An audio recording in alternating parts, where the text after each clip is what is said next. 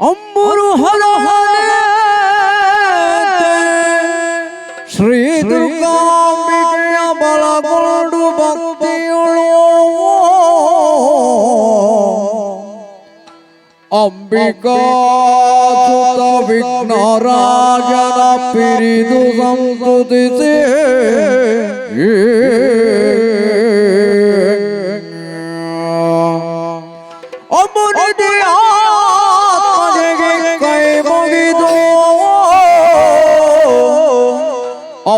ಅಂಬುಜಾಸನ ವಾಣಿಯರ ಪಾದಾಂಬುಜಗೆ ಬಡಮಡುದ ವರ್ಣಿಪೆನಿ ಕಥಾಮೃತವ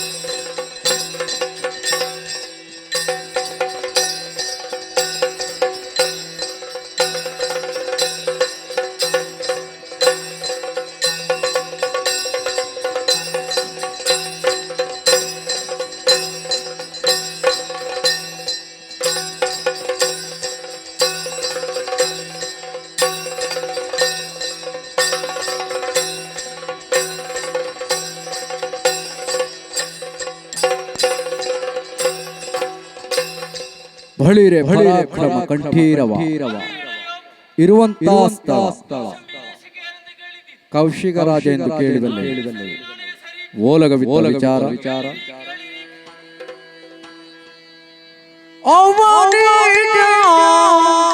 ಸುತ ಕೇಳು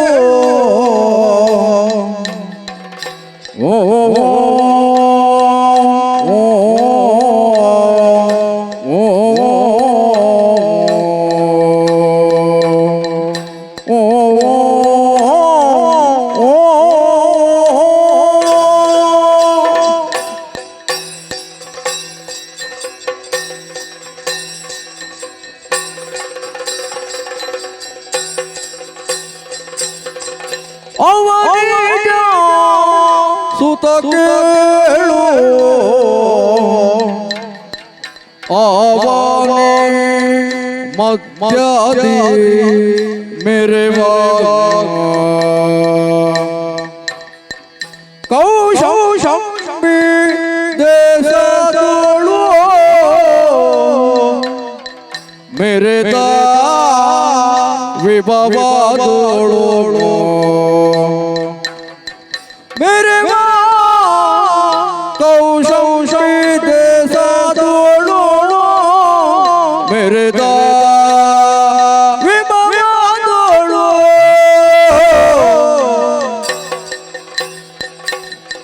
ಪುರಜನರು ಪರಿಜನರು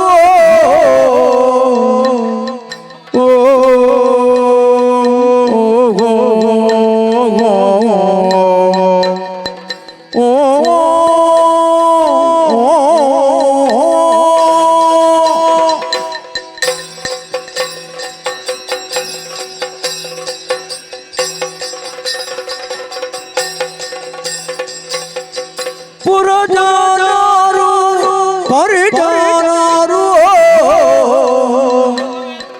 ಪರಿತೋಷ ತೊಳಗಿರಲು ತರುಣಿಯ ನಿರುದಯ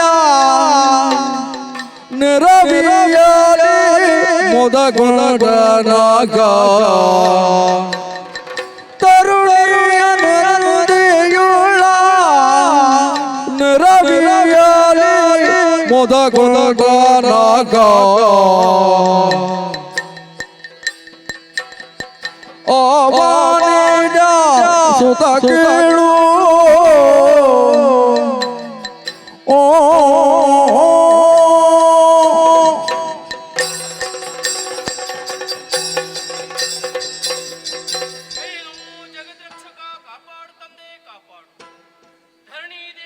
ರಾಣಿಯ ತಿಲಕದ ಹಾಗೆ ಆ, ಆ, ರಾರಾಜಿಸುತ್ತಾ ಇದೆ ನಮ್ಮ ಕೌಶಂಬಿ ದೇಶ. ಆ, ಆ, ಇಲ್ಲಿಯ ಅಧಿಕಾರಿ ಯಾರು ಅಂತ ಕೇಳಿದ್ರೆ ಸಾಕು, ಕೌಸಂಬಿಯ ಪ್ರಜೆಗಳೆಲ್ಲರೂ ಗೌರವದಿಂದ ಎದ್ದು ನಿಂತು ಬೆಟ್ಟೆತ್ತಿ ತೋರಿಸುವುದು ಕೌಶಿಕ ಭೂಪನಾದಂತಹ ನನ್ನನ್ನು. ಆ, ಆ. ಎಂದಿನಂತೆ ಇಂದೂ ಕೂಡ ನಿತ್ಯ ವಿಧಿಗಳನ್ನು ಪೂರೈಸಿ ಹ್ಮ್, ಸಭೆಯನ್ನು ಹ್ಮ್. ಪ್ರವೇಶ ಮಾಡಿ ರಕ್ತಖಚಿತವಾದಂತಹ ಸಿಂಹಾಸನವನ್ನು ಏರಿದ ಕ್ಷಣ ಹ್ಮ್, ಹ್ಮ್, ನಮ್ಮವರೆಲ್ಲರೂ ಗೌರವದಿಂದ ಎದ್ದು ನಿಂತು ಹ್ಮ್. ಕೌಶಿಕ ರಾಯನಿಗೆ ಜಯವಾಗಲಿ, ಆ, ಆ, ಕೌಶಿಕ ಭೂಪಾಲನಿಗೆ ಶುಭವಾಗಲಿ ಹ್ಮ್, ಹ್ಮ್. ಎನ್ನುವಂತಹ ಜಯಘೋಷ ಮುಗಿಲೇರುತ್ತಾ ಇದೆ.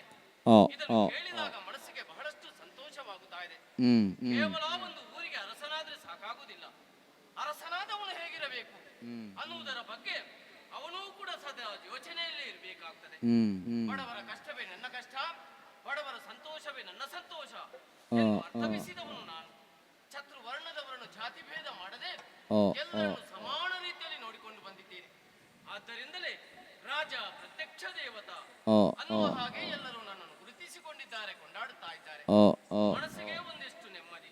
ಹ್ಮ್. ನನ್ನ ಆಳ್ವಿಕೆಯಲ್ಲಿ ನಾನು ಹೇಳಿದ್ದು ಒಂದೇ, ಯಾರೂ ಕೂಡ ಸೋಮಾರಿಗಳಾಗಬಾರದು, ಆ, ಆ, ಎಲ್ಲರೂ ದುಡಿದು ತಿನ್ನಬೇಕು, ಹ್ಮ್, ಹ್ಮ್. ಧರ್ಮದಿಂದ ನಡೆಯಬೇಕು ಅನ್ನುವ ಹಾಗೆ ನನ್ನ ಮಾತನ್ನು ಚಾಚೂ ತಪ್ಪದೆ ಎಲ್ಲ ಪ್ರಜೆಗಳು ನಡೆಸುತ್ತಾ ಇದ್ದಾರೆ, ನಡೆಸುತ್ತಾ ಇದ್ದಾರೆ ಎಂಬಲ್ಲಿಗೆ ನಾನು ತೃಪ್ತನಾಗಿದ್ದೇನೆ. ಹ್ಮ್, ಬ್ರಾಹ್ಮಣರು ಕೂಡ ಸಮಯಕ್ಕೆ ಸರಿಯಾಗಿ ಯಜ್ಞಾದಿಗಳನ್ನು ಮಾಡಿ ಅವಿಸನ್ನು ದೇವತೆಗಳಿಗೆ ಅರ್ಪಿಸ್ತಾ ಇದ್ದಾರೆ. ಅವಿಸನ್ನು ಉಂಡಂತಹ ದೇವತೆಗಳು ಆ, ಆ, ಸಮಯಕ್ಕೆ ಸರಿಯಾಗಿ ಇಳೆಗೆ ಮಳೆಯನ್ನು ಸುರಿಸುತ್ತಾ ಇದ್ದಾರೆ. ಹ್ಮ್, ಆದುದರಿಂದಲೇ ಕೌಶಂಬಿ ದೇಶದಲ್ಲಿ ಎಲ್ಲಿ ನೋಡಿದರೂ ಕೂಡ ಸಂಪತ್ತಿನಿಂದಲೇ ತುಂಬಿ ತುಳುಕುತ್ತಾ ಇದೆ ಹ್ಮ್, ಹ್ಮ್. ಎಂಬಲ್ಲಿಗೆ ನೋಡುವಾಗ ಮನಸ್ಸಿಗೆ ಬಹಳ ಆನಂದವಾಗುತ್ತಾ ಇದೆ. ನೋಡಿದ್ದೀರಾ, ಆ, ಆ, ನಮ್ಮ ರಾಜಕೀಯದ ಬಗ್ಗೆ ನೋಡಿದ್ರೆ ಯಾವುದೇ ಒಂದು ರೀತಿಯ ಕುಂದುಕೊರತೆ ಇಲ್ಲ. ಆ, ನನ್ನ ಆ, ಸಾಂಸಾರಿಕ ಬಗ್ಗೆ ಯೋಚನೆ ಮಾಡಿದಾಗ ಹ್ಮ್, ಹ್ಮ್. ಅದರಲ್ಲೂ ನಾನು ಭಾಗ್ಯವಂತ ಅಂತ ಹೇಳಿದ್ರು ತಪ್ಪಾಗ್ಲಿಕ್ಕಿಲ್ಲ. ಆ, ಆ, ಪ್ರಾಯ ಪ್ರಬುದ್ಧನಾದಂತಹ ನನಗೆ ನನ್ನ ರೂಪಕ್ಕೆ ಒಪ್ಪುವಂತ ಹುಡುಗಿಯನ್ನು ನೋಡಿ ನಾನು ಮದುವೆ ಕೂಡ ಆಗಿದ್ದೇನೆ. ಅವಳೇ ಅನ್ನಿರುಂದೆ, ಆ, ಗಂಡನೇ ದೇವರು ಆ, ಆ, ಆ, ಅನ್ನುವ ಹಾಗೆ ಭಾವಿಸಿ ಪೂಜಿಸುತ್ತಾ ಇದ್ದಾಳೆ. ಆ, ಆ, ಶೀಲವತಿಯಾಗಿದ್ದಾಳೆ, ಹ್ಮ್, ಸತ್ಗುಣವತಿಯಾಗಿದ್ದಾಳೆ ಹ್ಮ್, ಹ್ಮ್, ಎಂಬಲ್ಲಿಗೆ ಮನಸ್ಸಿಗೆ ಸಂತೋಷವಾಗುತ್ತಾ ಇದೆ. ಹ್ಮ್, ನನ್ನನ್ನೇ ಕಾಣುವುದಕ್ಕೆ ಬೇಕಾಗಿ ಯಾರೋ ಕಾಯ್ತಾ ಇದ್ದಾರಂತೆ. ಬರ್ಲಿ ನೋಡಿ.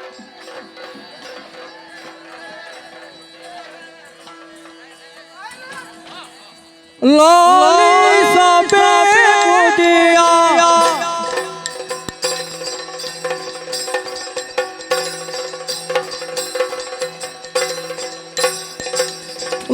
ಲಾಲಿಸಬೇಕು ದಿಯಾ ಕಬ್ಷಬಿ ಒಡೆಯ ಲಾಲಿಸಬೇಕು ದಿಯಾ ತಾಳಲ ಸಾಧ್ಯವು ಬಗೆ ಬಗೆ ಮುಖಗಳು ಪ್ರೇರಣೆಯಿಂದ ಸಂಚರಿಸುತ್ತ ಬಯಲಳು ಲಾಲಿಸಬೇಕು ದಿಯಾ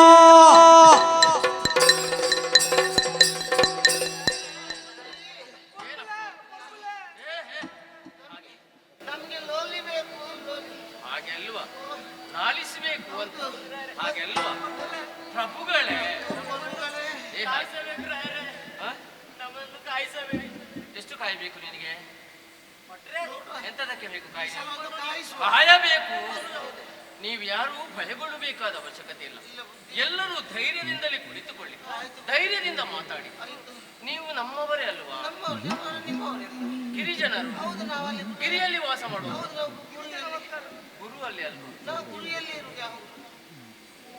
ಗಿರಿಯಲ್ಲಿರುವವರು. ಹೌದೌದು. ನಾನೇ ನಿಮ್ಗೆ ಪ್ರತ್ಯೇಕವಾದಂತಹ ಜಾಗ ಬಿಟ್ಟುಕೊಟ್ಟೆ, ನೇಮಿಸಿದ್ದು ನಾನು. ಅಲ್ಲಿಯೇ ಇರಬೇಕಾದವರು. ಹೌದು ಬುದ್ಧಿ. ಏನು ಜಾಗ ಬಿಟ್ಟು ಈ ಕಡೆಗೆ ಬಂದಿದ್ದೀರಿ? ಜಾಗ ಬಿಡುವ ಪರಿಸ್ಥಿತಿ ಆಯ್ತು ಬುದ್ಧಿ. ಏನಾಯ್ತಪ್ಪ? ಬುದ್ಧಿ, ಓ, ನಾವೆಲ್ಲ ಇಲ್ಲಿ ಉದ್ಯೋಗ ಇಲ್ಲ ಅಂತ ಹೇಳಿ ಹಾ. ಇಲ್ಲಿ ಬಂದವರಿದ್ದೇವೆ. ಹೌದು. ಬಂದಂತಹ ನಮಗೆ ಹ್ಮ್. ಯಾವುದು ಕೂಡ ತೊಂದರೆ ಆಗ್ಲಿಲ್ಲ. ತೊಂದರೆ ಆಗ್ಬಾರ್ದು. ಹೌದು, ನಿಮ್ಮಲ್ಲಿಗೆ ಬರುವಾಗ ನಿಮ್ಮ ಸುಖವೇ ನನ್ನ ಸುಖ, ಹೌದು ಬುದ್ಧಿ. ನಿಮ್ಮ ಕಷ್ಟವೇ ನನ್ನ ಕಷ್ಟ. ಹೌದು ಬುದ್ಧಿ, ಎಲ್ಲ ಆಯ್ತು ಬುದ್ಧಿ. ಹಾ. ಬರುವಂತ ಹೊತ್ತಿನಲ್ಲಿ ಹಾ. ನಮಗೆ ಬೇಕಾದದ್ದು ಎಲ್ಲ ಕೊಟ್ಟಿದ್ದೀರಿ. ಹೌದು. ಅಲ್ಲಲ್ಲಿ ಒಂದೊಂದು ರಾಕ್ಷಸರ ಆಂದೋಲನ, ರಾಕ್ಷಸರ ಆಂದೋಲನ. ಅದೇ ಹೌದು. ನಾವು ಮುಂದೆ ಬರಬೇಕು, ಮುಂದೆ ಬರಬೇಕು. ಅಕ್ಷರಾಭ್ಯಾಸ ಮಾಡಬೇಕು. ಹೌದು, ರಾಕ್ಷಸ ಅಭ್ಯಾಸ ಮಾಡಬೇಕು.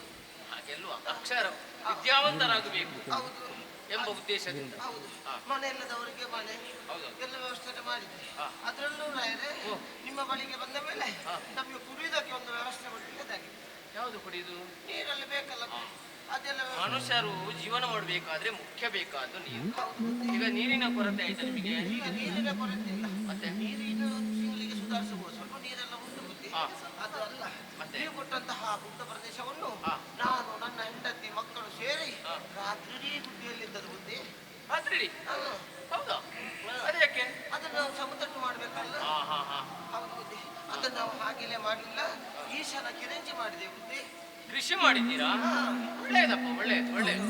ಯಾವ ಕೃಷಿ ಮಾಡಿ? ಹಲವು ಬಗೆ ಕೃಷಿ ಮಾಡಿದೆ ಬುದ್ಧಿ. ಯಾವುದೆಲ್ಲ? ಒಂದಲ್ಲ, ಎರಡಲ್ಲ, ಮೂರಲ್ಲ, ನಾಲ್ಕಲ್ಲ, ಐದಲ್ಲ, ಆರಲ್ಲ, ಏಳಲ್ಲ, ಎಂಟಲ್ಲ, ಒಂಬತ್ತಲ್ಲ, ಹತ್ತಲ್ಲ, ಹತ್ತು ಹಲವು ಬಗೆ ತಿಂಡಿ ಮಾಡಿದ್ದೇವೆ ಕೆಲವು ಬಗೆಯ ಕೃಷಿ ಮಾಡಿದ್ದೀರಿ.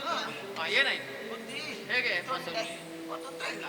ಈಶನೆಲ್ಲ ಕೃಷಿಯಲ್ಲಿ ಏನು ತೊಂದರೆ ಇಲ್ಲ ಬುದ್ಧಿ. ಹಾ. ತೊಂಡೆ, ಹಾ. ಬೆಂಡೆ, ಹಾ. ಅಲಸಂಡೆ, ಹಾ. ಹೀರೆ, ಹಾ. ಬದನೆ, ಹಾ. ಗೆಣಸು, ಹಾ. ಮೆಣಸು, ಹಾ. ಹೊಲಸು ಎಲ್ಲ ಹೊಲಸು ಆಗಿರ್ತದೆ.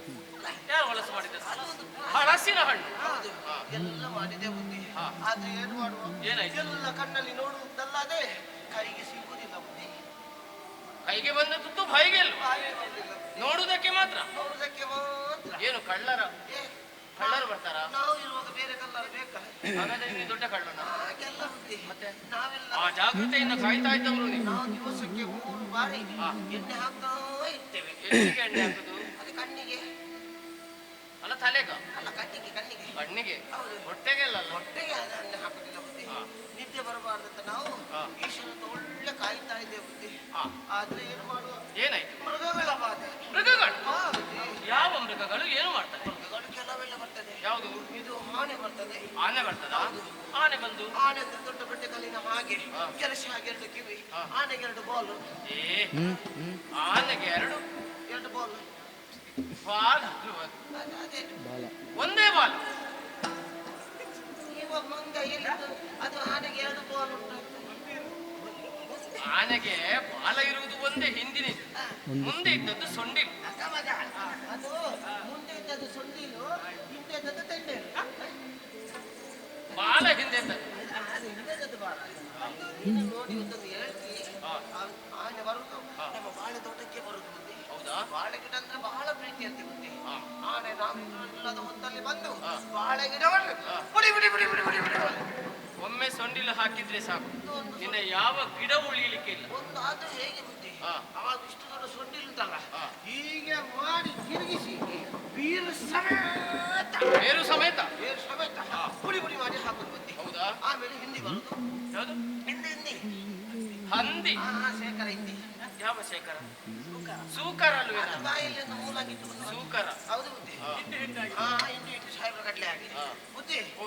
ಅದು ಏನು ವಿಷಯ ಅಂತ ಗೊತ್ತುಂಟ? ಏನು? ಈಶ್ವರ ನಮ್ಮ ಮನೆಯಲ್ಲಿ ಹಾ. ಸಾಧಾರಣ ಒಂದು 100-160 ಇತ್ತು ಎಲ್ಲರ ಮನೆಯಲ್ಲಿ. ಯಾವುದು? ಗೆಣಸಿನ ತಾರೆ. ಗೆಣಸು? ಅದೇನು ಮಾಡುವ? ಓ ಅಲ್ಲಿ ಮೂರ್ತಿ ಹಾಕಿದ್ರೆ ಇಲ್ಲಿ ನಿಮ್ಮ ಗೆಣಸಿನ ಗೆಡ್ಡೆ ಹೊರಗೆ. ಅದು ನನ್ನದೇ ಹೇಗೆ? ಅದಾದ್ರೆ ಜಾಗ ಕೊಟ್ಟದ್ದು ನೀವಲ್ಲ ಬುದ್ಧಿ. ಹಾಗೆ ಹೌದು. ನಾನು ಕೊಟ್ಟ ಜಾಗದಲ್ಲಿ ಕೃಷಿ ಮಾಡಿದ್ದೀರಿ. ಆಮೇಲೆ ಕೋರಿ ಉಂಟಾ? ಉಂಟಾ? ಎಲ್ಲಿಂಟು? ಅದು ದೊಡ್ಡ ದೊಡ್ಡ ಕೋರಂಡಿ ಕೋರಿಂಡ. ಅದೇ ಕರಡಿ. ಅದೇ ಕರಡಿ ಕರಡಿ ಕರಡಿ? ನೀವು ನಾವು ಹೇಳಿದ್ದಾರೆ ಅದು ಕೋರಂಡಿ ಅಂತ ಬುದ್ಧಿ. ಅದೆಲ್ಲ ನಮ್ಮ ಕೃಷಿಗೆ ಏನು ಪಟಲ ಇಲ್ಲ ಬುದ್ಧಿ. ಮತ್ತೇನ್ ಮಾಡ್ತದೆ? ಅದು ಮನುಷ್ಯರಿಗೆ ಪಟಲ ಮಾಡುದು. ಮನುಷ್ಯರಿಗೆ? ಮನುಷ್ಯರಿಗೆ. ನಿಮಗೇನಾದ್ರೂ ಉಪದ್ರ ಕೊಟ್ಟಿದ್ದ ಕರಡಿ? ಯಾರಿಗೆ? ನಮಗೆಲ್ಲ ಪಟಲ ಕೊಟ್ಟಿಲ್ಲ. ಮತ್ತೆ? ಇವ ಇದ್ದಾನಲ್ಲ, ಹೌದು. ಇವನ ಅಜ್ಜಿ ಅಜ್ಜಿ? ಅಜ್ಜಿ ಉಂಟಲ್ಲ, ಅಜ್ಜಿ ಉಂಟಲ್ಲ ಅಂತ ನನಗೆ ಏನು? ಅಲ್ಲ ಅಜ್ಜಿ ಉಂಟವಳು. ಅವಳ ಅಜ್ಜಿಗೆ ಒಂದು ಚಟ, ಏನು? ಈ ಜೋರು ಬಿಸಿಲು ಬರುವಾಗ ಹಾ. ಒಂದು ಮೆಣಸು ಒಣಗಿಸುದು. ಒಳ್ಳೇದಲ್ವಾ? ಮಳೆಗಾಲಕ್ಕೆ ಒಂದು ಮೆಣಸು ಜಾಗ್ರತೆ. ಜಾಗ್ರತೆ ಮಾಡಿ. ಅದಕ್ಕೆ ಹೇಳುದು, ಪ್ರತಿ ಒಂದು ಮನೆಯಲ್ಲಿ ಹಿರಿಯರು ಬೇಕು ಅಂತ. ಅದೇ ಅದೇ ಇವರ ಅಜ್ಜಿ ಇದ್ದಾರೆ. ಹಾಗೆ ಮನೆಗೆ ಮೆಣಸು ಒಣಗಿಸ್ತಾ ಇದ್ಲ. ಹಾ. ಒಂದು ದಿವಸ ಕರಡಿ ಬರುವ ಹೊತ್ತಲ್ಲಿ ಅಜ್ಜಿ ಒಣಗಿಸ್ತಾ ಇದ್ಲ ಅಂತ ನಾನು ಇರ್ಲಿಲ್ಲ ಮನೆಯಲ್ಲಿ. ಒಳಗೆ ಇದ್ದೆ ನಾನು. ಹೌದಾ? 1 ಬಟ್ಲು 2 ಬಟ್ಲು 3 ಬಟ್ಲು ಆಗುವಾಗ ಒಂದು ಸ್ವರ, ಎಂತ ಪಟ್ಟ? ಅಯ್ಯೋ ಮಗ ನಾನು ಸೈತೇನಲ್ವಾ? ಯಾವ ಭಾಷೆ ಇವನು? ಅದೇ ಅಯ್ಯೋ ಮಗ ನಾನು ಸೈತೆ ಸತ್ತೇನಲ್ಲ? ಸತ್ಯನಲ್ಲ. ಹಾ. ಇದು ಸ್ವರ ಕೇಳಿ ಉಂಟಲ್ಲ, ಹಾ. ನಾನು ಅಲ್ಲಿಂದ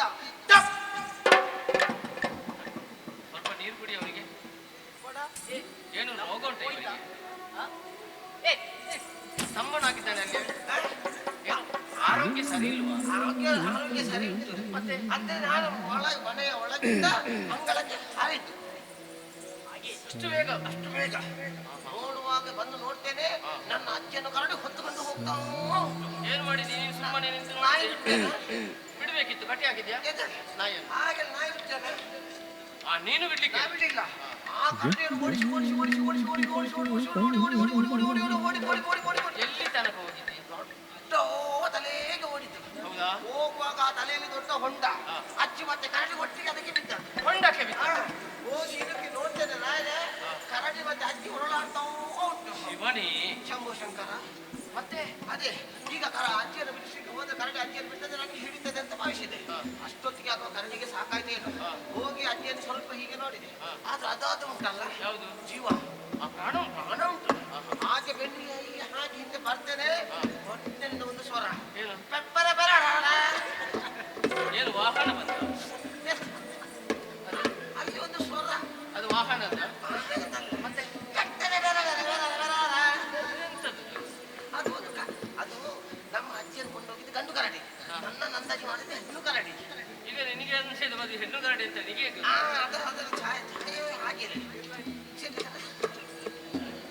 ಹಾಗೆ ಮೃಗಗಳ ಭಾಗದಲ್ಲಿ ಹಾಗೆ ಆಯ್ತು. ಆಮೇಲೆ ಹಾರಾಡುವ ಪಕ್ಷಿಗಳು, ಹಾರಾಡುವ ಪಕ್ಷಿಗಳು. ಮಂಡೆ ಹಾಕಿ ಯಾವ್ದಂತೆ? ಮಂಡೆ ಹಾಕಿ ಎಲ್ಲಿಗೆ ಎಂತದು? ಯಾರು ತಲೆಗೆ? ನೀನ ತಲೆ? ಅದನ್ನು ದೊಡ್ಡ ಮಂಡೆ ಮಂಡೆ ಹಾಕಿ. ಆ ಮಂಡಕ್ಕಿ ಕುಚ್ಚಲಾಕಿ ಮುಟ್ಟಾಕಿ. ಕುಚ್ಚಲಕ್ಕಿ ಅಂತದಕ್ಕೆ? ಅದು ಮೈಯಲ್ಲೆಲ್ಲ ಕುಚ್ಚು ಕುಚ್ಚು ಇರುವುದು. ಆಮೇಲೆ ಹೊಲ್ದಕ್ಕಿ, ಬಿಳಿ ಅಕ್ಕಿ. ಮೆಲ್ಟಕ್ಕಿ. ಅಷ್ಟು ಮಾತ್ರ ಅಲ್ಲ, ಇದು ಹಾರಾಡುವ ಬಾವುಲಿ ಬರುದು. ಅದು ಕೂಡ ಹಾರಾಡುವುದೇ. ಅದೇ ಬಾವುಲಿ ಬಾವುಲಿ ಅದು ಬರ್ತದೆ. ನಮ್ಮಲ್ಲಿ ಇಷ್ಟು ಬೀಜ ಇತ್ತು, ನನ್ನಲ್ಲಿ ಬೀಜ ಇತ್ತು, ಅವರಲ್ಲಿ ಬೀಜ ಇತ್ತು, ಅವರಲ್ಲಿ ಬೀಜ ಇತ್ತು, ಇವರಲ್ಲಿ ಬೀಜ ಇತ್ತು, ಇವರಲ್ಲಿ ಕೆಲವು ಬೀಜ ಇತ್ತು. ಈಗ ನಿಮ್ಮ ಬೀಜಕ್ಕೆ ಏನಾಯ್ತು ಈಗ? ಇವತ್ತಿಗೆ ಆಗುವಾಗ ಯಾರ ಬೀಜವೂ ಯಾರಲ್ಲಿ ಇಲ್ಲ. ಏನ ಕಾಣ? ಯಾರ ಬೀಜ ಯಾರ್ಯಾರ ಅಂಗಳದಲ್ಲಿ ಆಗಿದೆ. ಅದು ಹೇಗೆಯಾ? ಅದು ಬಾವುಲಿ ಆಗಲೇ ಕೊಂಡೋಗಿ ಯಾರ ಗೇರು ಬೀಜ. ಹೌದು. ಇನ್ನ ಒಂದೊಂದು ಭಾಷೆ ಉಂಟಲ್ವಾ? ಹೌದಾ? ಭಾಷೆ ಇಲ್ಲದ ಭಾಷೆ. ಅದು ಭಾಷೆ ಇಲ್ಲದ ಭಾಷೆ. ಗೊತ್ತಿರಿ, ಈ ಸಲ ಏನಾದ್ರೂ ನೀವು ಪರಿಹಾರ ಕೊಟ್ಟರೆ ನಾವು ಬದುಕಿ ಉಳಿದೆವು. ಎಂತ ನುಡಿಯಾಲ ಮೂತನೋ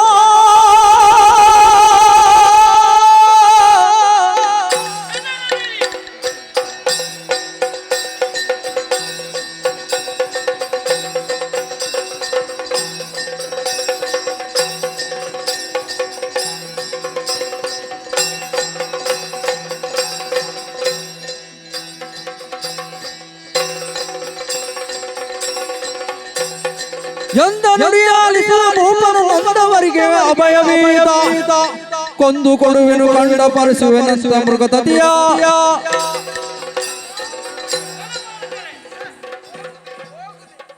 ಬಂದಿರಾ? ಒಳಗೆ ಬನ್ನಿ, ಒಳ ಬನ್ನಿ. ಎಂತದು ಸಾಕು? ಎಲ್ಲಿಗೆ ಹೋಗಿ?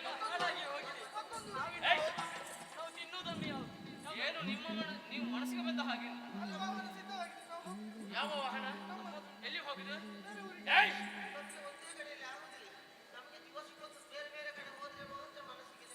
ನೀನು ಬೇರೆ ಬೇರೆ ಕಡೆಗೆ ಹೋಗುದು ಬೇಡ. ವರ್ತಮಾನ ಕಾಲದಲ್ಲಿ ಕೌಸಂಬ್ಯ ದೊರೆಯಾಗಿ ಬೆರೆಯುತ್ತಿರುವವನು ನಾನು. ನನ್ನ ಯೋಗ್ಯತೆ ಏನೆಂಬುದು ಬಹುಶಃ ನೀವು ಅರ್ಥ ಮಾಡಿಕೊಳ್ಳಿಲ್ಲ. ನನ್ನ ಆಶೆಯೇನು? ನೀವು ಸದಾ ನಗುತ್ತಾ ಇರಬೇಕು. ಹೌದು, ಸುಖದ ಜೀವನದಲ್ಲಿ ನಡೆಸಬೇಕು ಅನ್ನುವ ಹಾಗೆ. ಕಷ್ಟ ಬಂದಿದ ನಿಮಗೆ ಒದಗಿದ ಕಷ್ಟಗಳು ಪರಿಹರಿಸುವುದಕ್ಕಂತಲೇ ನಾನಿದ್ದೇನೆ. ಯಾವ ಮೃಗಗಳು ಯಾವ ಪಕ್ಷಿಗಳೇ ಇರಲಿ, ಕ್ಷಣ ಮಾತ್ರದಲ್ಲಿ ಕಾಡಿಗೆ ಹೋಗಿ ಸೊಕ್ಕಿದ ಮೃಗಗಳನ್ನು ಕೊಂದು ನಿಮಗೆಲ್ಲ ಸುಖವು ನಾನು ಮಾಡ್ತೇನೆ. ಗೊತ್ತಾಯ್ತಾ? ಬೇಟೆಗೆ ನಾವೇ ಹೋಗುದಲ್ಲ. ಯಾರಲ್ಲಿ ಮಕ್ಕಳು?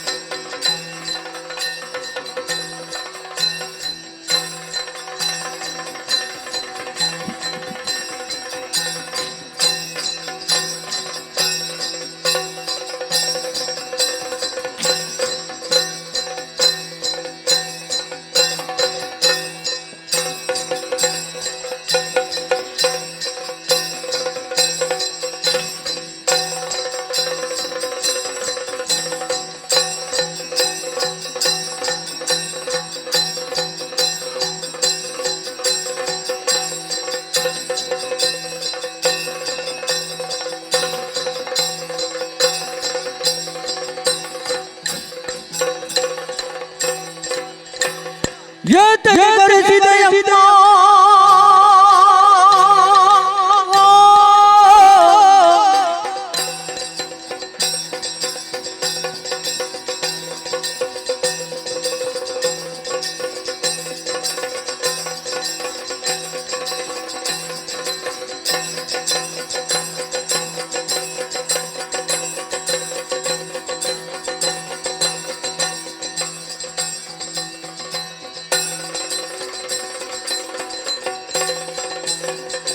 ಏತಕ್ಕೆ ಕರೆಸಿದೆಯಮ್ಮ? ಬೇಡ ಕಾರ್ಯವ ದೈವ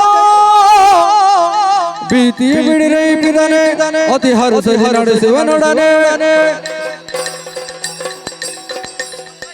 ಮಗನೇ ಮೊದಲಾಗಿ ವಂದಿಸಿಕೊಂಡಿದ್ದೇನೆ. ದೇವರು ಒಳ್ಳೆಯದು ಮಾಡಲಿ.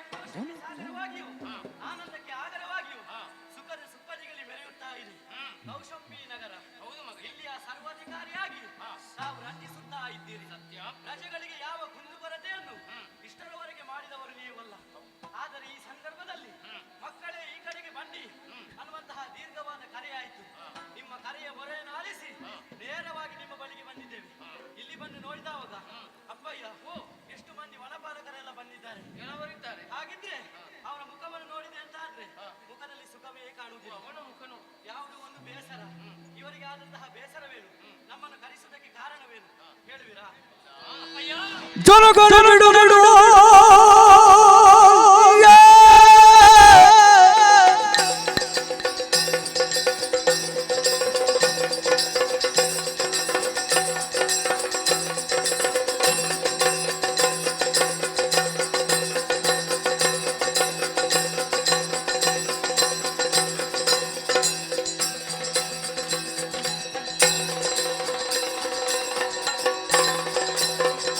ಜನಗಣ ಬಿಡು ಬಿಡು ಚಿಂತೆಯ ನೀಚನ ಗಮಮತಿ ನೀನೌದೇ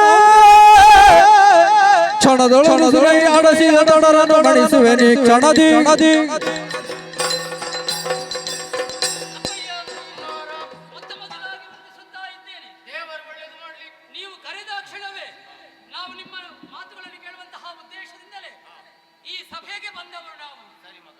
ಗುರುಮಠದಲ್ಲಿ ಬೇಕಾದಂತಹ ವಿದ್ಯೆಗಳನ್ನೆಲ್ಲ ಕಲಿತು ಈ ವೇಳೆ ನಾವು ಅರಮನೆಯನ್ನು ಸೇರಿಕೊಂಡಿದ್ದೇವೆ. ಮೊನ್ನೆ ಅರಮನೆಯನ್ನು ಸೇರಿಕೊಂಡಿದ್ದೀವಿ. ಹೌದಪ್ಪಯ್ಯ. ಆದರೆ ನಿಮ್ಮ ಬಳಿಗೆ ಬರುವಂತಹ ಸಂದರ್ಭದಲ್ಲಿ ಬಹಳ ನಮಗೆ ಸಂತೋಷವಾಗ್ತಾ ಉಂಟು. ಯಾಕೆ ಮಗ? ಯಾಕೆ ಗೊತ್ತಿಲ್ಲ?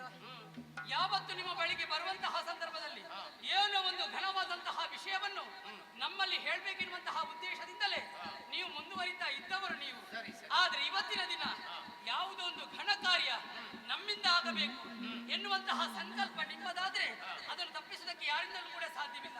ಅಪ್ಪಯ್ಯ, ನಮ್ಮನ್ನು ಕರೆಸಿದ ಕಾರಣವೇನು, ಯಾಕೆಂತ ಗೊತ್ತಾಗ್ಲಿಲ್ಲ, ತಿಳಿಸ್ತೀರಾ? ಮಕ್ಕಳೇ, ಅಪ್ಪಯ್ಯ, ನನ್ನ ಶರೀರದ ಎರಡು ಭುಜ ಇದ್ದ ಹಾಗೆ, ಒಂದು ಮುಖದ ಎರಡು ಕಣ್ಣುಗಳಿದ್ದ ಹಾಗೆ ಹೌದಪ್ಪ ಇರುವವರು ನೀವು. ವಿದ್ಯಾವಂತರಾಗಬೇಕೆಂಬ ಒಂದೇ ಉದ್ದೇಶದಿಂದ ಗುರುಮಠಕ್ಕೆ ಸೇರಿಸಿ ಎಲ್ಲಾ ವಿದ್ಯಾಭ್ಯಾಸವನ್ನು ನಾನು ಮಾಡಿಸಿದ್ದೇನೆ. ಹೌದೌದು. ಗುರುಗಳು ಯಾವ ವಿದ್ಯೆಯನ್ನು ಹೇಳಿಕೊಟ್ಟಿದ್ದಾರೆ ಅದನ್ನು ಚಾಚುವ ತಪ್ಪದೆ ನೀವು ಅಭ್ಯಾಸ ಮಾಡಿದ್ದೀರಿ. ಆದ್ರೆ ಈ ಸಂದರ್ಭದಲ್ಲಿ ನಿಮ್ಮನ್ನು ವಿಶೇಷವಾಗಿ ಕರೆಸಿಕೊಳ್ಳುವುದಕ್ಕೆ ಕಾರಣ ನೋಡಿದ್ದೀರಾ ಅವರ ಮುಖ? ಅದೇ ಮುಖದಲ್ಲಿ ಇವರೆಲ್ಲ ಗಿರಿಜನರು. ಹೌದೇ? ಹೌದು. ಕಾಡಿನಲ್ಲಿ ವಾಸ ಮಾಡುವವರು, ನಮ್ಮ ಆಳ್ವಿಕೆಗೆ ಒಳಪಟ್ಟವರು. ಅವರಿಗೆ ಅವರು ಮಾಡಿದಂತಹ ಕೃಷಿಗೆ ಮೃಗ ಪಕ್ಷಿಗಳಿಂದ ಪಟಲವಾಗಿದೆ. ಅದಕ್ಕೆ ನಾಡಿಗೆ ಹೇಳಿದಕ್ಕೆ ಉದ್ದೇಶ ಬೇರೆಲ್ಲ. ನಿಮ್ಮನ್ನು ಕೂಡಿಕೊಂಡು ಮೃಗಬೇಟೆಗೆ ಹೋಗಬೇಕೆಂಬ ಉದ್ದೇಶದಿಂದ ನಾನು ನನ್ನ ಹತ್ತಿರಕ್ಕೆ ನಿಮ್ಮನ್ನು ಕರೆಸಿಕೊಂಡಿದ್ದೇನೆ. ಯಾಕೆ? ಇನ್ನು ಮುಂದಕ್ಕೆ ಈ ಕೌಸಂಬಿಯ ಅಧಿಕಾರವನ್ನು ವಹಿಸಿಕೊಳ್ಳುವವರು ನೀವಾಗಿ ಅಭ್ಯಾಸ ಮಾಡಬೇಕಲ್ಲ. ಮೃಗಬೇಟೆಗೆ ಹೋಗಿ ನಿಮ್ಮ ಜೊತೆ ಸೇರಿದುಂಟಲ್ಲ, ಯಾವುದನ್ನು ಕಲಿಯಬಹುದು. ಹೌದು, ಸಂಶಯ ಬೇಡ. ಅಂದ್ರೆ ನೀವು ಮೊದಲೆಲ್ಲ ಅದೆಷ್ಟೋ ವಿದ್ಯೆಯನ್ನು ಕಲಿತವರು. ರಾಜಕುಮಾರರಾದಂತ ನೀವು ಕೂಡ ಯಾವ ವಿದ್ಯೆಯಲ್ಲಿ ಕೂಡ ಹಿಂದೆ ಉಳಿದವರಲ್ಲ, ಎಲ್ಲವನ್ನೂ ಅಭ್ಯಾಸ ಮಾಡಿದ್ದೀರಿ. ಗೊತ್ತಾಯ್ತಲ್ಲ? ಹಾಗಾದ್ರೆ ತಡ ಮಾಡುವುದಲ್ಲ, ಇವರನ್ನು ಕೂಡಿಕೊಂಡು ದಟ್ಟವಾದ ಕಾಡಿಗೆ ಹೋಗಿ ಮೃಗಬೇಟೆ ಆಡಬೇಕು.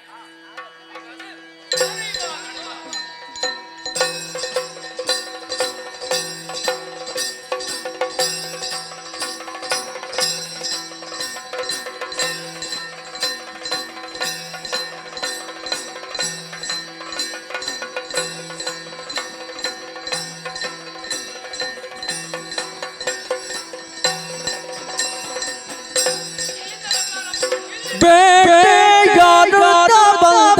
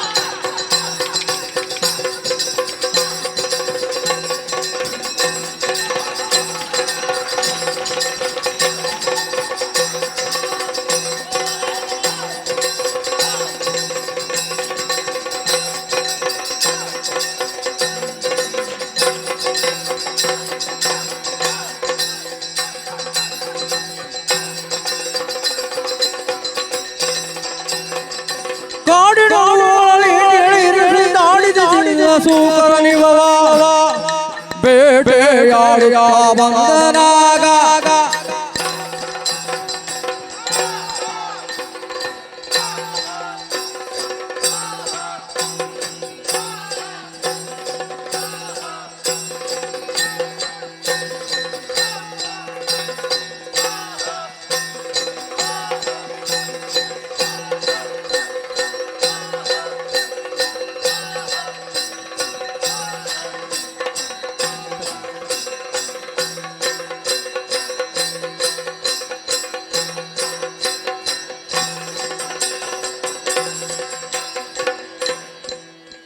ಪರಿ ಪರಿಯ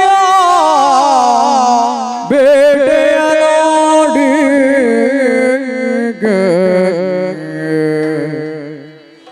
ಸಂತೋಷವಿಲ್ಲ ಸರಿಯೇ ನಗರದ ಬದಿಗೆ ನದಿ ನೆತ್ತಿಯೆಡೆಗೆ ದಿನಕರನ ಬದಿ ನಡು ನೆತ್ತಿಯೆಡೆಗೆ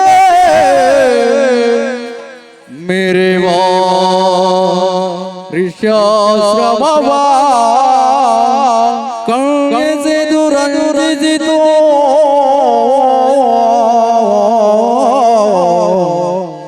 ಪರಿ ಪರಿಯ ಬೇಟೆಯ ನಾಡಿ ಸಂತೋಷದ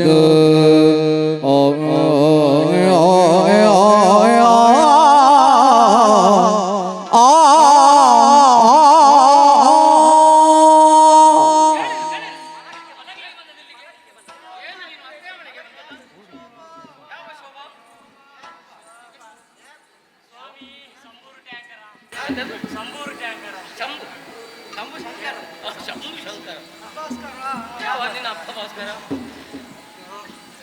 ನಿನ್ನದೆಂತ ಹೇಳ ಹೇಳ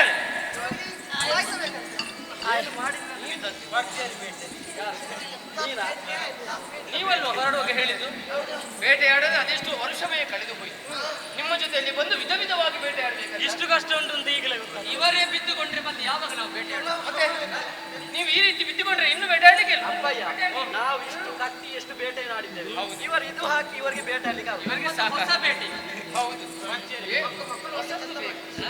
ಹೊಸತನ ಬೇಕು ಒಂದೇ ರೀತಿ ಬೇಟೆ ಹೌದು ಅದು ನನ್ನ ಮಕ್ಕಳು ಚಂದ ಮಾಡಿದ್ದಾರೆ ಛತ್ರಕುಲದಲ್ಲಿ ಜನಿಸಿದವರು ನಮ್ಮವರೇ ಅದೆಷ್ಟೋ ಹೊತ್ತಿನಿಂದ ವಿಧ ವಿಧವಾಗಿ ಬೇಟೆಯನ್ನಾಡಿ ಆಯ್ತು ನಿಮ್ಮನ್ನು ನೋಡುವಾಗಲೇ ನನಗೆ ಗೊತ್ತಾಗಿದೆ ನಿಮಗೆ ಆಯಾಸವಾಗಿದೆ ವಿಶ್ರಾಂತಿ ಅಗತ್ಯವಿದೆ ಅಂತ ಎಲ್ಲಿ ಕಾಡಲ್ಲಿ ಮಲಕ್ಕೆ ನೀನು ನೀವು ಇನ್ನು ಬೇಟೆ ಆಡುವುದಲ್ಲ ಸ್ವಲ್ಪ ವಿಶ್ರಾಂತಿ ಪಡೆಯಿರಿ ಅದೆಷ್ಟೋ ಹೊತ್ತಿನಿಂದ ಕೊಂದಂತ ಮೃಗಗಳಿವೆ ಅಲ್ಲ ಯಾರಿಗೆ ಯಾವುದೇ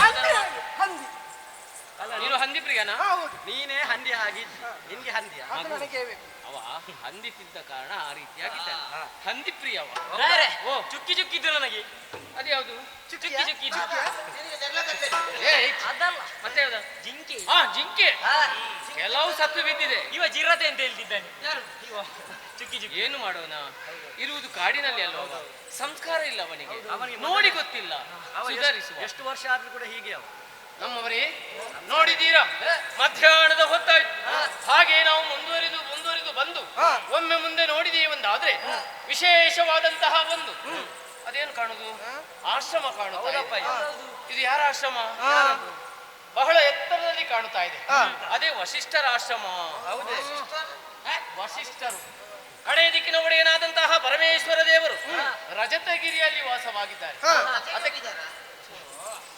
ಹಾಗೆಲ್ವಾ ರಜತಗಿರಿಯಲ್ಲಿ ವಾಸ ಮಾಡಿದ್ದವರು ಆ ಗಿರಿಗೆ ಸಮಾನವಾಗಿದೆ ಇವರ ಆಶ್ರಮ ಸೃಷ್ಟಿಕರ್ತನಾದಂತಹ ಬ್ರಹ್ಮದೇವ ಕಮಲದ ಮೇಲೆ ಕುಳಿತು ಸತ್ಯಲೋಕದಲ್ಲಿದ್ದಾರೆ ಆ ಸತ್ಯಲೋಕಕ್ಕೆ ಸಮಾನವಾಗಿದೆ ಅವರ ಆಶ್ರಮ ಇಲ್ಲಿ ತನಕ ಬಂದು ನಾವು ಅವರಲ್ಲಿ ಮಾತಾಡದೆ ಹಿಂದೆ ಹೋದ್ರೆ ನಾವು ಬಂದಂತ ವಿಚಾರ ಅವರಿಗೆ ಗೊತ್ತಾದ್ರೆ ನಮ್ಮ ಪಾಲಿಗೆ ಶಾಪ ಕೊಟ್ರೆ ನಮ್ಮ ಜೀವನ ಪೂರ್ತಿ ಸಾಕಾದು ಮೊದಲೇ ಸಾಕಾಗಿದೆ ಮತ್ತೆ ನಾವು ಶಾಪ ಕೊಟ್ಟರೆ ಹಿಂಗೆ ಮಲಗಲಿಕ್ಕೆ ಕೊಡುವ ಏನು ಮಲಗಲಿಕ್ಕೆ ಕೊಡುವ ಚಾಪೆ ಅಂತ ಭಾವಿಸಿದ್ಯಾ ಶಾಪ ಮಗನಿ ಶಾಪ ಕೈ ಎತ್ತಿ ಶಾಪ ನಿನ್ನ ಜೀವನ ಪರ್ಯಂತರ ಸಾಕಾದ. ಹಾಗೆ ಕೊಟ್ರೆ ಮತ್ತೆ ಚಾಪೆಯಲ್ಲಿ ಮಲಗಲಿಕ್ಕೆ ಅಲ್ಲ, ಇವನಿಗೆ ಶಾಪ ಕೊಟ್ರೆ ಮತ್ತೆ ಬ್ರಹ್ಮವರ್ಷ ಮಾಡಿದ್ರು ನೀವು ಸರಿಯಾಗಿದ್ದೆ. ಇವನಿಗೆ ಶಾಪ ಯಾಕೆ? ಅಲ್ಲ ಹೇಳಿದ್ದು ಗೊತ್ತಾಯ್ತಲ್ಲ, ಅದಕ್ಕೆ ಅವಕಾಶ ನಾವು ಮಾಡಿಕೊಡ್ಬಾರ್ದು. ಅಲ್ಲಿಗೆ ನಾವೆಲ್ಲರೂ ಒಂದಾಗಿ ಹೋಗಬೇಕು. ಹೋಗುವುದಕ್ಕಿಂತ ಮೊದಲು ನಿಮಗೆ ಒಂದು ಎಚ್ಚರಿಕೆಯ ಮಾತು. ಏನು ರಾಯರೇ? ನಮಗೆ ಗೌರವ ಮುಖ್ಯ. ಅದು ನಾವು ಬುದ್ಧಿವಂತರು, ಬುದ್ಧಿ ಇಲ್ಲದವರ ಹಾಗೆ ಅಲ್ಲಿ ಹೋಗಿ ವರ್ತಿಸಬಾರ್ದು. ಅರ್ಥ ಆಯ್ತಲ್ವಾ? ನಿಮ್ಗೆ ಹೇಳಿದ್ದು ಮತ್ತೆ ನಿಮ್ಗೆ ಬೇರೆ ಉಂಟಾ? ಮೊದಲು ನಿನಗೆ ಹೇಳಿದ್ದು ನಾವು ನೀನು ಸರಿ ಇದ್ದವರೆಲ್ಲರೂ ಒಳ್ಳೆಯ ಸಂಸ್ಕಾರವಂತರಾಗಿರ್ಬೇಕು. ನಾನು ಹೇಳಿದ ಹಾಗೆ ಕೇಳಬೇಕು. ನನ್ನ ಒಂದು ಮಾತು ಧಿಕ್ಕರಿಸಿದ್ರೆ ನಾನು ಅಲ್ಲಿಯೇ ನಿಮಗೆ ಬಾರಿಸಲಿಕ್ಕೆ ಬೊಬ್ಬೆ ಹಾಕಬಾರ್ದು. ನೋಡಿದ ತಕ್ಷಣ ಅವರಿಗೆ ಕೈ ಮುಗಿಬೇಕು, ಗೌರವ ಕೊಡಬೇಕು. ಬನ್ನಿ ಬನ್ನಿ ಬನ್ನಿ.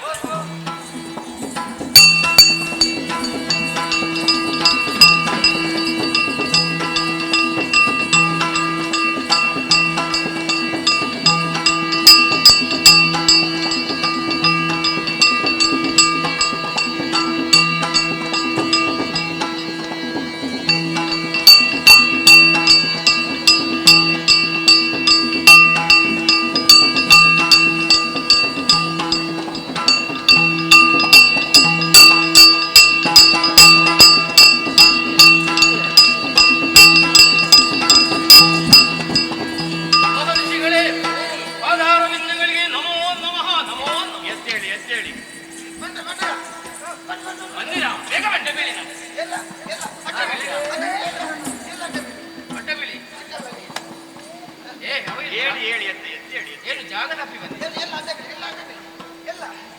ನೀನೇನು ಮುಂದೆ ಬೀಳೋಣ? ಇದೆಂತದ್ದು?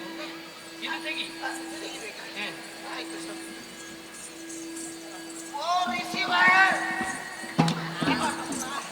ಆ ಬಟ್ಟೆ ತೆಗು, ಹೀಗೆ ನಮಸ್ಕಾರ ಮಾಡ್ಕೊಂಡು ಬೇಡ.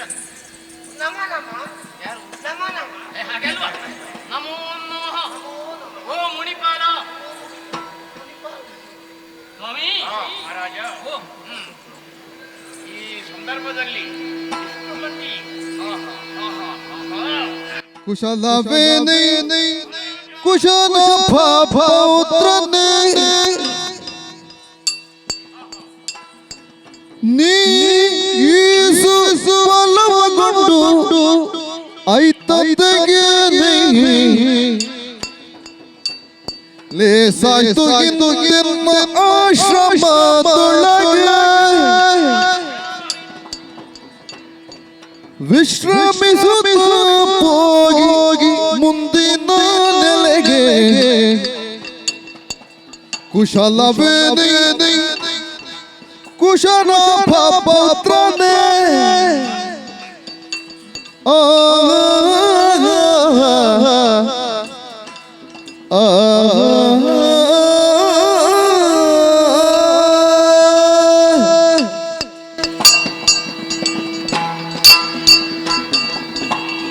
ಕೌಶಿಕ ಮಹಾರಾಜ, ಮಹಾತ್ಮರೇ, ಇಷ್ಟು ಮಂದಿಯನ್ನೆಲ್ಲ ಸೇರಿಸಿಕೊಂಡು ಮಧ್ಯಾಹ್ನದ ಹೊತ್ತಿನಲ್ಲಿ ನನ್ನದಾದಂಥ ಆಶ್ರಮದ ಹತ್ತಿರವೇ ಹೋಗುತ್ತಾ ಇದ್ದೀರಿ. ಸರಿ ಸ್ವಾಮಿ.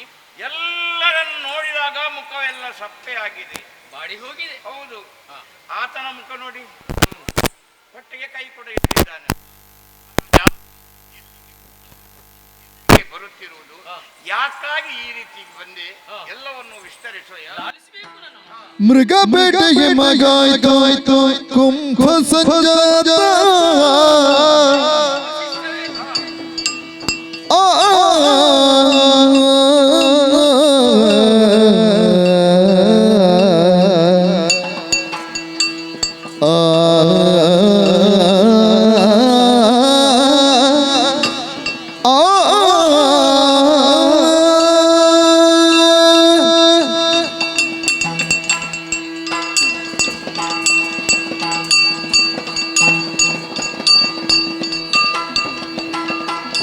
ಮೃಗ ಬೇಟೆಗೆ ಮಗಾಯ್ತು ಕುಂಭ ಸಂಜಾತ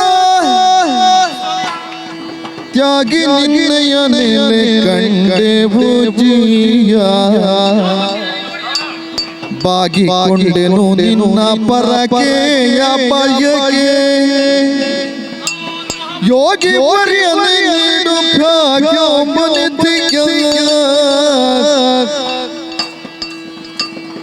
ಮೃಗ ಬೇಟೆಗೆ ಮಗ ತುಂಬ ಸಂಜಾತ ತ್ಯಾಗಿ ನಿನ್ನಯ ನೆಲೆ ಕಂಡೆವು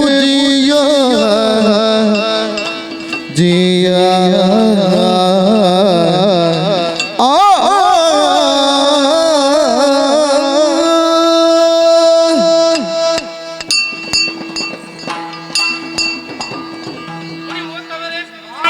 ಇದು ಮತ್ತೊಮ್ಮೆ ಪವಿತ್ರವಾದ ಪಾದದ್ವಯಗಳಿಗೆ ನಮೋ ನಮಃ. ಎದ್ದೇಳು. ಬಂದಂತಹ ನಮ್ಮನ್ನು ಹಾ. ವಿಧ ವಿಧವಾಗಿ ನೀವು ಸತ್ಕರಿಸಿದ್ದೀರಿ. ಹಾ. ನಾವು ಸಂತೃಷ್ಟರಾಗಿದ್ದೇವೆ. ಹಾ. ಬಂದ ವಿಚಾರ ಬೇರೇನಲ್ಲ. ಹಾ. ಇವರು ವನಪಾಲಕರು, ಹಾ. ಕಾಡಿನಲ್ಲಿ ವಾಸ ಮಾಡುವವರು. ಹಾ. ಅವರು ಮಾಡಿದಂತಹ ಕೃಷಿಗೆ ದುಷ್ಟ ಮೃಗಗಳಿಂದ ಉಪಟಳವಾಗಿದೆಯಂತೆ. ಓಹೋ. ಅವರಿಗೆ ಧೈರ್ಯವನ್ನು ತುಂಬಿ ಹಾ. ಮೃಗಬೇಟೆಗೆ ಅಂತ ಕಾಡಿಗೆ ಬಂದವರು ನಾವು. ಹಾ. ನಾವೆಲ್ಲರೂ ಒಂದಾಗಿ ಮೃಗಬೇಟೆ ಮುಗಿಸಿ ಹಾ. ಇನ್ನೇನು ಪುರದ ಕಡೆಗೆ ಹೋಗೋಣ ಹಾ. ಅನ್ನುವ ಹಾಗೆ ಮನ ಮಾಡಿದಾಗ ಹಾ. ನಿಮ್ಮ ಆಶ್ರಮವನ್ನು ನಾವು ಕಂಡಿದ್ದೇವೆ. ಹಾ. ನೋಡಿದ ಮೇಲೆ ಹಾ. ನಿಮ್ಮಿಂದ ಆಶೀರ್ವಾದವನ್ನು ಪಡೆದುಕೊಂಡು ಹೋಗಬೇಕು ಹಾ, ಹಾ. ಅನ್ನುವ ಹಾಗೆ ಮನಸ್ಸಾಯ್ತು. ಆಶೀರ್ವಾದ ಮಾಡಿ ಮುಂದುವರಿತೇವೆ.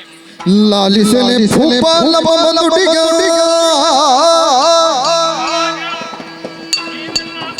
ನೆಲೆಗೊಂಡ ಭಾಸ್ಕರ ನೀಲಿ ಬಾಲನ ಶಿರದ ಮೇಲೀಗ ಮೂಲ ಬಲ ಸಹಿತ ನೆಲೆದಿಕ ಸಕಲ ಸೇನಾ ಜಾಲ ಫಲಕೆ ಭೋಜನಕ್ಕೆ ನಾವಿರತಿ ಪಿರುದಿ ತೆರಳು ದರಿಯಡ ನಿಂತು ಮಾರಯ್ಯ ಲಾಲಿಸಲೆ ಭೂಪಾಲ ಮಮನುಡಿಯ ನೆಲೆಗೊಂಡ ಭಾಸ್ಕರ ನೀಲಿ ಬಾನಲು ಶಿರದ ಮೇಲೀಗ ಭೂಪಾಲ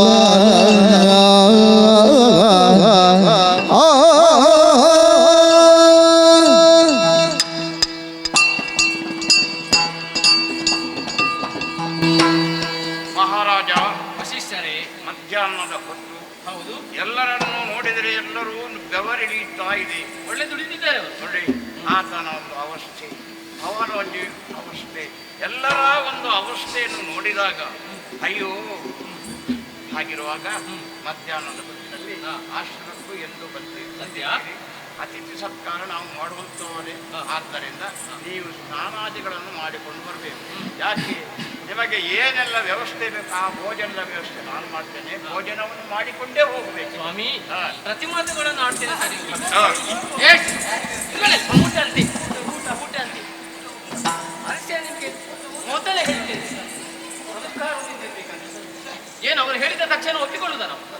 ಏನು ಒಬ್ಬರಿಬ್ಬರು ಬಂದದ ಭೋಜನನ ಶಾಲೆಯಲ್ಲಿ ಯಾರೇ ನಮ್ಮ ಭೋಜನ? ಊಟ ಬಂತ? ಸ್ವಾಮಿ, ಹಾ. ನಿಮ್ಮ ಮಾತಿಗೆ ಪ್ರತಿ ಮಾತುಗಳನ್ನು ಆಡ್ತೇನೆ ಅಂತ ನೀವು ಭಾವಿಸಬಾರ್ದು. ಹಾ. ಮಧ್ಯಾಹ್ನದ ಹೊತ್ತು ಊಟ ಸ್ವೀಕಾರ ಮಾಡಬೇಕು ಅನ್ನುವ ಹಾಗೆ ನೀವು ಹೇಳಿದ್ರು ಕೂಡ ಹಾ. ಒಂದು ಊರಿನ ಅರಸನಾಗಿದ್ದು ನಾನು ಸ್ವಲ್ಪ ಯೋಚನೆ ಮಾಡಬೇಕು. ಹಾ. ನಾನು ಒಬ್ಬನೇ ಬಂದದ್ದಲ್ಲ, ಸಾವಿರ ಸಾವಿರ ಸಂಖ್ಯೆಯಲ್ಲಿ ನಮ್ಮವರಿದ್ದಾರೆ. ಹಾ. ನೀವು ನಿಮಗೆ ಬೇಕಾಗಿ ದುಡಿಯುವವರಲ್ಲ ಸ್ವಾಮಿ, ಸದಾ ಲೋಕ ಕಲ್ಯಾಣವನ್ನೇ ಬಯಸುವವರು. ಹಾ. ಆದ್ದರಿಂದ ಇಷ್ಟು ಮಂದಿಗಳಿಗೆ ಹಾ. ಊಟ ಬಡಿಸುವುದಕ್ಕೆ ಕಷ್ಟ ಸಾಧ್ಯ ಅಲ್ವೇ ಸ್ವಾಮಿ? ಮಹಾರಾಜ, ಯಾವ ರೀತಿಯ ಕಷ್ಟವೂ ನಮಗೆ ಇಲ್ಲ. ಯಾಕೆಂದ್ರೆ ತಪಸ್ಸನ್ನಾಚರಿಸುವಂತಹ ನಮಗೆ ಯಾವುದೆಲ್ಲ ಬೇಕೋ ಅದೆಲ್ಲ ನಮಗೆ ಸಿಗುತ್ತದೆ. ಆದ್ದರಿಂದ ನೀವು ಹೋಗಿ ಸ್ನಾನ ಮಾಡಿಕೊಂಡು ಬರಲೇಬೇಕು. ಆಯ್ತು ಸ್ವಾಮಿ. ಹಾ. ಬೇರೆ ಬನ್ನಿ. ನಿನಗೇನು ತೊಂದರೆ ನೋವಾಗಿದೆ? ಅದರೊಳಗೆ ನಿಮಗೆ ಎಲ್ಲ ಆಗ್ತಿತ್ತು ಗೊತ್ತಾಗುತ್ತೆ. ಏನು ಊಟ ಅಂತ ಹೇಳಿದ ತಕ್ಷಣ ಬಾಯಿ ಬಿಡಿದೆ. ನೀವೇನು ಎಷ್ಟು ದಿವಸ ಊಟ ಮಾಡಿದೆ? ಇವರೊಟ್ಟಿಗೆ ಬಂದು ನಮ್ಮ ಮನೆಯದು ಅಲ್ಲ, ಏನು ಮಾಡುವುದೇ ಹೇಳು ಮಕ್ಕಳು? ಅವರಿಗೆ ಸಂಸ್ಕಾರ ಎಲ್ಲ ಕಾಡಿನಲ್ಲಿದ್ದವರಲ್ವ? ಊಟ ಹಸಿ ಆಗ್ತದೆ. ಹೋಗುವ ರೇ ರೇ. ಬ್ರಾಹ್ಮಣರ ಈಗ ಅವರು ಹೇಳಿದ್ದು ಗೊತ್ತಾಯ್ತಾ? ಪ್ರಶಾಂತವಾಗಿ ಹರಿತಾ ಇದೆ ನದಿ, ಅಲ್ಲಿಗೆ ಹೋಗಿ ಮುಳುಗಿ ಬರ್ಬೇಕಂತ. ಹೋಗಿ ಹೋಗಿ. ನೀವು ಬರುದಿಲ್ವಾ? ನೀವು ಮಾಡುದಿಲ್ವಾ? ಊಟ ಬೇಕಾದ್ರೆ ಸ್ನಾನ ಮಾಡ್ಬೇಕು. ಸ್ನಾನ ಮಾಡ್ಬೇಕು. ಮತ್ತೆ ಇದು ಬಿಸಿ ನೀರು. ನೀನೇನು ಅತ್ತೆಯ ಮನೆಗೆ ಬಂದದ್ದ? ಇಲ್ಲಿ ಆಶ್ರಮದಲ್ಲಿ ಬಿಸಿ ನೀರಿನ ವ್ಯವಸ್ಥೆ ಉಂಟೇನಾ? ಬೆಳ್ಳಂ ಬೆಳಗ್ಗೆ ಎದ್ದು ಅವರು ನದಿಯಲ್ಲಿ ಸ್ನಾನ ಮಾಡು. ನಿನ್ನ ಮನೆಯಲ್ಲಿ ಉಂಟಾ? ಇಲ್ಲ, ನಾನು ಮನೆಯಲ್ಲಿ ತೋಡಿನಲ್ಲಿ. ಮತ್ತೆ ಇಲ್ಲಿ ಸ್ನಾನ ಮಾಡು. ನೀವು ಹೋದಲ್ಲಿ ಬಿಸಿ ನೀರು ಹಾಕ್ಬೇಕಲ್ಲ, ಮನೆಯಲ್ಲಿ ತಣ್ಣೀರು ಹಾಕ್ಬೇಕು. ನೀನೇ ಮುಖ ನೋಡುದು. ನಾನು ಸೋಮವಾರ ಕಾಮಗಾರಿ. ಅದ್ಯಾಕೆ? ಮೊನ್ನೆ ಸಂಕ್ರಮಣಕ್ಕೆ ಮಾಡಿದ್ದೆ. ಮೊನ್ನೆ ಸಂಕ್ರಮಣದಲ್ಲಿ ಊಟ ಮಾಡಲಿ ಮಾಡಿದೆ. ಹಸಿವಾದ್ರೆ ನೀವು ಸ್ನಾನ ಮಾಡಬೇಕು. ಗೋವಿಂದ ಅಂತ ಹೇಳಿದ್ರೆ ಸ್ನಾನ ಮಾಡಿದ ಫಲ ಬರ್ತದೆ. ನಿನಗೆ ಯಾರು ಹೇಳಿಕೊಟ್ಟದ್ದು? ನನ್ನ ಅಜ್ಜ ಹೇಳಿದ್ದು. ಅಜ್ಜ ಅಲ್ಲ, ನನ್ನ ಅಜ್ಜಿ ಹೇಳಿದ್ದಾರೆ. ನಿಮ್ಮ ಅಜ್ಜಿ ನಮ್ಮ ಅಜ್ಜನಿಗೆ ಏ ಗೋವಿಂದ ಗೋವಿಂದ ಅಂತ 3 ಸಲ ಹೇಳಿದ್ರೆ ಊಟ ಮಾಡಿದ ಫಲ ಬರ್ತದೆ. ಹಾಗಾದ್ರೆ ಸ್ನಾನ ಮಾಡುದು. ನಿಮ್ಮನ್ನು ನೀರಿನಲ್ಲಿ ಮುಳುಗಿಸಿ ಹೇಳಿ. ಬನ್ನಿ ಬನ್ನಿ ಮಗ, ಬನ್ನಿ.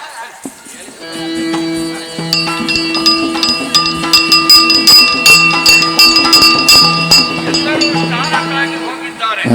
ಹಾಗಿರುವಾಗ ಈ ಸಂದರ್ಭದಲ್ಲಿ ನಮ್ಮಲ್ಲಿ ಸಫಲ ಇದ್ದಾಳೆ. ಅವಳಿಂದ ಎಲ್ಲವೂ ಕಾರ್ಯವು ನಡೆಯುತ್ತದೆ. ಆದ್ದರಿಂದ ಗೋಮಾತೆಯನ್ನೇ ಪ್ರಾರ್ಥಿಸುತ್ತೇನೆ. ಸಫಲೇ ನಂದಿನಿಯೇ ನಂದಿನಿಯೇ ನಂದಿನಿ. ಬರಬೇಕು ಬರಬೇಕು ಬರಬೇಕು. ಸಫಲೇ ಮಹರ್ಷಿಗಳಿ, ಇದು ನಿಮ್ಮ ಪಾದಕೋಯಿಗಳಿಗೆ ವಂದಿಸಿಕೊಳ್ಳುತ್ತಾ ಇದ್ದೀನಿ. ಬಹಳ ಸಂತೋಷವಾಯಿತು. ಸಫಲೆಯಿಂದ ಕಡೆ ಬರಬೇಕೆನ್ನುವ ಹಾಗೆ ನಿಮ್ಮ ಕರೆಯಾಯಿತು. ಅದನ್ನು ಆಲಿಸಲು ಇಲ್ಲಿವರೆಗೆ ನಾನು ಬಂದವಳಿದ್ದೇನೆ. ಏನಾಗಬೇಕು ಕರೆಯುವುದೆನ್ನಲ್ಲಿ? ಕರೆಯುವುದಕ್ಕೆ ಕಾರಣವಿದೆ. ಏನದು? ಕೌಶಿಕ ಮಹಾರಾಜ ಬೇಟೆಗಾಗಿ ಅಮ್ಮವರನ್ನೆಲ್ಲ ಕೂಡಿಕೊಂಡು ಹೋಗಿ ತಿರುಗಿ ಬರುತ್ತಾ ಇದ್ದಾನೆ.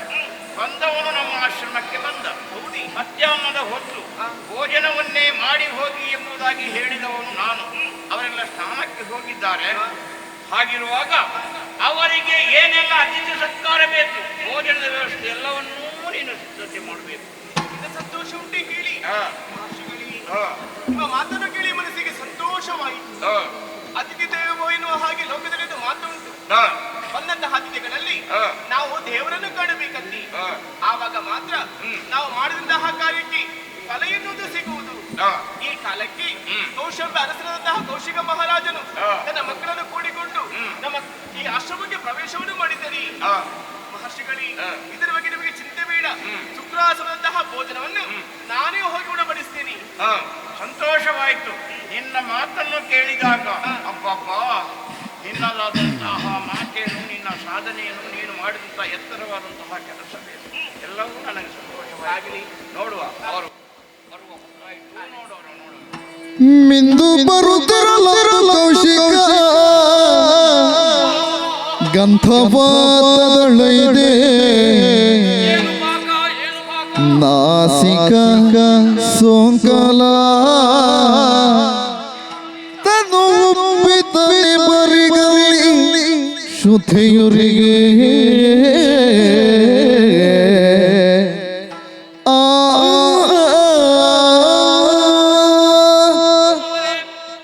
ಯಾವುದಕ್ಕೂ ಯೋಗ ಬೇಕು, ಭಾಗ್ಯ ಬೇಕು. ನಮ್ಮ ಜೀವನದಲ್ಲಿ ಇಂತಹ ಊಟ ಮಾಡಿದವರು ನಾವಲ್ಲ. ಕೇವಲ ಸ್ನಾನ ಮಾಡಿ ಬಂದ ತಕ್ಷಣ ಇಷ್ಟೊಂದು ರುಚಿ ರುಚಿಯಾದಂತಹ ಭೋಜನ ಕ್ಷಣ ಮಾತ್ರದಲ್ಲಿ ಸಿದ್ಧಪಡಿಸಿದ್ದಾರೆ. ಎಂತಹ ಪಾಕ, ಎಂತಹ ಪಾಕ! ಇಂತಹ ಪಾಕಗಳನ್ನು ಮಾಡುವುದಕ್ಕೆ ಸಾಮಾನ್ಯ ಅವರು ಈ ಲೋಕದಲ್ಲಿ ಯಾರು ಇಲ್ಲಂತೆ. ಹಾಗಿದ್ರೆ ಈ ಅಡುಗೆಯನ್ನು ಮಾಡಿದವರು ಯಾರು? ಇವ ಎಲ್ಲಿ? ಅಯ್ಯೋ, ಆಗಿದ ಅಂತ. ಭಾರಿ ಒಳ್ಳೆ ಊಟ, ಭಾರಿ ಒಳ್ಳೆ ಊಟ. ಅಲ್ಲಿ ಎಂತದ್ದು ಕಾಣುವುದು ನಿನಗೆ? ಅದೆಂತದು? ತುಳಸಿ ಕಟ್ಟೆ ಅಲ್ವಾ? ಅದು ಯಾರು ಅಂಗಳದಲ್ಲಿ ತುಳಸಿ? ಮತ್ತೆ ನಿನ್ನ ತಲೆಯಲ್ಲಿ ಹಾಕಬೇಕಾ? ಅಲ್ಲಿ ಹಾಕಬೇಡ, ತುಳಸಿ ಕಟ್ಟೆ ಅಲ್ವಾ? ಆಯ್ತು. ಛೇ, ಎಲ್ಲ ಒಂದೊಂದು ಹಾಕ್ತಾ ಇದೆ. ಅಲ್ಲಿ ಯಜ್ಞಕುಂಡ, ಅದು ಯಾಕೆ ಇಲ್ಲಿ ಎದ್ದು? ಮಹರ್ಷಿಗಳು ಯಜ್ಞ ಮಾಡುವ ಜಾಗ ಅದು. ಛೇ, ಅವರು ಇಲ್ಲಿ ಅಲ್ಲ. ಅಲ್ಲಿ ಹಾಕ್ತೇನೆ ನೀನು? ಅಲ್ಲೆಲ್ಲ ಯಾಕೆ ಅಂತ ಮಾಡುದು? ಅಯ್ಯೋ, ಅಲ್ಲಿ ಬಾವಿ ತೀರ್ಥ ಅಲ್ವೇನಾ? ಬಾವಿ ಅಲ್ವ? ಅವರ ತೀರ್ಥದ ಭವ್ಯ. ಮತ್ತೆಂತದ್ದು? ಇಲ್ಲೇ ಇರುದು ಅವರ ತೀರ್ಥ. ಮತ್ತೆ ಎಲ್ಲಿರುವುದು? ಆಯ್ತು, ಅದು ಅಂಗಳ. ಅಲ್ಲಿ ಹಾಕಬೇಡ. ಮತ್ತೆ ನಾನು ಇಲ್ಲಿಗೆ ಹಾಕ್ಬೇಕು. ನಾನು ಹೇಳಿಕೊಡ್ತೇನೆ. ಅಲ್ಲಿ ನೋಡು, ಎಲ್ಲರೂ ಹಾಕಿದ ಹೊಂಡ ಉಂಟು. ಎಲ್ಲರೂ ಹಾಕಿದ ಉಂಡಕ್ಕೆ ನಾನು ನೀನು ಕೂಡ ಹಾಕಿ ಹೋಗು. ಹೋಗು. ಎರಡು ಕೈ ಮಡಿಕೋಬ. ಅಹಂಕಾರ ಇಲ್ಲದ ವೈವ. ನಮ್ಮವರೇ, ಹೇಗಾಗಿದೆ ಅಡುಗೆ? ಒಳ್ಳೆಯ ಊಟ, ರುಚಿ ರುಚಿಯಾದ ಊಟ. ಊಟ ಇಷ್ಟವರೆಗಿದಂತ ಊಟ ಮಾಡ್ಲೇ ಇಲ್ಲ. ಹೌದಾ? ಹೇಗಾಗಿದೆ ಊಟ? ನಿಮಿಷದಲ್ಲಿ 1 ನಿಮಿಷಾರ್ಥದಲ್ಲಿ. ಹೌದು. ಎಂತ ಎಲ್ಲ ಊಟದ ವ್ಯವಸ್ಥೆ ಮಾಡಿದ್ದಾರೆ. ನಾವು ಅಲ್ಲಿ ಶೀನ ಮಾಡಿ ಬರುವಾಗ, ಎಂತದ್ದು ಶೀನ ಮಾಡಿ ಬರುವಾಗ, ಯಾವ ಶೀನ ಮಾಡಿದ್ದು? ಅದೇ ನದಿಯಲ್ಲಿ ಸ್ನಾನ ಮಾಡಿ ಬರುವಾಗ ಒಳಗೆ ಕರ್ಕೊಂಡು. ಹೌದು. ಅಲ್ಲಿ ಇಲ್ಲಿ ಬನ್ನಿ, ಇಲ್ಲಿ ಬನ್ನಿ ಅಂತ ಹೇಳಿದ್ರು. ಮಾಣಿ ಒಟ್ಟು ಅದೇ ಓಟು ಓಟು ಬಂತ. ಹೋಟೆಲ್ ಒಟ್ಟು ಬಂದಿತ್ತು. ಹೌದು. ಎಲ್ಲರೂ ಸಾಲಾಗಿ ಕೊಂಕೊಳ್ಳಿ ಅಂತ ಹೇಳಿದ್ರು. ಬ್ರಾಹ್ಮಣರು ಹಾಗೆ ಒಟ್ಟು ಕುಳಿತುಕೊಳ್ಳುವುದಲ್ಲ, ಸಾಲಾಗಿ ಕುಳಿತುಕೊಳ್ಳಬೇಕು. ಶಾಲ ಹಾಗೆಲ್ಲ ನಾವೆಲ್ಲ ಹೋದೆವು, ಅಲ್ಲಿ ಕುಳಿತುಕೊಂಡೆವು. ಹಾ. ಆಮೇಲೆ ಎಲೆ ತಂದ್ರು, ಎಲೆ ತಂದ್ರ ಎಲೆ ತಂದ್ರು, ಹಾ. ಎಲೆ ಹಾಕಿದ್ರು, ಹಾ. ಆಮೇಲೆ ನೀರು ಹಾಕಿದ್ರು. ಅದು ಕ್ರಮವೇ ಹಾಗೆ ಅಲ್ವಾ? ಹೌದು, ಎಲೆಯನ್ನು ತೊಳೆಯಲಿಕ್ಕೆ ನೀರು. ಹೌದು. ಹಾ. ನಾನು ಮತ್ತೆ ಅವರ ಒಟ್ಟು ಹೇಳಿದ ಅದನ್ನ ಸ್ವಲ್ಪ ತೊಳಿದೆ ಅಂತ ಹೇಳಿದ. ಹ್ಮ್. ಎದ್ದೆ ಅಲ್ಲಿ ತೊಳಿದ್ದೆ. ಏಯ್, ಏನು ಕಾಲಲ್ಲಿ ತುಳಿ ಅಂತ ಹೇಳಿದ? ಮತ್ತೆ ತುಳಿ ಅಂತ ನೀರಲ್ಲಿ ಚೆನ್ನಾಗಿ ಎಲೆಯನ್ನು ತೊಳೆಯಿರಿ ಅಂತ ಹೇಳಿದ. ಮತ್ತೆ ಅವರಿಗೆ ಗೊತ್ತಾಯ್ತು ಹಾ. ಈ ಮುದುಕನಿಗೆ ಸ್ವಲ್ಪ ಕೂಡ ಭಾಷೆ ಇಲ್ಲ. ಹ್ಮ್. ಮತ್ತೆ ಬೇರೆ ಎಲೆ ತಂದ್ರು, ಹ್ಮ್. ಪುನಃ ನೀರು ಹಾಕಿದ್ರು, ಹಾ. ಸರಿಯಾಗಿ ಭಾಷೆ. ಏಯ್! ಅದೇ ಎಲೆ. ಓ, ನಿನ್ನನ್ನು ನೋಡಿದ್ರೆ ಯಾರೂ ಕೂಡ ಊಟ ಹಾಕಕ್ಕೆಲ್ಲ ಯಾಕೆ ಹಾಗೆ ಮಾಡ್ತೀನಿ ನೀನು. ಮತ್ತೆ ಎಲೆ ಹಾಕಿದ್ರು ವರ್ಷ ಹೇಳಿದ್ರು. ಹ್ಮ್. ಆಮೇಲೆ ತಲೆಗೆ ಉಪ್ಪು ಹಾಕಿದ್ರು. ಎಲೆಯ ತಲೆಗೆ ಉಪ್ಪು ಅಂತ. ಹೌದು. ಹಾ. ಬೆಣ್ಣಿಗೆ ಚಟ್ನಿ. ಉಪ್ಪಿನ ಬೆನ್ನಿಗೆ. ಹೌದು, ಹಾ. ಚಟ್ನಿ ಹಾಕಿದ್ರು. ಹಾ. ಆಮೇಲೆ ಹಾ. ಇಂಥದ್ದು ಹ್ಮ್. ಬಲ್ಯಾರಿತ್ತು, ಬಲ್ಯಾರು ಬಲ್ಯಾರು. ಹಾಗೆ ಅಲ್ವಾ? ಕೆಲವೊಂದು ಬಗೆಯ ಪಲ್ಯ, ಪಲ್ಯ, ಹಾ. 6 ಬಗೆಯ ಪಲ್ಯ ಇತ್ತು. ಹಾ. ಆಮೇಲೆ ಹಣ ಬಂತು, ಅನ್ನ ಬಂದದ್ದು. ಅನ್ನ ಬಂತು. ಹಾ. ಅನ್ನ ಬಂತ. ಹಾ. ನಾನು ಮನೆಯಷ್ಟು ನನಗೆ ಊಟ ಮಾಡ್ಲಿಕ್ಕೆ ಆಗುದಿಲ್ಲ. ಹಾ, ಎಷ್ಟು ಮತ್ತೆ ಮಾಡಿದ್ರಿ? ಅವರಿಗೆ ಸ್ವಲ್ಪ ಬೇಸರ ಆಗ್ತದಂತ ಹಾ. ಒಂದು ಇಷ್ಟು ತಕೊಂಡೆ. ಪ್ರಥಮದಲ್ಲಿ ಇಷ್ಟು. ಇಷ್ಟೇ ಇಷ್ಟೇ ಇಷ್ಟೇ. ಇಷ್ಟು. ಹೌದು. ಹಾ. ಆಮೇಲೆ ಸೋರು ಬಂತು. ಎಂತದಂತೆ? ಸೋರು. ಸಾರು ಬಂದದ್ದು. ಸಾರು. ಸಾರು ಅಂದ್ರೆ ಬಹಳ ನಾಲಗೆಗೆ ಉಂಟಲ್ಲ, ಕತ್ತರಿಸ್ಬೇಕಲ್ಲ. ಸಾರು ಅಂದ್ರೆ ಭಟ್ರು ಭಾರಿ ಒಳ್ಳೆ ಮಾಡಿದ್ದಾರೆ. ಅದು ನೀರು ಸಾರು. ನೀರು ಸಾರು. ಆ ಸಾರು ಮಾಡ್ಲಿಕ್ಕೆ ಬ್ರಾಹ್ಮಣರಿಗೆ ಅದೇ ಮಾತ್ರ ಭಟ್ರು ಗೊತ್ತಿಲ್ಲ. ಸ್ವಲ್ಪ ಅವಸರ ರುಚಿ ರುಚಿಯಾದ ಸಾರು. ಆದ್ರೆ ಒಂದು ಕೆಲಸ, ಹಾ. ಆದ್ರೆ ಒಂದು ಕೂಡ ತುಂಡಿಲ್ಲ ಕರ್ಮ. ಸೋರಲ್ಲಿ ತುಂಡಿ ಇರ್ತದೇನಾ? ಸಾರಲ್ಲಿ ತುಂಡಿಲ್ವಾ? ಹಾಗೆ. ಹ್ಮ್. ರಾಯ್ರೆ, ಹಾ. ಆದ್ರೆ ಸಾರಲ್ಲಿ ಚೆನ್ನಾಗಿ ಊಟ ಮಾಡಿದೆ. ನೀರು ಸಾರು ಅದು. ಹಾ. ಆಮೇಲೆ ಹಾ. ಪುನಃ ಹಣ ಬಂತು. ಮತ್ತು ಅನ್ನ ಬಂತು. 2ನೇ ಸಲ ಹಣ ಬಂತು. ಅನ್ನ ಬಂದದ್ದು. ಅನ್ನ ಬಂತು. ಹಾ. ನಾನು ಬೇಡ ಹೇಳಿದೆ ಅವರಿಗೆ. ಬೇಡ ಬೇಡ ಅಂತ ಹೇಳಿದ್ದ. ಹೊಟ್ಟೆ ಆಗುದಿಲ್ಲ, ಮೊನ್ನೆಷ್ಟು ಊಟ ಮಾಡ್ಲಿಕ್ಕೆ ಆಗುದಿಲ್ಲ. ಹಾ. ಮತ್ತೆ ಪುನಃ ಅವರಿಗೆ ಬೇಸರ ಆಗ್ತದೆ ಅಂತೇಳಿ ಪುನಃ ಇಷ್ಟು ತಕೊಂಡೆ. ನಿನ್ನ ಹೊಟ್ಟೆಯ ಗುಡ ನಾವು ಯಾಕೆ? ಮೊದಲು ಇಷ್ಟು ತೆಕೊಂಡಿದ್ದೆ, ಇಷ್ಟೇ ಆಮೇಲೆ ಇಷ್ಟು ತೆಕೊಂಡಿದ್ದೆ. ಇಷ್ಟೇ ತಕೊಂಡೆ. ಅವರಿಗೆ ಬೇಸರ ಆಗ್ತದಲ್ಲ. ಅವರಿಗೆ ಬೇಸರ ಆಗ್ತದೆ ತೆಕೊಂಡದ್ದು. ಆಮೇಲೆ ಆಮೇಲೆ ಕೊದ್ಲು ಬಂತು. ಕೊದ್ದಲು. ಹ್ಮ್. ಅದ್ರಲ್ಲಿ ಆದ್ರೆ ತುಂಡು ಬಹಳ ಮಾಡಿದ್ದಾರೆ. ಹೌದೌದು. ಎರಡೇ ತುಂಡು ಮಾಡಿದ್ದಾರೆ. ಹಾ. ಒಳ್ಳೆ ಊಟ ಆಯ್ತು. ಹ್ಮ್. ಆಮೇಲೆ ಹಾ. ಪುನಃ ಅನ್ನ ಬಂತು. ಹಾ.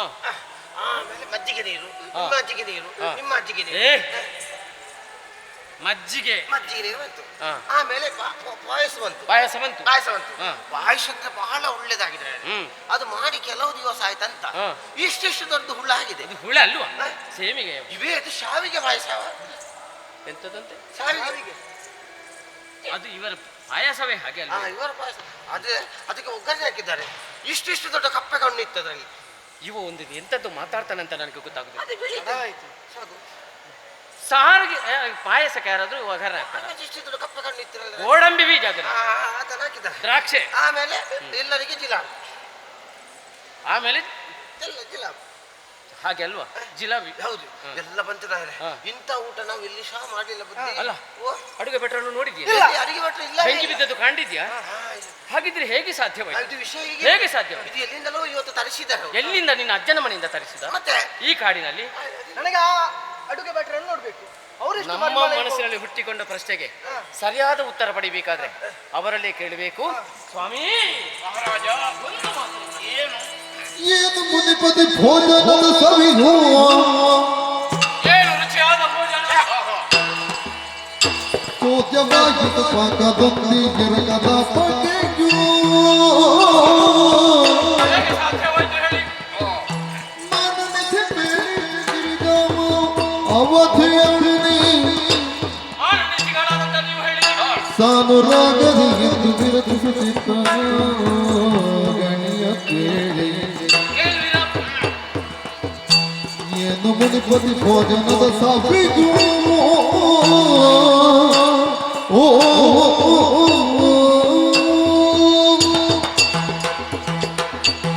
ಮುನಿಗಳೇ, ಮಹಾರಾಜ, ನೀವು ಬಡಿಸಿದಂತಹ ಊಟವನ್ನು ಮಾಡಿದ ಮೇಲೆ ಹಾ, ನನ್ನ ಮನಸ್ಸಿನಲ್ಲಿ ಒಂದು ಪ್ರಶ್ನೆ ಹುಟ್ಟಿಕೊಂಡಿದೆ. ಏನು ಪ್ರಶ್ನೆಯಾಗಿ ಉಳಿಬಾರ್ದು, ಹಾ. ಸಮರ್ಪಕವಾದಂತಹ ಉತ್ತರವನ್ನು ಪಡೆಯಬೇಕೆಂಬ ಉದ್ದೇಶದಿಂದ ಹಾ. ನಿಮ್ಮ ಹತ್ತಿರಕ್ಕೆ ನಾನು ಬಂದಿದ್ದೇನೆ. ಹಾ. ಒಂದು ಹೊತ್ತಿನಲ್ಲಿ ನಾನು ಬೇಡ ಅಂತ ಹೇಳಿದ್ರು ಕೂಡ ಹಾ. ನನ್ನ ಮಾತನ್ನು ಕೇಳದೆ ಕ್ಷಣ ಮಾತ್ರದಲ್ಲಿ ಸಾವಿರ ಸಾವಿರ ಮಂದಿಗಳಿಗೆ ನೀವು ಅಡುಗೆಯನ್ನು ಸಿದ್ಧಪಡಿಸಿದ್ದೀರಿ. ಹಾ. ಎಂತಹ ಭೋಜನ! ನಮ್ಮ ಜೀವನದಲ್ಲಿ ಎಂತಹ ಊಟ ಮಾಡಿದವರು ನಾವು ಸಲ್ಲ. ಹಾ. ಇಷ್ಟು ರುಚಿ ರುಚಿಯಾದಂತಹ ಊಟ ಮಾಡಬೇಕಾದ್ರೆ ಹಾ. ಹೇಗೆ ಸಾಧ್ಯವಾಯಿತು ಹೇಳಿ? ಮಹಾರಾಜ ಸುರಥಿಯದು ನಂದನೆಯು ಶಬನದ ಮಗಳಿಗೆ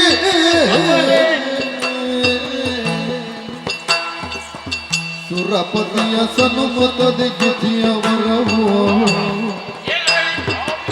ಭೂರಿ ಭೋಜನವೆಂದು ತಣಿಸಿದಳು ತವ ಜಾಲ ಮಾನಿಸೈ ಕೈಶಂಭಿಯೊಡೆಯ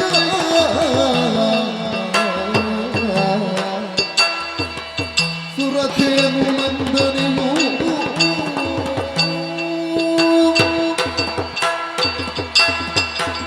ಮಹಾರಾಜ ಸ್ವಾಮಿ, ನಿನಗೆ ಬಂದಂತಹ ಸಂಶಯವನ್ನು ಪರಿಹಾರ ಮಾಡಲೇಬೇಕು. ನಮ್ಮಂತಹ ಮಹರ್ಷಿಗಳು ಯಾಗ ಯಜ್ಞಾದಿಗಳನ್ನು ಮಾಡುವವು. ಇದರ ಅವಿಸನ್ನು ಉಣ್ಣಂತಹ ದೇವತೆಗಳು ಸಂತೋಷಗೊಂಡು ಕಾಲ ಕಾಲಕ್ಕೆ ಮಳೆಯಿಂದಲಾಗಿ ಇಳೆಯಲ್ಲಿ ಬೆಳೆ ಎಲ್ಲರೂ ಸಂತೋಷವಾಗಿರುವುದಕ್ಕೆ ಸಾಧ್ಯ. ಅದನ್ನೇ ಮಾಡುವಂತಹ ನಮಗೆ ಇವರಿಗೇನು ಕಷ್ಟ ಆಗಬಾರದು ಎಂಬುದಾಗಿ ಆ ದೇವೇಂದ್ರ ನಮಗೆ ಸಬಲೆಯನ್ನು ಕೊಟ್ಟ. ಅವಳ ದೆಸೆಯಿಂದಲಾಗಿ ಈ ಮೃಷ್ಟಾನ್ನ ಭೋಜನವನ್ನು ಮಾಡುವುದಕ್ಕಾಯಿತು. ಏನು ಬೇಕೋ ಅದನ್ನು ಕೊಡುವಂತಹ ಅದು ಕಾಮಧೇನು. ಕೇಳಿದ್ರೆ ಎಲ್ಲವನ್ನು ಕೊಡುತ್ತದೆ. ಆದ್ದರಿಂದ ನಮ್ಮಿಂದ ಏನಲ್ಲ ಎಲ್ಲವೂ ಈ ಮಾತಿಗೆ ಸನ್ನಿಧಾನದಲ್ಲಿ ಒಂದು ಮಾತನ್ನು ಕೇಳಿ. ಏನನ್ನು ಸ್ವಾಮಿ, ಲಾಲಿಸು ಮುನಿಪಾಲ ಭಿನ್ನಃ ಪಾಲಿಸು ಮಹನೀಯ ಮುನಿಪಾಲ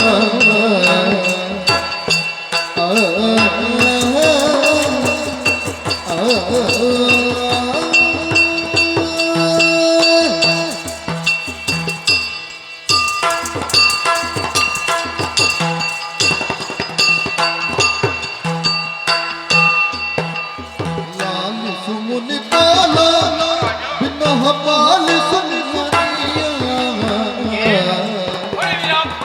ಬಾಲಿಕ ಹರಿಜನ ಮೋದಿದೀನೋ ಬಾಲಿಕ ಹರಿಜನ ಮೋದಿದೀನೋ ಸರಿಸನಿಗರೆ ಲಾಲಿಸು ಮುನಿಪಾಲ ಭಿನ್ನಃ ಪಾಲಿಸು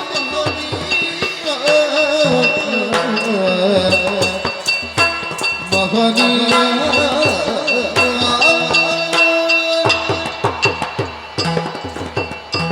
ಓ ಮಹನೀಯ, ಮಹಾರಾಜ ಸನ್ನಿಧಾನದಲ್ಲಿ ಆಡುವಂತಹ ಮಾತುಗಳನ್ನು ಆ, ಪ್ರೀತಿಯಿಂದ ಅವತರಿಸಬೇಕು ನೀವು. ಏನು ಹೇಳು. ಸ್ವಾಮಿ, ಆ, ಕ್ಷಣಾರ್ಥದಲ್ಲಿ ಇಷ್ಟು ಮಂದಿಗಳು ಊಟ ಸಿದ್ಧಪಡಿಸುವುದಕ್ಕೆ ಕಾರಣೀಭೂತಳು ಆ, ಈ ಧೇನು ಅನ್ನುವ ಹಾಗೆ ನೀವು ಹೇಳುವುದಕ್ಕೆ ತೊಡಗಿದ್ದೀರಿ. ಆ, ಸಂತೋಷವಾಯಿತು. ಉತ್ತಮದ ವಸ್ತು ಯಾವುದಿದ್ದರೂ ಕೂಡ ಆ, ಅದು ಪ್ರತಿಪಾಲಕನ ಭಂಡಾರವನ್ನು ಸೇರಬೇಕಂತೆ. ಓಹೋ, ಇದು ಒಂದು ಒಳ್ಳೆಯ ವಸ್ತು. ಇದನ್ನು ಕಾಡಿನಲ್ಲಿ ಇಟ್ಟುಕೊಳ್ಳಬಾರದು. ಆ. ಅದಕ್ಕೆ ಅದಕ್ಕೆ ಬೇಕಾಗಿ ಪಾದ ಕಮಲದಲ್ಲಿ ಕೈ ಮುಗಿದು ಬೇಡಿಕೊಳ್ಳುವುದು ಬೇರೇನಲ್ಲ. ಆ. ಆ ಧೇನುವನ್ನು ನನಗೆ ಕರುಣಿಸಿ ಕರುಣಿಸಿ. ಮಹಾರಾಜ ಒಂದು ವಿಷಯ ಹೇಳ್ತೇನೆ. ಭೋಗ ಸಾಧನವಲ್ಲ ಭೂಪತಿ ಯೋಗಿ ಏನು?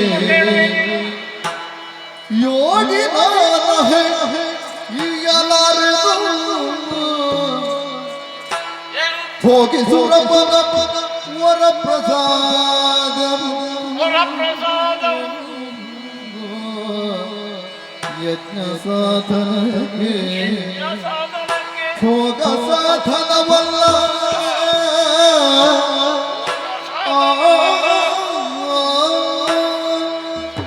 ಮಹಾರಾಜ ಏನು ಸ್ವಾಮಿ?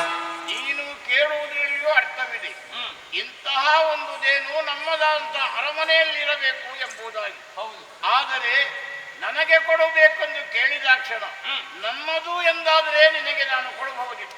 ನನ್ನದಲ್ಲವಲ್ಲ, ದೇವೇಂದ್ರ ನನಗೆ ಕೊಟ್ಟದ್ದು. ಇದು ಅವನ ವಸ್ತು.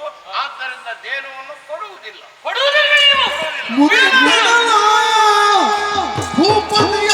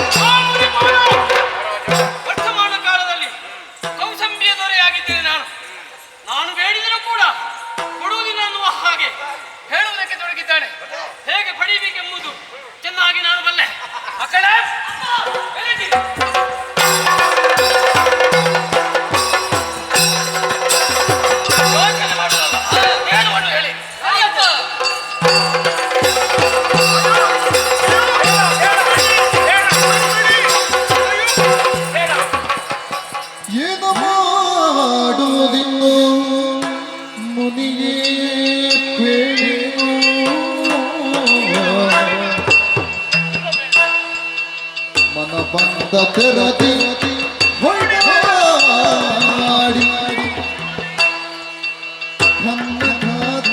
ಕೈದು ಸೆಣಸುತ್ತಲಿಗವಿಂದು ಮಣಿವೇನ ಪೊರೆಯುವ ಮುನಿಗೆ ಏನು ಮಾಡುವುದಿಲ್ಲ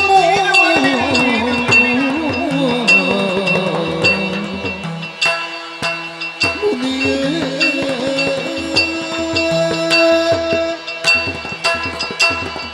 ಅಯ್ಯೋ ಅಯ್ಯೋ, ಯಾರು ಹತ್ತಿರ ಬರಬೇಡಿ, ಹತ್ತಿರ ಬರಬೇಡಿ. ನಾನು ಭಯಗೊಂಡಿದ್ದೇನೆ ನಿಮ್ಮನ್ನು ಕಂಡು. ಮುನಿವರ, ನೋಡಿದ್ರೆ ಇದು ದುಷ್ಟರು ಮಾಡುವಂತಹ ಕೃತ್ಯವನ್ನು ಹೊಟ್ಟೆ ತುಂಬ ಉಣಬಡಿಸಿದವನು ನಾನಾಗಿದ್ದೇನೆ. ಈ ಕಾಲಕ್ಕೆ ಉಣಬಡಿಸಿದಂತಹ ನನ್ನ ಕುತ್ತೆ ಕೈ ಹಾಕಿ ಸೆಳೆದುಕೊಂಡು ಹೋಗುತ್ತಾ ಇದ್ದೀರಿ ಮುನ್ನ ಪಾಪಿಗಳು. ತಿನ್ನದ ಅನ್ನ ಇನ್ನು ಸರಿಯಾಗಿ ಜೀರ್ಣವಾಗಲಿಲ್ಲ. ಆದರೆ ಅನ್ನದ ರಸ ಇರುವುದೇ ಇದ್ದನಿಗೆ ತಲೆಗಾಡರಿದ್ದು ಹೌದೇ ಹೌದು. ಮುನಿವರ, ಇದನ್ನೆಲ್ಲವನ್ನು ನೋಡಿ ನೀವು ಸುಮ್ಮನೆ ಬಿಟ್ಟಿರಲ್ಲ. ನನ್ನ ನೀವು ಕೇಳುವುದಿಲ್ಲವೇ? ಅಂದು ನಿಮಗೆ ದೇವರಿಗೆ ಕೊಟ್ಟಂತಹ ಕಾಲಕ್ಕೆ ಈ ಆಶ್ರಮದಲ್ಲೇ ಇದ್ದಳು ನಾನಾಗಿದ್ದೇನೆ. ಈ ಆಶ್ರಮದ ಸೇವೆಯನ್ನು ಮಾಡುತ್ತಾ ಬಂದಳು ನಾನು. ನಿಮ್ಮ ಮನೆಯ ಮಗಳಾಗಿ ನಾನು ಬದುಕಿದವಳು ನಾನಾಗಿದ್ದೇನೆ. ಈ ಕಾಲಕ್ಕೆ ಮಕ್ಕಳಿಗಾಗುವಂತಹ ಅನ್ಯಾಯವನ್ನು ನೋಡಿ ನೀವು ಸುಮ್ಮನಿದ್ದು ಬಿಟ್ಟಿರೋ ಮುನಿಗಳೇ. ನನ್ನನ್ನು ರಕ್ಷಣೆ ಮಾಡುವರು ಯಾರಿದ್ದರೆ ಹೇಳಿ ಮುನಿವರ, ಯಾರು? ದೇನುವೆ, ನೀನು ದುಃಖಿಸಬೇಡ. ನಾನು ಏನಕ್ಕೂ ಏನು ಮಾಡಬಲ್ಲೆ, ಮಾಡುವುದಿಲ್ಲ. ಯಾಕೆ? ಅಂದು ನನಗೆ ನಿನ್ನನ್ನು ಕೊಟ್ಟ ಕ್ಷಣವೇ ಹೇಳಿದ ಮಾತೇನು? ದೇನುವಿಗೆ ಏನಾದರೂ ಕಷ್ಟ ಬಂತು ಎಂದಾದ್ರೆ ಅವಳನ್ನು ಅವಳೇ ರಕ್ಷಿಸ್ತಾಳೆ ಮುನಿವರ ಅಂತ ಹೇಳಿದ್ದಾರೆ. ಆದ್ದರಿಂದ ಇಂತಹ ದುಷ್ಟರು ಯಾರೇ ಇರಲಿ ಅವರನ್ನು ನೀನೇ ನೀನೇ ನೀನೇ ರಕ್ಷಣೆ ನಾನೇ ಮಾಡಿಕೊಳ್ಳಬೇಕು. ನೀನೇ ರಕ್ಷಣೆ ಮಾಡಿ. ಉತ್ತರ ನಾನು ಕೊಡಬೇಕು. ಕೆಲವು ಪಾಪಿಗಳೇ ಹೊಳೆ ಹೊಳೆ ಮರುಚೋದ್ಯಮ ಶಮಲೆಯೇ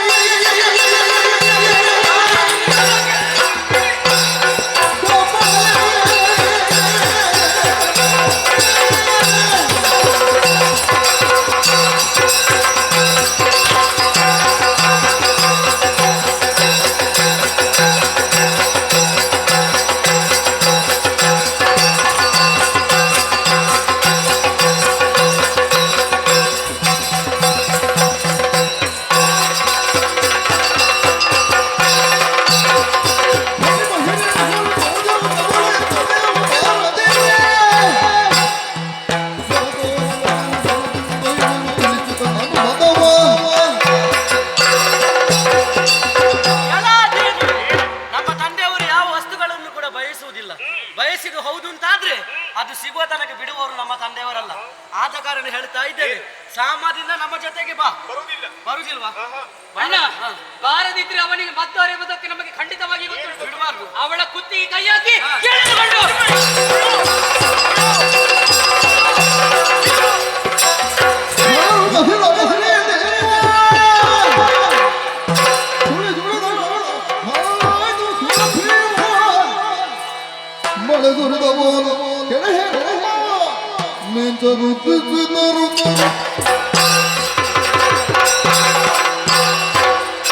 ಮನೆಗೆ ಎರಡು ಬಗೆಯ ಬರದಂತೆ ಅಂತಹ ನೀವು ಉಂಡಂತಹ ಮನೆಗೆ ನೀವು ಎರಡನ್ನು ಬಗೆಯುತ್ತಾ ಇದ್ದೀರಾ. ನೀವು ಮಾಡಿದಂತಹ ತಪ್ಪಿಗೆ ನೀವು ಶಿಕ್ಷಣ ಅನುಭವಿಸಲೇಬೇಕು. ಇದು ನನ್ನ ಶಕ್ತಿ ಸಾಮರ್ಥ್ಯ ಎಂಬುದು ನಿಮಗೆ ಚೆನ್ನಾಗಿ ಅರ್ಥ ಆಗಬೇಕು ಅಂತಾದ್ರೆ ಈ ಕೂಡಲೇ ಮೈಯನ್ನೇ ಆಲೋಕಿಸಿ ಬ್ಲೇನ್ಸ್ರನ್ನೇ ಸೂಚಿಸಿ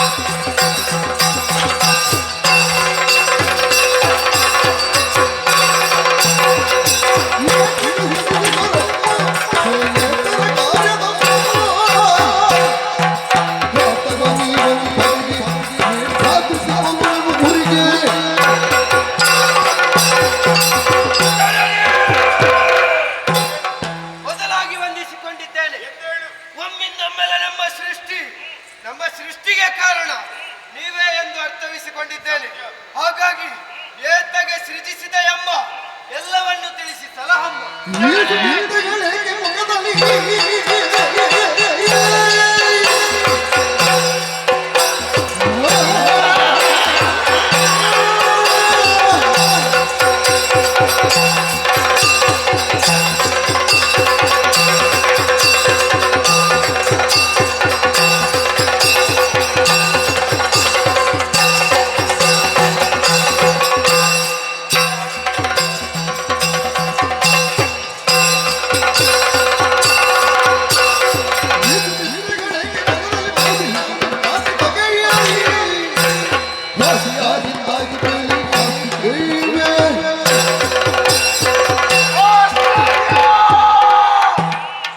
ಒಮ್ಮೆನ್ನೊಮ್ಮೆಲೆ ನಮ್ಮ ಸೃಷ್ಟಿ ಅಂತರದು ನೋಡಿದಂತಾದ್ರೆ ನೀವು ಗೋಚರಿಸ್ತಾ ಇದ್ದೀರಿ.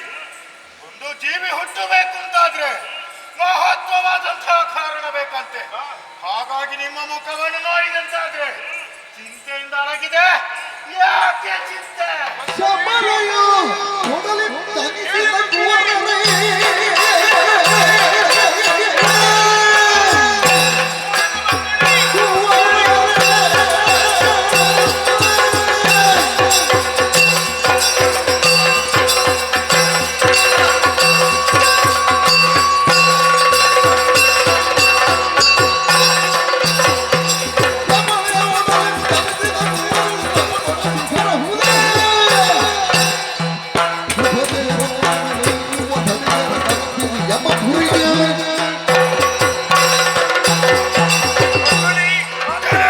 ಹುಟ್ಟಿಗೆ ನಾನೇ ಕಾರಣಕರ್ತನಾಗಿದ್ದೇನೆ. ಹುಟ್ಟಿದಂತಹ ನಿಮಗೆ ಕರೆದಕ್ಕೆ ಹೆಸರೆಂಬುದು ಬೇಕು. ಹಾಗಾಗಿ ಪ್ರತಿಯೊಬ್ಬರಿಗೂ ಮ್ಲೇಂತರೆನ್ನುವ ಹಾಗೆ ನಾನು ಹೆಸರಿರಿಸಿದ್ದೇನೆ. ಈ ಹೊತ್ತು ನಿಮ್ಮ ಹುಟ್ಟು ಆಗುವುದಕ್ಕೆ ಬಲವಾದಂತಹ ಕಾರಣ ಒಂದು. ಕೌಶಂಬರಿಸಿದಂತಹ ಕೌಶಿಕ ಮಹಾರಾಜನು ತನ್ನ ಮಕ್ಕಳನ್ನು ಕೂಡಿಕೊಂಡು ಕಾಡಿಗೆ ಮೃಗಬೇಟೆಗಾಡನೊಗ್ಗಿ ಬಂದನಂತೆ. ಮೃಗಬೇಟೆಯನ್ನಾಡಿದ. ಇನ್ನೇನು ಹೋಗಬೇಕೆನ್ನಷ್ಟರಲ್ಲಿ ನಮ್ಮದಂತಹ ಆಶ್ರಮವನ್ನು ಪ್ರವೇಶ ಮಾಡಿದ. ಮಧ್ಯಾಹ್ನದ ಹೊತ್ತು ಬಂದವರಿಗೆ ಹಸಿದು ಬಂದವರು ಹುಟ್ಟಿದಮ್ಮ ಉಂಡ ಮಾಡಿಸಿದೆವು ನಾವು. ಆ ಕಾಲಕ್ಕೆ ಏನು ಮಾಡಿದ? ಹೊಟ್ಟೆ ಹಸಿವು ನೀಗಿದ್ದು ಬುದ್ಧಿಯ ಹಸಿವು ಹೆಚ್ಚಾಗಿ ಹೋಯಿತು. ಇಷ್ಟು ಮಂದಿಗೆ ಎಷ್ಟು ಶೀಘ್ರವಸ್ಥೆ ಉಣವನ್ನು ಬಡಿಸಬೇಕು ಅಂತಾದ್ರಿ ಇದಕ್ಕೆ ಕಾರಣ ಏನೆನ್ನುವ ಹಾಗೆ ವಶಿಷ್ಠರಲ್ಲಿ ಹೋಗಿ ಕೇಳಿದಾಗ ಅವ್ರು ಆಡಿದ ಮಾತಂತೆ ಒಂದೇ ಒಂದು. ಇದಕ್ಕೆಲ್ಲ ಕಾರಣ ನಾನು ಎನ್ನುವ ಹಾಗೆ ಆ ಕಾಲಕ್ಕೆ ಆತನಿಗೆ ಕೆಟ್ಟ ಆಲೋಚನೆ ಮಾಡುವುದಕ್ಕೆ ಉಂಟಾಯಿತು. ಉತ್ತಮವಾದಂತಹ ವಸ್ತು ಅದು ರಾಜರಿಗೆ ಸಲ್ಲತಕ್ಕದ್ದು. ಹಾಗಾಗಿ ದೇನವನ್ನು ಕೊಡಬೇಕೆನ್ನುವ ಹಾಗೆ ಕೇಳಿಕೊಂಡ. ಮಹರ್ಷಿಗಳು ಯಾವ ಕಾಲಕ್ಕೂ ಕೊಡುವಂತಹ ಅಧಿಕಾರವಿರಲಿಲ್ಲ. ಲೋಕದ ಒಳಿತಿಗಾಗಿ ಆ ದೇವತೆ ನೋಟ್ಟಂತಹ ದೇನು ನನಗಿತ್ತು. ಆ ಕಾರಣಕ್ಕಾಗಿ ತಿರಸ್ಕಾರದ ಮಾತನ್ನು ಆಡಿದ್ರು. ಕೋಪಗೊಂಡಂತ ಆತ ನನ್ನ ಕುತ್ತಿ ಕೈ ಹಾಕಿ ಸೆಳೆದುಕೊಂಡು ಹೋಗೋದಕ್ಕೆ ಮುಂದಾದ. ಆ ಕಾಲಕ್ಕೆ ನಿಮ್ಮ ಹುಟ್ಟಾಯಿತು. ಇದರ ಬಗ್ಗೆ ನಿಮ್ಮ ಅಭಿಪ್ರಾಯ ಏನು ಮಕ್ಕಳೇ? ಎರಗಿದ್ದೇನೆ ನಾವು ಪಾದ ಪಾದದ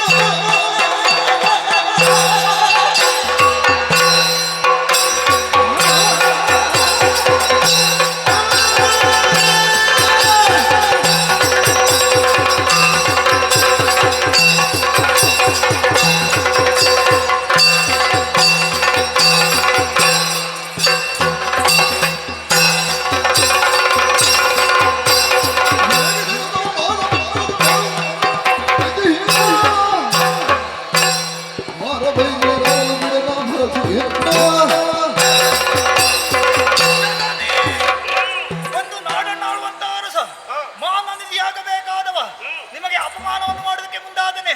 ಚಿಂತಿಸಬೇಡಿ. ನಮಗೊಂದು ಆಜ್ಞೆ ನಿತ್ತಂತಾದ್ರೆ ಈ ಕ್ಷಣವೇ ಆತನ ರಕ್ತವನ್ನು ನಾವು ಕುಡಿಯುತ್ತೇವೆ. ಮಕ್ಕಳೇ, ನಿಮ್ಮ ವೀರವಾಣಿಯನ್ನು ಕೇಳಿ ಮನಸ್ಸಿಗೆ ಸಂತೋಷವಾಯಿತು.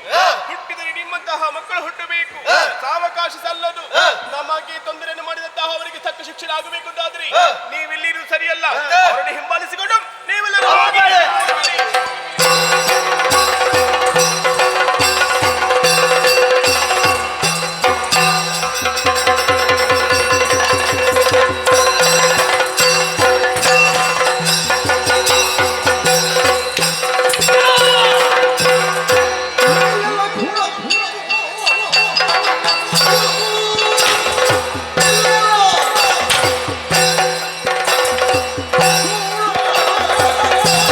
Oh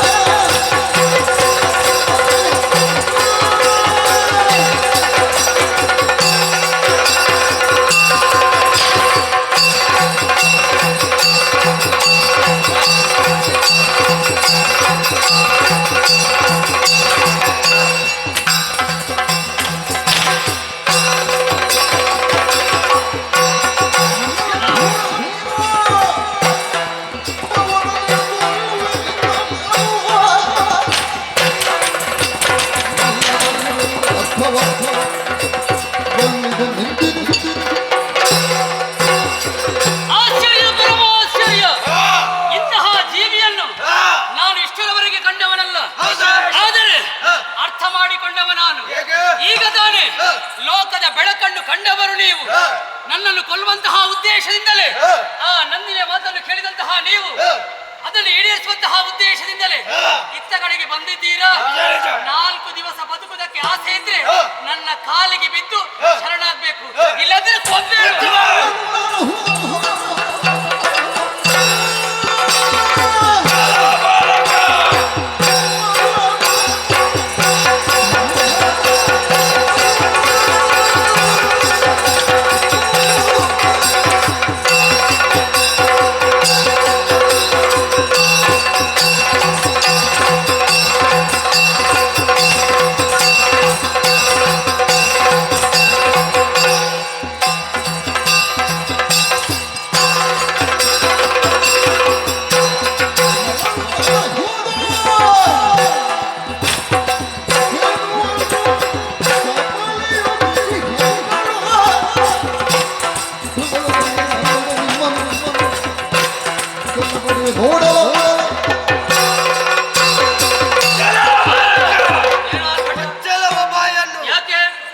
ವಶಿಷ್ಠಾಶ್ರಮಕ್ಕೆ ಬಂದು ಊಟ ಮಾಡಿ ಹೋಗುವುದನ್ನು ಬಿಟ್ಟು ಈ ಕಾಲಕ್ಕಾಗುವಾಗ ಊಟ ಮಾಡಿದ ಮನೆಗೆ 2 ಬಗೆಯುವುದಕ್ಕೆ ಪ್ರಾರಂಭಿಸಿದ್ದೀರಾ. ನಮ್ಮ ಮಾತೆಯನ್ನು ಎಳೆದೊಯ್ಯಲು ಪ್ರಾರಂಭಿಸಿದ್ದೀರಾ. ಒಂದು ಒಳ್ಳೆಯ ಮಾತಿನಲ್ಲಿ ಹೇಳುತ್ತೇನೆ ಕೇಳು. ಬಂದ ಹಾಗೆ ಹಿಂದೆ ಹೋದರೆ ಲೇಸು, ಇಲ್ಲದಿದ್ರೆ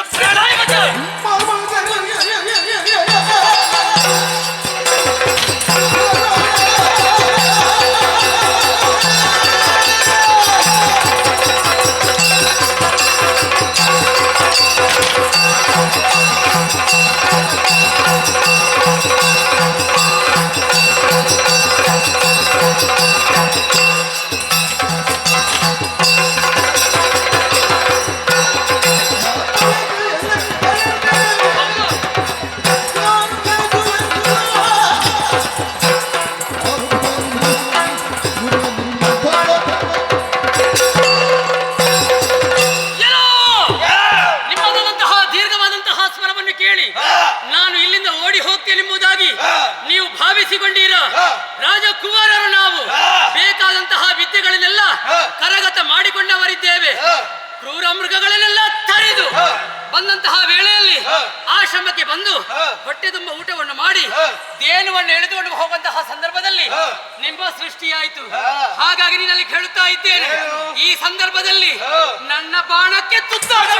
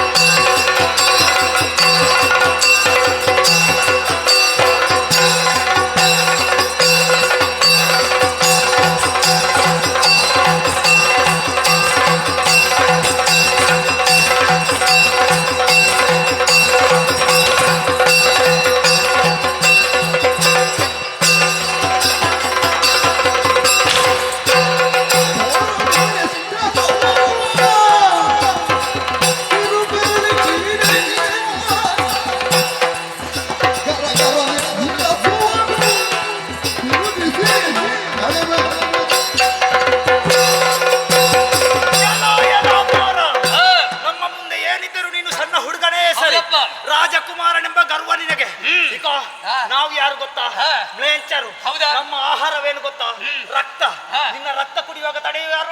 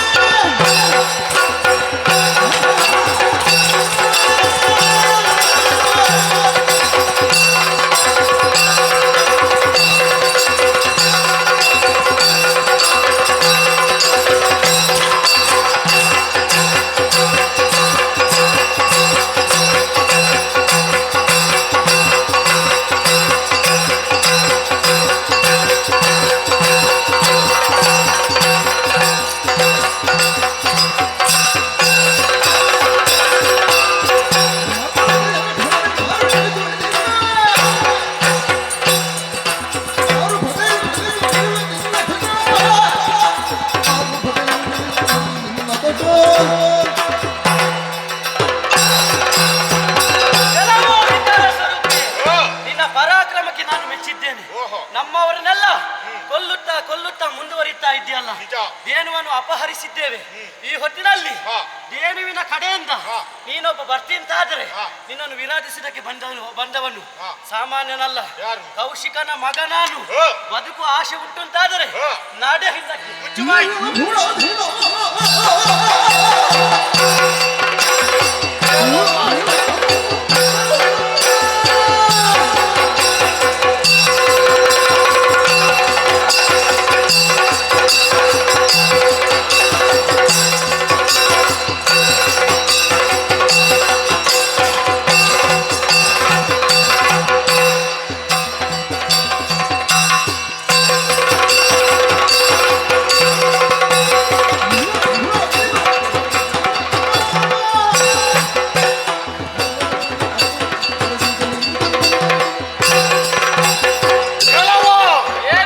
ಒಂದು ಊರಿನ ಅರಸ ಒಂದು ಪ್ರಜೆಗಳಿಗೆ ಮಾದರಿಯಾಗಬೇಕಂತ ಅದನ್ನು ಬಿಟ್ಟಂತ ನೀವು ಉಂಡ ಮನೆಗೆ ಎರಡು ಬಗೆಯನ್ನು ಉಂಟು ಮಾಡಿದ್ದೀರಿ. ಆಗಿದ್ದೇವೆ, ಯಾರು ಆಗ್ಲಿಲ್ಲ ಅಂತ ಹೇಳಿದ್ದು? ನಾನು ಹೇಳಿದ್ದು. ನೀನು ಹೇಳಿದ್ರೆ ಒಪ್ಪಿಕೊಳ್ಳೋದಕ್ಕೆ ಆಗುದಿಲ್ಲ. ಯಾಕೆ ಅಂತ ಹೇಳಿದ್ರೆ ಉಂಡ ಮನೆಗೆ ಎರಡು ಬಗೆಯನ್ನು ಬಾರದಂತೆ. ಹಾ.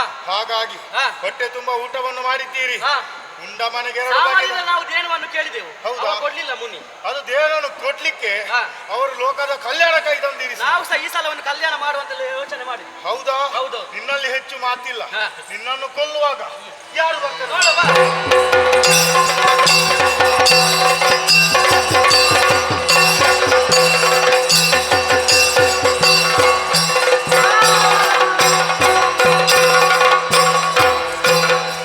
ನಡೆದ ಗೋರರ ಹರಣಹಾರ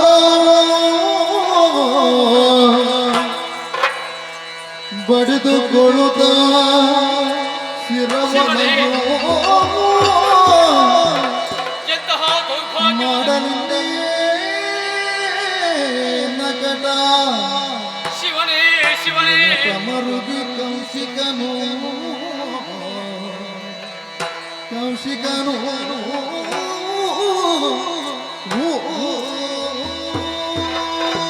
ಆ ಶಿವನೇ ಶಿವನೇ ಶಿವನೇ! ಎಂತಹ ದೌರ್ಭಾಗ್ಯ ನನ್ನ ಬಾಳಿಗೆ ಒದಗಿ ಬಂತು. ವನಪಾಲಕರ ಕೂಡೆ ಭೇಟಿಗೆ ಬಂದು ನಾನು ಯಾಕೆ ವಸಿಷ್ಠರ ಆಶ್ರಮಕ್ಕೆ ಹೋದೆ? ಯಾಕೆ ನನಗೆ ಆ ಧೇನುವಿನ ಮೇಲೆ ಮನಸ್ಸಾಯಿತು? ಯಾಕೆ ನನ್ನ ಮಕ್ಕಳಿಗೆ ನಾನು ಆಜ್ಞೆ ಮಾಡಿದೆ ಎಳೀರಿ ಅನ್ನುವ ಹಾಗೆ? ಅದೇ ಸಂದರ್ಭದಿಂದ ಆ ಧೇನುವಿನ ಶರೀರದಿಂದ ಹುಟ್ಟಿ ಬಂದಂತಹ ಕೆಲವು ಅನಿಷ್ಟ ಪಿಂಡಗಳು ನನ್ನ ಮಕ್ಕಳನ್ನು ಕೊಲ್ಲುವಂತಹ ದೃಶ್ಯವನ್ನು ಕಣ್ಣು ತುಂಬ ನಾನೇ ನೋಡಿಬಿಟ್ಟೆನಲ್ಲ ಶಿವನೇ, ನೋಡಿಬಿಟ್ಟೆನಲ್ಲ. ಏನು ಮಾಡಲಿ ನಾನು? ಈ ಮುಖವನ್ನು ಹಿಡಿದುಕೊಂಡು ನಾನು ಹೇಗೆ ನನ್ನ ಪುರಕ್ಕೆ ಹೋಗಲಿ? ಪುರಕ್ಕೆ ಹೋದಂತಹ ಸಂದರ್ಭದಲ್ಲಿ ನನ್ನ ಮಡದಿಯಾದಂತಹ ಅದಿರುಂದೆ ಸ್ವಾಮಿ ಮಕ್ಕಳೆಲ್ಲಿದ್ದಾರೆ ಅನ್ನುವ ಹಾಗೆ ಕೇಳಿದ್ರೆ ನಾನು ಯಾವ ನಾಲಿಗೆಯಲ್ಲಿ ಉತ್ತರಿಸಲಿ? ಏನು ಅಂತ ನಾನು ಹೇಳಲಿ? ಇಲ್ಲ ಇಲ್ಲ, ಯಾವುದೇ ಕಾರಣಕ್ಕೂ ನಾನು ಅರಮನೆಗೆ ಹೋಗಬಾರದು. ಅದಕ್ಕೆ ಬೇಕಾಗಿ ಬಿಡುಗಡೆ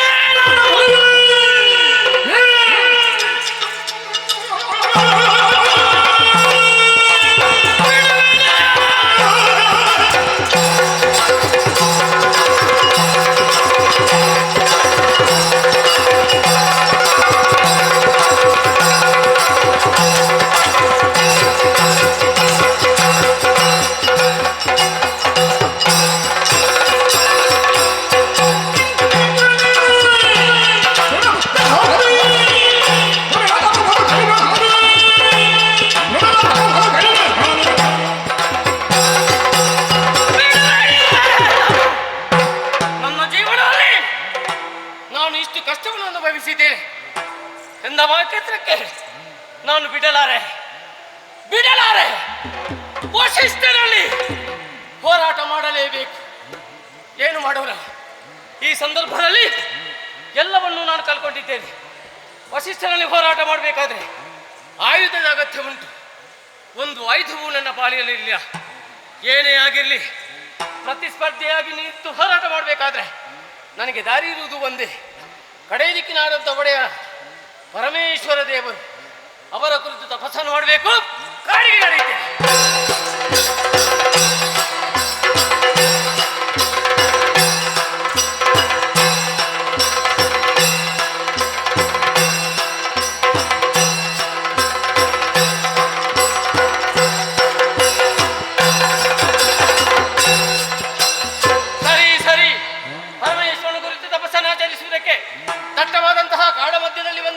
ಇದ್ದೇನೆ. ನೋಡಿದ್ರೆ ಪ್ರಶಾಂತವಾದ ವಾತಾವರಣ, ಸನಿಹದಲ್ಲಿ ಪವಿತ್ರವಾಗಿ ಹರಿಯುತ್ತಿರುವಂತಹ ನದಿಗಳಿದು ಸ್ನಾನವನ್ನು ಮಾಡಿದ್ದೇನೆ. ಶರೀರ ಶುದ್ಧವಾಗಿದೆ. ಹಾಗಾದ್ರೆ ತಡ ಮಾಡುವುದಲ್ಲ, ಹಲವೆಡೆ ಸಂಚರಿಸುವ ಮನಸ್ಸನ್ನು ಕೇಂದ್ರೀಕರಿಸಿ ಆ ಪರಮೇಶ್ವರನ ಕುರಿತು ತಪಸ್ಸನ್ನಾಚರಿಸುವುದಕ್ಕೆ ಇದೇ ಯೋಗ್ಯವಾದ ಸ್ಥಳ. ತಪಸ್ಸಿ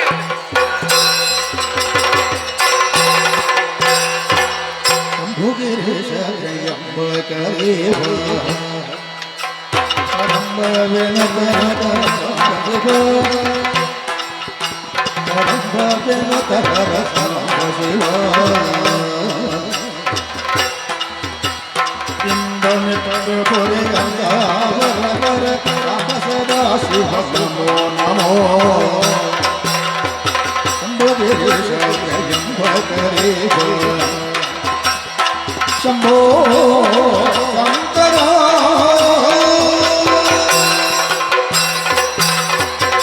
ಶಂಭೋ ಶಂಕರ ರುಂಡಮಾಲ ಗಂಗಾಧರಣೆ ಜಯ ಜಯ ಜಯ ಜಯ ಇಳಿದು ಬಾ ತಂದೆ.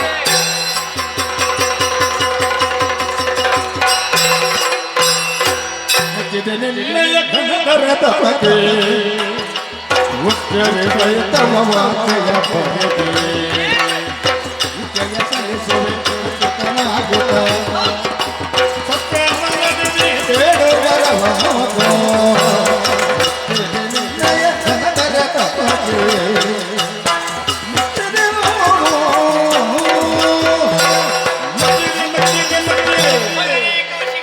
ಭಗವಂತ ಭಕ್ತಿಪೂರ್ವಕವಾಗಿ ನನ್ನನ್ನೇ ಜಪಿಸುತ್ತಾ ಇರುವಂತಹ ಸಮಯದಲ್ಲೇ ಇದೋ ನಿನ್ನ ಭಕ್ತಿಗೆ ಮೈದೋರಿ ಬಂದಿದ್ದೇನೆ. ಯಾತಕ್ಕಾಗಿ ಈ ನಿನ್ನ ತಪಸ್ಸು ನನ್ನಲ್ಲಿ ಹೇಳುವೆಯಾ ತಂದೆ?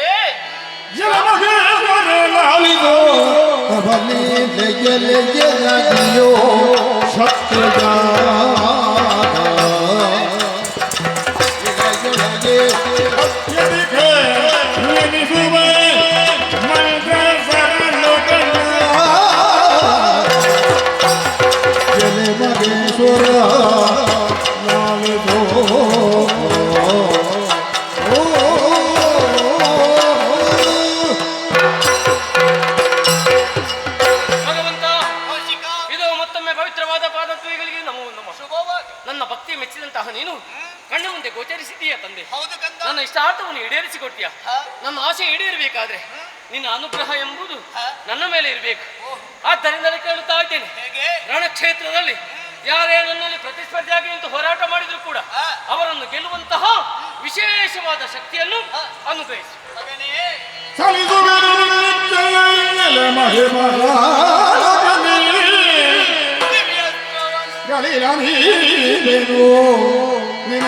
ಶರಗಳನ್ನು ಭೂಪತಿಯೇ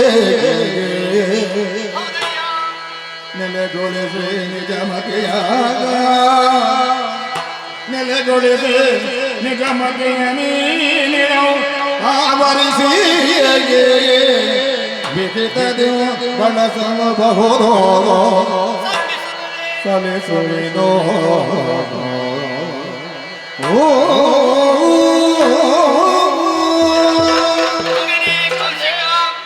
ಭಕ್ತಿಯ ರೂಪದಲ್ಲಿ ನನ್ನನ್ನು ಭಜಿಸಿದಂತಹ ನೀನು ನಿನಗೆ ಮೈದೋರಿ ಬಂದಂತಹ ಸಮಯದಲ್ಲಿ ನೀನೇ ಬೇಡಿಕೊಂಡೆ.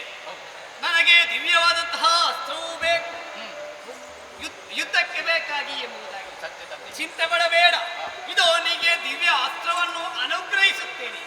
ಆದರೆ ಇವಾಗ ಅದು ನಿನ್ನ ಕೈ ಸೇರುವುದು ಬೆಳಗಿನ ದಿವಸದಲ್ಲಿ ಸೂರ್ಯೋದಯ ಸಮಯದಲ್ಲಿ ಭಕ್ತಿಪೂರ್ವಕವಾಗಿ ನನ್ನನ್ನು ಜಪಿಸಿ ಅಂತಾದ್ರೆ ನಿನ್ನ ಬತ್ತಳಿಗೆ ಅದು ಬಂದು ಸೇರುತ್ತದೆ. ಇದು ನಿನಗೆ ಶುಭವಾಗಲಿ.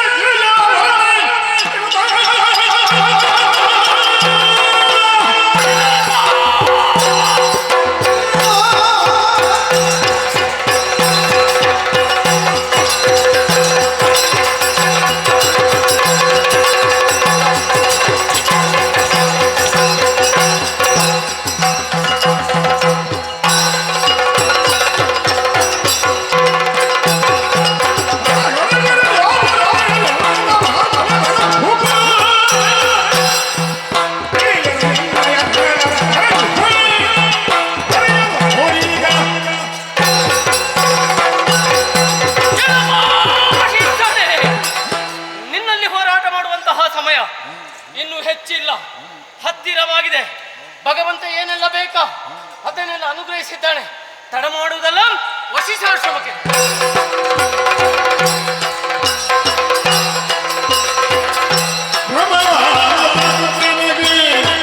ನಿಜ ಬ್ರಹ್ಮ ಬಂದು ಜಗನ್ನಿಯತಿಗೆ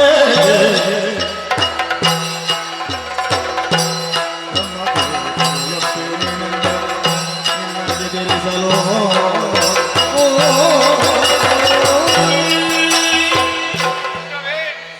ಕೌಶಿಕ ಮಹಾರಾಜ ಕೋಪಗೊಂಡು ನಮ್ಮದಾದಂತ ಆಶ್ರಮದತ್ತ ಬರುತ್ತಾ ಇದ್ದಾನೆ. ಹಾಗಿರುವಾಗ ಅವ ಏನೆಲ್ಲ ಅನ್ಯಾಯ ಮಾಡುತ್ತಾನೆ ಅದನ್ನು ನೀನು ನಿಭಾಯಿಸಿಕೊಂಡು ಬರಬೇಕು. ಎಲ್ಲವನ್ನೂ ನೀನು ಮಾಡಬೇಕು.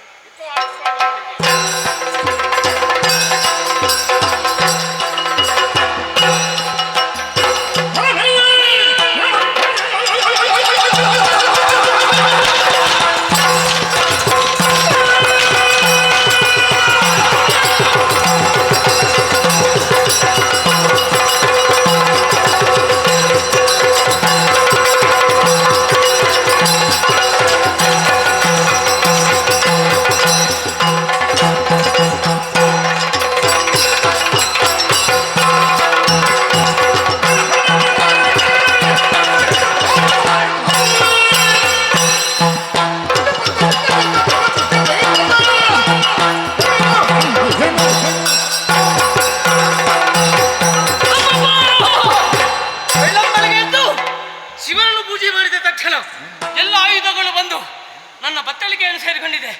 ತಡ ಮಾಡಲಿಲ್ಲ, ಎಲ್ಲವನ್ನು ಹಿಡಿದು ವಶಿಷ್ಠರಲ್ಲಿ ಹೋರಾಟ ಮಾಡಬೇಕು ಎಂಬ ಉದ್ದೇಶದಿಂದ ಅವನ ಆಶಯವನ್ನು ನೋಡಿದರೆ ಅವನಿಲ್ಲ. ಅವ ದಾಳಿಸುವಂತಹ ದಂಡ ಕಾಣುತ್ತಾ ಇದೆ. ಅವ ಇಲ್ಲದ ಮಾತ್ರಕ್ಕೆ ದಂಡ ಇದ್ದು ವಿಶೇಷವಾದ ಶರವನ್ನು ಪ್ರಯೋಗಿಸಿ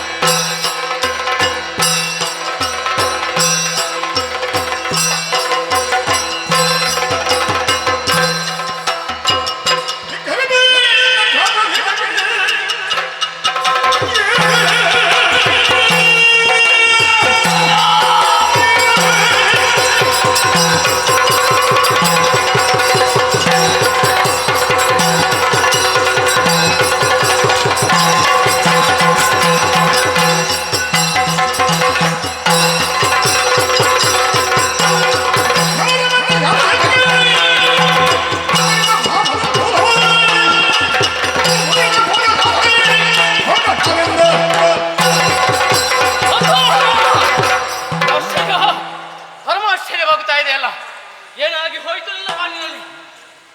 ಪರಮೇಶ್ವರ ಇದ್ದಂತಹ ಒಂದೊಂದೇ ಆಯುಧವನ್ನು ಧರಿಸಿ ಆ ದಂಡದ ಕೂಡ ಹೋರಾಟ ಮಾಡಿದ್ರೆ ಒಂದೊಂದೇ ಆಯುಧಗಳನ್ನು ನುಂದುವುದಕ್ಕೆ ಪ್ರಾರಂಭ ಆಯ್ತಲ್ಲ. ಹಾಗಿದ್ದರೆ ಇದರಿಂದಲೇ ಅರ್ಥವಾಗುತ್ತಾ ಇದೆ ವಶಿಷ್ಠ ಏನು, ವಶಿಷ್ಠನ ಯೋಗ್ಯತೆ ಏನೆಂಬುದು ಚೆನ್ನಾಗಿ ಅರ್ಥ ಮಾಡಿಕೊಂಡಿದ್ದೇನೆ. ಅವನು ಧರಿಸುವಂತಹ ಆಯುಧಕ್ಕೆ ಇಷ್ಟು ಶಕ್ತಿ ಇರಬೇಕಾದ್ರೆ ಇನ್ನು ಇವನಿಗೆ ಎಷ್ಟು ಶಕ್ತಿ ಇರಬೇಕು. ಅದಕ್ಕೆ ಬೇಕಾಗಿ ನಾನಿರುವುದು ಕ್ಷತ್ರಿಯನಾಗಿ. ಈ ಕ್ಷತ್ರಿಯ ಕುಲಕ್ಕೆ ಧಿಕ್ಕಾರ ಧಿಕ್ಕಾರ ಧಿಕ್ಕಾರ. ಒಂದು ಸಂದರ್ಭದಲ್ಲಿ ನನಗೂ ನನ್ನ ಮನಸ್ಸಲ್ಲಿತ್ತು, ಕ್ಷತ್ರಿಯ ಕುಲದಲ್ಲಿ ಎನಿಸಿದವ ಏನು ಬೇಕಾದ್ರೂ ಮಾಡಬಹುದು, ಯಾರಲ್ಲಿ ಬೇಕಾದ್ರೂ ಹೋರಾಟ ಮಾಡಬಹುದು ಅನ್ನುವಂಥ ಛಲ ನನಗೆ ಇತ್ತು. ಈಗ ನನಗೆ ಅರ್ಥವಾಗುತ್ತಾ ಇದೆ, ಕ್ಷತ್ರಿಯರ ಶಕ್ತಿ ಬ್ರಹ್ಮಶಕ್ತಿಯ ಮುಂದೆ ನಡೆಯುವುದಿಲ್ಲ ಅನ್ನುವುದು ಸ್ಪಷ್ಟವಾಯಿತು. ಇಲ್ಲದೆ ಹೋದರೆ ವಿಧವಾಗಿ ನಾನು ಹೋರಾಟ ಮಾಡಿದ್ದೇನೆ, ಪರಿಣಾಮ ನನ್ನ ಪಾಲಿಗೆ ಅಪಜಯವಾಗಿದೆ. ಹಾಗಿದ್ದರೆ ಯಾಕೆ ನನಗೆ ಈ ಕ್ಷತ್ರಿಯ ಕುಲಕ್ಕೆ ಧಿಕ್ಕಾರ ಧಿಕ್ಕಾರ ಧಿಕ್ಕಾರ. ಆದ್ರೆ ಒಂದೀಗ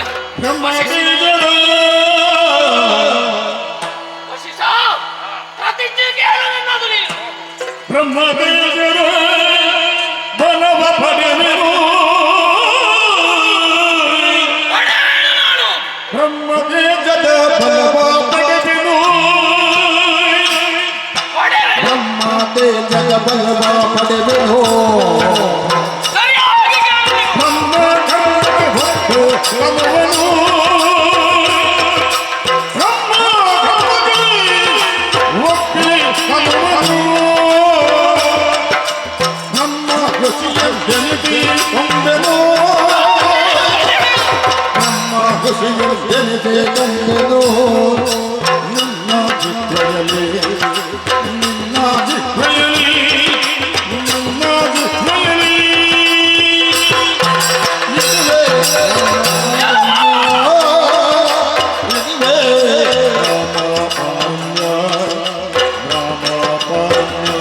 ಇದುವೇ ರಾಮ ಅರಣ್ಯ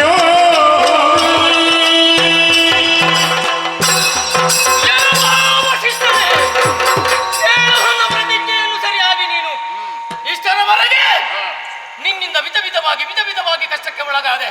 ಕಷ್ಟಪಟ್ಟರೂ ಕೂಡ ಛಲ ಇನ್ನೂ ಕಡಿಮೆಯಾಗಲಿಲ್ಲ. ಇಷ್ಟು ಛಲ ಬರಬೇಕಾದ್ರೆ ಮೂಲ ಕಾರಣೀಭೂತನು ನೀನೇ ಆಗಿದ್ದಿ. ಒಂದು ಹೇಳಬೇಕಾದ್ರೆ ನಮ್ಮ ಜೀವನದ ನೀನು ಗುರು ಅಂತ ಹೇಳಿದ್ರು ತಪ್ಪಾಗುವುದಿಲ್ಲ, ಗುರು ಅಂತ ಹೇಳಿದ್ರು ತಪ್ಪಾಗುವುದಿಲ್ಲ. ಯಾಕೆ ನಿನ್ನನ್ನು ನೋಡಿ ಉನ್ನತವಾದಂತಹ ಸ್ಥಾನಮಾನವನ್ನು ಏರಬೇಕು ಅನ್ನುವಂತ ಛಲ ನನಗೆ ಬಂದಿದೆ. ನಿನ್ನ ತಲೆಯಲ್ಲಿ ಸೊಕ್ಕು ಇದೆ, ನಾನು ಮಹರ್ಷಿ ಅನ್ನುವ ಹಾಗೆ, ಏನು ಮಾಡ್ಲಿಕ್ಕೆ ಆಗುದಿಲ್ಲ ಅನ್ನುವ ಹಾಗೆ ಯೋಚನೆ ಮಾಡಬೇಡ. ಕೇಳು ನನ್ನ ಪ್ರತಿಜ್ಞೆ, ಇನ್ನು ಮುಂದಕ್ಕೆ ಈ ಅರಸ ಈ ರೀತಿಯಲ್ಲಿ ಕಾಣ ಸಿಗಲಾರ. ನನ್ನ ಸಾಧನೆ ಮೂಲಕವಾಗಿ ಬ್ರಾಹ್ಮಣನಾಗ್ತೇನೆ. ಬ್ರಾಹ್ಮಣನಾಗಿ ಬಂದು ನಿನ್ನ ಕಣ್ಣ ಮುಂದೆ ನಿಂತು ನಾನಾ ನೀನ ಅನ್ನುವ ಹಾಗೆ ಹೇಳಿಸದಿದ್ದರೆ ನಾನು ಕೌಶಿಕನಲ್ಲ. ನಿನ್ನ ಬಾಯಿಂದಲೇ ಮಹಾಬ್ರಾಹ್ಮಣ ಕೌಶಿಕ ಅನ್ನುವ ಹಾಗೆ ಹೇಳಿಸದೆ ನಿನ್ನ ಮುಖ ನೋಡುವುದಿಲ್ಲ. ಪ್ರಾರ್ಥಿದ್ದೆ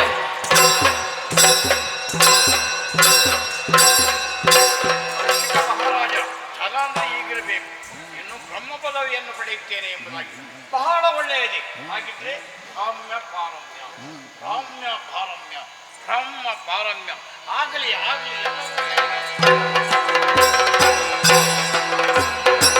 ಇಂದು ಗುರಿದೋಷಗಳು ಬಳಿದ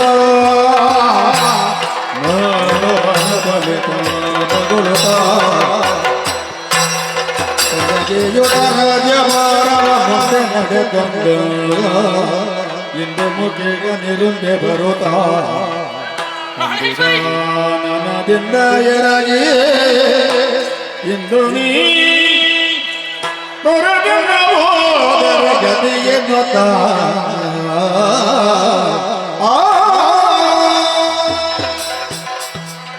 ಪ್ರಾಣೇಶ್ವರಿ ಹೇಳಿ ಮೇಲೆ ಎದ್ದೇಳು. ಸ್ವಾಮಿ, ಓ ನಿಮ್ಮನ್ನು ಕಂಡಾಗ ಆಶ್ಚರ್ಯವಾಗುತ್ತಾ ಇದೆ. ಯಾವ ವಿಚಾರವನ್ನು ನನ್ನಲ್ಲಿ ಹೇಳದೆ ಒಮ್ಮಿಂದೊಮ್ಮೆಲೆ ಅರಮನೆಯನ್ನು ಬಿಟ್ಟು ಹೋಗುವುದಕ್ಕಾಗಿ ಮನಸ್ಸು ಮಾಡ್ತಾ ಇದ್ದೀರಲ್ಲ ಸ್ವಾಮಿ. ಸ್ವಾಮಿ, ಓ ನಿಮ್ಮಲ್ಲಿ ವಿನ್ನವಿಸ್ತಾ ಇದ್ದೇನೆ. ಏನು? ನುಡಿಯದಲ್ಲೇ ಹೋಗುವುದು ಪ್ರಾಣಕಾತ ನುಡಿಯದಲ್ಲೇ ಹೋಗುವುದು ಪ್ರಾಣಕಾತ ಮದವಿನೊಳಗೆ ಹೋಗುವುದು ಪ್ರಾಣಕಾತ ನುಡಿಯ ಮೀರಲಿಲ್ಲ ಪ್ರಾಣಕಾತ ಇಂದು ಪ್ರಾಣಕಾತ ನುಡಿಯದಲ್ಲಿ ಹೋಗುತ್ತಿದ್ದು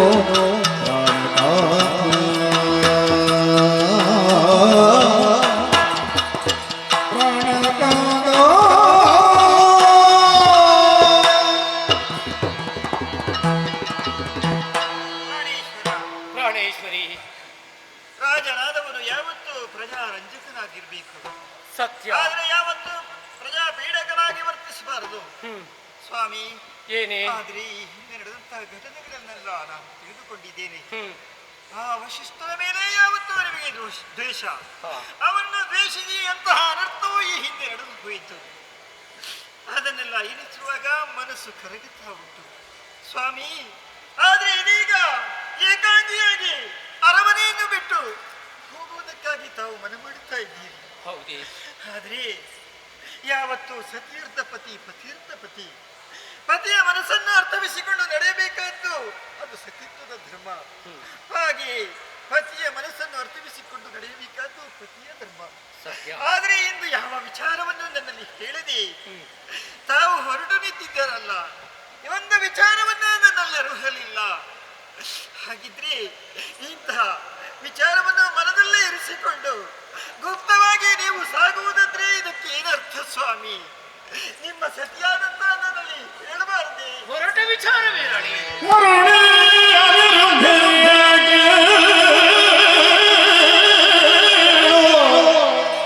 ಏನು ಮಾಡಲಿ ನಾನು? ಹೊರೆದು ರಾಜ್ಯಗಳ ತೊರೆದು ವರತ ಬೋಧನ ನೆನೆಸಿಗೆ ವರತ ಬೋಧನ ನೆನೆಸಿಗೆ ಮರಳಿ ಬಗೆ ನಿಂತಾಗ ವಿರೋಧಿಸಲು ತೆರಳುವೆನು ತಪವ ವಿರಚಿಸಲು ತೆರಳುವೆನ ಕರಕರಿಸಲೇನೋತ ಕೌಶಿಕನು ನುಡಿದ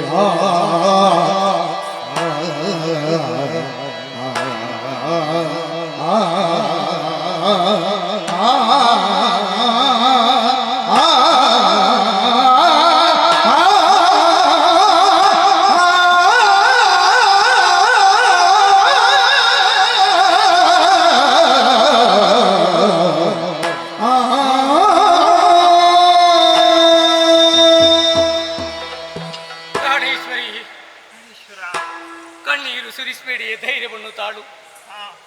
ಇಷ್ಟರವರೆಗೆ ನಿನ್ನ ಮುಖದಲ್ಲಿ ಕಣ್ಣೀರು ಬಂದದನ್ನು ನಾನು ನೋಡಲಿಲ್ಲ, ನೋಡುವುದಕ್ಕೆ ಮನ ಆಗುವುದಿಲ್ಲ ನನಗೆ. ಸದಾ ನಗುನಗುತ್ತಾ ಇರಬೇಕೆಂಬುದೇ ನನ್ನ ಆಸೆ. ಆದರೆ ಒಂದು ವಿಷಯವನ್ನು ಹೇಳದೆ ನಿನ್ನನ್ನು ಬಿಟ್ಟು ಹೋಗುವುದಕ್ಕೆ ಕಾರಣ ಬೇರೇನಲ್ಲ. ನಡೆದಂತ ವಿಷಯವನ್ನು ಯಾವ ರೀತಿ ಹೇಳಬೇಕು, ಯಾವ ನಾಲಿಗೆಯಲ್ಲಿ ಹೇಳಬೇಕೆನ್ನುವುದೇ ನನಗೆ ಅರ್ಥವಾಗುತ್ತಾ ಇಲ್ಲ.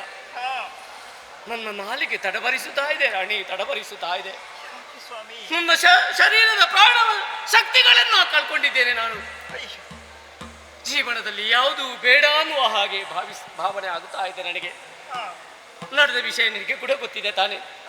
ವಶಿಷ್ಠಾಶ್ರಮಕ್ಕೆ ಹೋದದ್ದು, ದೇನುವನ್ನು ಬಯಸಿದ್ದು, ಆಮೇಲೆ ನಮ್ಮ ಮಕ್ಕಳನ್ನು ಕಳ್ಕೊಂಡಂತ ವಿಷಯ ನಿನಗೆ ಕೂಡ ಗೊತ್ತಿದೆ ತಾನೆ.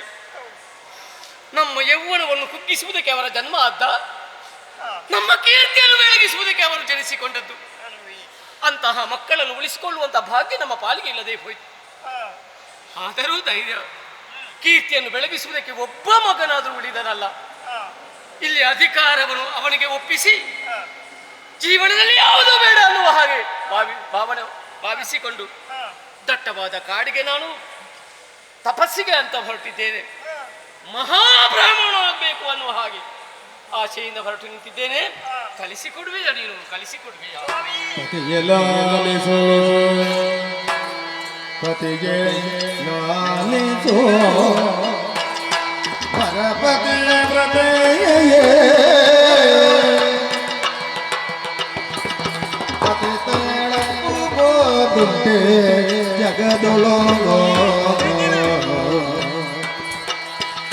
ಪತಿ ತೇಳಪ್ಪುಬೋದುಂಟೆ ಜಗದೊಳೋ ಪತಿ ಕರೆತೋ ನಡೆವೆಯೇ ಪತಿ ಕರೆಸೋ ನಡೆವೆ ನೋಡನೀಗ ವನಡೆಗೆ ಪತಿ ಕರೆಸೋ ನಡೆವೆ ನಿನ್ನೊಡನೆಯೋ ವನದೊಂದಿಗೆ ಪತಿಗೆ ಲಾಲಿಗೋ ವರಪತಿ ಬದೆಗೆ ಪತಿ ತಳ್ಳುವುದುಂಟೆ ಜಗದೊಳ್ಳುಗೋ ಪತಿ ಕರೆಸೋ ನಡೆವೆ ನಿನ್ನೊಡನೆಗ ವನದೊಳಗೆ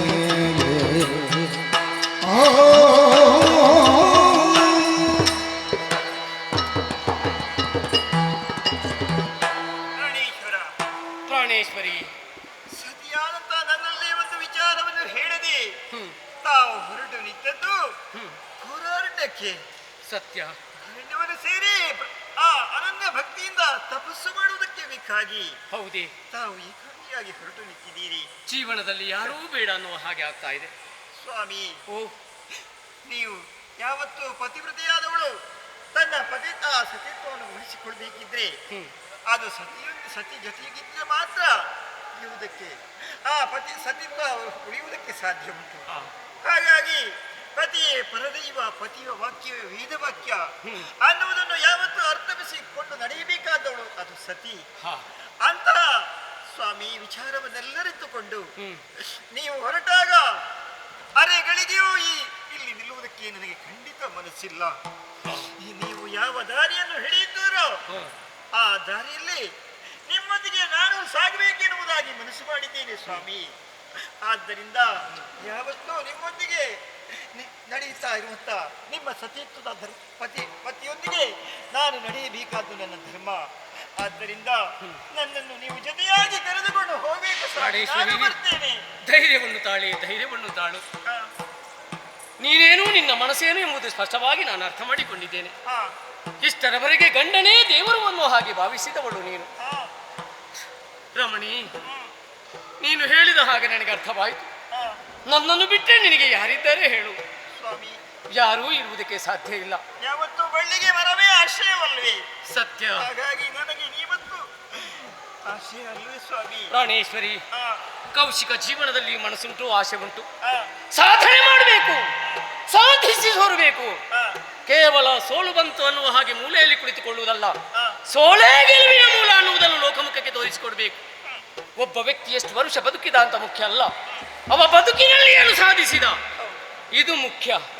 ವ್ಯಕ್ತಿಯ ಜೀವನದ ಹೆಸರು ಶಾಶ್ವತವಾಗಿ ಉಳಿಯಬೇಕಾದ್ರೆ ಅಂತಹ ಘನ ಕಾರ್ಯ ನಾನು ಮಾಡಲೇಬೇಕು. ಸಂತೋಷವಾಯಿತು ಪ್ರಾಣೇಶ್ವರಿ. ಅಧಿಕಾರದ ಆಸೆ ನನಗೆಲ್ಲ. ಅಧಿಕಾರ ಎಲ್ಲವನ್ನು ಬದಿಗಿರಿಸಿ ಯಾರನ್ನೂ ಜೊತೆ ಸೇರಿಸುವುದಿಲ್ಲ. ನಿನ್ನನ್ನು ಬಿಟ್ಟರೆ ನಾವಿಬ್ಬರು ಒಂದಾಗಿ ಹೋಗುವ ಕಾಡಿಗೆ ತಪಸ್ಸನ್ನಾಚರಿಸುವ, ಮಹಾಬ್ರಾಹ್ಮಣನಾಗುವ, ಅವನ ಮೇಲೆ ವಸಿಷ್ಠನಿಗೆ ಏನೆಂಬುದನ್ನು ನಾನು ತೋರಿಸಿಕೊಡಲೇಬೇಕು. ತಡ ಮಾಡುವುದಲ್ಲ, ನಾವೆಲ್ಲ ಒಂದಾಗಿ, ನೀನು ಮತ್ತು ನಾನು ಒಂದಾಗಿ ನೇರವಾಗಿ ಕಾಡಿಗೆ ನಡೆಯುವ.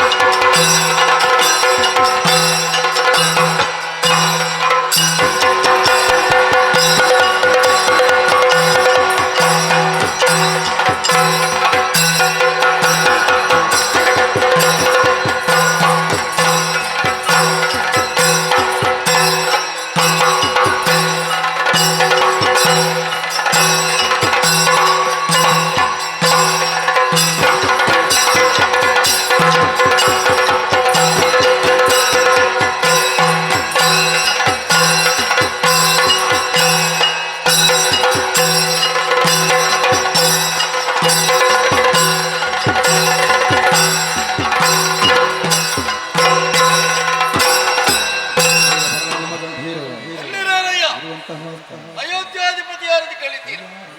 ದಾನೇಶ್ವರಿ ಅನೇಕ ವಿಧದಲ್ಲಿ ಅಯೋಧ್ಯಾಪುರದಿ ವರದಯಾರುಣೋ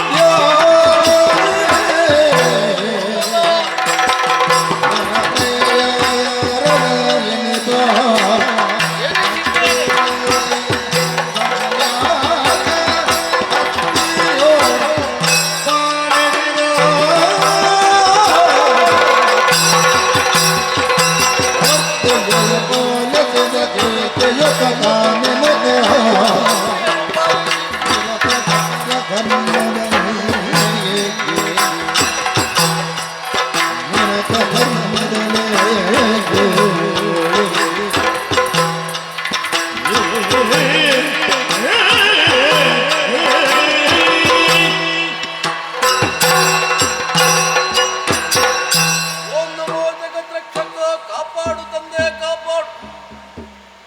ಅಖಂಡವಾದಂತಹ ಆರ್ಯವರ್ತದಲ್ಲಿ ಗೌರವವನ್ನು ಪಡೆಯುವಂತಹ ವಂಶ ಯಾವುದು ಅಂತ ಕೇಳಿದರೆ ಅದು ಸೂರ್ಯವಂಶ. ಅದರಲ್ಲೇ ಅದೆಷ್ಟೋ ಮಂದಿ ಆಳಿ ಬಾಳಿ ಬದುಕಿದವರಿದ್ದಾರೆ. ಆದರೆ ಪ್ರಸ್ತುತವಾಗಿ ಈ ಅಯೋಧ್ಯೆಯಲ್ಲಿ ತ್ರಯಾರುಣನಾದಂತಹ ನನ್ನ ಆಳ್ವಿಕೆ ಜನಮಾನಸದಲ್ಲಿ ಪ್ರೀತಿಯನ್ನು ಹುಟ್ಟಿಸಿದೆ. ನಾನು ನನ್ನದಾದಂತಹ ಆಳ್ವಿಕೆಯನ್ನು ಮಾಡುವಲ್ಲಿ ಆದರ್ಶವಾಗಿರಿಸಿದ್ದು ನನ್ನ ಹಿರಿಯರು ಮಾಡಿದಂತಹ ಸಾಧನೆಗಳು. ಯಾವನೇ ಆದರೂ ಕೂಡ ಕೇವಲ ತನ್ನ ಸ್ವಂತದಾದಂತಹ ಚಿತ್ತದ ಮೂಲಕವಾಗಿ ಯೋಜನೆ ಮೂಲಕವಾಗಿ ಒಂದಷ್ಟು ಆಳ್ವಿಕೆಯನ್ನು ಮಾಡುವುದೇ ಹೌದಾದರೂ ಕೂಡ ಹಿರಿಯರ ಆದರ್ಶವೇ ಪೂರಕವಾಗಿದ್ದುಕೊಂಡು ನಡೆದ ಅಂತಾದರೆ ಅವನದ್ದಾದಂತಹ ಜೀವನ ಎನ್ನುವುದು ಅದು ಸುಖಮಯವಾಗಿರ್ತದೆ ಎನ್ನುವುದಕ್ಕೆ ನಾನೇ ಸಾಕ್ಷಿಯಾಗಿದ್ದೇನೆ. ಸೂರ್ಯವಂಶದಲ್ಲಿ ಹುಟ್ಟಿದಂತಹ ಪ್ರತಿಯೊಬ್ಬರೂ ಕೂಡ ಪರರ ಬದುಕನ್ನ, ಪರರ ಸಂತೋಷವನ್ನು ಬಯಸಿ ಬದುಕನ್ನು ವ್ಯಯಿಸಿದವರಿದ್ದಾರೆ. ಆ ನೆಲೆಯಲ್ಲೇ ನಾನು ಕೂಡ ನನ್ನದಾದಂತಹ ರಾಜ್ಯಾಡಳಿತವನ್ನು ಮಾಡುತ್ತಾ ಬಂದಿದ್ದೇನೆ. ಪ್ರಜೆಗಳಿಗೆ ದೇವನಾಗಿದ್ದುಕೊಂಡು ಅವರ ಕಷ್ಟಗಳಿಗೆ ಜೊತೆಯಾಗಿದ್ದುಕೊಂಡು ಕ್ಷೇಮವನ್ನು ಪಾಲಿಸಬೇಕಾದ ನನ್ನ ಉದ್ದೇಶ. ರಾಜಕೀಯ ವಿಚಾರದಲ್ಲಿ ಸಂತೃಪ್ತಗೊಂಡಂತಹ ನಾನು ಸಾಂಸಾರಿಕವಾಗಿಯೂ ಬೇಕಾದಂತಹ ಸಂತೋಷವನ್ನು ಪಡೆದಿದ್ದೇನೆ. ಸದ್ಗುಣಿಯೇ ನನ್ನ ಮಡದಿಯಾದವಳಿದ್ದಾಳೆ. ಅಂತೆಯೇ ಸತ್ಯವೃತ ಎನ್ನುವಂತಹ ಸುತನು ಹುಟ್ಟಿದ್ದಾನೆ. ಹುಟ್ಟಿದಂತಹ ಮಗು ಪ್ರಾಯಪರಕ್ತನಾಗಿ ಬೆಳೆದು ನಿಂತಿದ್ದಾನೆ. ಇದು ಸಂತೋಷದ ವಿಷಯ.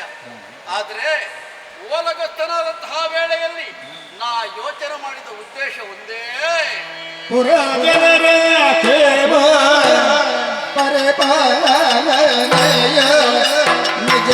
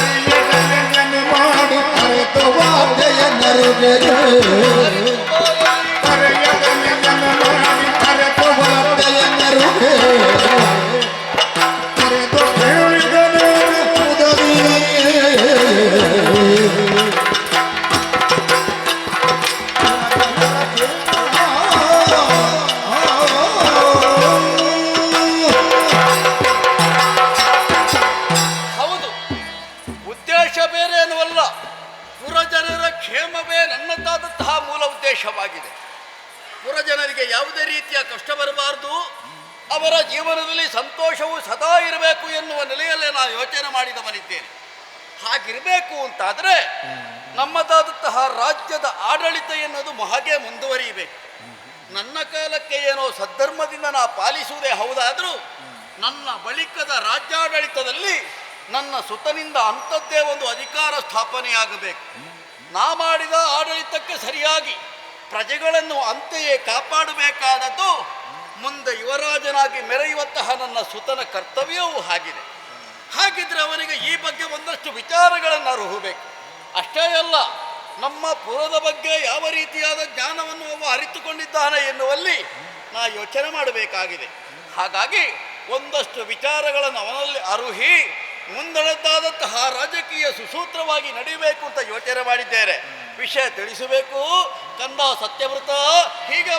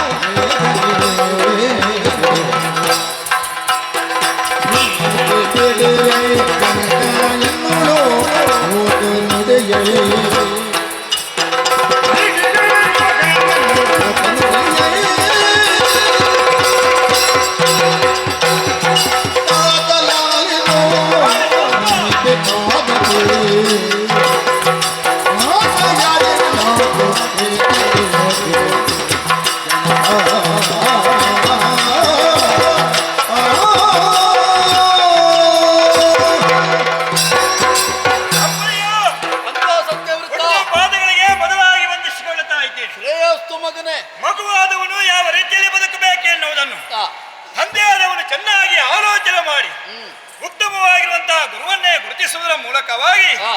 ಸೂಕ್ತವಾಗಿರುವಂತಹ ವಿದ್ಯಾಭ್ಯಾಸಕ್ಕೆ ಅನುಕೂಲವಾಗಿ ಒದಗಿಸಿ ಬರ್ತಾನೆ. ಸರಿ. ಗುರುಗಳಾಗಿರುವಂತಹ ವಶಿಷ್ಠರಿಂದ ಆ, ಬೇಕಾದ ವಿದ್ಯೆಯನ್ನೆಲ್ಲ ಆರ್ಜಿಸಿಕೊಂಡು ಆ, ನೇರವಾಗಿ ನಮ್ಮ ಅರಮನೆಯನ್ನು ಸೇರಿದವ ನಾನು. ಸರಿ. ಸುಖವಾಗಿ ಕಾಲವನ್ನು ಕಳೆಯುತ್ತಿರುವಂತಹ ಸಮಯದಲ್ಲಿ ಆ. ಮಗನೇ ಸತ್ಯವೃದ್ಧ ಬಾ ಎನ್ನುವ ಹಾಗೆ ನಿಮ್ಮ ಕರೆಯಾಯಿತು. ಆ, ನಿಮ್ಮನ್ನು ಬಂದು ನೋಡಿದಾಗ ಆ, ಆಗುತ್ತಿರುವ ಅನುಮಾನ ಏನು ಬಲ್ಲೆಯ? ಏನು? ಸಾಕೇತಪುರಕ್ಕೆ ಆ. ಯಾರಾದರೂ ದುಷ್ಟರು ದಾಳಿಯನ್ನು ಮಾಡಿದ್ದಾರೆ ಆ, ಅಥವಾ ನನ್ನಿಂದ ಏನಾದರೂ ನ್ಯೂನ್ಯತೆಯನ್ನು ನೀನು ಕಂಡೆಯ? ಆ. ನನ್ನಿಂದ ಏನಾಗಬೇಕು, ಯಾವ ಕೆಲಸದ ಮೇಲೆ ನಾನು ಹೋಗಬೇಕು, ಆ. ಎಲ್ಲವನ್ನು ವಿವರಿಸಬೇಕೆನ್ನುವ ಹಾಗೆ ಆಲಿಸೋ ಕುಂದದಲ್ಲವೋ ಎಂದು ಧರಸಕ ಕಾಲ ನಮ್ಮನೋ.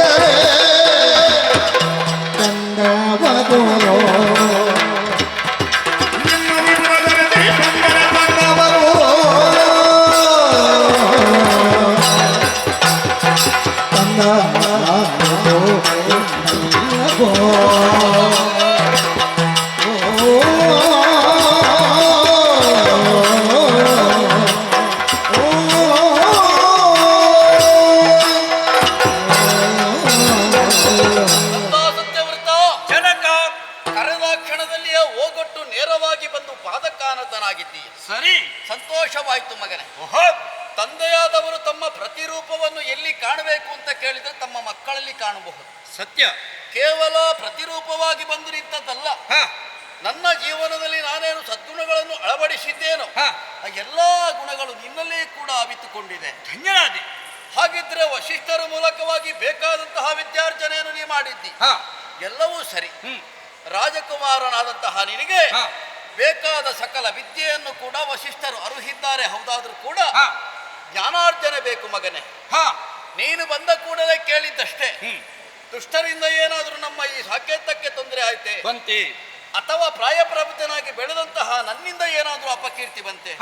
ಇಲ್ಲ ಮಗನೇ. ಮತ್ತೆ ಒಂದು ವೇಳೆ ಶತ್ರುಗಳ ದಾಳಿ ಇಲ್ಲಿಗೆ ಆಗಬೇಕು ಅಂತಾದ್ರೆ ನಮ್ಮಲ್ಲಿ ಒಂದು ರೀತಿಯಾದಂತಹ ವೈರತ್ವ ಎನ್ನುವುದು ಅವರು ಇಟ್ಟುಕೊಳ್ಬೇಕಾಗ್ತದೆ. ನಿಜ. ವೈರತ್ವ ಬರಬೇಕು ಅಂತ ಆದ್ರೆ ಅವರಿಗೆ ವಿರೋಧವಾಗುವಂತಹ ಕೃತ್ಯವನ್ನು ಎಸಗಬೇಕು, ಮಾಡ್ಲೇಬೇಕು. ಯೋಚನೆ ಮಾಡು. ಸೂರ್ಯವಂಶದವರು ಇಷ್ಟರವರೆಗೂ ಕೂಡ ಆಳಿಬಾಡಿದ ಅದೆಷ್ಟೋ ಮುಖ್ಯರು ಕೂಡ ಮತ್ತೊಬ್ಬರಿಗೆ ನೋವನ್ನು ಮಾಡಿದವರಲ್ಲ. ಹಾಗಿರುವಾಗ ಶತ್ರುಗಳ ದಾಳಿ ಆಗುವುದಕ್ಕೂ ಇಲ್ಲ, ಮತ್ತೆ ನೀನಾದ್ರೆ ನಿನ್ನಿಂದ ಕುಂದು ಬರುವುದಕ್ಕೆ ಕಂದ ಯಾವತ್ತಿದ್ದರೂ ಶ್ರೀಗಂಧ ಪರಿಮಳವನ್ನು ಬಿಡುವುದಕ್ಕುಂಟೋ? ಸಾಧ್ಯವೇ. ಶ್ರೀಗಂಧದ ಪರಿಮಳ ಅದು ಶ್ರೀಗಂಧವಾಗಿಯೇ ಕಾಣಿಸಿಕೊಳ್ಳುತ್ತದೆ. ನೀನು ಅಂತೆ ಸೂರ್ಯವಂಶದ ಕುಡಿಯಾಗಿ ಬೆಳೆದಂತಹ ನಿನ್ನಲ್ಲೂ ಅಂಥದ್ದೊಂದು ಅಧಟ್ಟುತನ ಬರಲಿಕ್ಕೆ ಸಾಧ್ಯ ಇಲ್ಲ. ಆದ್ರೆ ಕರೆದುದಕ್ಕೆ ಬಲವಾದ ಕಾರಣ ಉಂಟು. ಏನಪ್ಪಯ್ಯ? ಕೇವಲ ವಿದ್ಯೆ ಎನ್ನುವುದನ್ನು ಪಾರಂಗತ ಮಾಡಿಕೊಂಡು ಸಾಮಾನ್ಯರಿಗೆ ಬದುಕಬಹುದು. ಆದ್ರೆ ನೀನು ಹಾಗಲ್ಲ. ಮುಂದಕ್ಕೆ ಈ ಅಯೋಧ್ಯೆಗೆ ಅರಸನಾಗಿ ಬೆಳೆಯಬೇಕಾದವ. ಅರಸನಾದವ ಹೇಗಿರಬೇಕು? ಜನರ ಮನಸ್ಸನ್ನು ಅರಿತುಕೊಂಡು ವ್ಯವಹರಿಸಬೇಕಾಗುತ್ತದೆ. ಒಂದು ಪ್ರಶ್ನೆ ಬಂದಾಗ ಅಥವಾ ಒಂದಷ್ಟು ಜಿಜ್ಞಾಸೆಗಳು ಬಂದಾಗ ಅದನ್ನು ನಿವಾರಿಸಬೇಕಾದದ್ದು ರಾಜನ ಕರ್ತವ್ಯ. ಅದಾಗಬೇಕು ಅಂತಾದ್ರೆ ಲೋಕಜ್ಞಾನ ಎನ್ನುವುದು ಬೇಕು, ಬೇಕೇ ಬೇಕು. ಲೋಕಜ್ಞಾನ ಇಲ್ಲದೇ ಇದ್ರೆ ಕೇವಲ ಬಾವಿಯೊಳಗಿನ ಕಪ್ಪೆಯಂತೆ ನಾವು ಬದುಕು ಸಾಗಿಸಬೇಕಾಗುತ್ತದೆ. ಹಾಗಾಗಬಾರದು.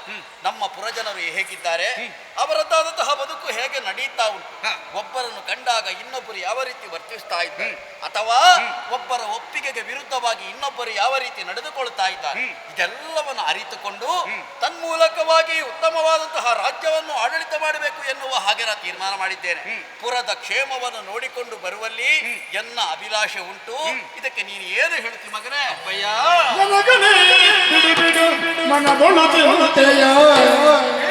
ಕರೆಸುವೆ ನಾನು ಕರೆಸುವೆ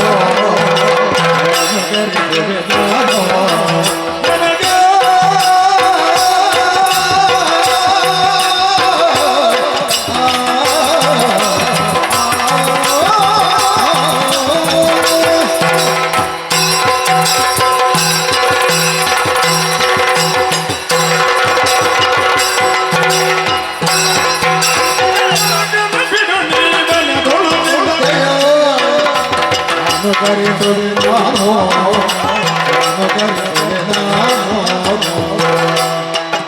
ಹನುಮಾನ ಸತಿರು ಶತನದಿ ಪುರವನು ಹನುಮಾನ ಸತಿರು ಶತನದಿ ಪುರವನು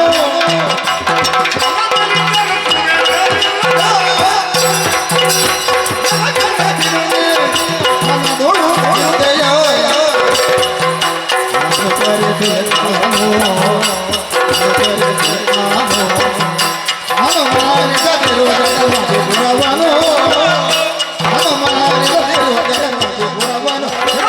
ಕರೆಸುವೆ ನಾನು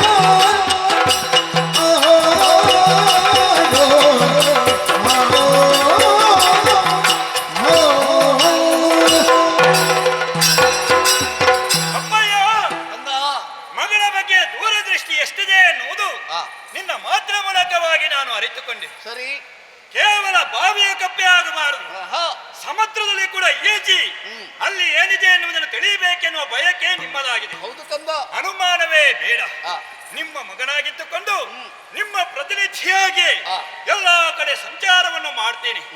ವರ್ಣಾಶ್ರಮದವರು ತನ್ನ ಕರ್ಮಕ್ಕೆ ಅನುಸಾರವಾಗಿ ಯಾಗ ಯಜ್ಞಾದಿಗಳನ್ನು ಮತ್ತೊಬ್ಬರ ಸೇವೆಯನ್ನು ಮಾಡ್ತಾ ಕಾಲವನ್ನು ಕಳೀತಾ ಇದ್ದಾರೆ ಎನ್ನುವ ಹಾಗೆ ನೋಡಿ ಬರ್ತೀನಿ. ಯಾರಿಗಾದರೂ ಸಮಸ್ಯೆ ಅಂತ ಇದ್ರೆ ನನ್ನಿಂದ ಪರಿಹಾರವನ್ನು ಮಾಡುವುದಕ್ಕೆ ಆಗುವುದಾದ್ರೆ ಅಲ್ಲಿಯವರೆಗೆ ಪರಿಹಾರವನ್ನು ಕೊಡುವುದರ ಮೂಲಕವಾಗಿ ನಿಮ್ಮ ಮಗನಾಗಿದ್ದುಕೊಂಡು ನಾನು ಏನು ಮಾಡಬೇಕು ಅದನ್ನು ಮಾಡಿಯೇ ಬರ್ತೀನಿ. ಅನುಮಾನವೇ ಬೇಡ. ಹೋದಂತ ಮಗ ಏನು ಮಾಡಿಯಾರು ಎನ್ನುವ ಬಗ್ಗೆ ಆಲೋಚನೆ ನಿಮಗೆ ಬೇಡ. ನಿಮ್ಮ ಕೀರ್ತಿಗೆ ಕುಂದು ಬರದ ಹಾಗೆ, ಅಯೋಧ್ಯೆಯ ಕೀರ್ತಿಗೆ ಕಳಂಕ ಬರದ ಹಾಗೆ ನಾನಿರ್ತೇನೆ. ಕಳುಹಿಸಿಕೊಡಿ ನನ್ನ. ಸತ್ಯವ್ರತ, ಹೇಳಿದ ಕ್ಷಣದಲ್ಲಿಯೇ ಪುರದ ಸಂಚಾರಕ್ಕೆ ನೀ ಹೊರಟವನಿದ್ದಿ. ಆದ್ರೆ ಒಂದು ಮಾತು ನೆನಪಿಟ್ಟುಕೊಳ್ಳಬೇಕು. ಏನಪ್ಪ? ಒಬ್ಬೊಬ್ಬರು ಒಂದೊಂದು ಮನಸ್ಥಿತಿಯವರು ಈ ನಮ್ಮ ಪ್ರಜೆಗಳಾಗಿದ್ದಾರೆ. ಒಬ್ಬರ ಮನಸ್ಸಿಗೆ ಹಿತವಾಗಿ ನೀ ನಡೆದುಕೊಂಡೆ ಅಂತ ಆದ್ರೆ ಅದು ಮತ್ತೊಬ್ಬರ ಮನಸ್ಸಿಗೆ ಅಹಿತವಾಗುತ್ತದೆ. ಹಾಗಿದ್ರೆ ಇರುವರನ್ನು ಸಮತೋಲನದಲ್ಲಿ ನೋಡಿಕೊಳ್ಳಬೇಕಾದ ನಿನ್ನ ಕರ್ತವ್ಯ. ನೀ ಕೈಗೊಳ್ಳುವ ನಿರ್ಧಾರ ಅಥವಾ ನೀನು ಇಡುವಂತಹ ಏನು ನ್ಯಾಯ ಉಂಟು ಅದು ಕೂಡ ಯಾವೊಬ್ಬನ ಮನಸ್ಸಿಗೆ ನೋವಾಗಕೂಡದು. ಅಷ್ಟೇ ಅಲ್ಲ, ಕೇವಲ ಸದ್ಯದ ಪರಿಸ್ಥಿತಿಗೆ ಒಂದು ನಿರ್ಧಾರದಲ್ಲಿ ಸಾಂತ್ವನ ಹೌದಾದ್ರೂ ಅದರಿಂದ ಮುಂದಾಗುವ ಪರಿಣಾಮ ಕೆಡುಕೋ ಒಳ್ಳೆಯದೋ ಎನ್ನುವುದನ್ನು ಮೊದಲೇ ವಿಮರ್ಶೆ ಮಾಡಬೇಕು ಮಗರೆ.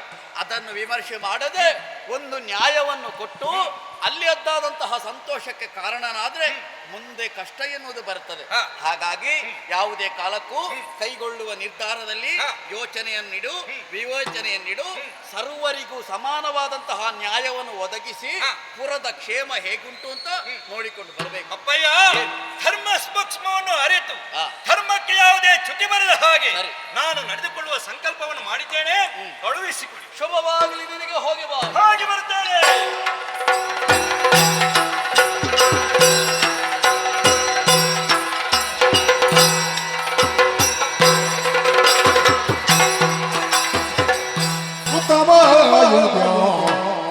ಪುರದೊಳಗೋರ್ವನು ಶಿವಭೂರಿ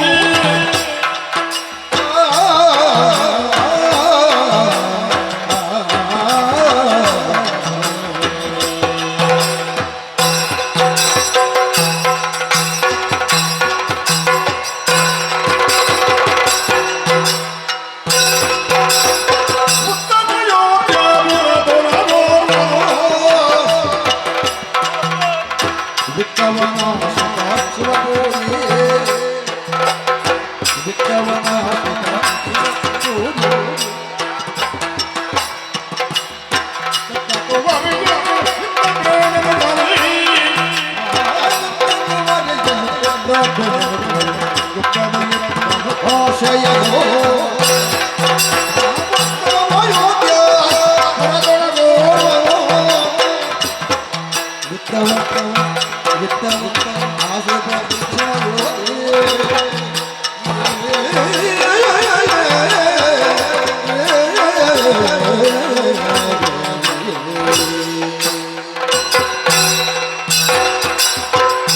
ಶ್ರೀ ಲಕ್ಷ್ಮಿಯೇ ನಮಃ.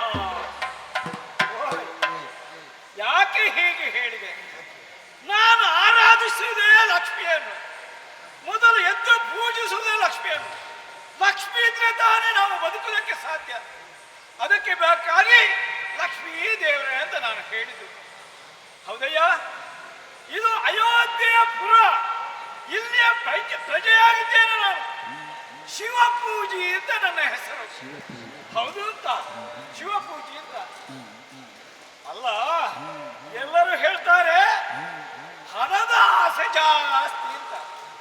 ಈ ಹಣದ ಆಸೆ ಯಾರಿಗೆ ಇಲ್ಲದ್ದು? ನಿಮಗಿಲ್ವಾ? ಇಲ್ಲದಿದ್ರೆ ಇಲ್ಲಿ ಕೂತ್ಕೊಳ್ತೀರಾ? ಹಣದ ಆಸೆ ಎಲ್ಲೋ ಇರ್ತಿದ್ರಿ. ಹಣ ಮಾಡುವುದಕ್ಕೆ ಬಂದದ್ದು ಮತ್ತೆ ನಾನು ಮಾಡಿದ್ರೆ ತಪ್ಪಲ್ಲ. ಒಂದಕ್ಕೆ ಒಂದು ಸೇರಿದ್ರೆ ಎರಡಾಗುದು. ಹಾಗೆ ನಾನು ಸೇರಿಸ್ತಾ ಬಂದೆ. ಸ್ವಲ್ಪ ಬಡ್ಡಿಗೆ ಕೊಡುವುದು, ಬಡ್ಡಿ ಸ್ವಲ್ಪ ಜಾಸ್ತಿ, ಆದ್ರೆ ಕೊಡ್ತಾರೆ ತೊಂದರೆ ಇಲ್ಲ, ಅವರಿಗೆ ಬೇಕಲ್ವಾ? ಹೌದು, ಹಣ ಮಾಡುವುದೇ ನನ್ನ ಉದ್ದೇಶವಾಗಿದೆ. ಯಾಕೆ? ಬದುಕಬೇಕಲ್ವಾ? ಬದುಕಬೇಕಿದ್ರೆ ಹಣ ಬೇಕು. ಸ್ವಲ್ಪ ಇದ್ರೆ ಸಾಕ? ಸಾಲದು ಬೇಕಾದಷ್ಟು ಕೊಡ್ಬೇಕು. ಒಂದು ಕೈಯಿಂದ ಚಪ್ಪಾಳೆ ಆಗ್ತದ? ಎರಡು ಕೈ ಸೇರಿದ್ರೆ ತಾನೇ ಚಪ್ಪಾಳೆ ಅಂತ. ಹಾಗೆ ನನ್ನ ವಿಷಯ ಕೂಡ ಹಾಗೆ, ಎರಡು ಕೈ ಸೇರಿಸಿ ನಾನು ಕೂಡಿ ಇಡುವುದು. ಹೌದು ಅಂತ. ಈಗ ಒಂದು ಹಣ ಮಾಡುವಂತ ಒಂದು ನನಗೆ ಈಗ ಬಂದಿದೆ. ಎಂತದ್ದು ಗೊತ್ತುಂಟ? ಪ್ರಾಯಕ್ಕೆ ಬಂದಿದ್ದಾಳೆ ನನ್ನ ಮಗಳು ಯಶೋಮತಿ ಅಂತ. ನನ್ನ ಮಡದಿಯ ಹೆಸರು ರಮಣಿ ಅಂತ. ಪ್ರಾಯಕ್ಕೆ ಬಂದಂತ ಹುಡುಗಿಯನ್ನು ನೋಡಬೇಕು. ಚೇನು ಚಂದ, ಏನು ಅಂದ, ಎಂತ ಉಯ್ಯಾರ. ನೋಡ್ಬೇಕು ಮತ್ತು ನೋಡ್ಬೇಕು ಅಂತ ಆಸೆ. ಅಷ್ಟು ಚಂದದ ಹುಡುಗಿಯಪ್ಪ. ಹೌದು, ಈಗ ನಾನು ಒಂದು ಯೋಚನೆ ಮಾಡಿದ್ದೇನೆ. ನನ್ನ ಮಗಳನ್ನು ಒಬ್ಬ ದೊಡ್ಡ ಶ್ರೀಮಂತನಿಗೆ ಮದುವೆ ಮಾಡಿಕೊಡ್ಬೇಕು ಅಂತ. ಹೇಗೆ ಗೊತ್ತಾ? ಇಷ್ಟರವರೆಗೆ ವರದಕ್ಷಿಣೆ ಅಂತ ಇತ್ತು. ವರನಿಗೆ ದಕ್ಷಿಣೆ ಕೊಡುದು. ಇವತ್ತು ಅದಲ್ಲ, ಇದು ತಿರುಗಿಸುವುದು, ವರದಕ್ಷಿಣೆ ಅಂತ. ಹುಡುಗಿಗ ಹಣ ಕೊಡುವುದು. ಅದನ್ನು ನಾನು ಪ್ರಯತ್ನ ಪಡ್ತಾ ಇದ್ದೇನೆ. ಅದು ಕೂಡ ಗಂಡು ನೋಡಿದ್ದೇನೆ. ಹತ್ತಿರದಲ್ಲಿದ್ದಾನೆ ಒಬ್ಬ ಧನಗುಪ್ತ ಎಂಬ. ಎಂತ ಶ್ರೀಮಂತ, ಎಂತ ಹಣವಂತ. ನಾನು ಲೆಕ್ಕಕ್ಕೆ ಅಲ್ಲ, ಅಂತ ಶ್ರೀಮಂತ.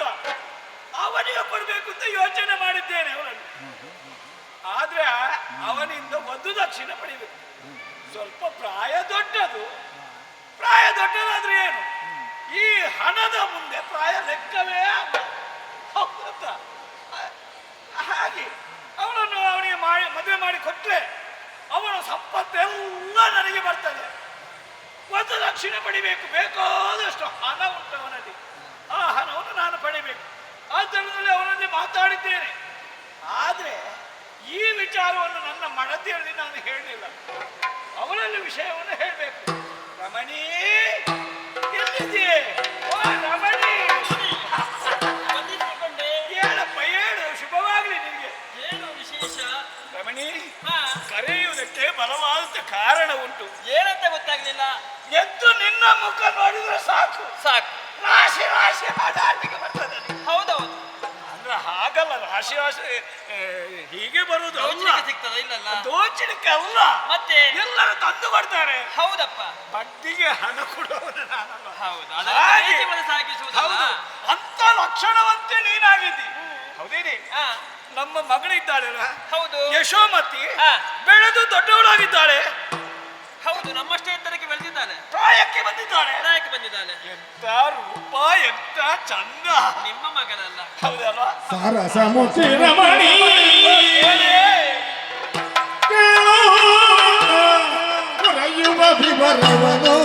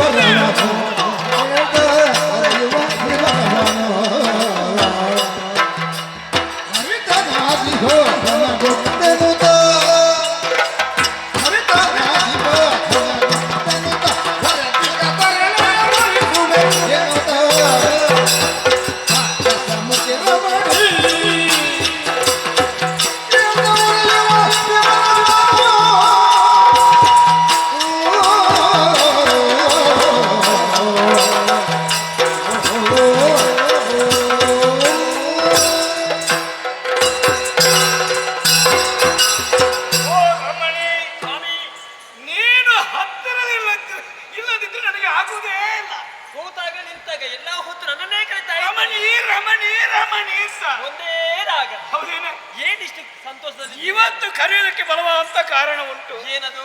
ನಾನು ಹೇಳಿದೆ ಅಲ್ವಾ, ಹೌದು, ನಮ್ಮ ಮಗಳು ಪ್ರಾಯಕ್ಕೆ ಬಂದಿದ್ದಾಳೆ ಅಂತ. ನಿಜ. ಈ ಪ್ರಾಯಕ್ಕೆ ಬಂದ ಹುಡುಗಿಯರನ್ನು ಮನೆಯಲ್ಲೇ ಕೂತುಳಿಸೋದು ಸರಿಯಾ? ಸರಿ ಆಗ್ತದಾ? ಆಗುದಿಲ್ಲ. ಹೊಣೆಗಾರಿಕೆ ಮುಗಿರ್ತದೆ ನಮ್ಗೆ ಅಲ್ವಾ? ಹಾ. ಪ್ರಾಯಕ್ಕೆ ಬಂದ ಮಗಳಿಗೆ ಮದುವೆ ಮಾಡಬೇಕಾದ್ದು ತಂದೆ ತಾಯಿಗಳ ಕರ್ತವ್ಯ. ನಿಜ ಅಲ್ವೇ? ಹೌದು. ಈಗ ನಾನೊಂದು ಆಲೋಚನೆ ಮಾಡಿದ್ದೇನೆ. ಹೇಗೆ ಸ್ವಾಮಿ? ನಮ್ಮ ಮಗಳಿಗೆ ಒಂದು ಮದುವೆ ಮಾಡಿದ್ರೆ ಏನು ಅಂತ. ಮಗನಿಗೆ ಮದುವೆ? ಹೌದು ಅಂತ. ಹೌದಾ? ಹಾ, ನಿರ್ಧಾರ ಮಾಡಿದ್ದೀರಿ? ನಿರ್ಧಾರ ಮಾಡಿದ್ದೇನೆ. ಹಾ. ಮಾತ್ರವಲ್ಲ, ಮತ್ತೆ ಹುಡುಗನನ್ನು ಕೂಡ ಹುಡುಕಿ ಇಟ್ಟಿದ್ದೇನೆ ಅಂತ. ಹುಡುಗ ನೋಡಿದೀರಾ? ಹೌದು ಅಂತ. ಎಲ್ಲ ಸಿದ್ಧತೆ ಆಗಿದೆ. ಹತ್ತಿರದಲ್ಲಿ, ದೂರದಲ್ಲಿ ಅಲ್ಲ. ಹತ್ತಿರ ಸಂಬಂಧಿಕನ? ಸಂಬಂಧಿಕಲ್ಲ ನನ್ನ ಸಂಬಂಧ ಅಲ್ಲ, ನಮ್ಮ ಊರಿಗೆ ಹತ್ತಿರದವ ಅಂತ. ಹಾಗೆ ಊರಿಗೆ ಹತ್ತಿರದವ? ಹಾ. ಹಾ, ಯಾರು? ಅವ ಅಂತಿಂತವಲ್ಲ. ಹೌದಾ? ದೊಡ್ಡ ಶ್ರೀಮಂತ. ಶ್ರೀಮಂತನೇ? ಹೌದಪ್ಪ. ಹೌದಾ? ಅವನ ಶ್ರೀಮಂತದ ಎದುರು ಹಾ. ನಾವು ಲೆಕ್ಕಕ್ಕೆ ಅಲ್ಲ. ನಮಗೆ ಶ್ರೀಮಂತನಾಗಿದ್ದಾನೆ. ಹಾ. ಹೌದೇನೆ? ಅಷ್ಟು ಮಾತ್ರವಲ್ಲ, ಮತ್ತೆ ರೂಪ ನೋಡ್ಬೇಕು. ಹಾ. ಎಂತ ರೂಪ, ಎಂತ ಚಂದ, ಎಂತ ಅಂದ. ರೂಪಕ್ಕೆ ಸಿಕ್ಕುವಂತ ರೂಪ ಅದು. ಹೌದಪ್ಪ. ಹೌದಾ? ಅವನಿಗೆ ಮಗಳನ್ನು ಕೊಡಬೇಕು ಅಂತ ನಾನು ಆಲೋಚನೆ ಮಾಡಿದ್ದೇನೆ. ಹಾ. ಅವಳಲ್ಲಿ ಕೇಳಲಿಲ್ಲ. ಹಾ. ಅಲ್ಲ, ನಿನ್ನ ಅಭಿಪ್ರಾಯ ಕೇಳ್ಬೇಕಲ್ಲ. ಏನೇ ನಿನ್ನ ಅಭಿಪ್ರಾಯ? ಸ್ವಾಮಿ, ನನ್ನ ಮಾತನಾಡಿಸಬೇಕ್ರಿ. ಕಾಮ ಸಮಾನ ನಡೆಯರೆ ಅರಿತೆ ಗಯಗೆ ಊರಿ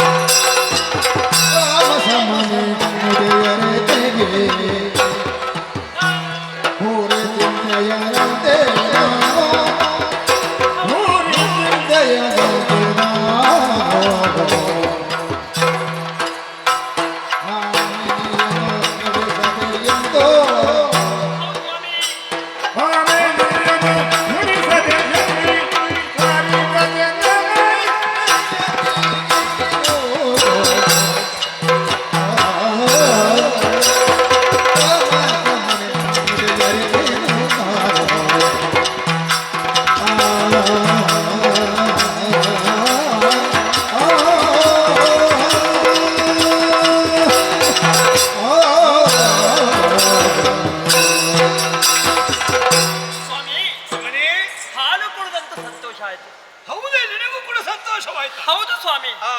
ಅದೆಷ್ಟೋ ಕಾರಣವಾಗಿ ನಮ್ಮ ದಾಂಪತ್ಯ ಪ್ರತೀಕವಾಗಿ ಹೆಣ್ಣು ಶಿಶುಗೆ ಜನ್ಮವನ್ನು ಕೊಟ್ಟಿದ್ದೇವೆ. ಹೌದು. ಹೆಣ್ಣಿಗೆ ಹೆಣ್ಣಾಗಿ, ಗಂಡಿಗೆ ಗಂಡಾಗಿ ಸಾಕಿ ಬೆಳೆಸಿದ್ದೇವೆ. ಒಬ್ಬಳೇ ಮಗಳಲ್ವಾ? ಹೌದು. ಹಾಗೆ ವಿದ್ಯೆಯನ್ನು ಬೇಕಾದ ರೀತಿಯಲ್ಲಿ ಹೇಳಿಕೊಟ್ಟು ನಾವಾಗಿದ್ದೇವೆ. ಹೌದು. ಗುರುಮುಖದಿಂದಾಗಿ ಸಕಲ ವಿದ್ಯೆಯನ್ನು ಕಲಿತುಕೊಂಡಿದ್ದಾಳೆ. ವಿದ್ಯಾವಂತಲು, ಬುದ್ಧಿವಂತಲು, ರೂಪವತಿ, ಯಾವುದಕ್ಕೂ ಕೊರತೆ ಇಲ್ಲ. ಇಲ್ಲಪ್ಪ ಸ್ವಾಮಿ. ಏನು? ಅದೆಷ್ಟು ಸಮಯದಿಂದಾಗಿ ನಾನು ಯೋಚನೆ ಮಾಡ್ತಾ ಇದ್ದೇನೆ. ಏನು? ಮಗಳು ಎತ್ತರಕ್ಕೆ ಬೆಳೆದಿದ್ದಾಳೆ, ಪ್ರಾಯಕ್ಕೆ ಬಂದಿದ್ದಾಳೆ, ಅವಳಿಗೆ ಮದುವೆ ಮಾಡುವಂತ ಹೊಣೆಗಾರಿಕೆ ನಿಮಗಿಲ್ಲದೇ ಹೋಯ್ತಲ್ಲ ಅಂತ ಯೋಚನೆ ಮಾಡ್ತಾ ಇದ್ದೇನೆ. ನಾನು ಮೊದಲಿಂದಲೇ ಆಲೋಚನೆ ಮಾಡುತ್ತಾ ಅಂತ ಹುಡುಗನನ್ನೇ ಹುಡುಕ್ಬೇಕು. ಹೌದು. ಯೋಗ್ಯತಾವಂತಾಗ್ಬೇಕು, ಹಾ. ರೂಪವಂತಾಗ್ಬೇಕು, ಶ್ರೀಮಂತ ಆಗ್ಬೇಕು. ಹಾ. ಹೀಗೆ ಆಲೋಚನೆ ಮಾಡಿದ ಸ್ವಾಮಿ, ಏನು ಪ್ರಪಂಚದಲ್ಲಿ ಪ್ರತಿಯೊಂದು ಹೆಣ್ಣು ಮಕ್ಕಳು ಬಯಸುವುದು ಯಾವುದು, ಹಾ. ಕನಸು ಕಾಣುವುದು ಯಾವುದು? ಹಾ. ನನ್ನನ್ನು ಮದುವೆ ಆಗುವಂತ ಗಂಡ ಹಾ.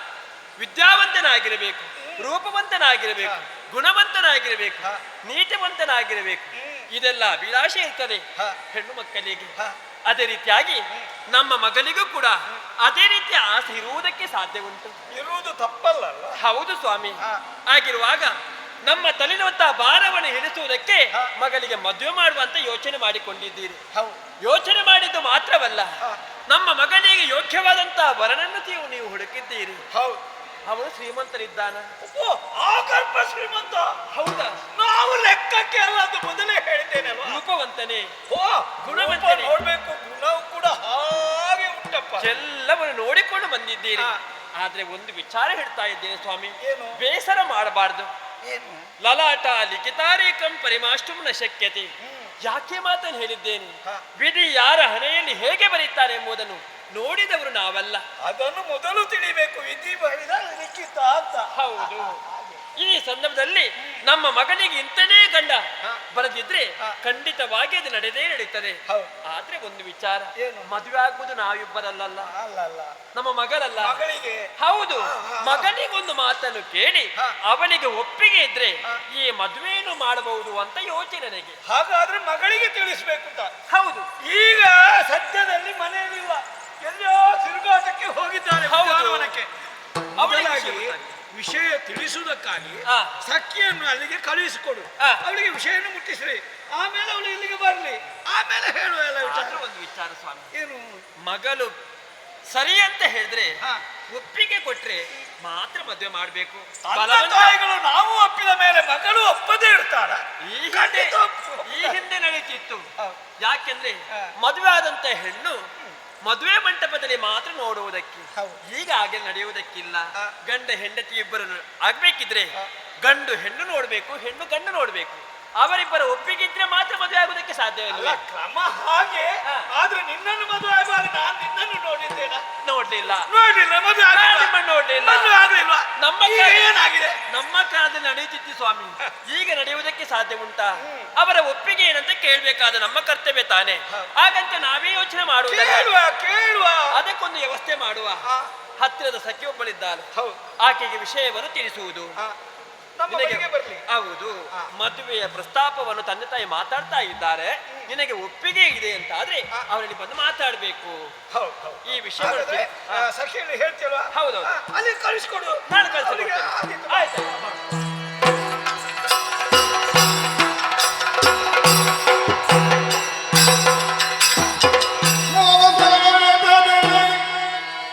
ಗಾಳಿ ಬೀಸಲ ದಿವ ದಿವ ನಿರಂಗ ಸೋಸಲ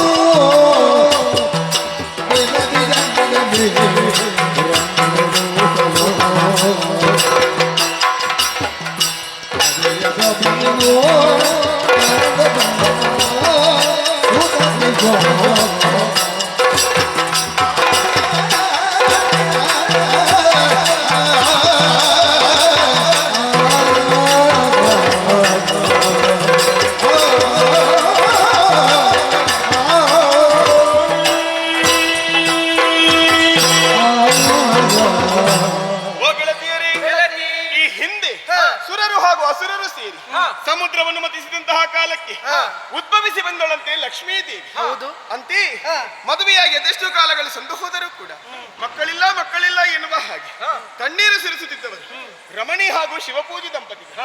ಆ ಕಾಲಕ್ಕೆ ಅವರ ಮನವೆಂಬಂತಹ ಸರೋವರದಲ್ಲಿ ಮಗುವಾಗಿ ಹುಟ್ಟಿ ಬಂದವಳು ನಾನು ಯಶೋಮತಿ ಎನ್ನುವ ಹಾಗೆ ಶುಭ ನಾಮವನ್ನಿರಿಸಿದವರಿದ್ದ. ಹೇಳಿಕೊಳ್ಳುವುದಕ್ಕೆ ನಾವಿರುವುದು ಅಯೋಧ್ಯಾಪುರದಲ್ಲಿ. ಈ ಅಯೋಧ್ಯೆಯಲ್ಲಿ ಕೊರತೆ ಎನ್ನುವಂತಹ ಶಬ್ದಕ್ಕೆ ಅರ್ಥವೇ ಇಲ್ಲ. ಯಾವ ರೀತಿಯಲ್ಲಿ ನೋಡಿದರೂ ಕೊರತೆ ಇರುವುದಕ್ಕೆ ಸಾಧ್ಯವೇ ಇಲ್ಲ. ಸಂತೋಷದ ಜೀವನವನ್ನು ಸಾಗಿಸುತ್ತಾ ಬಂದವಳಿದ್ದೇನೆ. ಹೆಣ್ಣು ಮಕ್ಕಳು ಬೆಳೆಯುವಂತಹ ಕಾಲಕ್ಕೆ ವಿದ್ಯಾದಿ ಸಂಸ್ಕಾರಗಳನ್ನು ಒದಗಿಸಿಕೊಡಬೇಕಾದದ್ದು ತಂದೆ ತಾಯಿಗಳ ಕರ್ತವ್ಯ. ಆದ್ದರಿಂದಲೇ ಗುರುವಿನಿಂದ ವಿದ್ಯೆ, ತಂದೆಯಿಂದ ಸಂಸ್ಕಾರ, ತಾಯಿಯಿಂದ ನನಗೆ ಬೇಕಾದಂತಹ ಶೀಲದ ಕುರಿತಾದ ಪಾಠ, ಈ ಮೂರನ್ನು ಕರಗತಗೊಳಿಸಿದವಳು ನಾನು. ಆದರೆ ಏನು ಮಾಡೋಣ, ಎಷ್ಟಿದ್ದರೇನು, ಏನು ಇಲ್ಲದಿದ್ದರೇನು, ಬೇಸರವಾಗುವುದು ಸ್ವಾಭಾವಿಕ ಅಲ್ವೇನೆ. ತುಂಬಾ ಇದ್ದವರಿಗೆ ಹೇಗೆ ಹೇಗೆ ಹೇಗೆ ಖರ್ಚು ಮಾಡುವುದು ಹೇಗೆ, ಇದ್ದದನ್ನು ಉಪಯೋಗಿಸುವುದು ಹೇಗೆ ಅಂತ. ಹೌದು, ಆದ್ರೆ ಏನು ಇಲ್ಲದವರಿಗೆ ವಿತ್ತಕ್ಕೆ ಏನುಂಟು, ಎಲ್ಲ ಅವರಿಗೆ ಕೊಟ್ಟಿದ್ದಾರೆ, ನಮಗೆ ಏನಿಲ್ಲ, ಹಾಗೆ ಭಾವನೆ ಬರುವುದು ಸ್ವಾಭಾವಿಕ. ಆದರೆ ಕೆಲವು ದಿವಸಗಳನ್ನು ನಾನು ಗಮನಿಸುತ್ತಾ ಇದ್ದೇನೆ. ನಿನ್ನನ್ನೇ ಕಾಯುತ್ತಿದ್ದವಳು ನಾನು. ಎಂತದ್ದು ಹೂ ಹೂ ಅಂತ ಎಷ್ಟು ದಿವಸದಿಂದ ಕಾಯುತ್ತಿದ್ದೇನೆ, ನೀನು ಬರಬೇಕು ಎನ್ನುವ ಹಾಗೆ. ಹಾಗಾಗಿ ನಿನ್ನಲ್ಲಿ ಕೇಳುವುದಕ್ಕುಂಟು ನನಗೊಂದು. ಎಂತದ್ದು ಏನು, ಎಷ್ಟು ದಿವಸ ಆಯ್ತೆ ನೀನ್ ಬರುವುದೇ ಇಲ್ಲ ಈಗ. ಎಂತದ್ದು ನಾನು ಹಾಗೆ, ನಾನು ಮತ್ತೆ ಇವಳು ಎಲ್ಲಿ ಯಾವಾಗಲೂ ನಾವು ಜೊತೆಯಾಗಿ ಇರುವುದು. ನಾವು ನನ್ನನ್ನು ಬಿಟ್ಟು ನೀನಿಲ್ಲ, ನಿನ್ನನ್ನು ಬಿಟ್ಟು ನಾನಿಲ್ಲ. ಅದಕ್ಕಿಂತ ಮೊದಲು ನಾವು ಹೇಗಿದ್ದೆವು, ಮೂವರು ಜೊತೆಯಾಗಿ ಇರುವುದು, ಎಲ್ಲಿಗೆ ಹೋಗುತ್ತಿದ್ದರು ಜೊತೆಯಾಗಿ ಹೋಗುತ್ತಿದ್ದರು. ಆದ್ರೆ ಅಲ್ವೇನೆ, ಎಷ್ಟು ದಿವಸ ಆಯ್ತು ಇವಳು ನಮ್ಮನ್ನು ಬಿಟ್ಟು ಹೋಗಿ. ಬಂದಿದ್ದಾಳ? ಬರಲೇ ಇಲ್ಲ. ನೀನಿದ್ದದ್ದಕ್ಕಾಯ್ತು, ಇಲ್ದಿದ್ರೆ ನಾನು ಒಬ್ಬಳು ತಿರುಗಾಟ ಮಾಡ್ಬೇಕಿತ್ತು. ಮನಸ್ಸಿನ ಬೇಸರ ಕಳೆಯಬೇಕಾದ್ರೆ ನಾನು ಒಬ್ಬಳು ಎಲ್ಲಿಗಾದ್ರೂ ಹೋಗಬೇಕಿತ್ತು. ಆದ್ರೆ ಇವತ್ತು ಬಂದಿದ್ದಾಳೆ. ತಿರುಗಿಸು ಮುಖ ಏನು ಬಾಡಿದ್ದು, ಎಂಥದ್ದು ಹಾಗೆ. ಆಗದಿಂದ ಕೇಳುವಾಗ ನಾನು ಹಾಗೆ, ನಾನು ಹೇಗೆ, ಎಂಥದ್ದು ರಾಗ ಮಾತಾಡುದು. ಏನಾಯ್ತು, ನಿನ್ನ ಮುಖ ಬಾಡುವುದಕ್ಕೆ ಕಾರಣವೇನು, ಏನದು?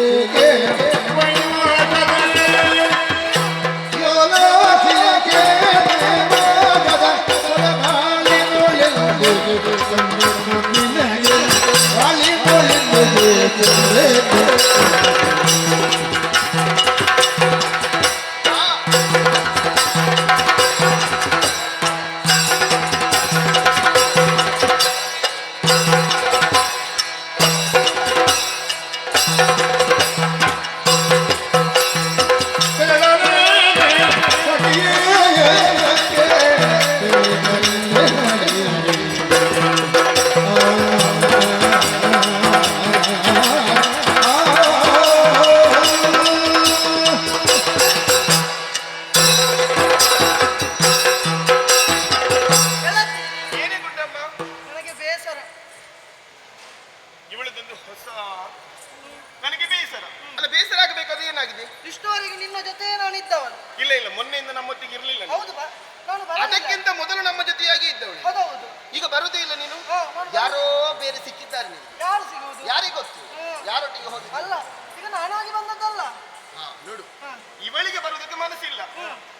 ಯಾರೋ ಹೇಳಿ ಕಳುಹಿಸಿದ್ದಾರೆ, ಅವರಿಬ್ಬರೇ ಇರುವುದು. ಈಗ ನೀವು ಸೇರಿಕೋ ಎನ್ನುವ ಹಾಗೆ. ಹಾಗೆಲ್ಲ ಮತ್ತೆಂತದ್ದು? ಕಳುಹಿಸಿದ್ದು ಯಾರು ಗೊತ್ತಾ? ಯಾರು? ನಿನ್ನ ತಂದೆ ತಾಯಿ.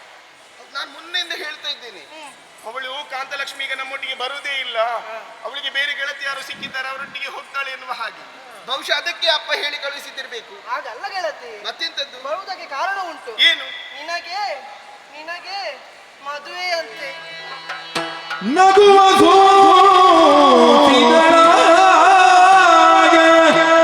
ಇದು ಇನ್ನೊಮ್ಮೆ ಹೇಳು. ನಗುವ ಇದು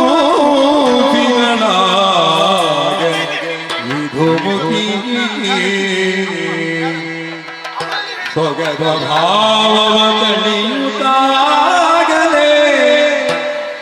ಮೊಗವ ಸಖಿಯರಾಗನು ಮಗುಳಿನಾಚಿದಳೋ ಮಗುಳಿನಾಚಿದಳೋ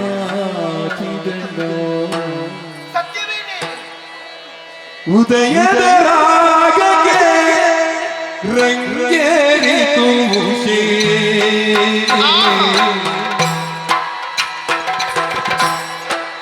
ಉದಯದ ರಾಗಕ್ಕೆ ರಂಗೇರಿತು ಉಷೆ ಮದಗದ ಗಮನೆ ಸೋಮತಿಯೋ ಮದಗದ ಗಮನೆ ಯಶೋಮತಿಯೋ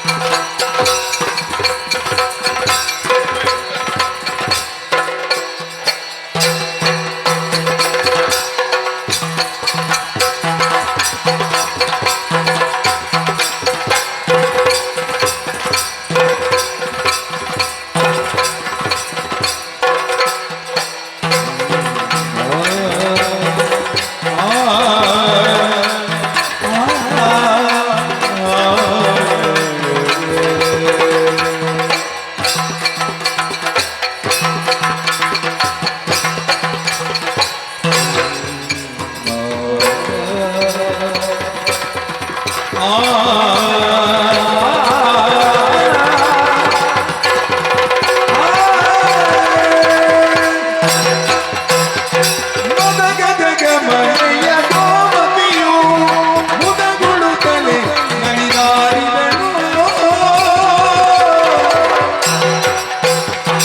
ಭಾವದ ಪಲ್ಲವಿದ ಗುಡಿಯುತ್ತಿರೆ. ಭಾವದ ಪಲ್ಲವಿ ಭಾವದ ಪಲ್ಲವಿ ಭಾವದ ಪಲ್ಲವಿ ಗಾಗುಡಿಯುತ್ತಿರೆ.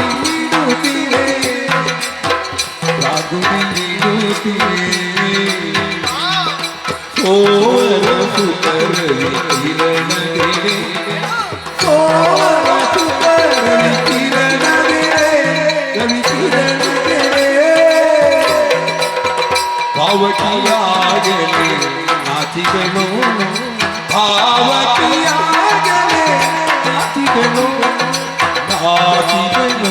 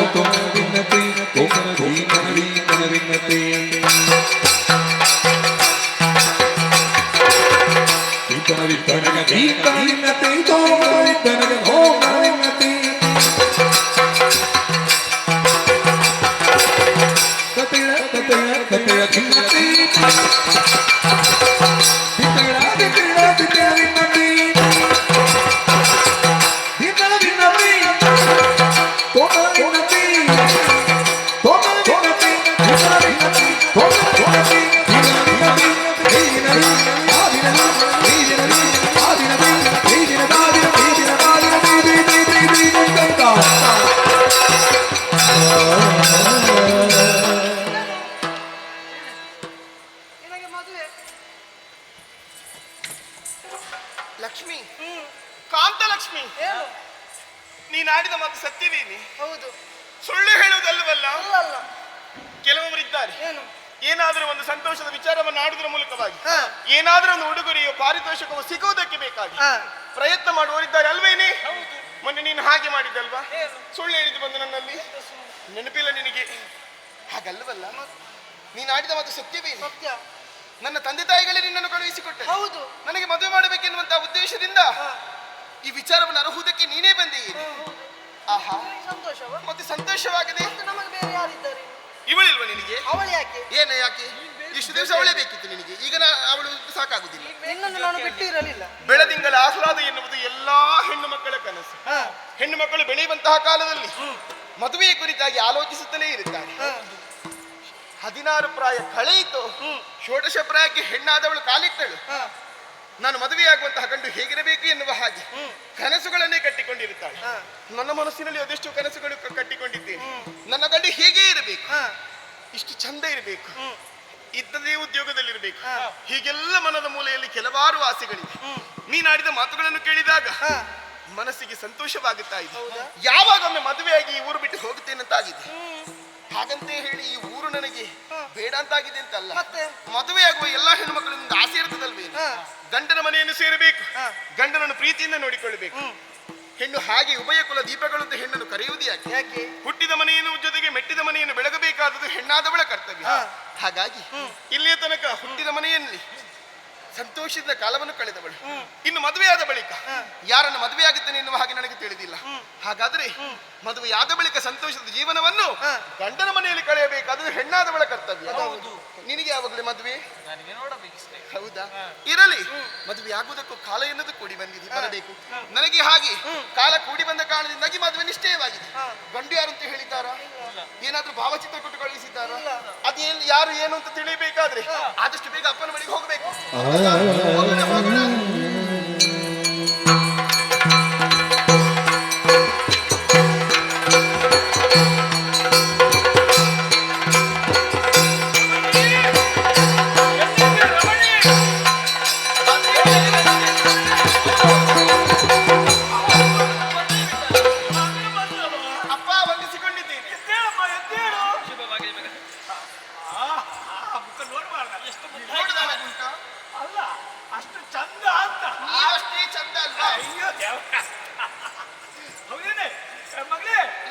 ಎಲ್ಲಿಗೆ ಹೋದದ್ದು ನೀನು? ನಾನು ಹೀಗೆ ಮನಸ್ಸಿಗೆ ಬೇಸರ ಆಯ್ತು, ಹಾಗಾಗಿ ಶಿವಾನಿಯೊಂದಿಗೆ ತಿರುಗಾಟಕ್ಕೆ ಹೋದದ್ದು. ಹೌದಾ? ಆಮೇಲೆ ಅಲ್ಲಿಗೆ ಕಾಂತಲಕ್ಷ್ಮಿ ಬಂದ್ಲು.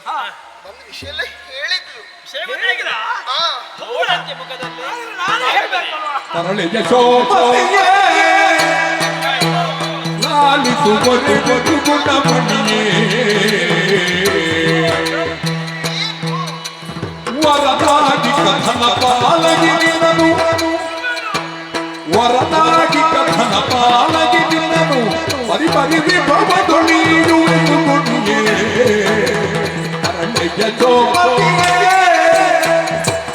ಲಾಲಿಸು ಬದುಕು ಗುಣಮಣಿಯೇ ಲಾಲಿಗೂ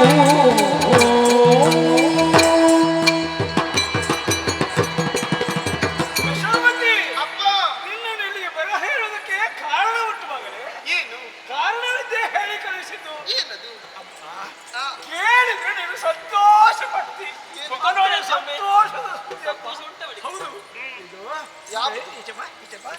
ಮೊದಲು ಚಿಕ್ಕವಳು ನೀನು, ಹುಟ್ಟುವಾಗ ಮಕ್ಕಳು ಹಾಗೆ ಅಲ್ಲ? ಹೌದಪ್ಪ. ಆಮೇಲೆ ಬೆಳೆದು ಬೆಳೆದು ಬೆಳೆದು ಎಷ್ಟು ತನಕ ಎಷ್ಟು ಅಂತ ಹೇಳಿದ್ರೆ ನಿಮಗಿಂತಲೂ ಎತ್ತರ ಬೆಳೆದಿದ್ದೇನೆ. ಹೌದಲ್ವಾ? ಇಲ್ಲಿ ಬೇಕಾದಷ್ಟು ಉಂಟು, ಕೊರತೆ ಇಲ್ಲ, ತಿನ್ನುವುದಕ್ಕೆ ಬೇಕಾದಷ್ಟು ಉಂಟು. ಕೊಡ್ತೀರಿ ನೀವು? ಹೌದು. ಅದಲ್ಲ ಮಗಳೇ, ವಿಷಯಕ್ಕೆ ಬರೋಣ. ಇದು ನಿನಗೆ ಅಲ್ಲ, ನಿನಗೆ ಮದುವೆ ಮಾಡ್ಬೇಕು ವಿಷಯ ಗೊತ್ತುಂಟಲ್ಲ ಅವನಿಗೆ. ಇಷ್ಟು ಬೇಗವಾ? ಇಷ್ಟು ಬೇಗ ಅಂದ್ರೆ ಇಷ್ಟು ಎತ್ತರಕ್ಕೆ ಬೆಳೆದಿದ್ರೆ ಇಷ್ಟು ಬೇಗ ಬೇಗ ಬೇಗ ಎಂತದ್ದು ಮದುವೆಯ? ಪ್ರಾಯಕ್ಕೆ ಬಂದಿದ್ದಿ ನೀನು. ಪ್ರಾಯಕ್ಕೆ ಬಂದಂತ ನಿನಗೆ ಮದುವೆ ಮಾಡಬೇಡವಾ? ಸಖಿ ಬಂದು ಹೇಳಿದ್ಲು. ವಿಷಯ ಗೊತ್ತಾಗಿದೆ, ಅದಕ್ಕೆ ನಿನಗೆ. ಆಮೇಲೆ ಹೊರ ಯಾರು ಗೊತ್ತಾ? ಇಲ್ಲಿ ಹತ್ತಿರದವಾಗಿದ್ದಾನೆ. ಇಲ್ಲಿ ಹತ್ತಿರದವ, ದೂರದವ ಅಲ್ಲ, ಹತ್ತಿರ ಊರವನದು. ಹತ್ತಿರದವ? ಹೌದಪ್ಪ. ಯಾರು? ಎಂತ ಶ್ರೀಮಂತವ, ಆಗರ್ಭ ಶ್ರೀಮಂತ. ಧನಗುಪ್ತ ಅಂತ ಅವನ ಹೆಸರು. ಹುಡುಗನ ಹೆಸರು ಧನಗುಪ್ತ? ಧನಗುಪ್ತ ಅಂತ. ಹೆಸರಿಗೆ ತಕ್ಕಂತೆ ಅವನಲ್ಲಿ ಬೇಕಾದಷ್ಟು ಉಂಟು. ಎಂತದ್ದು? ಅಲ್ಲ ಅಲ್ಲ, ಸಂಪತ್ತು ಉಂಟು. ಹೌದಪ್ಪ. ರೂಪ ನೋಡ್ಬೇಕು, ಎಂತ ರೂಪ! ನಿನಗೆ ಒಪ್ಪಂತ ರೂಪ. ಹಾಗಾಗಿ ಆ ಹುಡುಗನನ್ನೇ ನಿನಗೆ ವರನನ್ನಾಗಿ ಮಾಡಬೇಕು ಅಂತ ನಾನು ಆಲೋಚನೆ ಮಾಡಿದ್ದೇನೆ. ಅವನಲ್ಲಿ ಮಾತಾಡಿದ್ದೇನೆ, ನಾನು ಮಾತಾಡಿದ್ದೇನೆ. ಇನ್ನು ಮದುವೆ ಮಾತಾಡಿದ್ರೆ ಸಾಕ. ಕರುಣವಾರಿಧಿ ಜನಕ ಏನಾದ್ರೂ ಉಂಟು ಅವನದ್ದು? ಕರುಣವಾರಿಧಿ ಜನಕ ಲಾಲಿಸೈ ನೀನು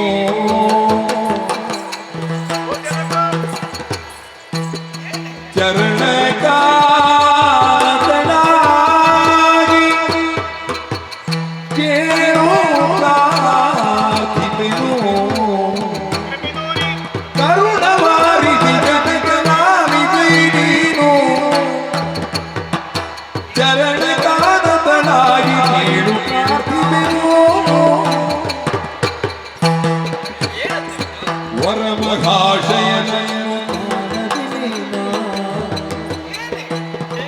ವರಮಹಾಶಯನನ್ನು ಕಾಣದೆನೆ ನಾನು ಹೇಗೆ ಒಪ್ಪಿಕೊಳ್ಳಲಿ? ವರಿಸನೊಡ ಪಡೆದೆನ ಮನವರಿಯೇನು ಇಲ್ಲ ಗೊತ್ತಾ? ವರಿಸನೊಡ ಪಡೆದೆನ ಮನವರಿಯೇನು ಕರುಣಾನಿಧಿ ಜನಕ ಜನಕ ಜನಕ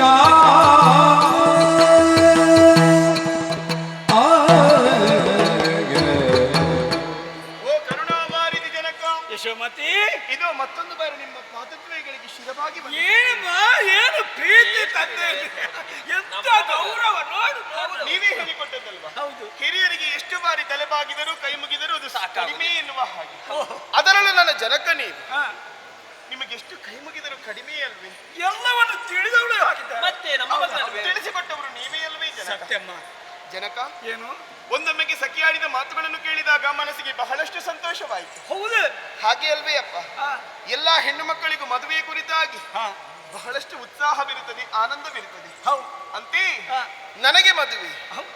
ಎನ್ನುವ ಹಾಗೆ ಸಖಿಯಿಂದ ಆಡಿದಂತಹ ಮಾತುಗಳನ್ನು ಕೇಳಿದಾಗ ಹಾ, ಉತ್ಸಾಹದ ಚಿಲುಮೆಯಂತೆ ಪುಟಿದೇಳಿದೆ, ನೋಡಿದೆ, ಪುಟಿದೇಳುವ ನೋಡಿದೆ. ಚೆಂಡಿನಂತಾಗಿ ನೋಡಿದೆ, ಹೊಡೆದು ಮಗಳ ಕುಪ್ಪಳಿಸಿದೆ. ನಿಜ. ಇಲ್ಲಿಗೆ ಬಂದು ಹಾ, ನಿಮ್ಮಲ್ಲಿ ಹಾ, ವಿಚಾರವನ್ನು ಕೇಳುವಾಗ ಹಾ, ಅವ ಹಾಗಿದ್ದಾನೆ, ಅವ ಧನಗುಪ್ತನಿದ್ದಾನೆ, ಹಾ. ಶ್ರೀಮಂತನಿದ್ದಾನೆ ಎನ್ನುವ ಹಾಗೆ ಆಡುವುದಕ್ಕೆ ಹೊರಡುತ್ತಾ ಇದ್ದಾನೆ. ಸತ್ಯಮ್ಮ, ಸತ್ಯ.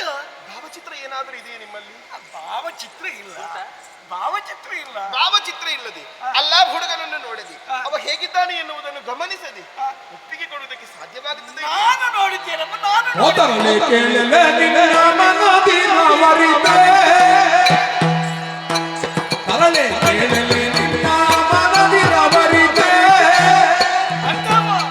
ಹರಿತ ಗುಣಾಢ್ಯರ ಬೀಗರ ಚರಿತೆ ಹರಿತ ಗುಣಾಢ್ಯರ ಬೀಗರ ಚರಿತೆ ವರಧನ ಸಿರಿಯುಳು ಮೆರೆದಿಹಲಿಹಲೆ ಸಿರಿತನದಲ್ಲಿ ಮರಿ ಮರಿ ಮುಲ್ಗಾಚಿರುವೆ ತರಣೆ ಕೇಳಲೆ ನಿನ್ನ ಮನದಿನವರಿತೆ ಹರಿತ ಗುಣಾಢ್ಯರ ಬೀಗರ ಚರಿತೆ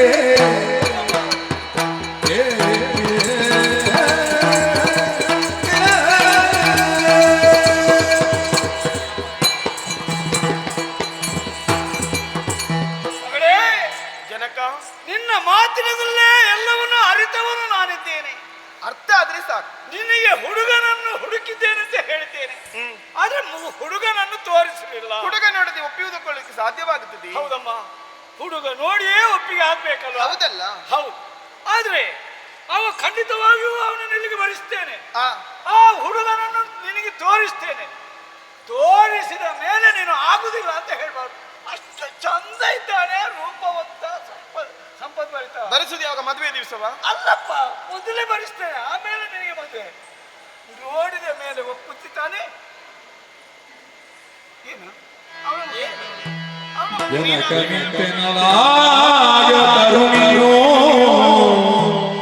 ಜನನಿಯೆಡೆಗೆ ತಂದು ನುಡಿದಳು ಜನುಮದಾತಿಗೆ ನಿನಗಾದ್ರೂ ಅರ್ಥ ಆಗುದಿಲ್ಲ. ನುಡಿಯ ನಿನ್ನಳುತಲಾಗವನು ಜನುಮದಾತಿಗೆ ನುಡಿದಳು ನುಡಿಯಲೇ ನಿನ್ನಳುತಲಾಗವನು ಏನು ನಾನು ಭಾರವಾಗಿ ಹೋಗಿದೆ? ಜನನಿ ಅಮ್ಮ, ಯಶು, ನೀನಾದರೂ ಮದುವೆಯಾಗುವಾಗ ಹುಡುಗ ಹೇಗಿದ್ದಾನೆ ಎನ್ನುವುದನ್ನು ನೋಡಲಿಲ್ಲವಾ? ಆ ಕಾಲಕ್ಕೆ ನೋಡುವಂತ ಅವಕಾಶ ಇರ್ಲಿಲ್ಲ ಮಗ. ನಿಮ್ಮ ಮದುವೆಯಾದದ್ದು ಯಾವ ಕಾಲದಲ್ಲಿ? ಇದಾವ ಕಾಲ. ಹೌದು, ಈ ಕಾಲದಲ್ಲಾದರೂ ಹೆಣ್ಣಿಗೊಂದು ಸ್ವತಂತ್ರ ಎನ್ನುವುದು ಇರಬೇಕು ತಾನೆ. ನಿಜ. ಹೆಣ್ಣಾದವಳು ತಾನು ವರಿಸುವಂತಹ ಹುಡುಗ ಆ, ಹೀಗೆ ಇರಬೇಕೆನ್ನುವ ಹಾಗೆ ಕಲ್ಪನೆಯನ್ನು ಕಟ್ಟಿಕೊಂಡಿರುತ್ತಾಳೆ. ಕನಸು ಕಾಣ್ತೀರಿ ನೀವು. ನಾನು ಅದರಿಂದ ಹೊರತಾದವಳಲ್ಲವಲ್ಲ ತಾಯಿ. ನಿಜ ಮಗನೇ. ಹೆಣ್ಣಾದವಳು ಮದುವೆಯಾಗುವಾಗ ಮೊದಲು ನೋಡುವುದು ಹುಡುಗನ ರೂಪವನ್ನು, ಆ, ರೂಪದಲ್ಲಿ ಹೇಗಿದ್ದಾನೆ ಎನ್ನುವ ಹಾಗೆ. ಹೀಗಿರುವಾಗ ಹುಡುಗನನ್ನೇ ನೋಡದೆ ನೀವು ಮದುವೆ ಮಾಡುತ್ತೇನೆ ಎನ್ನುವ ಕಾರಣಕ್ಕೆ ಬೇಕಾಗಿ ಒಪ್ಪಿಕೊಳ್ಳುವುದಕ್ಕೆ ಸಾಧ್ಯವಾಗುತ್ತದೆ. ನೀನು ಒಂದು ಹೆಣ್ಣಲ್ವ ಅಮ್ಮ? ಏನು ನಿಮಗೆ ನಾನು ಭಾರವಾಗಿ ಹೋದಿನಿ? ಏನು ಮಗ ಒಟ್ಟಿನಲ್ಲಿ ಮದುವೆ ಮಾಡಿಕೊಟ್ಟು ಕಳುಹಿಸಿಕೊಡೋಣ ಎನ್ನುವ ಹಾಗೆ ಆಲೋಚಿಸಿದ್ದೀರಾ? ಯಾಕೆ ಈ ರೀತಿಯಾಗಿ ಸ್ವಲ್ಪ ಹೇಳಿ, ಸ್ವಲ್ಪ ಎಂದಿಗಾದರೂ ನೀನು ಕೊಡಗು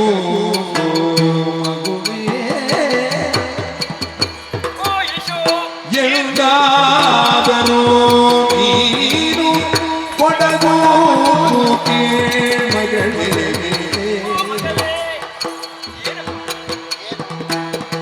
ತಂದೆ ನೋಡಿದ ವರವ ಒಲಿದು ಗುಣಶೀಲೆ ಇಂದಿವರನೆಮ್ಮ ಕೈ ಬಿಡನು ಕೇಳ್ಮಗುವೆ ಇಂದಿರಾವರನೆಮ್ಮ ಕೈ ಬಿಡನು ಕೇಳ್ಮಗುವೆ ಇಂದು ಬರುವರನನ್ನು ಮರಿತಿ ಮಗುವೆ ನನಗೆ ಬೇಡ. ಇಂದು ಭಗವರನನ್ನು ವರಿಸಿ ಬಾಳ್ಬಹುದೇ ಮಗಳೇ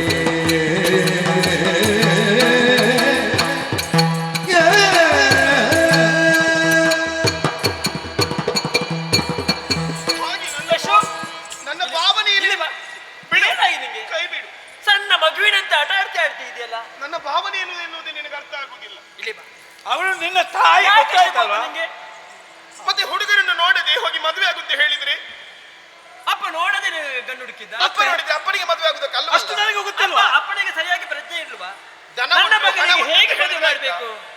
ಯಾವ ಯೋಗ್ಯತೆ ಅಂತ ಅವನಿಗೆ ಕೊಡಬೇಕು? ಅವರು ಸಂಪತ್ತನ್ನೇ ನೋಡಿದ್ದಾರೆ ಅಂತ ಕಾಣ್ತದೆ ನನಗೆ. ಈಗ ಯೋಚನೆ ಮಾಡುದಿಲ್ವಾ? ಏನು ರೂಪವಂತನಂತೆ, ಗುಣವಂತನಂತೆ, ವಿದ್ಯಾವಂತನಂತೆ ಎಲ್ಲವೂ ಇದೆ ಅವನಲ್ಲಿ. ಮದುವೆಗಿಂತ ಯಾವುದೇ ಮೊದಲು- ಕೊರತೆ ಇಲ್ಲ ಅಂತ ಮದುವೆಗಿಂತ ಮೊದಲೊಮ್ಮೆ ನೋಡ್ಬೇಕಲ್ವಾ? ನೋಡ್ಬೇಕು. ಹೌದು, ಒಟ್ಟು ಹೋಗಿ ಅವ ಮಾಂಗಲ್ಯ ಕಟ್ತಾನೆ ಎನ್ನುವ ಕಾರಣಕ್ಕೆ ಬೇಕಾಗಿ ಕೊರಳುಡುವುದಕ್ಕೆ ಆಗುತ್ತದೆ ಹೇಳು? ಮದುವೆ ದಿನ ನೋಡಿದ್ರೆ ನೀನು ತಾಳಿ ಕಟ್ಟುವಾಗ ನೋಡುದಿಲ್ವಾ? ತಾಳಿ ಕಟ್ಟುವಾಗ ನೋಡಿದ್ರೆ ಆಗುದಿಲ್ಲ ಅಂತ ಹೇಳುವುದಕ್ಕಾಗುತ್ತದ? ಮರ್ಯಾದೆ ಹೋಗುದು ನಮ್ಮದಲ್ವಾ? ಸ್ವಾಮಿ ಏನೇ ಏನೇ ಇದು? ಅಮ್ಮನ ಎದುರು ಉತ್ತರವನ್ನು ಕೊಡ್ತಾ ಇದೆಯಲ್ಲ ನೀನು. ಸ್ವಲ್ಪ ಸುಮ್ಮನೆ ಇರಿ. ಅವಳ ಮಾತಿನ ಅರ್ಥ ಉಂಟು. ನೋಡದೆ ಹೇಗೆ ನಾನು ಮಾಂಗಲ್ಯ ಕಟ್ಟುವುದು ಅಂತ ಒಮ್ಮೆ ಯೋಚನೆ ನೋಡಿದ್ರೆ ಮಾಡಿ. ಒಪ್ಪಿಕೊಳ್ಬಹುದಪ್ಪ, ಇದು ನೋಡದೆ ಮದುವೆ ಆಗುದ? ಸರಿ, ನೀನು ಯೋಚನೆ ಮಾಡಬೇಡ. ಅಪ್ಪನಿಗೆ ವಿಷಯ ತಿಳಿಸ್ತೇನೆ. ಹೇಗಾದ್ರೂ ಮಾಡಿ ಒಂದು ದಿವಸ ನೋಡುವ ವ್ಯವಸ್ಥೆಯನ್ನು ಮಾಡುವ. ಆದೀತು. ಆದ್ರೆ ಒಪ್ತೀರ ನೀನು? ಹಾ. ಮದುವೆಗೆ ಒಪ್ಪಿಗೆ ಅಲ್ಲ? ಅವನನ್ನು ನೋಡಿ ನನಗೆ ಒಪ್ಪಿಗೆ ಆದ್ರೆ ಆಯ್ತು, ಆದೀತು. ಯೋಚನೆ ಮಾಡಬೇಡ ಸ್ವಾಮಿ. ಅಷ್ಟೇ ತಾನೇ ಆಗಬೇಕದ್ದು. ಎಂತದ್ದು ನಿನ್ನದು? ಎಂತದ್ದು? ಹಾಗೆ ನನ್ನದೇನಿಲ್ಲ. ಮಗನಿಗೆ ಯಾವ ಗಂಡು ಬೇಕು ಅದನ್ನೇ ಮದುವೆ ಮಾಡಿಸುದಲ್ಲ. ಅಷ್ಟೇ ತಾನೇ? ಹೌದು. ಅವನನ್ನು ತೋರಿಸಬೇಕು ಅವನು ಅಷ್ಟೇ. ಹೇಳು. ಅವನನ್ನು ಇಲ್ಲಿಗೆ ಬರ್ಲಿಕ್ಕೆ ಹೇಳುವ.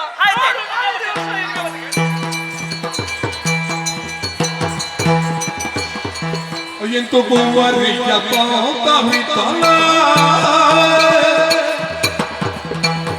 ಆಗಾದು ಕರುಣದ ಬಡಿಯನ ನಿಂತು ನೋಡಲು ಅನಿತರಾಗಮ ವಿಗತನ ಬೆಳೆದೆ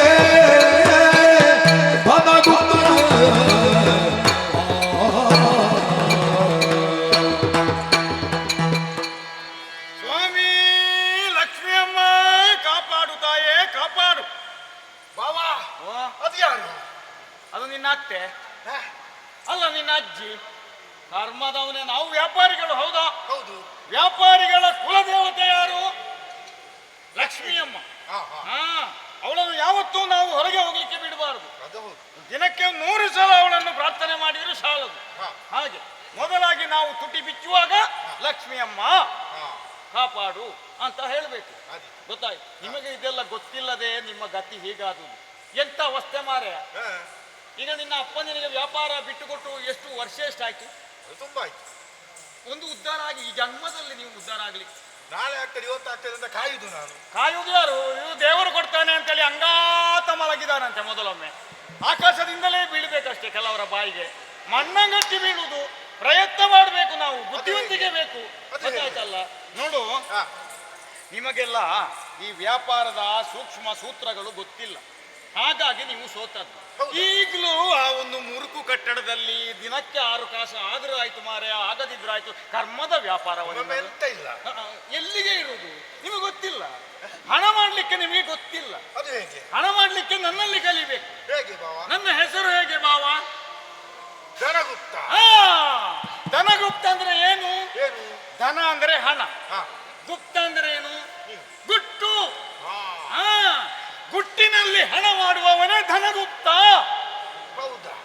ನನ್ನ ಪ್ರಯತ್ನವೇ ಅಲ್ಲ ಇದು, ನನ್ನ ಜಾತಕದ ಫಲ. ನನ್ನ ಜಾತಕದ ಫಲ. ಆ ಗುಟ್ಟಿನಲ್ಲಿ ಹಣ ಮಾಡ್ಲಿಕ್ಕೆ ಗೊತ್ತಿರುವವ ನಾನು ಅಂತ ಲೆಕ್ಕ.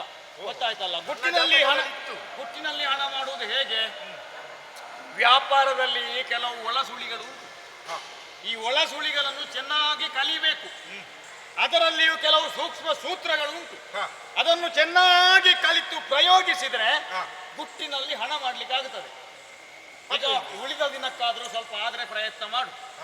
ಆ ಮುಕ್ಕಾಲು ಆಯುಷ ಕಳೆದು ಹೋಯ್ತು. ನನ್ನ ಜಾತಕದಲ್ಲಿ ಉಂಟು ಕುಳಿತು ತಿನ್ನುವ ಯೋಗ, ಯಾವಾಗ ಅಂತ ಗೊತ್ತಿಲ್ಲ. ಕುಳಿತು ಮಣ್ಣು ತಿನ್ನುದು ನೀನು, ಅನ್ನ ತಿನ್ಲಿಕ್ಕಿಲ್ಲ. ಹೀಗೆ ಬಾ. ಹೇಗೆ ಗೊತ್ತುಂಟ?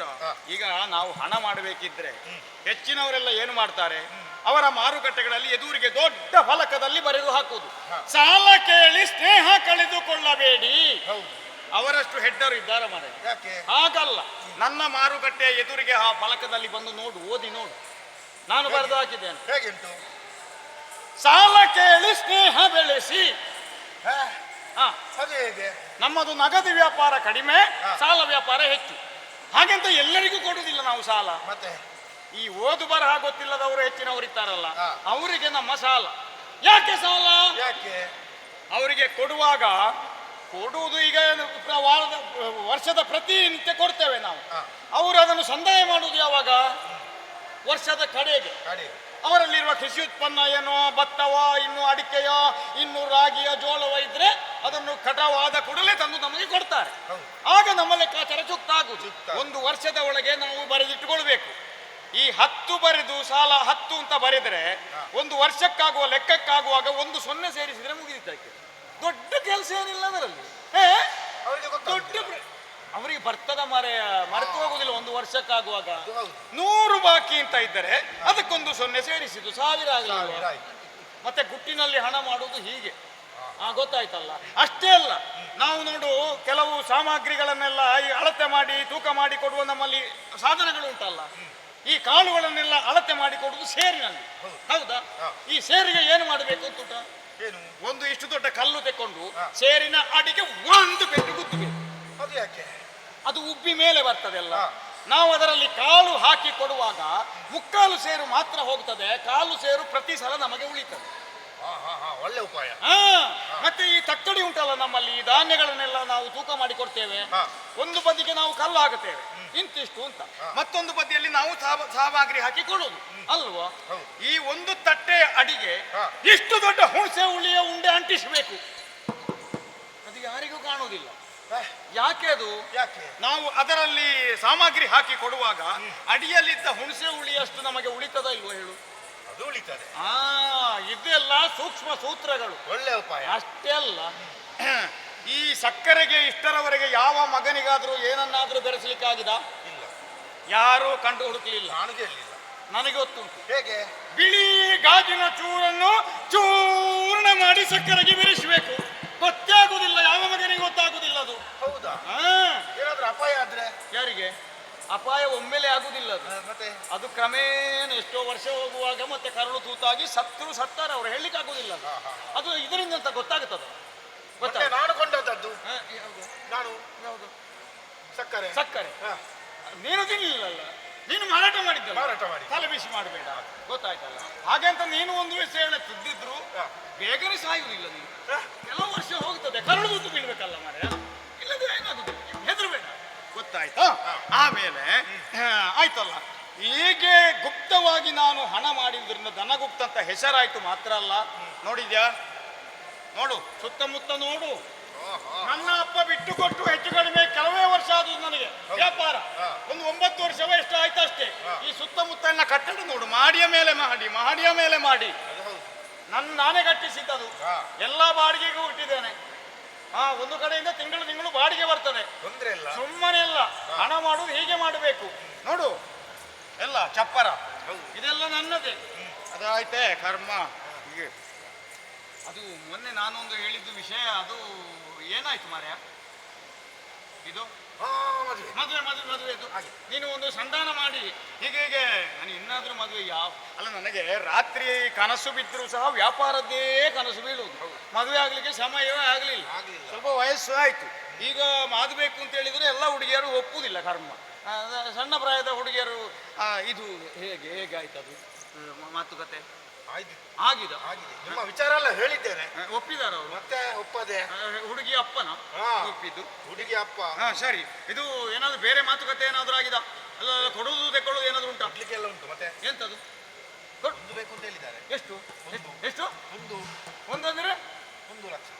1 ಲಕ್ಷ ಹೊನ್ನು? ಮತ್ತೆ ಹರನೇ ಹರನೇ, ಒಂದು ಹೆಣ್ಣಿಗೆ 1 ಲಕ್ಷ ಹೊನ್ನು? ಇಲ್ಲದ್ರೆ ಮದುವೆ ಇಲ್ಲ. ಅಲ್ಲ, ಕೊಡ್ಬಹುದು. ಮದುವೆ ಆಗಿ ಮಾಲೆ ಹಾಕಿ ಮತ್ತೆ ದಾರೆ ಇರಿದು ಎಲ್ಲ ಆಗಿ ಹುಡುಗಿ ನಮ್ಮ ಕೈಗೆ ಬಂದ ನಂತರ ಕೊಡುವುದು ಮಾತ್ರ 1 ಲಕ್ಷ. ಮೊದಲು 50 ಮೊದಲು ಕೊಡುವ, ಅಂದ್ರೆ ನಂಬಿಕೆ ಬರಬೇಕಲ್ಲ.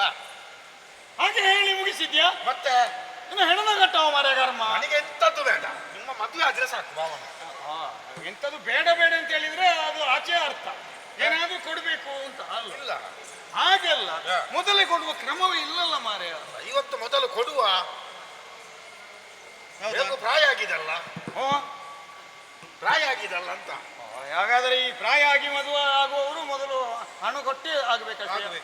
ಇನ್ನು ಹಾಗೆ ದರಿದ್ರಲ್ವ, ಏನು ಸಾಯುವುದು ಅಂತೂ ಆಗಬೇಕು. ಸಾಯುವುದರೊಳಗೆ ಒಂದು ಮದುವೆ ಅಂತೂ ಆಗಬೇಕು. ಇದು ಹಾಗಾದ್ರೆ ಎಲ್ಲ ತಯಾರಿ ಮಾಡಿಕೊಂಡು ಹೋಗುದಾ? ಎಲ್ಲ ಹೆಂಡತಿನೆಲ್ಲ ಬರ್ಲಿಕ್ಕೆ ಮೊದಲೇ ಹೇಳಿದ್ದೇನೆ. ಆಯ್ತು, ಮುಹೂರ್ತಕ್ಕೆ. ಎಂತದ್ದು? ಅದೇ ನೀನು ಹೇಳಿದ್ದು ಉಂಟಲ್ಲ, ನೋಡುವ. ಆಯ್ತು, ಹಾಗಾದ್ರೆ ಹೋಗುದಲ್ಲ? ಹೋಗುವ. ಅಲ್ಲಿಗೆ ಎಲ್ಲ ಸಿದ್ಧತೆ ಮಾಡಿಕೊಂಡೆ ಉಂಟು. ನೋಡು.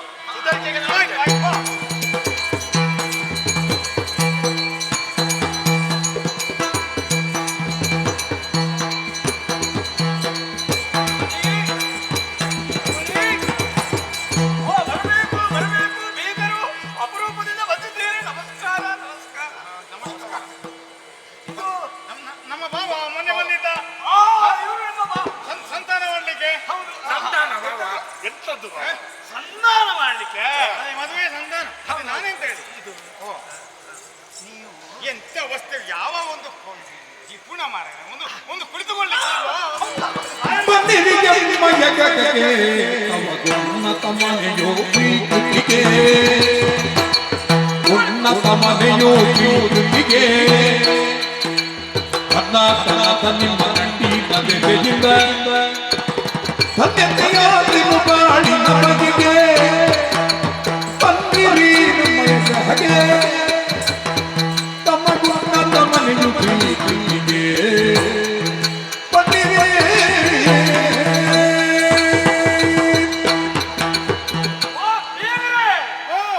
ಈ ಬಡವನ ಮನೆಗೆ ಭಾಗ್ಯಲಕ್ಷ್ಮಿಯೇ ಬಂದಿದೆ. ಆಗಲಿ ಹೇಳಿದ್ರು ತಪ್ಪಾಗ್ಲಿಕ್ಕಿಲ್ಲ. ಬಾಯಿ ಮಾವ, ಬಾವಿ ಮಾವ. ಮುಂದೆ ಮಾವ ಆಗುವವ. ಬಾವಿ ಮಾವ. ಹೌದು, ಬಾವಿಯಲ್ಲಿ ಅಲ್ಲ, ಬಾವಿ ಮಾವ. ಇದು ನಾನು ಬಾವಿ ಅಳಿಯ. ಅಳಿಯ ಅಂದ್ರೆ ದೇವರಿಗೆ ಸಮ. ಹೌದು, ಹಾಗೆ ನೋಡಿಕೊಳ್ಬೇಕು. ಮದುವೆ ಆಗಲಿಲ್ಲ, ಇನ್ನು ಆಗ್ಬೇಕದಷ್ಟೇ. ಆದ ಹಾಗೆ ಅಲ್ಲ ಬಿಗ್ರೆ. ಮತ್ತೇನಲ್ಲ, ಬಂದಿದ್ದೀರಿ. ಬಂದಂತ ನಿಮ್ಮ ಉಪಚಾರ ಮಾಡಿದ್ದೇನೆ. ಆಗಲಿ. ಎತ್ತರವಾದ ಸಿಂಹಾಸನವನ್ನೇ ಕೊಟ್ಟಿದ್ದೇನೆ. ಸಿಂಹಾಸನಕ್ಕೆ ಮಣ್ಣು ಹಾಕಲಿಲ್ಲ, ನಮಗೊಂದು ಮನೆ ಸಿಕ್ಕಿದ್ರೆ ಸಾಕು. ಮನೆ ಇಲ್ಲದಿಲ್ಲಪ್ಪ, ನೆಲದ ಮೇಲೆ. ನೀವು ಸಾಮಾನ್ಯರು, ಆಗರ್ಭ ಶ್ರೀಮಂತರು. ನೀವು ಮನೆಯಲ್ಲಿ ದೊಡ್ಡ ಹೊಟ್ಟೆಯವರಿಗೆಲ್ಲ ಬಹಳ ಉಪಚಾರ ಉಂಟು. ಅಂದ್ರೆ ಹೊಟ್ಟೆ ಬರ್ತದೆ ಅವರಿಗೆ. ಇವರು ನಿಮ್ಮ ಭಾವ, ಅಕ್ಕನ ಗಂಡ ಭಾವ. ಹೌದಾ? ನನ್ನ ಕಾಶ ಅಕ್ಕನ ಗಂಡ. ಇವರು ಕೂಡ ಸಾಮಾನ್ಯದವರಲ್ಲ ಅಂತ ನೋಡುವಳ್ಳೆ ಅರ್ಥ ಆಗ್ತದೆ. ಅನ್ನಷ್ಟಿಲ್ಲ ಅಲ್ಲ, ನಿಮಗೆ ಭಾವ ಆಗ್ಬೇಕಿದ್ರೆ ಕಡಿಮೆ ಇಲ್ಲಕ್ಕಿಲ್ಲ ಅಂತ ಹಾಗೆ. ಹೌದು, ನನ್ನ ಅಕ್ಕನನ್ನು ಇವನಿಗೆ ಕೊಡುವಾಗ ನನ್ನಲ್ಲಿ ಏನಿರಲಿಲ್ಲ. ಆಮೇಲೆ ನನ್ನ ಸ್ವಂತ ಸಂಪಾದನೆ. ಹೌದು, ಇದು ತಲೆಯೊಳಗೆ ಮೆದುಳು ಖರ್ಚು ಮಾಡಿ ನಾನು ಮಾಡಿದ್ದು. ಇರ್ಲಿ, ಈಗ ನನ್ನ ಮಗಳನ್ನು ನಿಮಗೆ ಕೊಡೋದಕ್ಕೆ ಒಪ್ಪಿದ್ದೇನೆ. ಇದು ಎಂತದು? ನಾವು ಹೇಳಿದ ಹಾಗೆ ಎಂತದು ಮತ್ತೆ ಕರ್ಮ ಅದೆಲ್ಲ. ಅದು ಭಾವನ ಹೇಳಿದಾರಲ್ಲ 50 ಕೊಡುವ. ಅದು ಹೀಗೆ ಕೊಡ್ಬೇಕಾ? ಅಲ್ಲ, ತಂದಿದ್ದೀರಾ? ತರೋದು ಬಿಡುದು ಬೇರೆ. ನಾನು ಇಂತಲಿಂದ ಬರ್ತದೆ ಬೇಕಿದ್ರೆ. ಅದು ಹೌದಾ? ಮತ್ತೆ ಅಲ್ಲ, ಮೊದಲು ಮಾಡ್ಬೇಕು. ಮದುವೆ ನಂತರ ಕೊಡುದು. ಮೊದಲು ಕೊಡ್ಬೇಕು. ನನ್ನ ಮಗಳು ಎಂತವಳು ಈಗ ಎಂತ ನಾವು- ರೂಪವಂತೆ, ಎಂತ ವಿದ್ಯಾವಂತೆ. ಲಕ್ಷಗಟ್ಲೆ ಕೋಟಿಗಟ್ಲೆ ವ್ಯಾಪಾರ ಮಾಡ್ತೇವೆ, ಹೌದಾ? ಹೌದು. ವ್ಯಾಪಾರದ ಕ್ರಮ ಹೇಗೆ? ಹೇಗೆ? ನಾವು ಗ್ರಾಹಕರಿಗೆ ಏನೇ ಬೇಕು ಕೇಳಿದ ಸಾಮಗ್ರಿಗಳನ್ನೆಲ್ಲ ಕಟ್ಟಿ ಹಾ. ತೂಕ ಮಾಡಿ ಹಾ. ಅಳತೆ ಮಾಡಿ ಅವರಿಗೆ ಕೊಡುದು. ಹೌದು. ಅವರು ತೆಕ್ಕೊಂಡು ಚೀಲದ ಒಳಗೆ ತುಂಬಿಸಿ ಹಾ. ಮತ್ತೆ ಲೆಕ್ಕ ಮಾಡುವುದು, ಹಾ. ಅವರು ಹಣ ಕೊಡುದು. ಇದು ಇದು ನಿಮ್ಮದು ಮೊದಲೆಂತದಯ್ಯ ಕರ್ಮ? ಅಲ್ಲ, ಇದು ಸಾಮಾನು ಕೊಂಡು ಹೋಗುದಲ್ಲ. ಮತ್ತೆ ಮತ್ತೆ ಮದುವೆಯಲ್ಲಿ ಒಂದು ಇದು ಹೀಗೆ ನಿಮಗೆ ಮದುವೆ ಮಾಡುವುದು ಹಣದ ವ್ಯಾಪಾರ ಉಂಟಾ? ಹಣದ ವ್ಯಾಪಾರ ಅಲ್ಲ. ಮದುವೆ ಮಾಡಬೇಕಿದ್ರೆ ವಧು ದಕ್ಷಿಣೆ ಬೇಕು, ವಧು ದಕ್ಷಿಣೆ ಮೊದಲು ಕೊಡ್ಬೇಕು. ಹಾಗೆ ಈಗ ಎಷ್ಟು ಅಂತಾಗಿದೆ? ಮೊದಲೊಂದು 50 ಕೊಡುವ, ನಾನು ಮೊದಲ ಸುಮ್ಮನೆ ಎಂತದು 50? ಆಯ್ತು, ಕೊಡು. ಮುಂಗಡ ಕೊಡುವುದು ಕೊಡುವ. ಕೊಡ್ತೀರಲ್ಲ. ಒಂದು 10,000 ಸಾಕ? ಎಂತದು ಮೊದಲು 10,000ಕ್ಕೆ ನನ್ನ ಮಗಳನ್ನು ನಿಮಗೆ ಕೊಡುವುದ? ಅದಾಗ್ಲಿಕ್ಕಿಲ್ಲ, ಅದಾಗ್ಲಿಕ್ಕಿಲ್ಲ. ಅಲ್ಲ, ಅದು ಪೂರ್ತಿ 1,00,000ವೇ. 1,00,000 ಮುಂಗಡ 10,000 ಮೊದಲು ಕೊಡುವ ಬೇಕಿದ್ರೆ. ಅದು ಬೇಡ ಬೇಡ ಬೇಡ ಬೇಡ. ಒಂದು 75 ಕೊಡಿ ಮುಂಗಡ. ಎಂತದು? 75 ಮತ್ತೆ 25 ಅಲ್ಲಿ ಕರ್ಮ. ಈ ಜನಕ್ಕೊಂದು ಹಣದ ಭೂತ ಹಿಡಿದದ್ದೇ. ಗೊತ್ತಲ್ವ? ನನ್ನ ಮಗಳ ಎಂತ ರೂಪವತ್ತೆ, ನೀವು ನೋಡಿದ್ರೆ ಅವಳನ್ನು ಬಿಡ್ಲಿಕ್ಕೆ ಇಲ್ಲ. ಈ ಹಣದ ವಿಷಯ ಹೇಳುವಾಗ ಹಣ ಲೆಕ್ಕಕ್ಕೆ ಅಲ್ಲ ಅವಳ ಮುಂದೆ. ಅಲ್ಲ, ನಿಮಗೆ ಪ್ರಾಣ ಬಿಡಬೇಕಿದ್ರೆ ಒಂದು ನಾಣ್ಯ ತಂದು ಚೆನ್ನಾಗಿ ಅರೆದು ನೀರು ಮಾಡಿ ಕುಡಿಸ್ಬೇಕಂತೆ ಈ ಜನಕ್ಕೆ. ಅದು ತಪ್ಪಲ್ಲ, ತಪ್ಪಲ್ಲ. ಯಾಕೆ ಗೊತ್ತಾ? ನೋಡಿ, ಎಲ್ಲರೂ ಸಾಯ್ತಾರೆ. ಸತ್ತ ಮೇಲೆ ಎಂತ ಮಾಡ್ತಾರೆ? ಚಿನ್ನವನ್ನು ಹೀಗೆ ಮಾಡ್ತಾರೆ, ಅದನ್ನು ನೀರನ್ನು ತೆಗೆದು. ನಿಮಗೆ ಚಿನ್ನ ಬೇಡ, ಹಣದ ನೀರೇ ಬಿಡ್ಬೇಕಷ್ಟೇ. ಅಲ್ಲ, ಎಂತ ಕರ್ಮಯ್ಯ, ಒಂದು ಒಂದು ಹಣ ಮಾಡೋದಕ್ಕೆ ಒಂದು ಲೆಕ್ಕ ಬೇಕು, ಗೊತ್ತಾಯ್ತು? ಇದು ಇದು ಇದು ಈಗ ನೀವು ಆಯ್ತು ಹೇಗೋ ಹಾಗೋ ಈಗೋ ನರಳಿ ಮತ್ತೆ ಹಾಗೆಲ್ಲ ಹೇಳಿಕ ನರಳಿ ಹಣದ ನೀರು ಬಿಟ್ಟು ಸತ್ತಿರಿ. ಸತ್ತ ನಂತರ ಹೆಣದಲ್ಲೇ ಹಣ ಸುಡುದಯ್ಯ ನಿಮ್ಮದು. ಹಣದಲ್ಲಿ ಹೆಣ ಸುಡಲಿಕ್ಕೆ ಆಗ್ತದ? ಮತ್ತೆ ಏನು ಭೂತ ಹಿಡಿದು? ಆಗುದಿದ್ರು ಅದರಲ್ಲೇ ಸುಟ್ಟು ಬಿಡಿ. ಆದ್ರೂ ಸಿಗಲಿ ಜೀವ ಇರುವಾಗ ಖರ್ಚು ಮಾಡ್ಬೋದು. ಈಗ ಅಷ್ಟು ಕೊಡ್ಲೇಬೇಕಾ? ಅಷ್ಟು ಕೊಡ್ಲೇಬೇಕು. ಈಗ ನಿಮಗೆ ಹುಡುಗಿಯನ್ನು ನೋಡ್ಬೇಕಲ್ವಾ? ಇದು ಒಂದು ಮುಂಗಡ ಒಪ್ಪಿಕೊಂಡದ್ದು, ಹಾಗೆ ಮಾಡುವ. ನಮ್ಮದೆಲ್ಲ ವ್ಯವಹಾರ ನೇರವೇ, ಗೊತ್ತಾಯ್ತು? ಎಲ್ಲಿಂಟು? ಇದು ನಗದಿ ಕೊಡ್ಬೇಕಾ ಹಾಳೆಯಲ್ಲಿ ಕೊಡ್ಬೇಕಾ? ಎಂತದು? ನಗದಿ ಕೊಡ್ಬೇಕಾ ಹಾಳೆಯಲ್ಲಿ ಕೊಡ್ಬೇಕು? ಈಗ ನಮ್ಮಲ್ಲಿ ಹಾಳೆ ಕೊಡಿ, ಅಲ್ಲಿ ಕೊಡುವ ಕ್ರಮ ಉಂಟು. ಇಲ್ಲ ಇಲ್ಲ, ಕೆಳಗೆ ಸಹಿ ಮಾಡಿ ಕೊಡುದು. ಅದು ಆಗುದಿಲ್ಲ. ಮತ್ತೆ ನಗದಿ ಮಾಡಿ. ಅದು ಆಗುದಿಲ್ಲ. ನಗದಿ ಕೊಡಬೇಕು ನಮಗೆ, ನಗದಿ. ಗಂಟು ಕಟ್ಟಿಕೊಂಡು ಬಂದಿದ್ದೇನೆ, ಎಲ್ಲಿ ಉಂಟು ನೋಡುದು. ಹೌದಾ? ಎಲ್ಲಿಂಟು ನೋಡಿ ನೋಡಿ. ಬೀಳಿಲ್ಲಲ್ಲ ದಾರಿಯಲ್ಲಿ, ಬೀಳಿಲ್ಲಲ್ಲ. ಬೀಳುವ ಹಾಗೆ ಗಂಟ ನಮ್ಮದು. ನಿಮ್ಮದು ಅವಸ್ಥೆ ಅಂತದ್ದು. ಗಂಟು ಕಟ್ಟಿದ್ದೇನೆ ಅಂತ ಹೀಗೆ ಮಾಡ್ತೀರಿ. ನಮ್ಮಲ್ಲಿ ಒಬ್ಬ ಇದ್ದಾನೆ, ಗೋವಿಂದ ಅಂತ, ಅವನು ಕೂಡ ಹಾಗೆ. ಅದು ಕಲಿಸಿದ್ದು ನೀವೇ ಇರಬೇಕು, ಸಹವಾಸ ದೋಷ ಅದೆಲ್ಲ. ಗಂಟು ಕಟ್ಟಿಕೊಳ್ಬೇಕು ಅಂತ ಅದು ಸಹವಾಸದಲ್ಲಿ ಬರ್ತದೆ.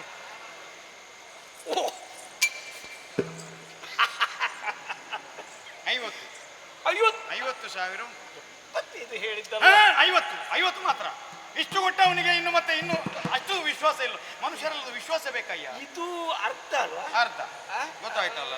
ಆದ್ರೆ ಈಗ ನಾನು 50 ಕೊಟ್ಟೆ, ಹೌದು. ನನಗೂ ಒಂದು ಸಂಶಯ ಬರ್ತದೆ. ಇದು ಮದುವೆ ಮನೆ ಎಂತ ಒಳ್ಳಿದಾಯಿತು ಬೀಗರಿಗೆ ಕುವರಿಯರು ಓಲೈತಿಯುವಡಿಯೇ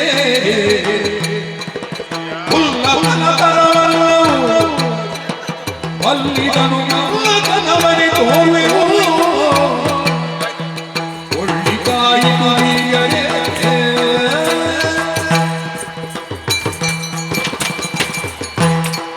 ಎಂತದು ಸ್ವಾಮಿ ಅಡಿಯಾಗುವವರು ನೀವು ಹೀಗೆ? ಎಂತದು 50,000 ತೆಕ್ಕೊಳ್ಳಿಕ್ಕೆ ಸುಲಭ ಆಗುತ್ತದೆ ನಿಮಗೆ.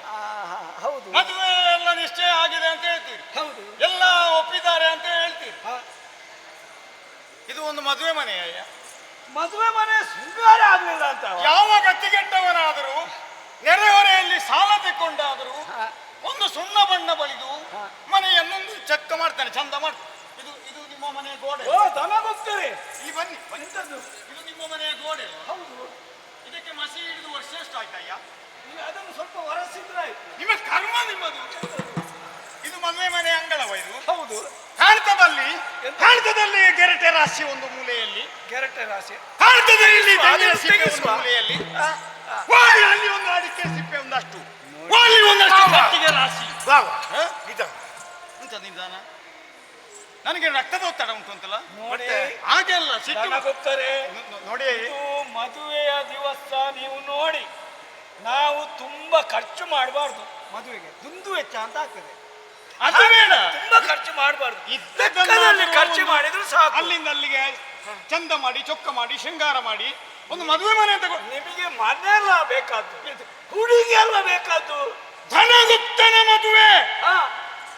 ಹೌದು, ಅದು ಒಟ್ಟಾಗುದ ಅಥವಾ ಸಹ ಪ್ರಾಯ ಸಂದ ಮೇಲೆ ಮದುವೆ ಧನಗುಪ್ತನಿಗೆ? ನನ್ನ ಮಗಳ ರೂಪಕ್ಕೆ ಇದೆಲ್ಲ ಲೆಕ್ಕವೇ ಅಲ್ಲ ಯಾವುದು.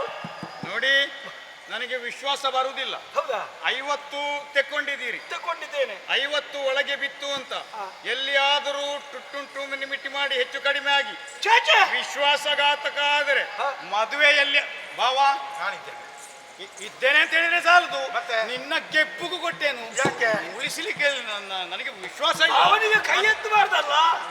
ಭಾವನಿಗೆ ತಪ್ಪಿದ್ರೆ ನನ್ನ ಅಪ್ಪನಿಗೂ ಬಿಡ್ಲಿಕ್ಕಿಲ್ಲ ನಾನು. ಹೌದಾ? ಗೊತ್ತಾಯ್ತಲ್ಲ, ಹೇತಗೊಳ್ಳದಿರಿ ನೆಂಟರೇ, ಮುದದೊಳಗೆ ಹದಗೊಳಿಪೆ ಮಹನೀಯರೇ,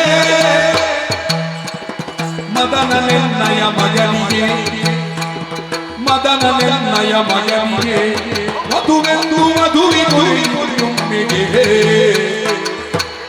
ಹೇತಗೊಳ್ಳದಿರಿ ನೆಂಟರೇ.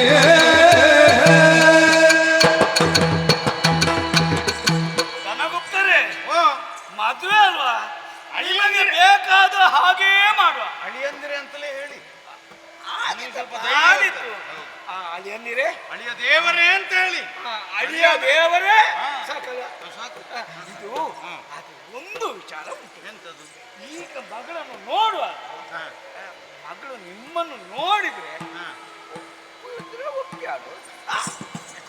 ಹಾಗೆಲ್ಲ ಹಾಗೆಲ್ಲ ನಾನು ಒಪ್ಪುವ ಹಾಗೆ ಮಾಡ್ತೇನೆ.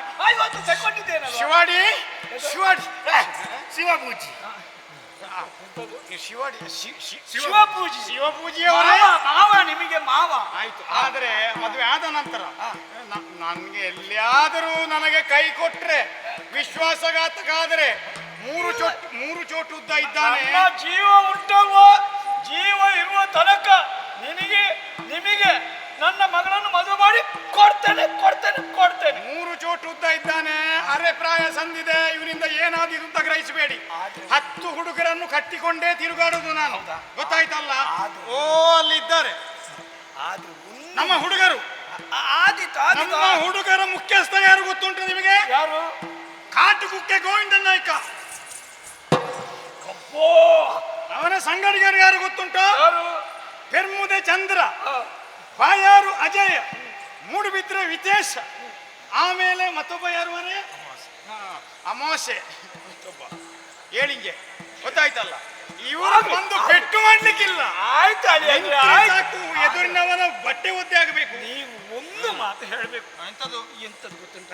ನನ್ನ ಮಗಳ ಎದುರಿನಲ್ಲಿ ಮದುವೆ ಮಾತ್ರ ನಿಮ್ಮ ಮಗನಿಗೆ ಅಂತ, ನಿಮ್ಮ ಮಗನಿಗೆ ಅಂತ. ಮದುವೆ ಆಗುವುದಕ್ಕೆ ಮೊದಲು ಮಗ ಹುಟ್ಟಿದ ಅಲ್ಲ, ಹಾಗೆ ಇದು ಬಾಯಿ ಮಾತಿಗೆ ಹೇಳಿದ್ರೆ ಸಾಕು. ಯಾಕೆ ಗೊತ್ತುಂಟ? ಆ ಸುಳ್ಳು ಹೇಳೋದು ಯಾಕೆ ಗೊತ್ತುಂಟ? ಅವ ಇವತ್ತು ಬರಲಿಕ್ಕೆ ಆಗೋದಿಲ್ಲ, ವ್ಯಾಪಾರದಲ್ಲಿ ಅವನಿಗೆ ಇದು ವಹಿವಾಟಿನಲ್ಲಿ ಇದ್ದಾನೆ. ಇವತ್ತು ಸುಮ್ಮನೆ ಇರ್ತೀರ, ಅದೆಲ್ಲ ನನಗೆ ಗೊತ್ತಿಲ್ವ ಅಯ್ಯ. ಅದಕ್ಕೇನಾಗಬೇಕು? ನಿಮ್ಮ ಮಗನಿಗೆ ಅಂತ ಹೇಳ್ಬೇಕು, ರೂಪವಂತ ಅಂತ ಹೇಳ್ಬೇಕು, ಅಷ್ಟು ಚಂದ ಇದ್ದಾನೆ ಅಂತ. ಇಷ್ಟು ಹೇಳಿದ್ರೆ ಮಗಳನ್ನು ನಿಮಗೆ ದಾರಿ ಇರೋದು ಖಂಡಿತ. ಹಿರಿಯರೆಲ್ಲ ಏನು ಹೇಳಿದ್ದಾರೆ? ಏನು? 1000 ಸುಳ್ಳು ಹೇಳಿ ಮದುವೆ ಮಾಡು ಅಲ್ವಾ? ಇದು ಒಂದು ಸುಳ್ಳಲ್ಲ, ಒಂದು ಸುಳ್ಳು. ಅದು ಹೇಗೆ ಹೇಳಬೇಕು, ಅದಕ್ಕೆ ಎಷ್ಟು ರೆಕ್ಕ ಪುಕ್ಕ ಸೇರಿಸಬೇಕು, ಕಣ್ಣು ಕೈ ಮೂಗು ಎಷ್ಟು ಸೇರಿಸಿ ಹೇಳಬೇಕು, ನನ್ನಲ್ಲಿ ಕಲಿಬೇಕು ಅದೆಲ್ಲ. ಹೌದಾ? ನಾನು ವ್ಯಾಪಾರಿ, ಗೊತ್ತಾಯ್ತಾ? ಆದಿತ್ತು, ಸುಳ್ಳು ಹೇಳುವ ಆದಿತ್ತು. ಮತ್ತೆ ಸಿದ್ಧತೆ ಹೌದು.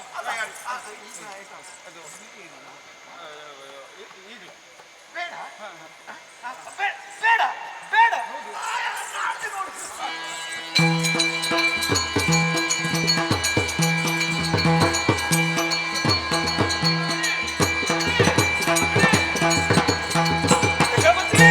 ಯಶೋಮತಿ,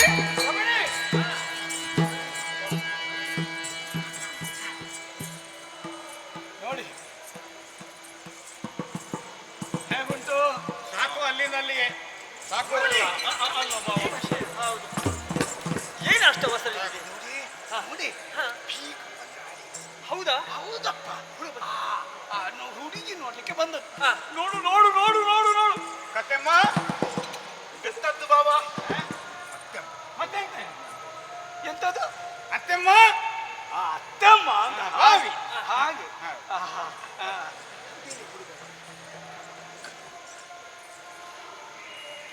ಮಕ್ಕಳನ್ನು ಕರೆಯುವುದಾಗ ನನಗುತ್ತ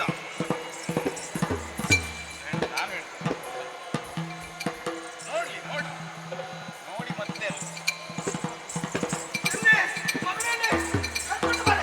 ಕರ್ಕೊಂಡು ಬಾರೆ ಕರ್ಕೊಂಡು ಬಾರೆ ಕರ್ಕೊಂಡು ಬಾರೆ ಮಗನ ಯಶೋಮತಿ.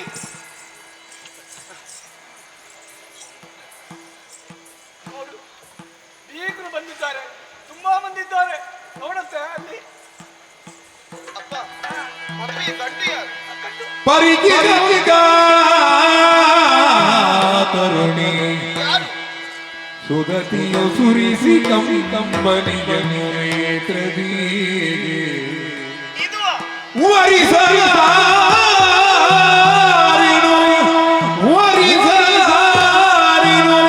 ಹರಿಯ ಮೀರಿದವರ ಈ ಮುದುಕನನ್ನು ನಾನು ಮದುವೆ ಏಕೆ ಬಿಟ್ಟರೆ ನಿನಗೆ ನಾನು ಭಾರವಾದೆನೆ, ಏಕೆ ಬಿಟ್ಟರೆ ನಿನಗೆ ನಾನು ಭಾರವಾದೆನೆ, ಜೋಕೆಯಿಂದ ಸಾಕಿಯನ್ನ ಮಾರಿದೀವೊದೆಗೆ ಸರಿ ಹೇಳಿ. ಮೂಗಬೇಡ ಎನ್ನ ನೀನು ನರಕದಂತಿಗೆ, ಬೇಡಪ್ಪ ದುಃಖಿಯಾಗಿ ಬಾಳ ನಾನು ತರವೆ ಗಂಗಿಗೆ, ಏಕೆ ಪಿತನೆ ನಿನಗೆ ನಾನು ಭಾರವಾದೆನೆ, ಪಿತನೇ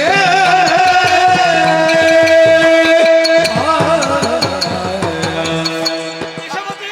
ಅಪ್ಪ ಏನು? ಈ ಲೋಕದಲ್ಲಿರುವಂತಹ ಎಲ್ಲ ಹೆಣ್ಣು ಮಕ್ಕಳಿಗೆ ತಾಯಿಯ ಮೇಲೆ ಇರುವಂತಹ ಪ್ರೀತಿಗಿಂತಲೂ ತಂದೆಯ ಮೇಲಿರುವಂತಹ ಪ್ರೀತಿಯೇ ಜಾಸ್ತಿ. ನಿಮಗೆ ನಾನು ಬಾರಲಾಗಿ ಹೋದೇನೆ. ಯಾಕೆ? ಇಲ್ಲಿಯ ತನಕ ಪ್ರೀತಿಯಿಂದ ಸಾಕಿ ಸಲಹಿದವರು ನೀವು. ಹೌದು. ಯಾವುದೇ ಕುಂದು ಕೊರತೆಗಳು ಇಲ್ಲಿಯ ತನಕ ಬಾಧಿಸಿದ್ದಿಲ್ಲ. ಆದರೆ ಈ ಮದುವೆಯ ವಿಚಾರದಲ್ಲಿ ಯಾಕಪ್ಪ ದುಡುಕಿನ ನಿರ್ಧಾರವನ್ನು ತೆಗೆದುಕೊಳ್ಳುವುದಕ್ಕೆ ಮುಂದಾದಿರಿ? ದುಡುಕಿನ ವಿಚಾರ? ಈ ಮುದುಕವನ್ನು ನಾನು ಮದುವೆ ಆಗಬೇಕು. ಯಾರು? ಪ್ರೀತಿಯಿಂದ ಸಾಕಿ ಸಲಹಿದಂತಹ ನನ್ನನ್ನು ಮೃತ್ಯುವಿನ ಬಾಯಿಗೆ ತೂಡುವುದಕ್ಕೆ ಮುಂದಾಗುತ್ತಾ ಇದ್ದೀರಾ? ಇದು ಎಷ್ಟರ ಮಟ್ಟಿಗೆ ಸರಿಯಾಗುತ್ತದಪ್ಪ? ಇದಕ್ಕಿಂತಲೂ ನನ್ನನ್ನು ಕೊಲ್ಲಬಹುದಿತ್ತಲ್ವ ನಿಮಗೆ? ನಾನು ನಿನ್ನ ಅಪ್ಪ ಹಾಗೆ ಮಾಡ್ತೇನಾ? ಹಾಗೆ ಮಾಡುದಿಲ್ಲ.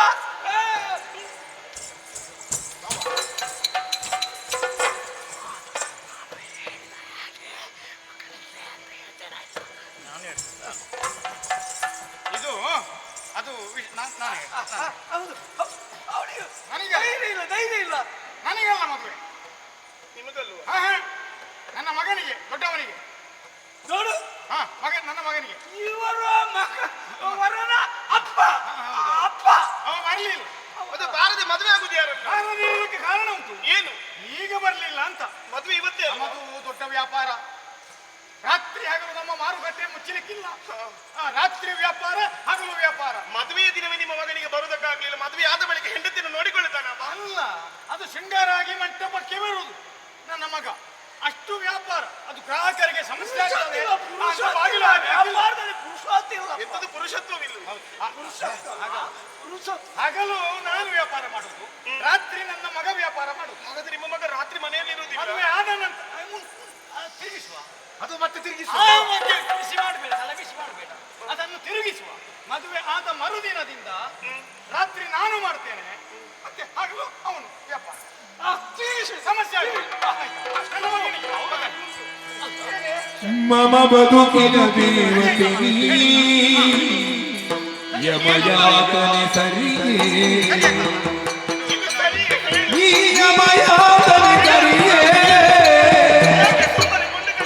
ಸುಮಕೋಮಲ ಮತಿಗಿರುವಿಗೆ ಧ್ರುಮಗರೆಯದ ಕೆಲವೇ, ಮುದ್ದಾಡಿದ ಅರಗಿನಯನು ಅತಿ ಕೀಯುವುದೇ. ಯಾಕಮ್ಮ ನಗುತ್ತಾ ಮುದ್ದಾಡಿದ ಅರಗಿಣಿಯನು ಹತ್ತಿಕಿಯುವುದೇ ಮುದಿ ಹರಿಯರವರ ಒಳಗ ಮುದಗೊಳುವುದು ಕದವೇ ಅಮ್ಮ ಮಮ ಬದುಕಿನ ದೇವತೆ ಜನನಿ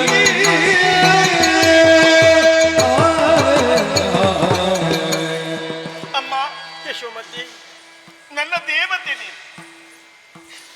ನನ್ನನ್ನು ನಾನು ಸಂತೋಷದಿಂದಿರುವುದಕ್ಕೆ ನೀನು ಕಾರಣೀಕರ್ತಳಮ್ಮ. ಹೌದು ಮಗಳೇ. ಆದರೆ ಇಲ್ಲಿ ನಡೆಯುವಂತಹ ಘಟನೆಗಳನ್ನು ಕಂಡು ಕಾಣದವಳ ಹಾಗೆ ಕುರುಡರ ಹಾಗೆ ಸುಮ್ಮನೆ ನಿಂತುಕೊಂಡಿದ್ದೀಯಲ್ಲ. ಇವರಾಡುವ ಮಾತುಗಳನ್ನು ಕೇಳುವಾಗ ನನಗೆ ಇವರ ಮೇಲೆ ನಂಬಿಕೆ ಬರುತ್ತಿಲ್ಲ. ಏನೋ ಮೋಸ ನಡೆಯುತ್ತಿದೆ ಎನ್ನುವ ಹಾಗೆ ನನಗೆ ಅನಿಸುತ್ತಾ ಇದೆ. ಗಿಣಿಮರಿಯ ಹಾಗೆ ಸಾಕಿ ಸಲಹಿದವಳು ನೀನು. ಹತ್ತಿನ ಬಾಯಿಗೆ ಕೊಡುವುದಕ್ಕೆ ನೀ ಮುಂದಾಗುತ್ತೀಯನಮ್ಮ. ನನಗೆ ಮದುವೆ ಬೇಡ ಅಮ್ಮ.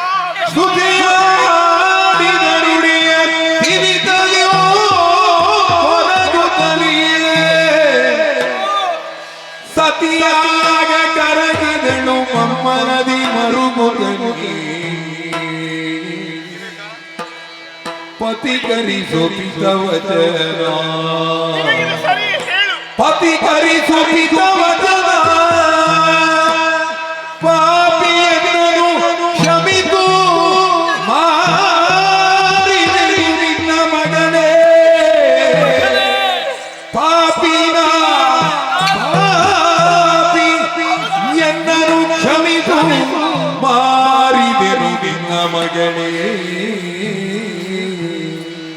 ಸುತೆಯಾಡಿದ ನುಡಿಯ ತಿಳಿತದಿವು ಹೊರಗುತ್ತಲಿ ಮಗಳೇ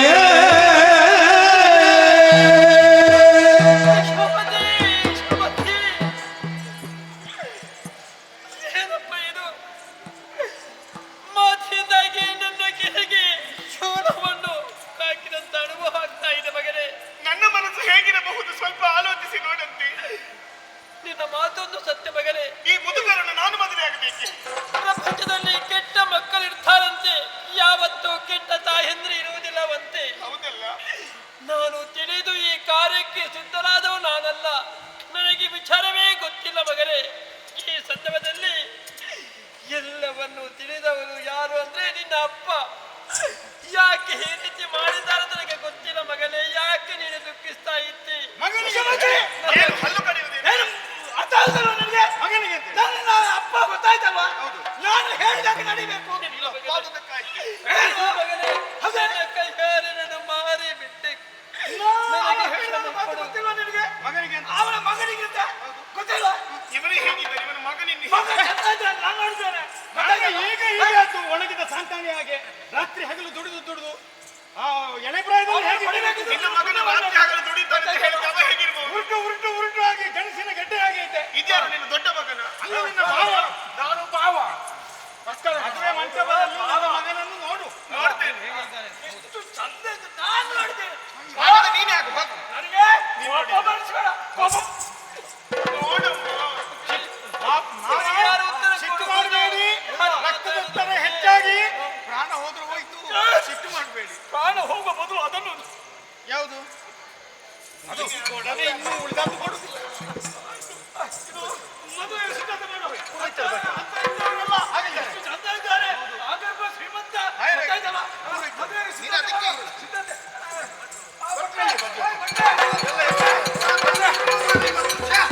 ಕಾರ್ಯಕ್ರಮಕ್ಕೆ ಹೋಗಿ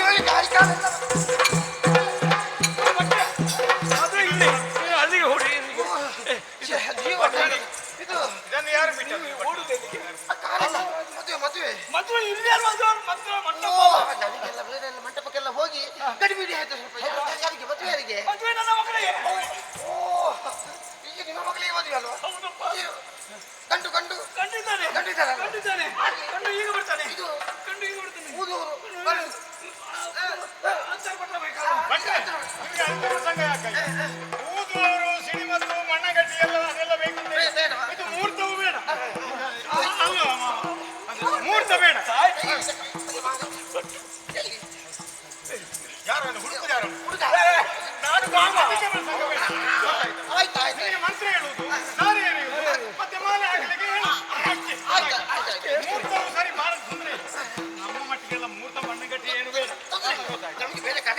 ಸರಿ ಆದಷ್ಟು ಬೇಗ ಹೋಗಿ. ಮತ್ತೆ ನಿಮ್ಮದೆಂತದು? ಆದಿತ್ತಲ್ಲ. ಅಂತರ್ಜಾಲ ತಗ್ಗಿಸಿ. ಸ್ವಲ್ಪ ಅಂತರ್ಜಾಲ. ಮಾಡ್ಲಿ. ಬಾರೆ, ಬಾರೆ. ಯಾರಿಗಿಲ್ಲ, ಬಾರೆ. ಮಗನಲ್ಲಿ.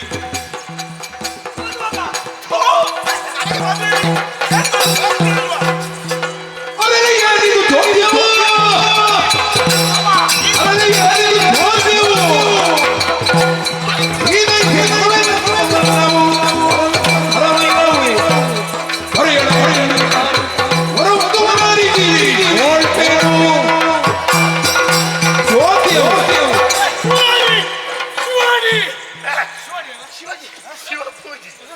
ಎಂತದು? ಪೂಜಿ ಪೂಜಿ. ಯಾರು? ಎಂತದು ಪುಣಿ ಪೂಜ್ಯ? ಎಲ್ಲಿ ನನಗೆ ಕಾರ್ಯಕ್ರಮಕ್ಕೆ ಹೋಗ್ಲಿಕ್ಕೆ ಶಿವ ಪೂಜೆ.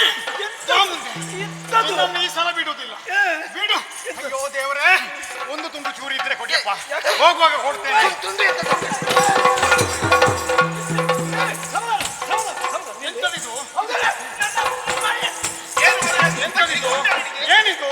ನನಗೊತ್ತ ಏನು ಮದುವೆ ಹುಚ್ಚು ಹಿಡಿದಿದೆ ಅಂತ ಗ್ರಹಿಸಿದ್ಯಾ? 50,000 ಮೊದಲು ಕೊಟ್ಟಿದ್ದೇನೋ ಇಲ್ಲ, ಬಿಡ್ಲಿಕ್ಕಿಲ್ಲ. ಇದೀಗ ಎಂತದು ಮೂಗು ಕೊಯ್ದು ಕನ್ನಡಿ ಕೈಗೆ ಕೊಟ್ಟ ಹಾಗೆ ಏನು ನನಗೆ ಮದುವೆ ಹುಚ್ಚು ಅಂತ ಗ್ರಹಿಸಿದ್ಯಾ?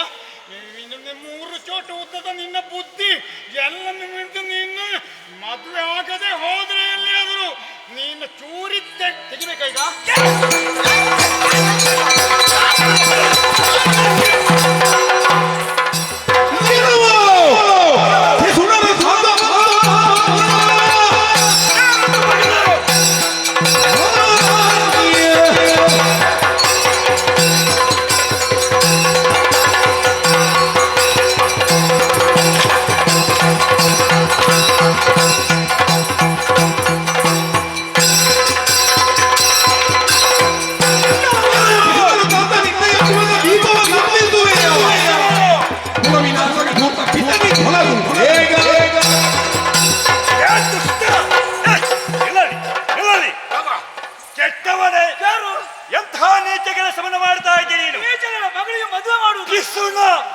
ಪಿಸುನ ಮಾತ್ರ ಅಲ್ಲ, ಪಿಸುನನ ಅಪ್ಪಣೀರು ಎನ್ನುವ ಹಾಗೆ ನಾನು ಕರೆಯುತ್ತೇನೆ. ಸ್ವಲ್ಪ ಸಂಸ್ಕಾರ ಎನ್ನುವುದು ಬೇಕು. ಸಂಸ್ಕಾರ ಇಲ್ಲದೆ ಮಗಳಿಗೆ ಮದುವೆ ಮಾಡ್ತೇನೆ. ನಾನು ಏನು ಮಾಡ್ತಾ ಇದ್ದೇನೆ, ಏನು ಮಾಡಬೇಕೆನ್ನುವ ಹಾಗೆ ಪರಿಜ್ಞಾನವನ್ನು ಇಟ್ಟುಕೊಳ್ಳಬೇಕು. ಅದನ್ನು ಮರೆತು ತನಗೆ ಬೇಡ ಬೇಡ ಎನ್ನುವ ಹಾಗೆ ಕಣ್ಣೀರನ್ನು ಸುರಿಸಿದ್ರು ಕೂಡ ಅನ್ಯರಿಗೆ ತನ್ನ ಮಗಳನ್ನು ಮದುವೆ ಆಗುವುದಕ್ಕೆ ಮುಂದಾಗ್ತಾ ಇದ್ದೀನಿ. ನನಗೆ ಅದು ಗೊತ್ತಿಲ್ಲ ಎನ್ನುವ ಹಾಗೆ ಆಲೋಚನೆ ಮಾಡಬೇಡ. ಎಲ್ಲ ವಿದ್ಯಮಾನವನ್ನು ದೂರಲ್ಲೇ ನಿಂತು ನಾನು ವೀಕ್ಷಿಸ್ತಾ ಇದ್ದೇನೆ. ಆ ಕಾಲಕ್ಕೆ ಬೇಕಾಗಿ ಅಯೋಧ್ಯೆ ಯುವರಾಜರಾಗಿರುವಂತಹ ಸತ್ಯವೃತರಾಗಿರುವಂತಹ ನಾನೇ ಮಧ್ಯ ಪ್ರವೇಶ ಮಾಡುವುದರ ಮೂಲಕವಾಗಿ ಈ ಮದುವೆಯನ್ನು ನಿಲ್ಲಿಸುವಂತಹ ಕೆಲಸಕ್ಕೆ ಬಂದಿದ್ದೇನೆ. ನೀನು ಒಬ್ಬ ಅಪ್ಪನೇನು, ನೀನು ಇಂಥವರಿಗೆ ನೀನು ಅಪ್ಪ ಎನ್ನುವ ಹಾಗೆ ಕಲಿಸಿಕೊಳ್ಳುವಂತಹ ಯೋಗ್ಯತೆಯನ್ನೇ ಕಲಿತಿದ್ದೇನೆ. ಇವಳನ್ನು ಮದುವೆ ಆಗೋದಕ್ಕೆ ಯುವ ರಾಜ್ಕುಮಾರ್, ಯುವರಾಜ ಮತ್ತೆ ನಾನೇಂತೇನೆ ಯುವರಾಜಕುಮಾರರೇ. ಈ ಶಿವರಿದ್ದಾನಲ್ಲ, ಶಿವಪೂಜಿ, ಅದೇ ಶಿವಪೂಜಿ ಇವ ಎಲ್ಲ ಪೂಜಿ ಗೊತ್ತಾಯ್ತಲ್ಲ. ಏನಾಯ್ತು? ಎಲ್ಲ ಪೂಜಿ ಕಟ್ಟಿ ಏನು ನನ್ನ ಮಾನ ಮರ್ಯಾದೆ ಎಲ್ಲ ತೆಗೆದ. ನಿನ್ನ ಮರ್ಯಾದೆ ಹೋಯ್ತಾ? ಎಲ್ಲ ಕೊಟ್ಟಿಲ್ಲ. ರಾಜಕುಮಾರರೇ, ನನಗೊಂದು ನ್ಯಾಯ ಒದಗಿಸಿ. ಏನು ನ್ಯಾಯ? ನಾನು ನನ್ನ ಭಾವನಲ್ಲಿ ಹೇಳಿದ್ದು ನನಗೆ ಒಂದು ಮದುವೆ ಆಗಬೇಕು. ವ್ಯಾಪಾರ, ರಾತ್ರಿ ಹಗಲು ವ್ಯಾಪಾರ. ನನಗೆ ಗ್ರಾಹಕರ ರಜೆಯೇ ಕೊಡ್ಲಿಲ್ಲ ಮದುವೆ ಆಗ್ಲಿಕ್ಕೆ. ಮತ್ತೆ ಮದುವೆ ಆಗುದು ಯಾವಾಗ? ಹಾಗಾಗಿ ಸ್ವಲ್ಪ ವಯಸ್ಸಾಯ್ತು. ಆ ನಂತರ ಒಂದು ಮದುವೆಯ ಪ್ರಸ್ತಾಪ ಆಯ್ತು, ಅದು ಕುದುರಿತು. ಆದರೆ ಈ ಶಿವಾಜಿ ಇದೆಯಲ್ಲ, ಈ ಶಿವಪೂಜಿ, ಹೌದು, 50,000 ಮೊದಲು ತಗೊಂಡಿದ್ದಾನೆ. ಇನ್ನು 50,000 ಕೊಡ್ಬೇಕು. 1 ಲಕ್ಷ ಹಣ್ಣಿಗೆ ಒಂದು ಹೆಣ್ಣು. ಈ ಪ್ರಕಾರ ಒಪ್ಪಂದಾಗಿ ನಾನು ಎಲ್ಲಾ ತಯಾರಾಗಿ ಬಂದಿದ್ದೇನೆ. ನೀನು ಮದುಮಗನ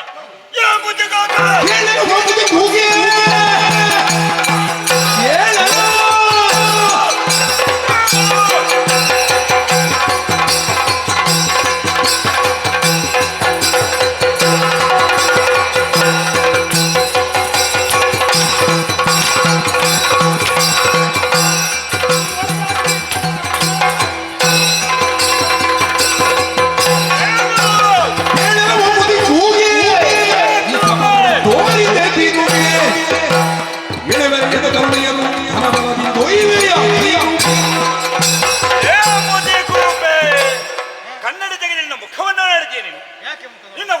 ಎಷ್ಟು ಎನ್ನುವುದು ನಿನ್ನ ಅಪ್ಪ ಮನೆಯಲ್ಲೇ ಕೇಳಬೇಕಿತ್ತು ನೀನು. ಇಲ್ಲ, ನನ್ನಲ್ಲಿ ಜನನ ಪ್ರಮಾಣ ಮಾತ್ರ ಉಂಟು. ನಿನ್ನ ಸ್ವರೂಪವ ಇದು, ಇದು ಕುರೂಪವ ಎನ್ನುವುದು ನನಗೆ ಅರ್ಥವಾಗುವುದಿಲ್ಲ. ಈಗ ಹೆಣ್ಣುಗಳು ಮುಸುಟಿ ಕಾಣುವುದಕ್ಕೆ ಅಮಾವಾಸ್ಯೆ ಆಗಿದ್ದು ನೀನು. ನಿನಗೆ ಮದುವೆ ಆಗುವ ಚಟ ಅಲ್ವಾ? ವಯಸ್ಸು ಮೀರಿದು ಗೊತ್ತಾಗ್ಲಿಲ್ಲ ನಿನಗೆ? ಆಗಿದೆ, ವಯಸ್ಸಾಯ್ತು. ರಾತ್ರಿ ಹಗಲು ಗ್ರಾಹಕರಿಗೆ ಬೇಕಾಗಿ ನಮ್ಮದು ಸಮಾಜ ಸೇವೆಯಲ್ಲಿ ಆಯುಷ್ಯ ಸಂದು ಮದುವೆ ಎನ್ನುವುದು ಸಮಾಜ ಸೇವೆ ಅಲ್ವಾ? ಹಾಗೆಲ್ಲ ನಿನಗೆ ಸರಿಯಾದ ರೂಪವತಿಯನ್ನು ಕಾಣುವುದರ ಮೂಲಕವಾಗಿ ನೀನು ಮದುವೆ ಆಗಬೇಕಿತ್ತು. ಆದರೆ ಇಂತಹ ಹುಡುಗಿಯನ್ನು ಮಗಳಿಗೆ ಸಮಾನಳಾಗಿದ್ದಾಳೆ ಅವಳು, ಸರಿಯಾಗಿ ನೋಡು. ಅಂಥವಳನ್ನು ಮದುವೆ ಆಗುವುದಕ್ಕೆ ಬೇಕಾಗಿ ಧನದ ಆಮಿಷವನ್ನು ಒಡ್ಡಿ ಮದುವೆ ಆಗುವುದಕ್ಕೆ ಮುಂದಾದೆ ಅಲ್ಲ.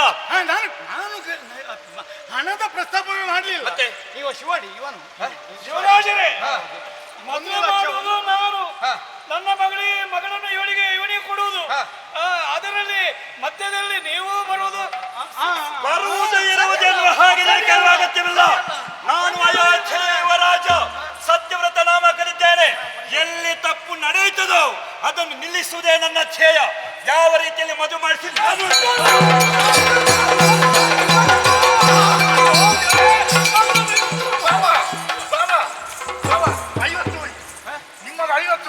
ಹೋಗ್ಲಿ, 50 ಇನ್ನೂ ಸ್ವಲ್ಪ ಹೋಗ್ಲಿ, ಆದ್ರೆ ನಾನು ಬಿಡ್ತೇನೆ. 50 ಇದ್ದದ್ದು ಕೊಡಿ.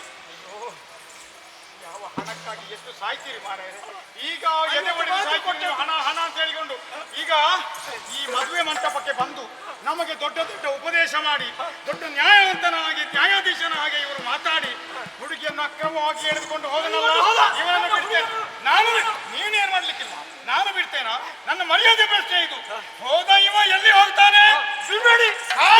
ಕಾಡಿಗೆ ಹೋಗಿ ಮೀನಾಗ್ತಾನ, ನೀರಿಗೆ ಹೋಗಿ ಹಕ್ಕಿ ಆಗ್ತಾನ,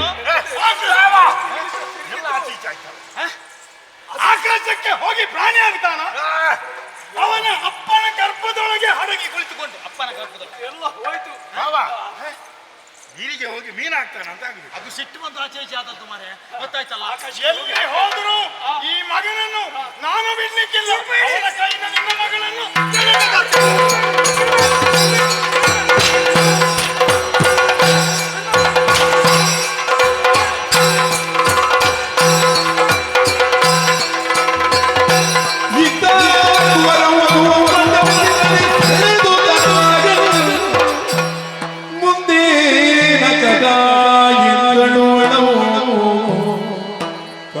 ಸತ್ಯವ್ರತವು ನುಡಿದನಾಗ ಅವಳಳು ಮುಂದೆ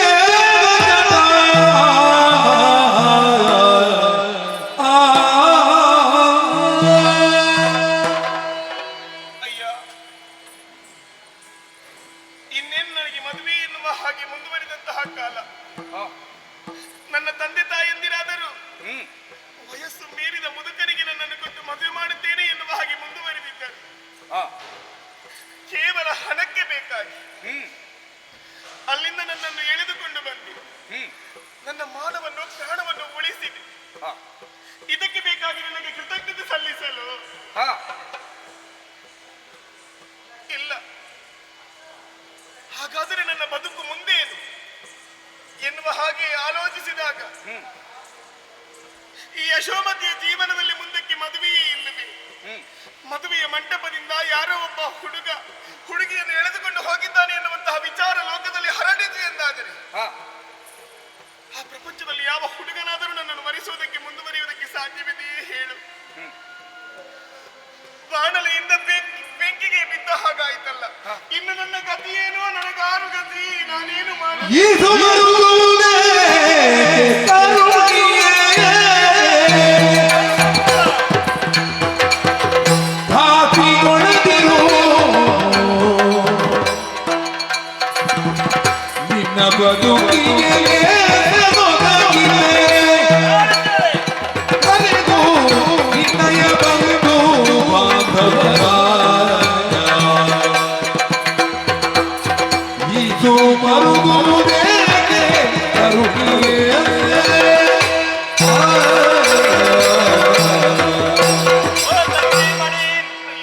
ನಿನ್ನ ಅಂತರಂಗದ ವಿಚಾರ ಏನೆಂಬುದು ನನಗೆ ಸ್ಪಷ್ಟವಾಗಿ ಅರ್ಥವಾಯಿತು. ಸರಿ, ಹುಟ್ಟಿದ ಮನೆ ಇಲ್ಲ, ಸೇರ್ಬೇಕಾದ ಮನೆಯನ್ನು ನಾನೇ ತಿಳಿದೆ ಎನ್ನುವ ಕಾರಣಕ್ಕೆ ಬೇಕಾಗಿ ಮುಂದೇನು ಮಾಡುವುದೆನ್ನುವ ಹಾಗೆ ದಾರಿ ಕಾಣದೆ ತಪ್ಪಿಸ್ತಾ ಇದ್ದಿ. ನನಗೇನು ಗತಿ?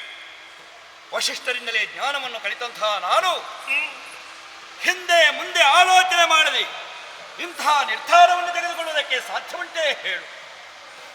ಯಾವ ಕಾರಣಕ್ಕೂ ನಿನ್ನ ಜೀವನ ಹಾಳಾಗುವುದಕ್ಕೆ ಬೇಕಾಗಿ ನಾನು ಬಿಡುವುದಕ್ಕೆ ಸಾಧ್ಯವೇ ಇಲ್ಲ.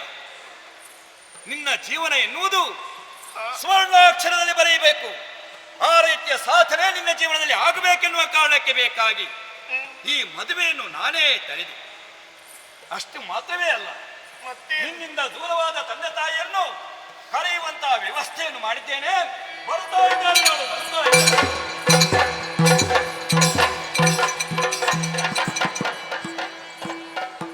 ಏನು ರಾಜರೇ, ತಲೆತ್ತಿ ಯಾಕೆ? ತಪ್ಪು ಮಾಡಿದ್ದೇನೆ, ತಲೆ ಎತ್ತುವುದಕ್ಕೆ ಸಾಧ್ಯವಿಲ್ಲ ಅಂತ ಕೆಲಸವನ್ನು ನಾನು ಮಾಡಿದವನಿದ್ದೇನೆ. ಮಹಾರಾಜರೇ, ನೀವು ಈ ಅಯೋಧ್ಯೆ ಮಹಾರಾಜನ ಕೋರಣೆಯವರಾಗಿದ್ದೀರಿ, ಯುವರಾಜನಾಗಿ ಮೆರೆಯುತ್ತಾ ಇದ್ದೀರಿ. ಮಾತ್ರವಲ್ಲ, ಮಾಡಬೇಕಂತ ಕೆಲಸವನ್ನೇ ಮಾಡಿ ಈ ಶಿವಪೂಜೆಯ ಕಣ್ಣನ್ನು ತೆರೆಸಿದವರು ನೀವಿದ್ದೀರಿ. ಹುಡುಗಿಯನ್ನು ಮದುವೆ ಮಂಟಪದಿಂದ ಕೊಂಡು ಹೋದ್ರಿ, ಆದ್ರೆ ಬೇಸರವಿಲ್ಲ. ಆದ್ರೆ ಈಗ ನಾನು ನನ್ನ ತಪ್ಪನ್ನು ಒಪ್ಪಿಕೊಳ್ಳುವುದಕ್ಕೆ ಮನ ಮಾಡ್ತಾ ಇದ್ದೀನಿ. ಮುತ್ತಿನಂತ ನನ್ನ ಮಗಳ ಜೀವನಕ್ಕೆ ಕೊಳ್ಳಿಡುವುದಕ್ಕೆ ಈ ಶಿವಪೂಜೆ ಮನ ಮಾಡಿದೇನಲ್ಲ. ಯಾಕೆ ಬೇಕಾಗಿ? ದುಡ್ಡಿನ ಆಸೆಗಾಗಿ, ಸಂಪತ್ತಿನ ಆಸೆಗಾಗಿ. ಆದ್ರೆ ಈ ಸಂಪತ್ತಿನಿಂದ ದುಡ್ಡಿನಿಂದ ಏನು ಮಾಡುವುದಕ್ಕೆ ಇದೆ? ಕೇವಲ ಭೋಗಕ್ಕಾಗಿ ಮಾತ್ರ ಅದನ್ನು ಮಾಡಬಹುದು. ಆದ್ರೆ ನಿಜವಾದಂತ ಜೀವನವನ್ನು ಮಾಡುವುದಕ್ಕೆ ದುಡ್ಡು ಮುಖ್ಯವಲ್ಲ, ಸಂಪತ್ತು ಮುಖ್ಯವಲ್ಲ. ನೊಂದುಕೊಳ್ಳಲೇ ಮರುಗದಿರೋ ಮಹನೀಯ ಮರೆಸುವುದೋ ಮತಿಯ ತರುಣಿಯು ನಿನ್ನಯ ಕುಲದಿ ತಗಿತೆ, ತರುಣಿಯು ನಿನ್ನಯ ಕುಲದಿ ತಗಿತೆ, ವರುವರನು ನೀವರಿ ಕಲಿತೆಗೆ ಮರುಗದಿರೋ ಮಹನೀಯ ಧನ ಮರೆಸುವುದೋ ವರಮತಿಯ ಮರುಗದಿರೋ.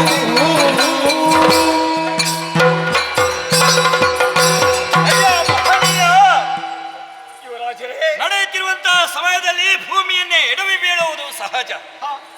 ಬಿದ್ದಲ್ಲೇ ನಾವು ಹೊರಳಾಡ್ತಾ ಇದ್ರೆ ನಮ್ಮನ್ನು ಮೂರ್ಖ ಅನ್ನುವ ಹಾಗೆ ಕರೀತಾರೆ.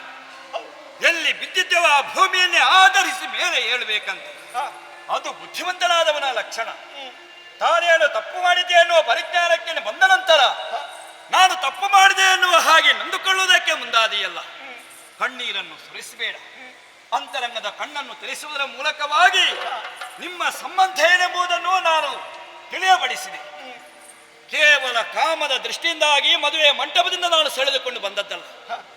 ಯುವರಾಜನಾಗಿ ಒಬ್ಬಳು ಯುವತಿಗೆ ಅನ್ಯಾಯವಾಗ್ತದೆ ಎನ್ನುವುದನ್ನು ಕಂಡಾಗ ಅದನ್ನು ತಡೆಯುವುದಕ್ಕೆ ನಾನು ಬಂದಿದ್ದೇನೆ. ಅಬಲೆಯಾಗಿರುವಂತಹ ನಾರಿ ಕಣ್ಣೀರನ್ನು ಸುರಿಸುವಾಗ ಕ್ಷತ್ರಿಯನಾದವನು ರಕ್ಷಣೆ ಕೊಟ್ಟೇ ಕೊಡಬೇಕು. ಇಲ್ಲಂತಾದ್ರೆ ಅವನು ಕ್ಷತ್ರಿಯನೇ ಅಲ್ಲ.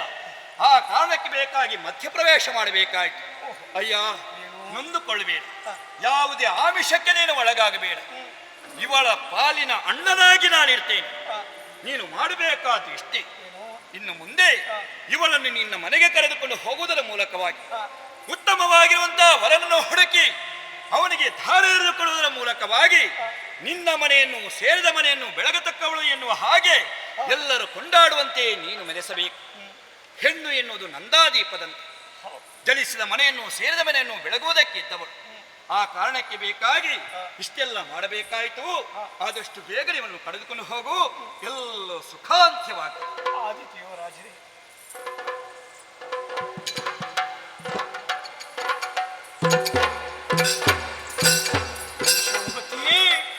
ಏನು ನಿನ್ನ ಅಪ್ಪನಾಗಿದ್ದೇನೆ ನಾನು. ಆದ್ರೆ ಏನು ಮಾಡೋದು ಹೇಳು?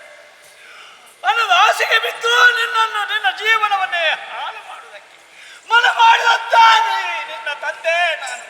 ಪಾಪಿಯಪ್ಪ ಪಾಪಿ. ಇದು ನಾನು ಮಾಡಿದ ಅನ್ಯಾಯ. ಯುವರಾಜರು ನನ್ನ ಕಣ್ಣನ್ನು ತೆರೆಸಿದವರಿದ್ದಾರೆ. ನನ್ನ ಮಡದಿ ಮಾತಿಗೂ ಕೂಡ ಒಪ್ಪದಂತ ನಾನು ಅನ್ಯಾಯವನ್ನು ಮಾಡುವುದಕ್ಕೆ ಮುಂದಾದೆ. ಮುತ್ತಿನಂತ ನಿನ್ನ ಬಾಯಿಗೆ ಕೊಲ್ಲೆ ನುಡಿದಕ್ಕೆ ಮನ ಮಾಡಿದೆ. ಯಶೋಮತಿ, ಅಮ್ಮ, ನೀನು ನನಗೆ ಪ್ರಾಯದಿಂದ ಚಿಕ್ಕವಳಾದ್ರೂ ಕೂಡ ಇದು ನನ್ನ ತಪ್ಪನ್ನು ಮನ್ನಿಸುತ್ತಾ ನಿನ್ನ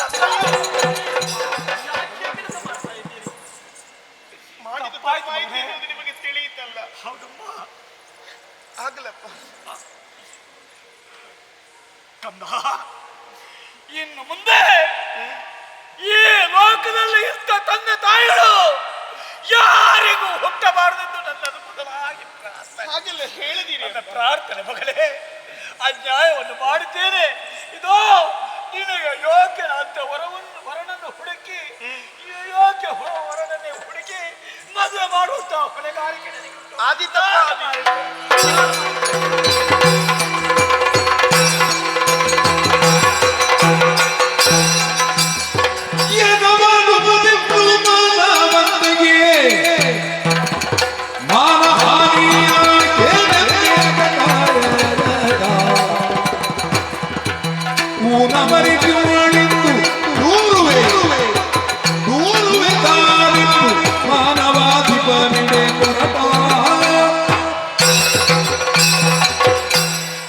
ಇವರಿಗೆಲ್ಲ ಒಂದೊಂದು ನಾಡಿನ ಅಧಿಕಾರ ಇರುವುದು.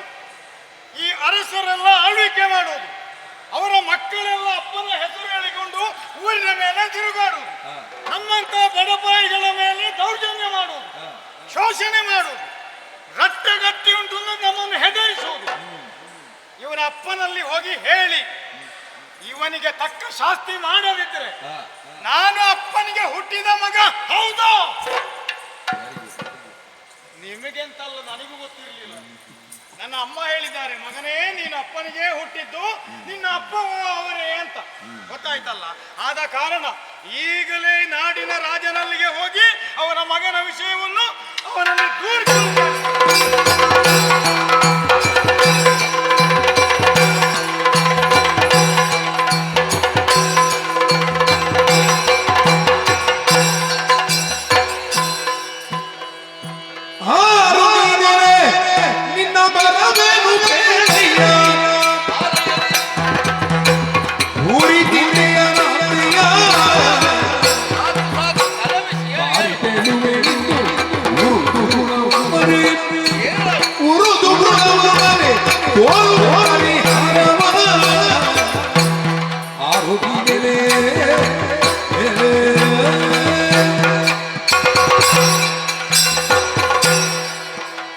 ಒಳ್ಳೇದಾಗ್ಲಿ, ಒಳ್ಳೇದಾಗ್ಲಿ. ಏನು ನಮಸ್ಕಾರದಲ್ಲಿ ಏನಾದ್ರೂ ಚಮತ್ಕಾರ ಉಂಟಾ? ಮಣ್ಣಂಗಟ್ಟೆ ಚಮತ್ಕಾರ ಪ್ರಯೋಗ ಮಾಡಿ ಮಾಡಿಯೇ ಈ ಸ್ಥಿತಿಗೆ ಬಂದಾಗಿದೆ. ಹೌದಾ? ಅಯ್ಯ, ಅರಮನೆಗೆ ನೇರವಾಗಿ ನೀ ಬಂದವರಿದ್ದೀಯ. ಹೌದು. ಬಂದದ್ದೇ ನನ್ನದಾದಂತಹ ಸಿಂಹಾಸನದ ಮುಂದೆ ನಮಸ್ಕಾರವನ್ನು ಮಾಡಿ ತ್ರಾಹಿ ತ್ರಾಹಿ ಎನ್ನುವ ಭಾವದಿಂದ ನೀ ದುಃಖಿತನಾಗಿದ್ದಿ. ಹೌದು. ಯಾರು ನೀನು ಅನ್ನುವ ಮೊದಲ ಪ್ರಶ್ನೆ ನನ್ನದು. ಕಾರಣ ಬೇರೇನೂ ಅಲ್ಲ, ನಿನ್ನನ್ನು ಈವರೆಗೆ ನಾ ಇಲ್ಲಿ ನೋಡಿದ್ದಿಲ್ಲ. ನಾನು ಹಾಗೆಲ್ಲ ಹೊರಗೆ ತಿರುಗಾಡುವವನು ಅಲ್ಲ. ತಿರುಗಾಟದಲ್ಲಿ ಇರುವವಲ್ಲ ಅಂತ ಆಯ್ತು. ನಮ್ಮ ವೃತ್ತಿ ಅದರಲ್ಲೊಂದು ನಿಷ್ಠೆ ನಮಗೆ. ವೈದಿಕರವರ್ವನಿ ರಾತ್ರಿ ಹಗಲು ವ್ಯಾಪಾರವೇ ನಮ್ಮದು. ಆಗಲಿ, ರಾತ್ರಿ ಹಗಲು ವ್ಯಾಪಾರ ಅಂತಾದ್ರೂ ಒಂದು ವ್ಯಾಪಾರ ಮಾಡಬೇಕು ಅಂತ ಮನಸ್ಸುಂಟಲ್ಲ. ಹಾಗಿದ್ರೆ ರಾತ್ರಿ ಹಗಲು ವ್ಯಾಪಾರ ಮಾಡುವ ನಿನಗೆ ಸಂಪತ್ತಿನಲ್ಲಿ ಬರಗಾಲ ಬರಲಿಕ್ಕಿಲ್ಲ. ಆದ್ರೂ ಕೂಡ ಚಿಂತೆಯನ್ನು ಹೊತ್ತುಕೊಂಡು ಇಲ್ಲಿಯವರೆಗೆ ಬಂದಿದ್ದಿ. ಕಾಣ್ತದ ಸಂಪತ್ತಿನಲ್ಲಿ ಬರಗಾಲ ಇರುವವರು ಈ ಅಂಗಿಗಳಿಗೆಲ್ಲ ಧರಿಸುವ ವಸ್ತ್ರದಲ್ಲಿ ಚಿನ್ನದ ಗರಿಯೇ ಇದು. ಎಲ್ಲವೂ ಹೊಸತ್ತೆ. ಹಾಗೆ ಅಂತ ಏನು ಸಮಸ್ಯೆ ಇಲ್ಲ ಅಂತ ಆದ್ರೆ ಚಿಂತೆ ಯಾಕೆ? ಚಿಂತೆಯನ್ನೇ ಹೊತ್ತುಕೊಂಡು ಇಲ್ಲಿಯವರೆಗೆ ಬಂದಿದ್ದಿ. ಏನಾಯಿತು? ಯಾರು ನೀನು? ಯಾರಿಂದ ನಿನಗೆ ಕಷ್ಟ ಬಂತು? ನನ್ನಲ್ಲಿ ಹೇಳಿಕೊಂಡ್ರೆ ನಾನು ಪರಿಹಾರ ಒದಗಿಸ್ತೇನೆ.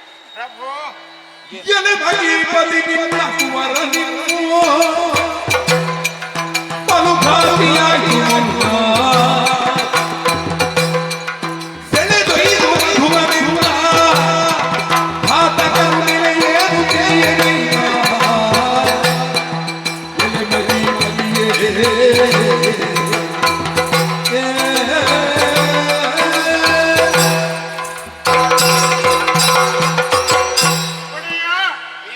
ಈ ಅಯೋಧ್ಯ ನಗರದಲ್ಲಿ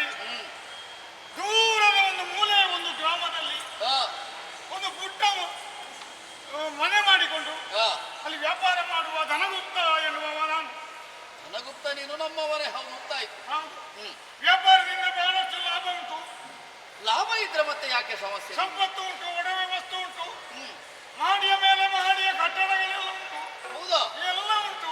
ಎಲ್ಲ ಇದ್ದು ಆದರೆ ಈ ವ್ಯಾಪಾರದ ಜಂಜಾಟದಲ್ಲಿ ಮತ್ತೆ ಸ್ವಲ್ಪ ಹಣ ಮಾಡುವ ಒಂದು ಆಸಕ್ತಿಯಲ್ಲಿ, ಚಟ ಅಲ್ಲ, ಆಸಕ್ತಿಯಲ್ಲಿ ಹಣ ಮಾಡುವುದಲ್ಲ ಆಸಕ್ತಿ ಉಂಟು.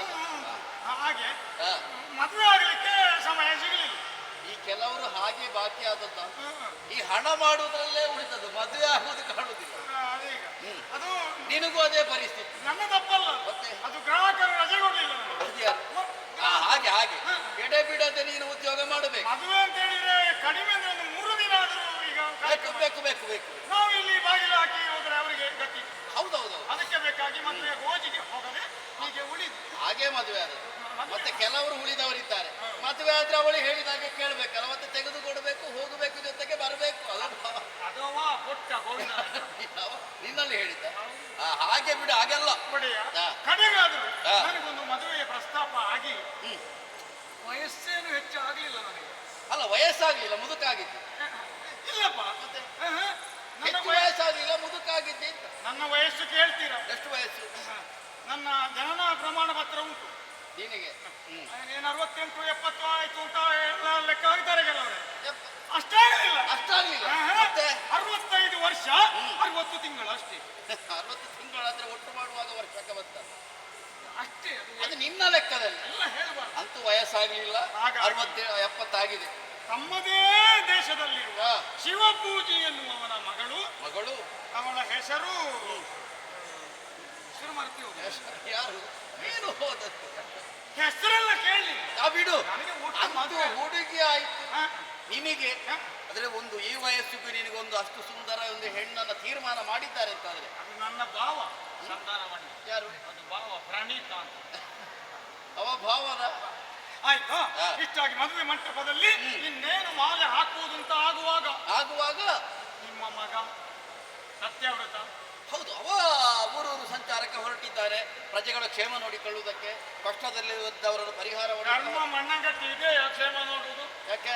ಮದುವೆ ಮಂಟಪಕ್ಕೆ ಸಿಡಿಲ ಮರಿ ಹಾಗೆ ಎಲ್ಲಿಂದಲ ಬಂದು ಒಂದು ಮದುವೆ ನಿಲ್ಲಿಸಿದ ನನಗೆ ನಿಶ್ಚಯ ಆಗುವ ನನ್ನ ಭಾವಿ ಪತ್ನಿಯನ್ನು ಕೈ ಹಿಡಿದು ದರದಲ್ಲಿ ನನ್ನ ಮಗ ಏನು? ಈಗ ನೀವು ದೇವರಿಗೆ ಸಮಾನ ರಾಜರಂದ್ರೆ ಸರಿ, ನಾಳೆ ನಿಮ್ಮ ಮಗನು ಅಧಿಕಾರಕ್ಕೆ ಬರುವವರು. ಹೌದು, ದೇವರ ಸ್ಥಾನದಲ್ಲಿ ಕುಳಿತು ನಿಂತು ಪ್ರಜೆಗಳಿಗೆ ನ್ಯಾಯದಾನ ಮಾಡುವವರು. ಇದು ರೈತ ಬೆಳೆಯುವ ಬೆಳೆಯನ್ನು ಬೇಲಿಯೇ ಎಂದು ಮೇದರೆ ಆ ರೈತನ ಗತಿ ಏನಾಗಬೇಕು? ಸತ್ಯವಾದ ಮಾತು. ತನ್ನ ಮಕ್ಕಳಿಗೆ ತನ್ನ ತಾಯಿ ಎದೆ ಹಾಲನ್ನು ಉಳಿಸಿ ಪೋಷಿಸುವುದರ ಬದಲು ಒಂದಿಷ್ಟು ವಿಷ ಕೊಟ್ಟರೆ ಆ ಮಕ್ಕಳು ಬದುಕುವುದಕ್ಕುಂಟ? ಸಾಧ್ಯ ಇಲ್ಲ. ನಿಮ್ಮ ಮಗನಿಂದ ನಿಮ್ಮಿಂದ ರಕ್ಷಣೆ ಒದಗಬೇಕಿತ್ತು. ಹಾ, ಅದರ ಬದಲಾಗಿ ಕಡೆಗೆ ಸಾಯುವ ಕಾಲಕ್ಕಾದರೂ ನನಗೆ ಆಗುವ ಮದುವೆಯನ್ನು ತಪ್ಪಿಸಿ ಇವ ಎಳೆದುಕೊಂಡು ಹೋಗಿದ್ದಾನೆ. ನನಗೊಂದು ನ್ಯಾಯದಾನ ಮಾಡಬೇಕು. ನುಡಿಯನ ಶಿವ ಹುಡುಗಿಯೊಳಗೆ ಕೈಯಿಂದ ಕುವರವು ಕಡುಮದ ನೆಲೆಯರಾತನೆನುತ್ತ ಚಿಂತಿಸಿದ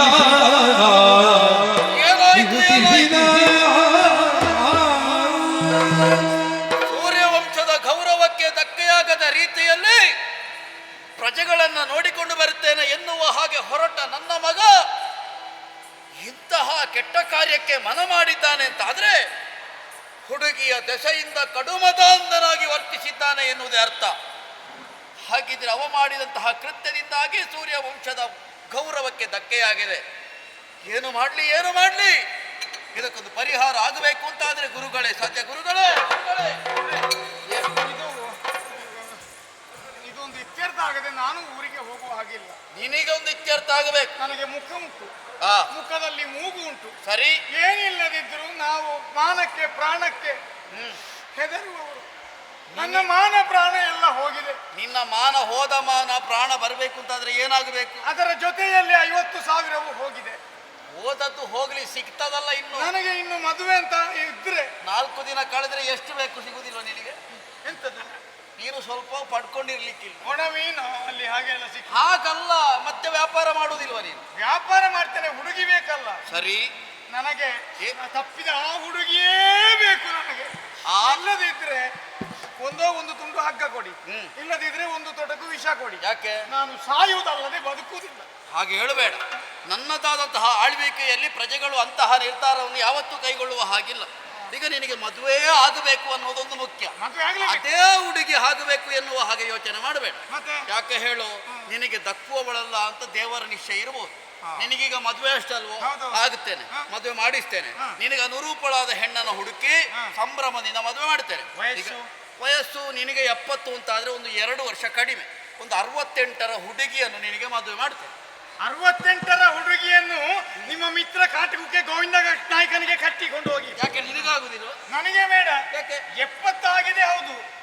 ಈಗಲೂ ಇದ್ದೇನೆ. ಹೇಗೆ 70 ಯಾರಾದ್ರೂ ಹೇಳ್ತಾರೆ? ಹೇಳಲಿಕ್ಕೆ ಸಾಧ್ಯವೇ ಇಲ್ಲ. ಮತ್ತೆ ಯೋಚನೆ ಮಾಡಬೇಕು. 40 ವರ್ಷದ್ದಾದ್ರೂ ಆದಿತ್ತು. 40 ನೋಡುವ ಸಮಯ ಒದಗಿ ಬಂದಾಗ ಅನುರೂಪವಾದ ಹೆಣ್ಣನ್ನು ಹುಡುಕುತ್ತಾನೆ. ಸರಿ, ಈ ವಿಚಾರವನ್ನು ಏನಾದ್ರೂ ವಿಮರ್ಶೆ ಮಾಡಿ ಸರಿಯಾದ ನಿರ್ಧಾರ ಕೈಗೊಳ್ಳಬೇಕು. ಗುರುಗಳಲ್ಲಿ ಅರಿಹಬೇಕು. ಗುರುಗಳೇ, ಗುರುವರಿಯ ಒಂದು ಮಾತು ಕೇಳಬೇಕು. ವಾಲಿಸಾಗಡೆ ಕೊಂಬ ಸಂಜಾತ ತಾನಿಂದು ತಾರುತ ಕೂಳ ಕೂಳ ನಿನ್ನ ತನುಜ ಬಾಲಿಯವರ ಸಿಡಿದು ಸಂಗಿತ ದಾನವಾಣಿದು ದೂರು ದೂರೈ ಸಾಲ ಬಾಧಿಕೆಯಾಗದಿರುವನ ಕೇಳು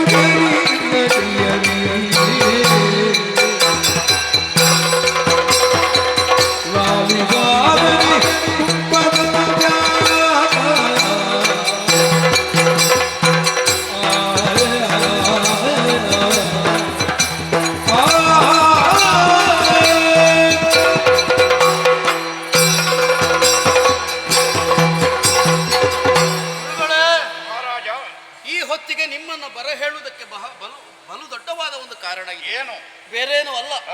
ಪ್ರಜೆಗಳ ಯೋಗಕ್ಷೇಮವನ್ನು ನೋಡಿಕೊಂಡು ಬರಬೇಕು ಎನ್ನುವ ಹಾಗೆ ನನ್ನ ಮಗನಾದಂತಹ ಸತ್ಯವೃತ್ತನನ್ನು ಕಳುಹಿಸಿಕೊಟ್ಟು, ಆದ್ರೆ ಅವ ಮಾಡಿದಂತಹ ಕೃತ್ಯವನ್ನು ಏನು ಅಂತ ಹೇಳಿ, ಶಿವಪೂಜೆ ಎನ್ನುವಂತಹ ಓರ್ವನ ಸುತೆಯನ್ನು ವೈದಿಕರವರು ಮದುವೆಯಾಗುವುದಕ್ಕೆ ನಿರ್ಧರಿಸಿದಂತಹ ವೇಳೆಯಲ್ಲಿ ಆ ಮದುವೆ ಮಂಟಪವನ್ನು ಸೇರಿ ಅಲ್ಲಿ ಒಂದು ರೀತಿಯಾದಂತಹ ಅದಟುತನವನ್ನು ತೋರಿ ಮದುಮಗಳನ್ನೇ ಅಪಹರಿಸಿದ್ದಾನಂತೆ.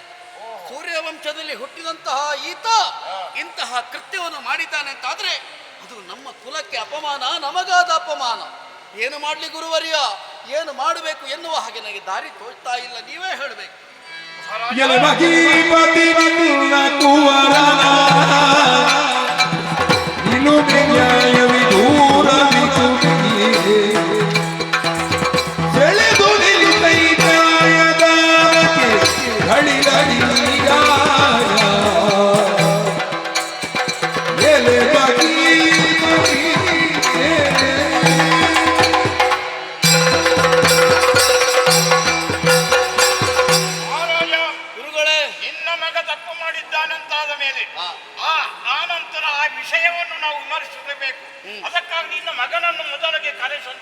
ಅವನನ್ನೇ ಕರೆದು ಅವರೆಲ್ಲ ವಿಚಾರಿಸಬೇಕು.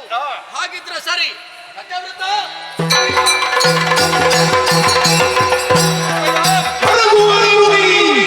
ನಗರವ ಚಲಿತ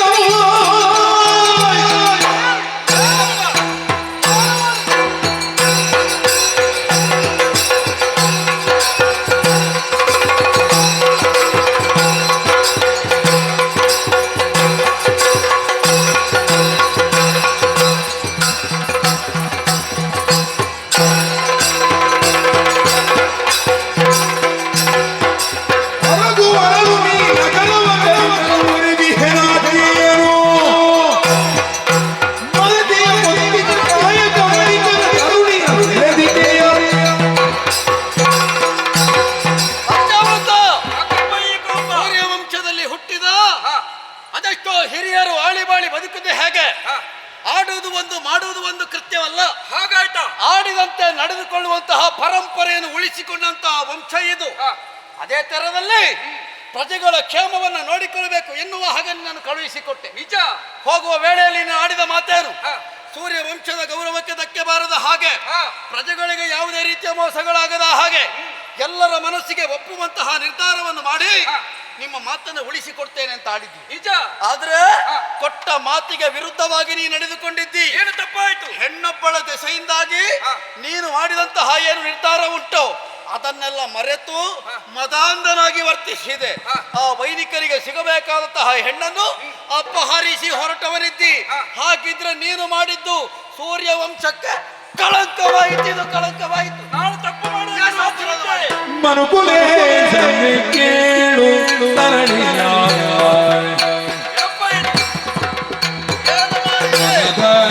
ಭಾವನೆಯೇನು ತಿಳಿಯ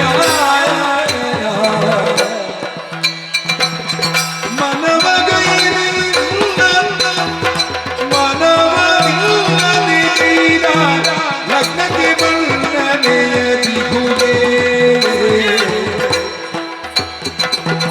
ಮನುಕುಲೇಶನೆ ಕೇಳು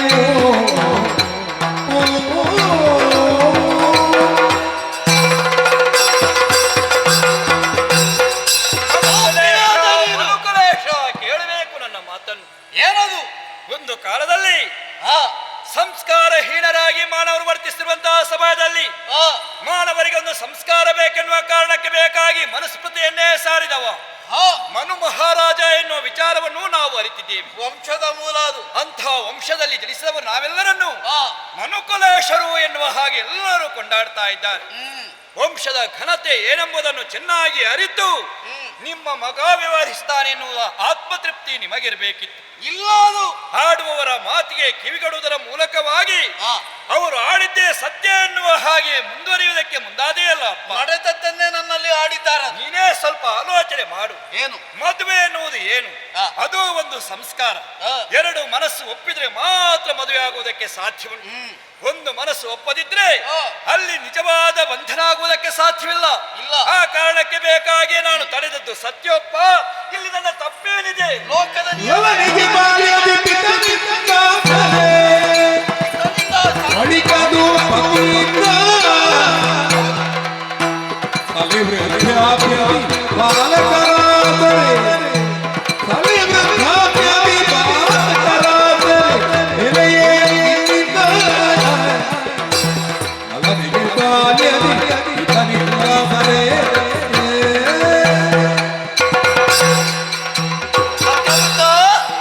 ಮನುವಂಶದ ಬಗೆಗೆ ನೀ ಆಡುವುದಕ್ಕೆ ಹೊರಟಿದ್ದಿ. ಕೇವಲ ಅಷ್ಟಕ್ಕೆ ಸೀಮಿತವಾಗುವುದಿಲ್ಲ. ಲೋಕ ನಿಯಮ ಏನೆನ್ನುವುದನ್ನು ನೀ ಮೊದಲೇ ತಿಳಿದುಕೊಳ್ಳಬೇಕಾಗುತ್ತದೆ. ಏನದು? ಹೆಣ್ಣಾದವಳಿಗೆ ಬಾಲ್ಯದಲ್ಲಿಯೇ ತಂದೆ ತಾಯಿಗಳ ಅಧೀನಳಾಗಿರ್ತಾಳೆ. ಯೌವನದಲ್ಲಿ ಗಂಡನ ಅಧೀನಳಾಗಿರ್ತಾಳೆ. ಮುಪ್ಪಿನಲ್ಲಿ ಮಕ್ಕಳ ಅಧೀನರಾಗಿರ್ತಾರೆ. ಹಾಗಿದ್ರೆ ಹೆಣ್ಣಾದವಳು ಬಾಲ್ಯದಲ್ಲಿ ಇರುವಂತಹ ಕ್ರಮ ಹೇಗೆ? ಪ್ರತಿಯೊಂದು ಹೆಜ್ಜೆಯನ್ನು ಇಡುವಲ್ಲಿ ತಂದೆ ತಾಯಿಗಳೇ ಮಾರ್ಗದರ್ಶಕರಾಗಿರ್ತಾರೆ. ಮನೆಯ ಮೊದಲ ಪಾಠಶಾಲೆ, ಜನಕ್ಕೆ ಜನನೀಯರೇ ಮೊದಲ ಗುರುಗಳು ಅಂತ ಪ್ರಪಂಚದಲ್ಲಿ ಆಡಿದ್ದಾರೆ. ನಿಜ. ಹಾಗಿದ್ರೆ ಅಷ್ಟಿದ್ದು ಕೂಡ ಪ್ರಾಯಪ್ರಬುದ್ಧಳಾಗುವಂತಹ ಹೆಣ್ಣಾದವಳು ಎಲ್ಲವನ್ನ ತಂದೆಯವರ ಮಾತಿನಂತೆ ನಡೆದುಕೊಳ್ಳಬೇಕಾದದ್ದು ಕರ್ತವ್ಯ. ತಂದೆ ಎನ್ನುವುದು ಧೈರ್ಯ, ತಾಯಿ ಎನ್ನುವುದು ವಿಶ್ವಾಸ. ಅಷ್ಟೇ ಅಲ್ಲ, ಎಳವೆಯಲ್ಲಿದ್ದಂತಹ ಮಗುವನ್ನು ಹೆಗಲಲ್ಲಿ ಹೊತ್ತುಕೊಂಡು ಹೋಗುವ ಅಪ್ಪ, ಹಸಿವೆಯಾದಾಗ ಎದೆ ಹಾಲನ್ನು ಕೊಡುವವಳು ತಾಯಿ. ಅವರಷ್ಟು ಬೆಳೆಸಿದ ಕಾಲಕ್ಕೆ ಪ್ರತಿಯೊಂದು ವಿಚಾರಕ್ಕೂ ಹೇಳುವುದಕ್ಕೆ ಅಧಿಕಾರ ತಂದೆ ತಾಯಿಗಳಿಗೆ ಹೊರತು ಮತ್ತೆ ಮೂರನೆಯವನಿಗಿಲ್ಲ. ನೀನು ಕೂಡ ಅಷ್ಟೇ ಮೂರನೆಯವನಾಗಿ ಹೋಗಿ ಅಲ್ಲಿ ನಿನ್ನದಾದಂತಹ ಏನು ವಿಚಾರ ಉಂಟು ಅದನ್ನು ಅರುಹಿದೆ. ಅದು ನೀನು ಮಾಡಿದ್ದು ತಪ್ಪು. ಹಾಗಾಗಿ ಹೇಳ್ತಾ ಇದ್ದೇನೆ, ತಂದೆ ತಾಯಿಗಳು ಕೈಗೊಳ್ಳುವ ನಿರ್ಧಾರಕ್ಕೆ ಹೆಣ್ಣಾದವಳು ಬದ್ಧಳಾಗಿಯೇ ಇರಬೇಕು. ಅದವಳಿಗೆ ಧರ್ಮ. ಅದನ್ನೇ ಮೀರಿ ನಿಂತಹ ನೀನು ಹೋಗಿ ಅವಳನ್ನು ಅಪಹರಿಸಿದೆ ಅಂತಾದ್ರೆ ನೀನು ಮಾಡಿದ್ದು ಅಪರಾಧ, ಅಪರಾಧ, ಅಪರಾಧ. ಹೆಣ್ಣಿಗೆ ಮನಸ್ಸಿನ ಬದುಕಿನ ಬಗೆಗೆ ಬಣ್ಣದ ಕಾವಿರದೆ ಮನ್ನಿಸದೆ ಮನದಿರವರು ಲಗ್ನವ ಬಿಟ್ಟರೆ ಕೈಯೂರೇ ಬೆಣ್ಣಿಯಾದರೂ ಬದುಕಿನ ಬಗೆಗೆ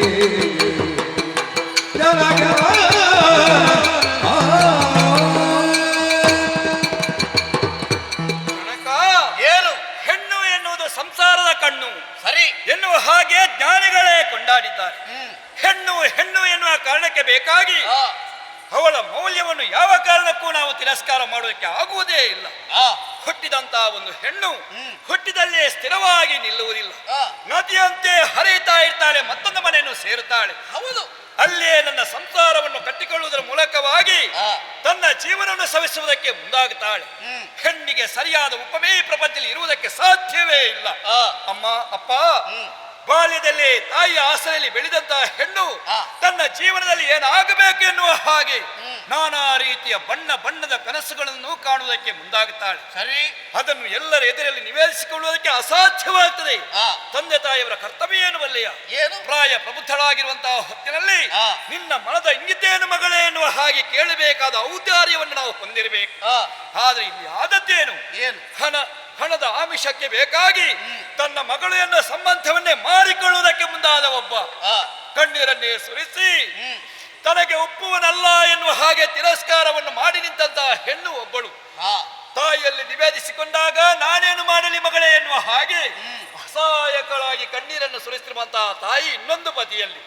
ಈ ಕಾರಣಕ್ಕೆ ಬೇಕಾಗಿ ನ್ಯಾಯವನ್ನು ಒದಗಿಸಬೇಕೆನ್ನುವ ಕಾರಣಕ್ಕೆ ಬೇಕಾಗಿ ಮಧ್ಯಪ್ರವೇಶ ಮಾಡಿದವ ನಾನು. ಕ್ಷತ್ರಿಯ ಗುಣ ಏನೆಂಬುದನ್ನು ನೀವೇ ಹೇಳಿದ್ದೀರಪ್ಪ. ಕಣ್ಣೆದುರಿನಲ್ಲಿ ಒಂದು ದುರ್ಘಟನೆ ನಡೆಯುತ್ತದೆ ಅಂತಿದ್ರೆ, ಅಧರ್ಮ ನಡೆಯುತ್ತದೆ ಅಂತಿದ್ರೆ ಕ್ಷತ್ರಿಯಾದವನು ಮಧ್ಯಪ್ರವೇಶ ಮಾಡುವುದರ ಮೂಲಕವಾಗಿ ಅದನ್ನು ನಿಲ್ಲಿಸಲೇಬೇಕು.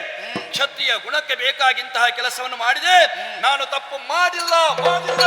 ಸತ್ಯವ್ರತ, ನಾ ಕೇಳಿದ ಅಷ್ಟು ಪ್ರಶ್ನೆಗೆ ನೀನು ಪ್ರತಿಯಾಗಿ ಆಡುತ್ತಿ.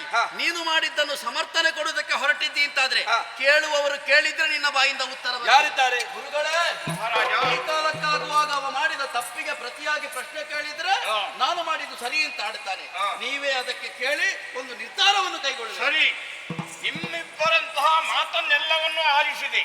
ಸರಿ ಯಾವುದು ತಪ್ಪು ಯಾವುದು ಎಂದು ವಿಮರ್ಶೆಯೂ ನನಗೆ ಬಂತು. ಈ ಅಯೋಧ್ಯ ದೇಶ ಸತ್ಯವಂತರ ಬೀಡು. ಯಾರು ತಪ್ಪು ಮಾಡಿದರೂ ಅವರಿಗೆ ಶಿಕ್ಷೆ ಆಗಲೇಬೇಕು. ಮಹಾರಾಜ, ನಿನ್ನ ಮಗ ಎಂಬ ಮಮಕಾರ ಬೇಡ, ಅವನಿಗೆ ಶಿಕ್ಷೆ ಕೊಡಲೇಬೇಕು. 12 ವರ್ಷ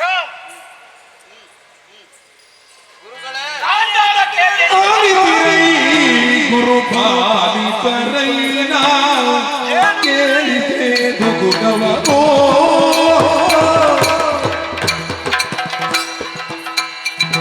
ಜಾಳಿಸಿ ನೋಡಲಿ ಕೇಳಲಿ ಪತಿಯ ತುಳಿಯದೆ ಮಧುಮೆಂಗೋ ಜಾಳಿಸಿ ನೋಡಲಿ ಕೇಳದೆ ಪತಿಯ ತುಳಿಯದೆ ಮಧುಮೆಂಗೋ ಪಾಲಿಸಿರಿ ಗುರು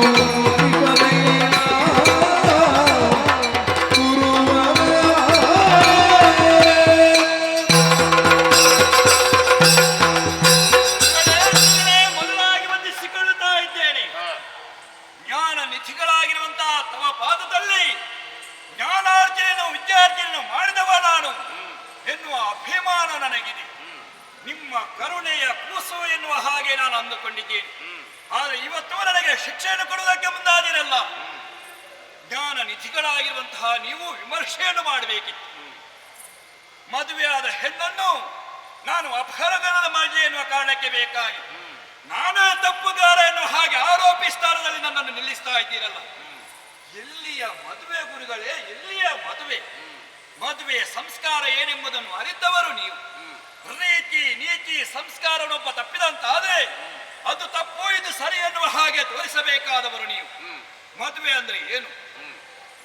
ಧರ್ಮ ಅರ್ಥ ಕಾಮದಲ್ಲಿ ನಿನ್ನ ಜೊತೆಯಲ್ಲಿ ನಾನು ಇರ್ತೇನೆ ಎನ್ನುವ ಹಾಗೆ ಕರಗ್ರಹಣ ಮಾಡುವುದರ ಮೂಲಕವಾಗಿ ಅಗ್ನಿ ಸಾಕ್ಷಿಯಾಗಿ ಸಪ್ತಪದಿಯನ್ನು ತುಳಿಯುವುದರ ಮೂಲಕವಾಗಿ ಮಾಂಗಲ್ಯವನ್ನು ಬಿಗಿದು ನಾನು ನಿನ್ನನ್ನು ರಕ್ಷಣೆ ಮಾಡುತ್ತೇನೆ ಎನ್ನುವ ಹಾಗೆ ಅವನನ್ನು ಅರ್ಥನೋ ಅವನು ಮದುವೆ ಆಗಿದ್ದಾನೆ ಎನ್ನುವುದೇ ಅರ್ಥ.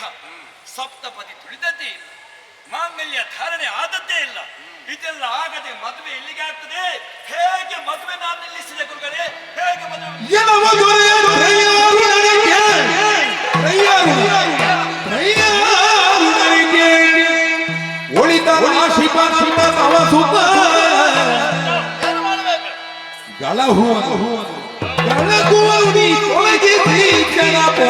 ಹೊರಗೆ ನೀ ತೊಲಗಿಸಿ ಕ್ಷಣ ಕೊಳಲ ಹೊರಗೆ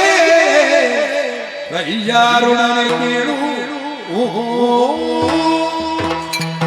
ಮಹಾರಾಜ, ಗುರುಗಳೇ, ನಿನ್ನ ಮಗ ಎಷ್ಟು ಹೇಳಿದ್ರು ಕೂಡ ಆತ ಮಾಡಿದ ತಪ್ಪು ತಪ್ಪು ತಪ್ಪೆ. ಅದಕ್ಕೆ ಸರಿಯಾದಂತ ಶಿಕ್ಷೆ ಆಗಲೇಬೇಕು. ಈ ಒಳಲು ಅಂದ್ರೆ ಈ ನಾಡನ್ನೇ ಬಿಟ್ಟು ಹೋಗಬೇಕು. ಚಾಂಡಾಲ ಕೇರಿಯಲ್ಲಿ 12 ವರ್ಷ ಅವ ಅಲ್ಲಿ ಇರಲೇಬೇಕು. ತಪ್ಪಿಗೆ ಸರಿಯಾದ ಶಿಕ್ಷೆ. ನಿಮ್ಮ ಮಾತಿಗೆ ವಿರೋಧ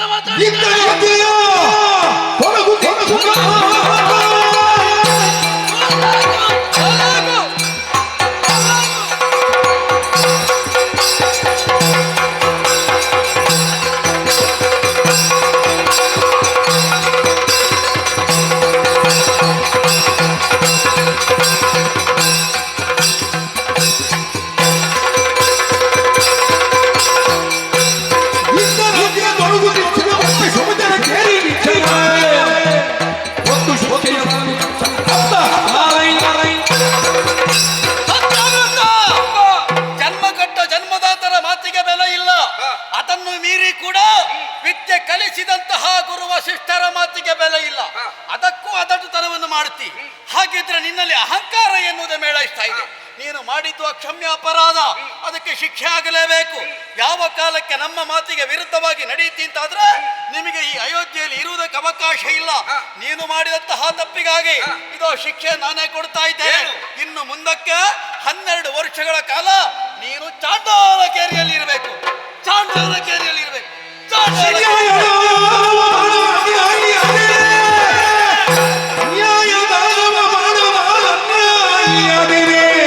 ನಿಮ್ಮ ದಿಟ್ಟಿಗೆ ನ್ಯಾಯ ದೇವತೆಗಿತ್ತು ತೆರಳುವೆ. ನ್ಯಾಯ ದೇವತೆಗಿತ್ತು ತೆರಳುವೆ. ನ್ಯಾಯ ನಿರ್ಣಯ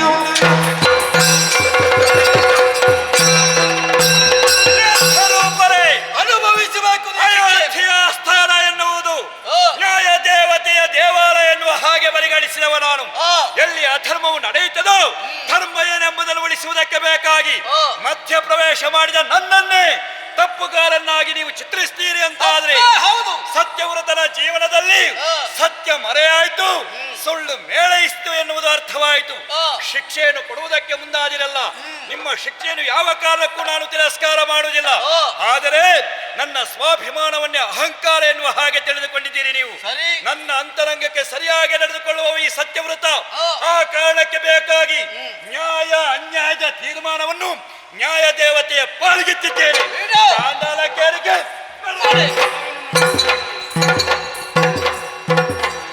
ಪಡೆದ ಕುವರನ ಜೊತೆಯೋಳಿಂದ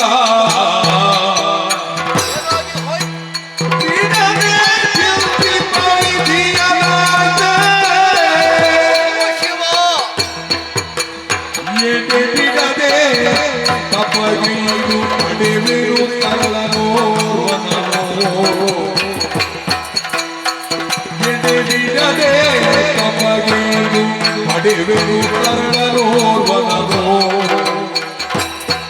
ಚಿಂತಿ ಪವಿಧೀನಾಗೆ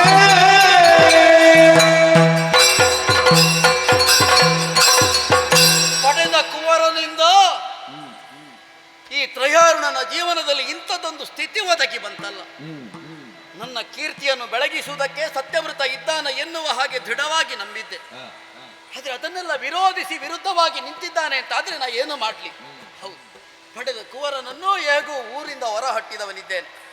ಆದರೆ ನನ್ನದಾದಂತಹ ಕೀರ್ತಿ ಪತ್ರಿಕೆಯನ್ನು ಬೆಳಗಿಸುವುದಕ್ಕೆ ಮತ್ತೋರ್ವ ಕುವರನ ಬೇಕಾಗಿದೆ. ಹಾಗಿದ್ರೆ ಪಡೆಯುವ ಗತಿ ಹೇಗೆ, ಸ್ಥಿತಿ ಹೇಗೆ ಯೋಚನೆ ಮಾಡಿದ್ದೇನೆ. ಪುರವನ್ನು ತೊರೆದು ನೇರವಾಗಿ ಕಾಡನ್ನು ಸೇರಿ ಘನ ತಪವನ್ನು ಆಚರಿಸಿ ಆ ಮೂಲಕವಾಗಿ ಕುವರನ್ನು ಪಡೆಯುವ ಉದ್ದೇಶವನ್ನು ತೀರ್ಮಾನ ಮಾಡಿದ್ದೆವು.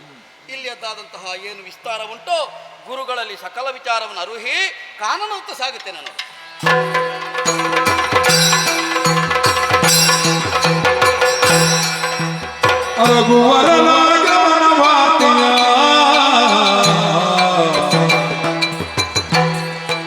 ಹರಿತು ಕೇಳಿಯ ಶಪಥ ಜನಪದ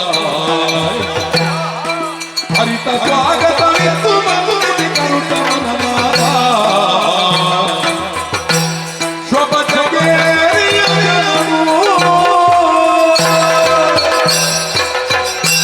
ಅಮ್ಮವರೇ, ನಾವು ದೌರ್ಭಾಗ್ಯವಂತರು ಎನ್ನುವ ಹಾಗೆ ಹೇಳಿದರೂ ತಪ್ಪಾಗ್ಲಿಕ್ಕಿಲ್ಲ. ಕಾರಣ ನಾವು ಗಡಿಪಾರಾಗಿದ್ದೇವೆ. ಊರಿನಿಂದ ನಮ್ಮನ್ನು ತುಸು ದೂರ ಇಟ್ಟಿದ್ದಾರೆ.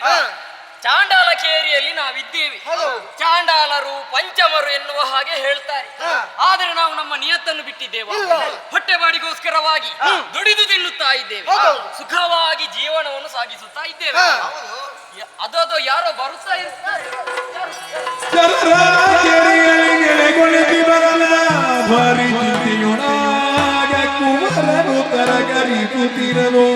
ಕಂಡ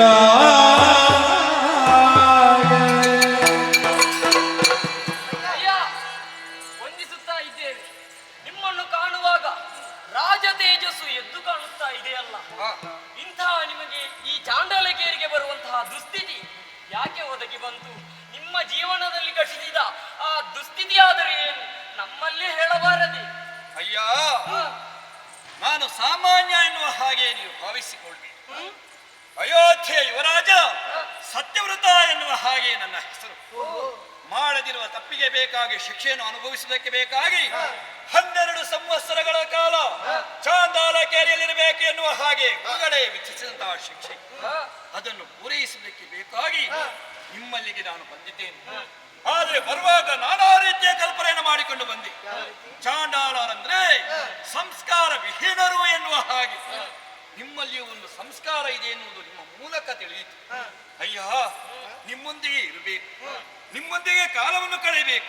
ಆ ಕಾರಣಕ್ಕೆ ಬೇಕಾಗಿ ನಿಮ್ಮಲ್ಲಿ ನಾನು ನನ್ನನ್ನು ಸೇರಿಸಿಕೊಳ್ಳುವುದರ ಮೂಲಕವಾಗಿ ನನ್ನ ಬದುಕಿಗೂ ಒಂದು ದಾರಿಯನ್ನು ತೋರಿಸಿ ಎನ್ನುವ ಹಾಗೆ ನಿಮ್ಮಲ್ಲಿ ಕೇಳಿಕೊಳ್ಳುತ್ತಾ ಇದ್ದೇನೆ. ಅಯ್ಯ, ಅಯೋಧ್ಯೆಯ ಅರಸ ಎನ್ನುವ ಹಾಗೆ ಹೇಳುತ್ತಾ ಇದ್ದೀರಿ. ನಮಗೆ ಅಲ್ಲಿ ಅರಮನೆಗೆ ಬಿಡಿ, ಹೊರಾಂಗಣಕ್ಕೆ ಬರುವುದಕ್ಕೂ ನಮಗೆ ಯೋಗ್ಯತೆ ಇಲ್ಲ, ಅವರು ಕಲ್ಪಿಸುವುದಿಲ್ಲ. ಅಂಥದ್ರಲ್ಲಿ ಮಹಾರಾಜ ನೀವು ನಿಮ್ಮದಾದಂತಹ ಸೇವೆಯನ್ನು ಮಾಡುವಂತಹ ಭಾಗ್ಯ ನಮ್ಮ ಪಾಲಿಗೆ ಒದಗಿ ಬಂದಿದೆ. ಇದು ನಮ್ಮವರೇ ನಿಮಗೆ ಒಂದು ಗುಡಿಸಿಲ ನಿರ್ಮಾಣವನ್ನು ಮಾಡುತ್ತಾ ಇದ್ದಾರೆ. ಮನೆ ಹಾಗೆ ಕಾಣುತ್ತಿರುವುದು ಹೌದು, ನನಗೆ ಬೇಕಾಗಿ ನಮಗೋಸ್ಕರವಾಗಿ ಸದಾ ಅಲ್ಲೇ ಇದ್ದು ನಾವು ನಿಮ್ಮ ಸೇವೆಯನ್ನು ಮಾಡುತ್ತಾ ನೀವು ನಮ್ಮ ಜೊತೆ ಇರಬೇಕೆನ್ನುವ ಹಾಗೆ. ಆಗಲಿ, ಆಗಲಿ.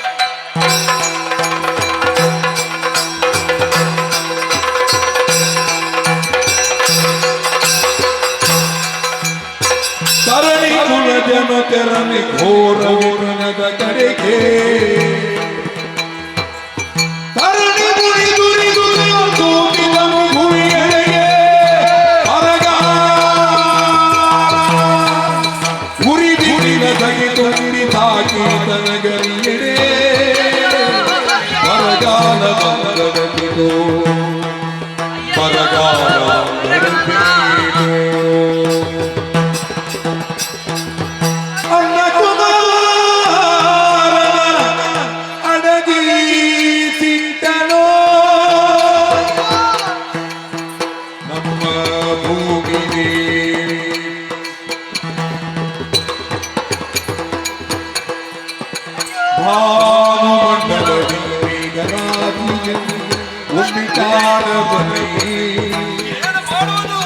ಸೋದೆ ಸುರಿಯದಿ ಬರಡು ಭೂಮಿಯಲಿ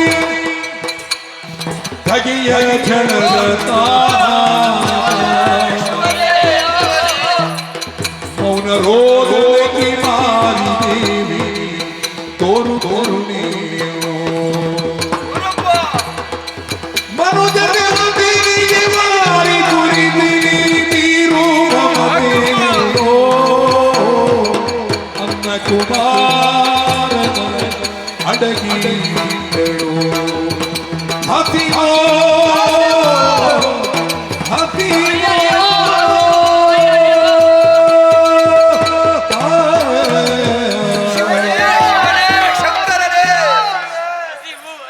ಎಂತಹ ದುರಂತವನ್ನು ಒದಗಿಸಿದೆ ಸ್ವಾಮಿ, ಎಂತಹ ದುರಂತವನ್ನು ಒದಗಿಸಿದೆ.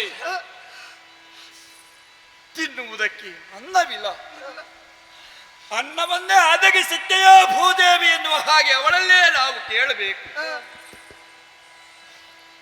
ಮಾರಿ ದೇವಿಯೂ ನಮ್ಮ ಪಾಲಿಗೆ ಮುನಿದಿದ್ದಾಳೆಯೋ? ಯಾವ ತಪ್ಪನ್ನು ಮಾಡಿದೆ ಅಮ್ಮ, ನಾವು ಯಾವ ತಪ್ಪನ್ನು ಮಾಡಿದ್ದೇವೆ? ಯಾಕೆ ಶಿಕ್ಷೆಯನ್ನು ಕೊಡ್ತಿ? ಕುಡಿಯುವುದಕ್ಕೆ ಒಂದು ಬಿಂದು ನೀರು ಕಾಣಿಸುವುದಿಲ್ಲ, ತಿನ್ನುವುದಕ್ಕೆ ಏನೂ ಇಲ್ಲ. ಎತ್ತ ನೋಡಿದರು ಬರಗಾಲ ಆವರಿಸಿದೆ, ಬರಗಾಲ ಆವರಿಸಿದೆ. ತಿನ್ನುವುದಕ್ಕೆ ಅನ್ನ ಆಹಾರವಿಲ್ಲದೆ ವಿಲವಿಲನೆ ಒದ್ದಾಡಿ ಪ್ರಾಣವನ್ನು ಬಿಡುತ್ತಾ ಇದ್ದಾರೆ, ಪ್ರಾಣವನ್ನು ಬಿಡುತ್ತಾ ಇದ್ದಾರೆ. ಭಗವಂತ ಕರುಣೆ ತಾರು, ಮಳೆಯನ್ನು ಸರಿಸು, ನಮ್ಮನ್ನು ರಕ್ಷಿಸು ರಕ್ಷಿಸು ರಕ್ಷಿಸು.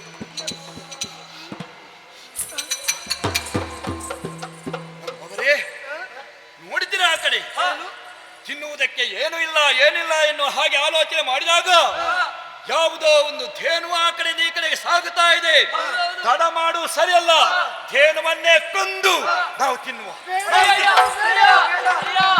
ಗೋಹತ್ಯೆ ಮಹಾಪಾಪ. ಆ ದನವನ್ನು ಕಡಿದೇವೆಂತಾದರೆ ಗೋಹತ್ಯೆ ಪಾತಕಕ್ಕೆ ಒಳಗಾಗುತ್ತೇವೆ. ಬೇಡ. ಪಾಪದ ಪುಣ್ಯದ ಭೇದವೋ ನಮಗಿರಗೋ.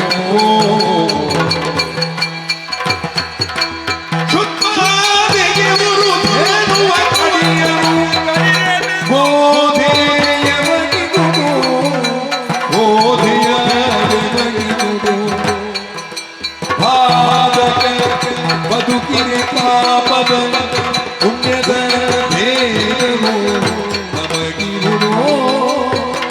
ಬದುಕಿರೆ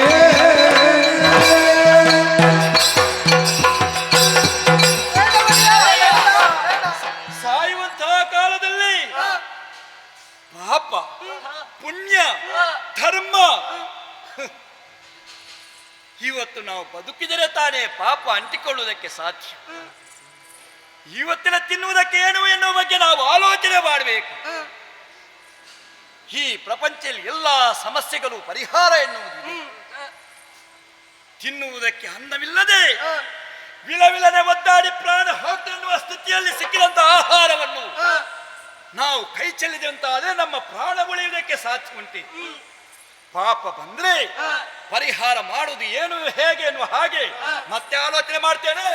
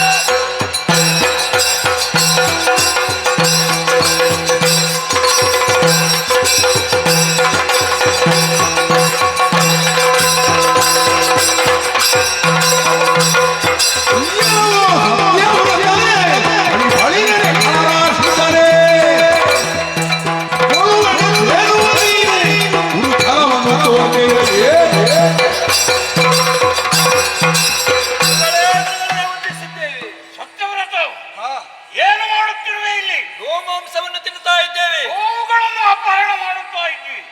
ಆನಂತರ ಗೋವುಗಳನ್ನೇ ಕಡಿದು ತಿನ್ನುತ್ತಾ ಇದೆಯಾ? ಯಾಕೆ ಹೀಗೆ ಮಾಡಿದೆ? ಇದು ತಪ್ಪಲ್ವೇ? ಗುರುಗಳೇ, ಮುನಿಯನಿಸೋ ಅನ್ನದಾಹಕ್ಕೆ ನಮಗಮ್ಯ ಮಾರ್ಗವಾದೆ ಬದುಕಂಗೆ. ಮುನಿಯದಿರಯ್ಯನ ಅಶನಕ್ಕೆ ಇನಿತು ಗಣಿಸದೆ ಬಿಡುವೆವೋ ಉದರಕ್ಕೆ ಗುರುವೇ ಅನ್ನದಾಗಕ್ಕೆ.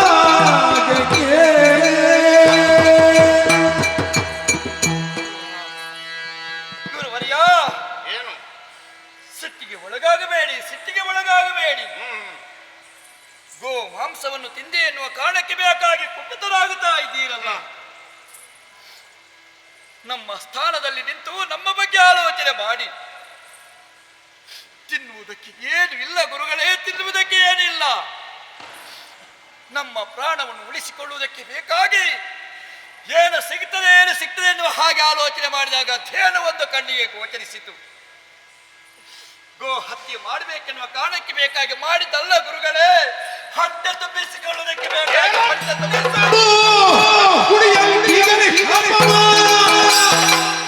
ಶಾಪ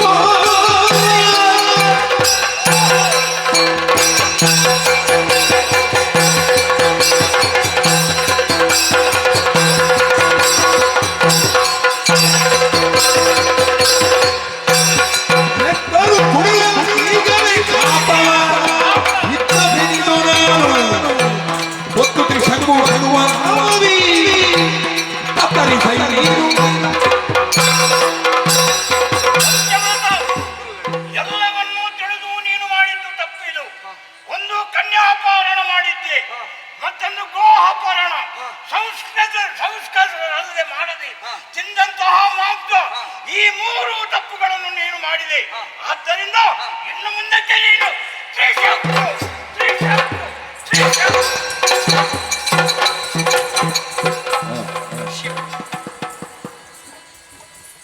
ಹೆಸರಿಗೆ ಸತ್ಯವ್ರತನಾರು.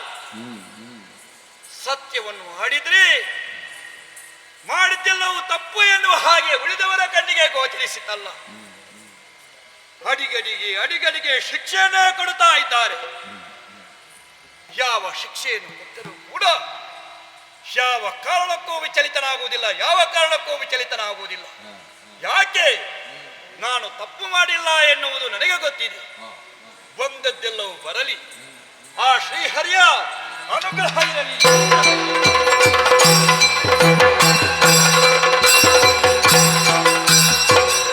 ಗೋಳು ಕೇಳಿರಣ್ಣ ಮಾನೆಯ ಗೋಳು ಕೇಳಿರಣ್ಣ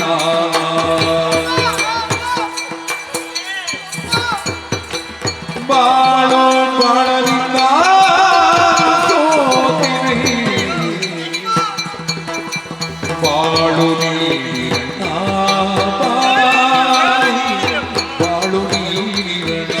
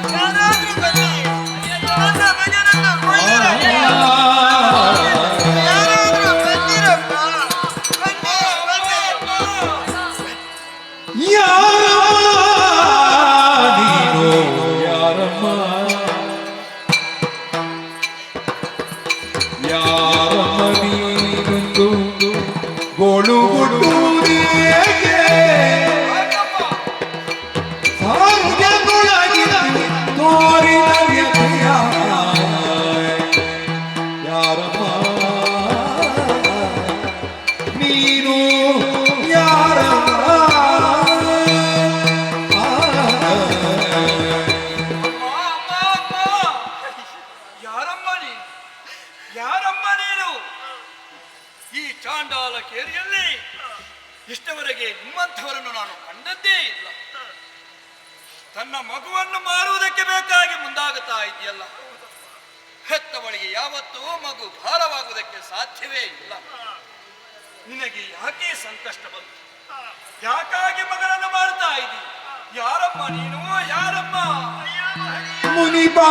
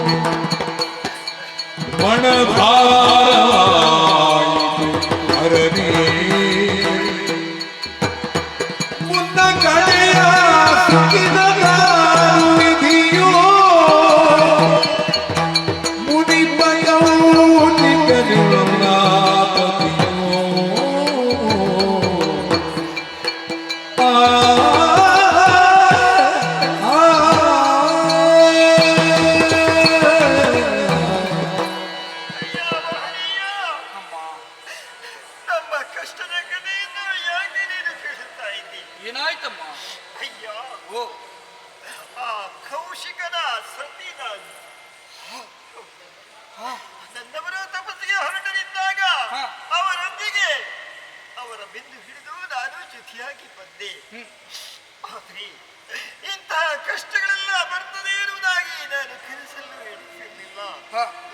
ಅವರಿಲ್ಲದ ವೇಳೆಯಲ್ಲಿ ಏನು ವಿಧಿಲಿಖಿತವ ಇಂತಹ ಬರಗಾಲ ಬಂದು ಹೋಯಿತು. ಮಕ್ಕಳು ಹಸಿವಿನಿಂದ ಹೊರದಾಡುತ್ತಾ ಇದ್ದಾರೆ. ಅವರ ಹೊಟ್ಟೆ ತುಂಬಿಸುವುದಕ್ಕೆ ಬೇಕಾಗಿ ನನ್ನ ಹಿರಿಯ ಮಗನನ್ನು ನಾನು ಮಾಡುವುದಕ್ಕೆ ಮುಂದಾದೆ. ಏನು ಮಾಡೋಣ? ಹೀಗೆಲ್ಲ ಆಗಬೇಕಿದ್ರೆ ಇದು ವಿಧಿಲಿಖಿತವಲ್ಲದೆ ಬೇರೆ ಇದು. ಯಾಕೆ ನಮ್ಮನ್ನು ತಡೆಯುತ್ತೇನೆ? ನನ್ನ ಮಗನನ್ನು ನೀನು ಪಡೆದುಕೊಳ್ಳುವೆಯಾ? ಚಿಂತೆ ಮಾಡಬೇಡ ತಾಯಿ,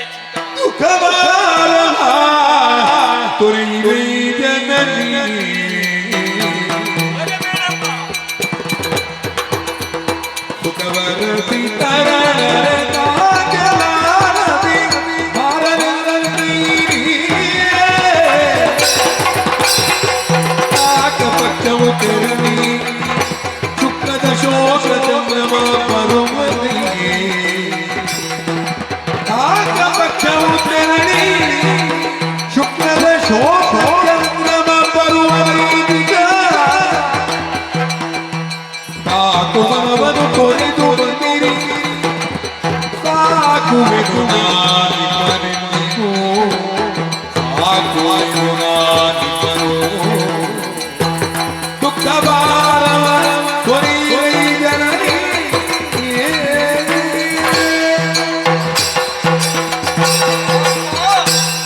ಬರಗಾಲದ ದೆಸೆಯಿಂದ ತನ್ನ ಮಕ್ಕಳನ್ನು ಸಾಕುವುದಕ್ಕೆ ಅಸಾಧ್ಯಳಾಗಿರುವಂತಹ ನೀನು ಹೊರರಿಗೆ ಮಾರುವುದಕ್ಕೆ ಮುಂದಾದೆಯಲ್ಲಮ್ಮ. ಚಿಂತಿಸಬೇಡ ತಾಯೇ, ಚಿಂತಿಸಬೇಡ.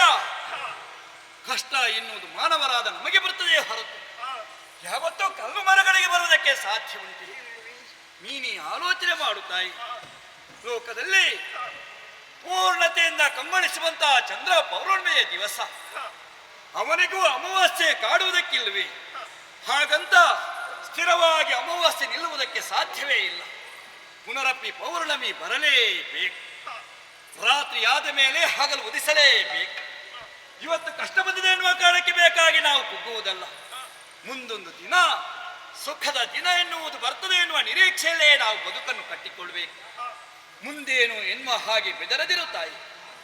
ನಿನ್ನ ಮಕ್ಕಳಿಗೂ ನಿನಗೂ ನಾನು ಆಶ್ರಯವನ್ನು ಕೊಡ್ತೇನೆ. ರುಚಿಯಾದ ಅನ್ನವನ್ನು ಬಡಿಸ್ತೇನೆ ಎನ್ನುವ ಹಾಗೆ ನಾನು ಆಡುವುದಿಲ್ಲ. ನಾನು ಏನು ತಿನ್ನುತ್ತೇನೋ ಅದರಲ್ಲಿ ಒಂದು ತುತ್ತಾದರೂ ನಿಮಗೆ ಕೊಡುವುದರ ಮೂಲಕವಾಗಿ ನಿಮಗೆ ಆಸರೆಯಾಗಿ ನಾನಿರುತ್ತೇನೆ. ಬನ್ನಿ ಬನ್ನಿ.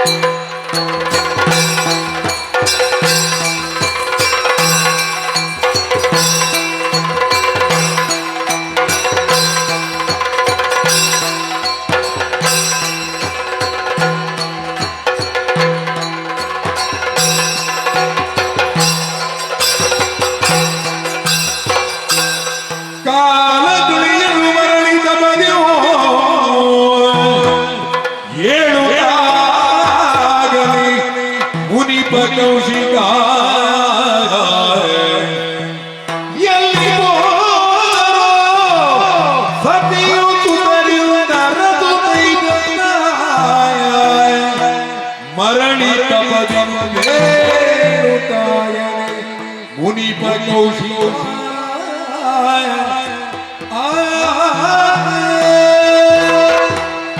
ದಿಗ್ಬಲಂ ಕ್ಷತ್ರಿಯ ಬಲಂ ಬ್ರಹ್ಮತೇಜೋ ಬಲಂ ಬಲಂ. ಇದು ವಸಿಷ್ಠಾಶ್ರಮದಲ್ಲಿ ನಾನು ಕೊಂಡುಕೊಂಡಂತಹ ಪರಮ ಸತ್ಯ.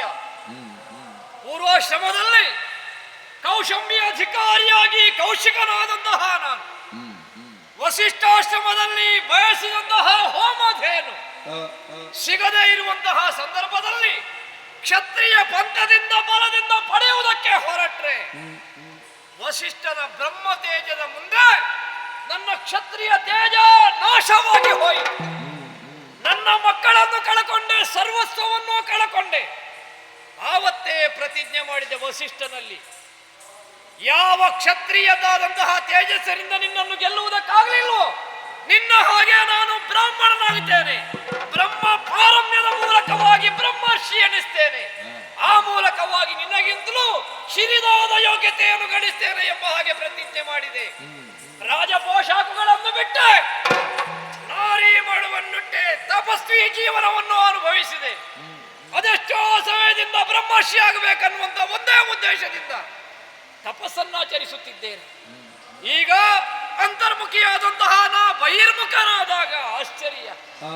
ನಾ ತಪಸ್ವಿಯಾದರೂ ಕೂಡ ಸಂಸಾರಿಯೂ ಆಗಿದ್ದೆ. ನನ್ನ ಮಡದಿ ಅನಿರುದ್ಧ ಹಾಗೂ ಮಕ್ಕಳು ನನ್ನ ಜೊತೆಯಲ್ಲಿದ್ದುಕೊಂಡು ನನ್ನ ತಪಶ್ಚರ್ಯೆಗೆ ನಿರತ ಅವರದ್ದಾದಂತಹ ಕೈಂಕರ್ಯವನ್ನು ಒದಗಿಸುತ್ತಿದ್ದು. ಇಂದು ನೋಡಿದರೆ ಕಣ್ಣು ಬಿಟ್ಟು ನೋಡುವಾಗ ಜೊತೆಯಲ್ಲಿ ಬಳಿಯಲ್ಲಿ ನನ್ನ ಹೆಂಡತಿ ಮಕ್ಕಳು ಕಾಣ್ತಾ ಇದೆ. ಹಾಗಿದ್ರೆ ಯಾಕಾಯಿತು ಹೀಗೆ, ಎಲ್ಲಿ ಹೋದರು ಅನ್ನುವಂತಹ ವಿಷಯವೇ ಗೊತ್ತಾಗುವುದಿಲ್ಲ. ಅವರನ್ನು ಹುಡುಕಬೇಕಾಗಿದೆ. ನೋಡೋಣ ಸ್ವಲ್ಪ.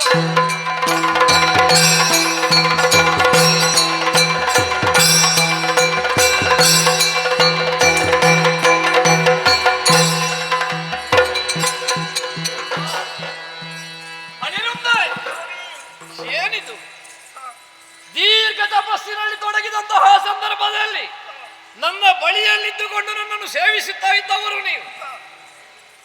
ಬಹಿರ್ಮುಖನಾಗಿ ನೋಡ್ತೇನೆ, ಬಳಿಯಲ್ಲಿ ನೀವು ಇಲ್ಲ. ನಿಮ್ಮನ್ನು ಕಾಣದೆ ದುಃಖಿತನಾಗಿ ಹುಡುಕಿಕೊಂಡು ಬಂದ್ರೆ ಏನವಸ್ಥೆ. ದುಃಖಿತರಾಗಿದ್ದೀರಿ, ಮಕ್ಕಳು ಕಣ್ಣೀರು ಸುರಿಸ್ತಾ ಇದ್ದಾರೆ. ಏನಾಯಿತು? ನನ್ನನ್ನು ಬಿಟ್ಟು ಹೋಗುವುದಕ್ಕೆ ಕಾರಣ ಏನು ಹೇಳು. ಬರಗಾಲ ನಮ್ಮನ್ನು ಪೀಡಿಸ್ತಾ ಇತ್ತು. ಬರಗಾಲ, ಮಕ್ಕಳೆಲ್ಲ ಹಸಿವಿನಿಂದ ತತ್ತರಿಸ್ತಾ ಇದ್ರು. ಆ ಹೊತ್ತಿಗೆ ಏನು ಮಾಡೋಣ ಅಂತ ಆಲೋಚನೆ ಮಾಡಿ, ಯಾವ ತಾಯಿಯಾಗ್ಲಿ ಲೋಕದಲ್ಲಿ ತನ್ನ ಕರುಣ ಗುಡಿಗಳನ್ನು ಯಾವತ್ತೂ ತ್ಯಜಿಸುವುದಕ್ಕೆ ಮನ ಮಾಡುವುದಿಲ್ಲ. ನಿರ್ವಾಹ ಇಲ್ಲದೆ ಹಿರಿಯ ಮಗನನ್ನು ನಾನು ಮಾರುವುದಕ್ಕೆ ಮುಂದಾದೆ. ಆ ಹೊತ್ತಿನಲ್ಲಿ ದೇವರಂತೆ ಬಂದು ಪುಣ್ಯಾತ್ಮ ನಮ್ಮನ್ನು ತಡೆದ, ನಮಗೆ ರಕ್ಷಣೆ ನಿತ್ತ.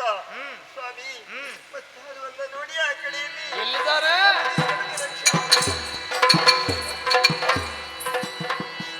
ಅಯೋಧ್ಯೆ ಯುವರಾಜನಲ್ವೇ? ವಂದನೆ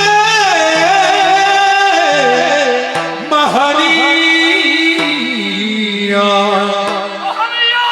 ಅಭಿನಂದನೆ ಮಹನೀಯ ವಂದನೆ ಮಹನೀಯ ಅಭಿನಂದನೆ ಮಹನೀಯ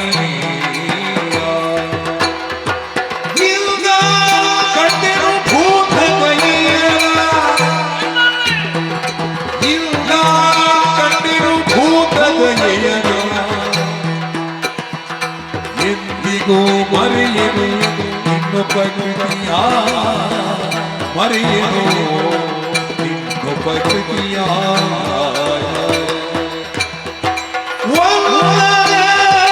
ಮಗನೀಯ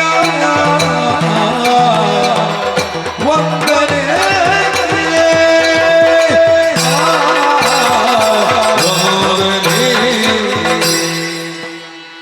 ಅಯೋಧ್ಯೆಯ ಯುವರಾಜ ಸತ್ಯವ್ರತನಲ್ವೇ?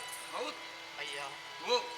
ಒಬ್ಬ ಮಹರ್ಷಿಯಾದರೂ ಸನ್ಯಾಸಿಯಾದರೂ ಯುವರಾಜರಾದಂತಹ ನಿನಗೆ ಇದೋ ವಂದನೆ ಅಭಿವಂದನೆ ಎಂದು ನಮಸ್ಕರಿಸಬೇಡಿ. ನಿನಗೆ ಆಶೀರ್ವಾದವನ್ನು ಮಾಡಿ ಆಶೀರ್ವಾದವನ್ನು. ಅಯ್ಯ, ಈ ವಂದನೆಯನ್ನು ಸಲ್ಲಿಸುವುದಕ್ಕೆ ಕಾರಣ ಏನು ಬಲ್ಲೆಯ? ಏನು? ನನ್ನ ಮಡದಿ ಅನಿರುದ್ಧೆ ಹಾಗೂ ಮಕ್ಕಳನ್ನು ಉಳಿಸಿದಂತಹ ಪುಣ್ಯಾತ್ಮ ನೀನು. ನೀ ಉಳಿಸಿದ್ದು ಅವರನ್ನಲ್ಲ, ವಿಶ್ವಾಮಿತ್ರನ ಪ್ರಾಣವನ್ನು ಉಳಿಸಿದೆ. ವಿಶ್ವಾಮಿತ್ರನ ಸರ್ವಸ್ವವನ್ನು ನೀ ಉಳಿಸಿದೆ. ನನ್ನ ಜೀವನವನ್ನು ನೀ ಉಳಿಸಿದೆ. ಅಂತಹ ನನ್ನ ಸಂಸಾರವನ್ನು ಉಳಿಸಿದಂತಹ ಪುಣ್ಯಾತ್ಮ ನೀನು.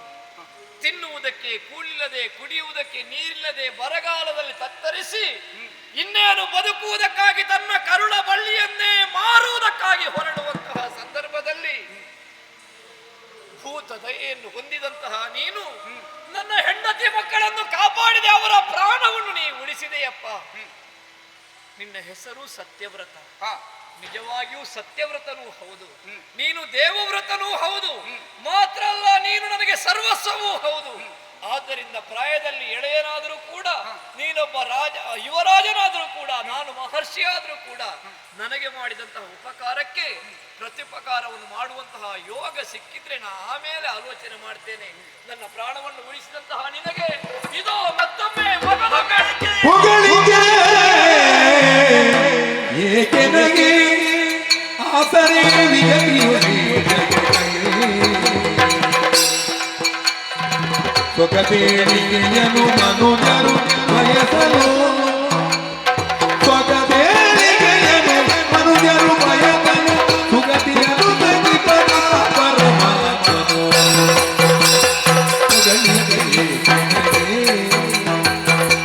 ಆಸರೆ ಜಗತಿಯೊಳೆ ಜಗತ್ತಿಗೆ ಪಗಣಿಗೆ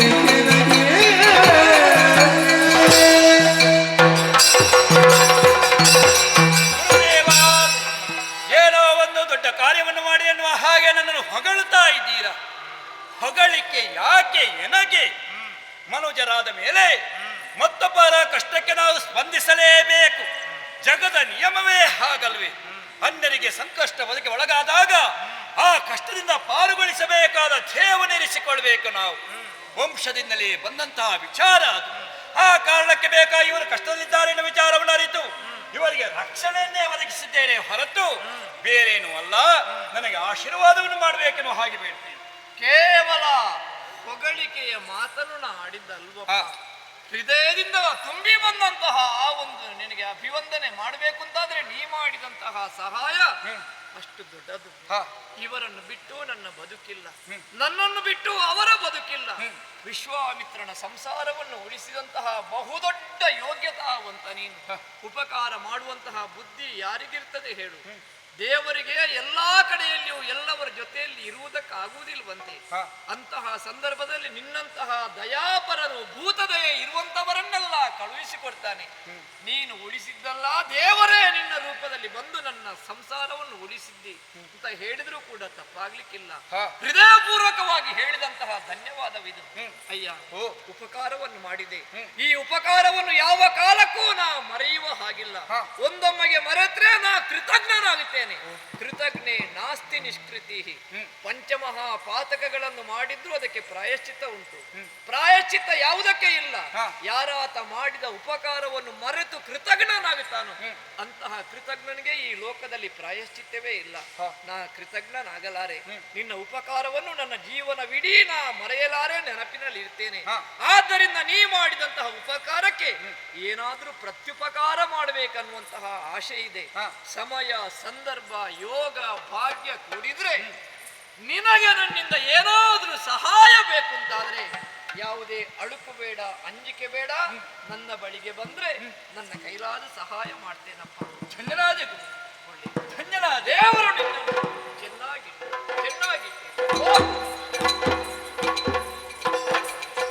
ನಿರುಂದೆ ನನ್ನ ಜೀವನದ ಧ್ಯೇಯೋದ್ಧಾತವಾದಂತಹ ಒಂದು ಸಾಧನೆಗೆ ಬೇಕಾಗಿ ತಪಶ್ಚರ್ಯೆಯಲ್ಲಿ ತೊಡಗಿದವನ. ಆ ಸಂದರ್ಭದಲ್ಲಿ ನಿಮ್ಮ ಪರಿವೇ ನನಗಿರ್ಲಿಲ್ಲ. ಆದರೆ ದೇವರು ದಯಾಪರ ಅನ್ನುವುದನ್ನು ತೋರಿಸಿಕೊಟ್ಟ. ದೇವರ ಹಾಗೆ ಬಂದಂತಹ ಸತ್ಯವ್ರತ ನಿಮ್ಮನ್ನು ಉಳಿಸಿದ. ಎಲ್ಲವೂ ದೇವರ ಇಚ್ಛೆ. ಕಷ್ಟ ಕೊಡುವುದು ದೇವರೇ, ಆ ಕಷ್ಟವನ್ನು ಎದುರಿಸುವಂತಹ ಧೈರ್ಯವನ್ನು ಕೊಡುವುದು ದೇವರೇ. ಎಲ್ಲವನ್ನು ದೇವರಿಗೆ ಅರ್ಪಿಸೋಣ. ಜೀವನವನ್ನು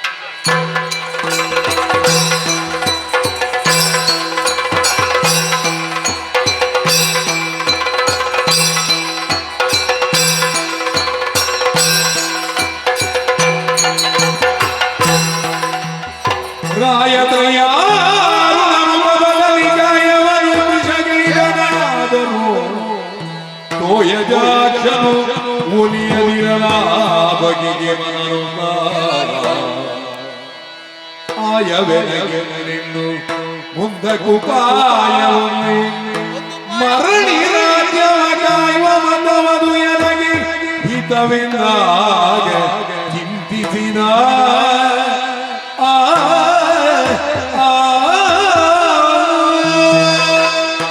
ಸುತನನ್ನು ಪಡೆಯಬೇಕು ಎನ್ನುವ ಉದ್ದೇಶದಿಂದ ತಪಸ್ಸಿಗೆ ಕಾನನಕ್ಕೆ ಬಂದೆ. ಆದ್ರೆ ತೋಯಜಾಕ್ಷನು ಪ್ರತ್ಯಕ್ಷನಾದೇನೆ ಹೋಗಿದ್ದಾನೆ. ಹಾಗಿದ್ರೆ ನಾ ಮಾಡಿದ ತಪಸ್ಸು ವ್ಯರ್ಥವಾಯಿತಲ್ಲ. ಇನ್ನು ತಪಸ್ಸಿನಲ್ಲಿ ನಿರತನಾಗಿದ್ದುಕೊಂಡು ದೇಹವನ್ನು ಕೃಶವಾಗಿಸುವುದಕ್ಕಿಂತ ಅರಮನೆಗೆ ಹೋಗಿ ವಿಚಾರವನ್ನೇ ಗುರುಗಳಲ್ಲಿ ಅರುಹುವುದೇ ಉತ್ತಮ. ನೇರವಾಗಿ ಸಾಗುತ್ತೇನೆ.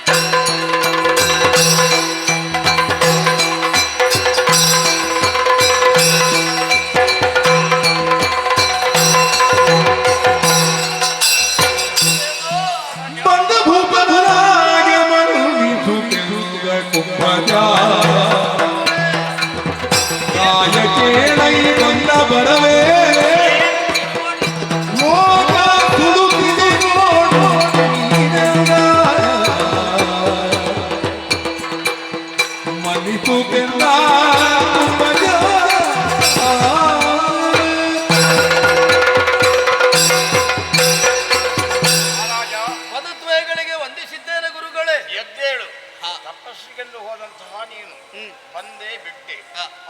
ಮಾತ್ರವಲ್ಲ ಲೋಕವೆಲ್ಲವೂ ಸುಡುತ್ತಾ ಇದೆ. ಹಾಗಿದ್ರೆ ಯಾಕೆ ಹೀಗೆಲ್ಲ ಆಗುತ್ತದೆ? ಗುರುಗಳೇ, ತಪವನ್ನಾಚರಿಸುವುದಕ್ಕೆ ಹೋದಂತಹ ಕಾಲದಲ್ಲಿ ಪ್ರತ್ಯಕ್ಷನಾಗದೆ ಹೋದಂತಹ ದೇವ ಹಾಗಿದ್ರೆ ಮುಂದಕ್ಕೆ ನನಗೆ ಅನುಗ್ರಹವನ್ನು ಮಾಡುವುದಾದ್ರೂ ಹೇಗೆ? ಕುವರನನ್ನು ಪಡೆಯುವ ಉದ್ದೇಶ ನನ್ನದಾಗಿತ್ತು. ಹಾಗಾಗಿ ಏನು ಮಾಡಬೇಕು ಅಂತ ಗೊತ್ತಾಗಲಿಲ್ಲ. ಕುಂದು ಕಳೆಯಲು ಕುಂದು ಕಳೆಯಲು ಅಂದು ಯೋಗಿ ಬುದ್ಧನು ಸಂಧಿ ತಿಂದಿಗೆ ಶಿಕ್ಷೆ ಕುವರಗೆ, ಸಂಧಿ ತಿಂದಿಗೆ ಶಿಕ್ಷೆ ಕುವರಗೆ ಕರೆಸಬಹುದ ಕುಂದ ಕಳೆಯಲು.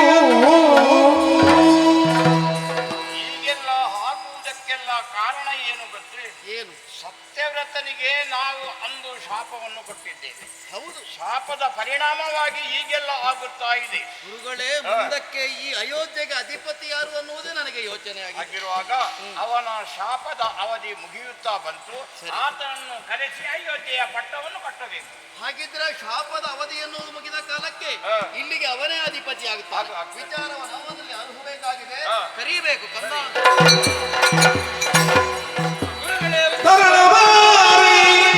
ಸಂಧಿ ತಿಂದಿಗೆ ಮರಳಿ ಹಾಗೆ ಪುರದ ಪಟ್ಟವನೇ ಮುಂದಕ್ಕೆ ಕೊರಿಯು ಜನಪದ ಮರಳ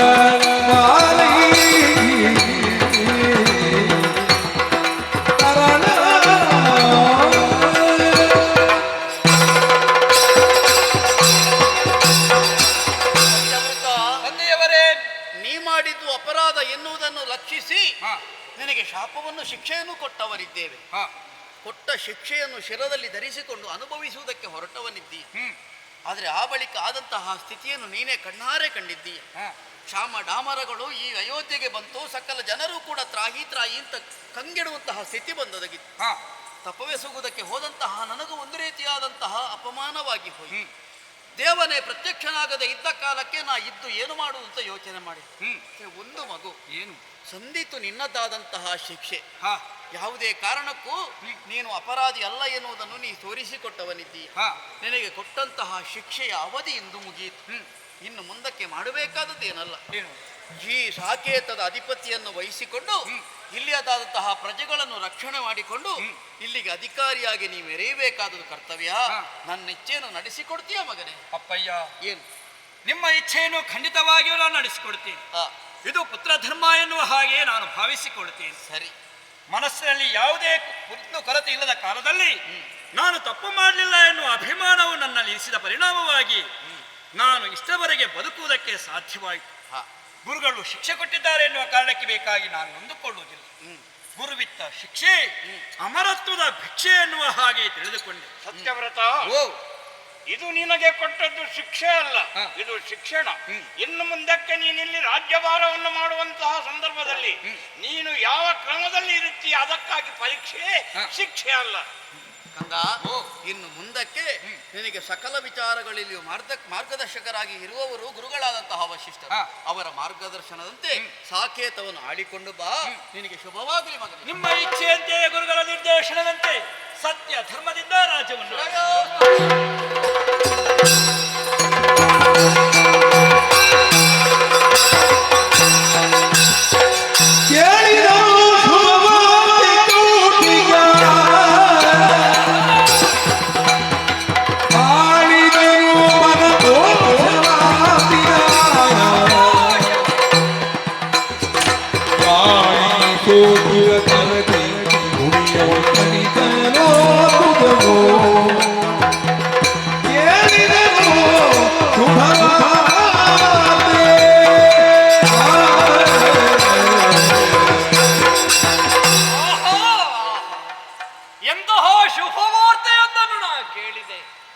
ಅಮೃತಪಾನ ಮಾಡಿದಷ್ಟು ಸಂತೋಷ ನನ್ನ ಹೃದಯಕ್ಕಾಯಿತು. ತಂದೆಯಿಂದಲೇ 12 ವರ್ಷ ದೇಶ ಬಹಿಷ್ಕಾರದ ಶಿಕ್ಷೆಯನ್ನು ಅನುಭವಿಸಿದಂತಹ ಸತ್ಯವ್ರತ ಆ ಶಿಕ್ಷೆಯನ್ನೆಲ್ಲ ಈಗ ಪೂರೈಸಿಕೊಂಡು ಮತ್ತೊಮ್ಮೆ ತಂದೆಯ ಆಮಂತ್ರಣದ ಮೇರೆಗೆ ಅಯೋಧ್ಯೆಯನ್ನು ಸೇರಿದನಂತೆ. ವಸಿಷ್ಠರ ಮೂಲಕವಾಗಿ ಅಯೋಧ್ಯೆಯ ಸಿಂಹಾಸನವನ್ನು ಏರಿದನಂತೆ. ಸತ್ಯವ್ರತ ಮಹಾರಾಜನಾಗಿ ಮೆರೆದನಂತೆ. ನನ್ನ ಹೆಂಡತಿ ಮಕ್ಕಳನ್ನು ಕಾಪಾಡಿ ನನಗೆ ಬದುಕನ್ನು ಉಳಿಸಿಕೊಟ್ಟಂತಹ ಸತ್ಯವ್ರತ ತನ್ನ ಶಿಕ್ಷೆಯನ್ನೆಲ್ಲ ಪೂರೈಸಿ ಮತ್ತೊಮ್ಮೆ ಸಾಕೇತದ ಅಧಿಕಾರಿಯಾಗಿ ಮೆರೆದ ಅನ್ನುವಂತಹ ಸಂತೋಷ ಭರಿತವಾದಂತಹ ವಾರ್ತೆಯನ್ನು ಕೇಳಿ ಮನಸ್ಸಿಗೆ ಸಂತೋಷವಾದುದೇನು ಸತ್ಯ. ಆದರೆ ವರ್ತಮಾನ ಕಾಲದಲ್ಲಿ ಭೂಮಿಯ ಕಡೆಗೆ ಲಕ್ಷ್ಯವನ್ನು ಹರಿಸಿದ್ರೆ ಏನಿದು, ಭೂಮಿ ಬಾಯಿ ಬಿಟ್ಟಿದೆ, ಹನಿ ಹಸಿರೂ ಕಾಣುವುದಿಲ್ಲ. ಗೋಮಿನಿ ಯಾಮಿನಿಯ ರಣಭೂಮಿಯ ಹಾಗೆ ಭೀಕರವಾಗಿ ಕಾಣುತ್ತಿದ್ದಾಳೆ. ತಿನ್ನುವುದಕ್ಕೆ ಕೂಳಾಗಲಿ ಕುಡಿಯುವುದಕ್ಕೆ ನೀರಾಗಲಿ ಇಲ್ಲವೇ ಇಲ್ಲ. ಹಾಗಿದ್ರೆ ಇದಕ್ಕೆ ಕಾರಣ ಏನು? ದೇವತೆಗಳ ಮುನಿಸು. ಯಾಗ ಯಜ್ಞಾದಿಗಳು ನಡೆಯದೆ ಅದೆಷ್ಟೋ ಸಮಯವಾಗಿ ಹೋಯಿತು.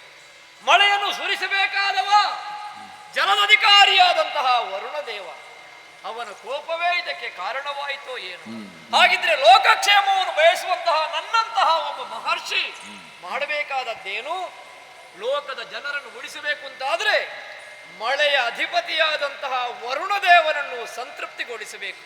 ಅದಕ್ಕಾಗಿ ಅವರನ್ನು ಸಂತೃಪ್ತಿಗೊಳಿಸಬೇಕು ಅಂತಾದ್ರೆ, ಇಳೆಗೆ ಮಳೆ ಸುರಿಯಬೇಕು ಅಂತಾದ್ರೆ ಈ ಕ್ಷಣವೇ ಕಾಲ ವಿಳಂಬ ಮಾಡದೆ ವರುಣನಿಗೆ ಪ್ರೀತ್ಯರ್ಥವಾದಂತಹ ಪರ್ಜನ್ಯ ಮಂತ್ರದ ಉಪದೇಶವಾಗಬೇಕು. ನೋಡೋಣ, ತ್ರಿಕರಣ ಪೂರ್ವಕವಾಗಿ ಪರ್ಜನ್ಯ ಮಂತ್ರವನ್ನು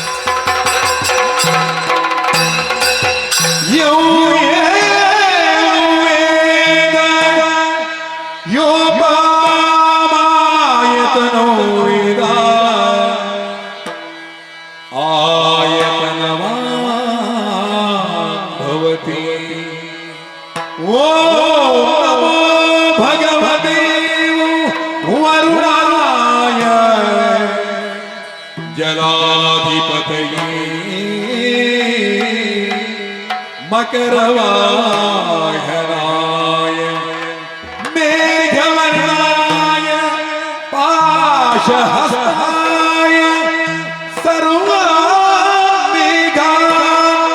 आकर्षय मुञ्च शीघ्रो महावर्षं श्रावयः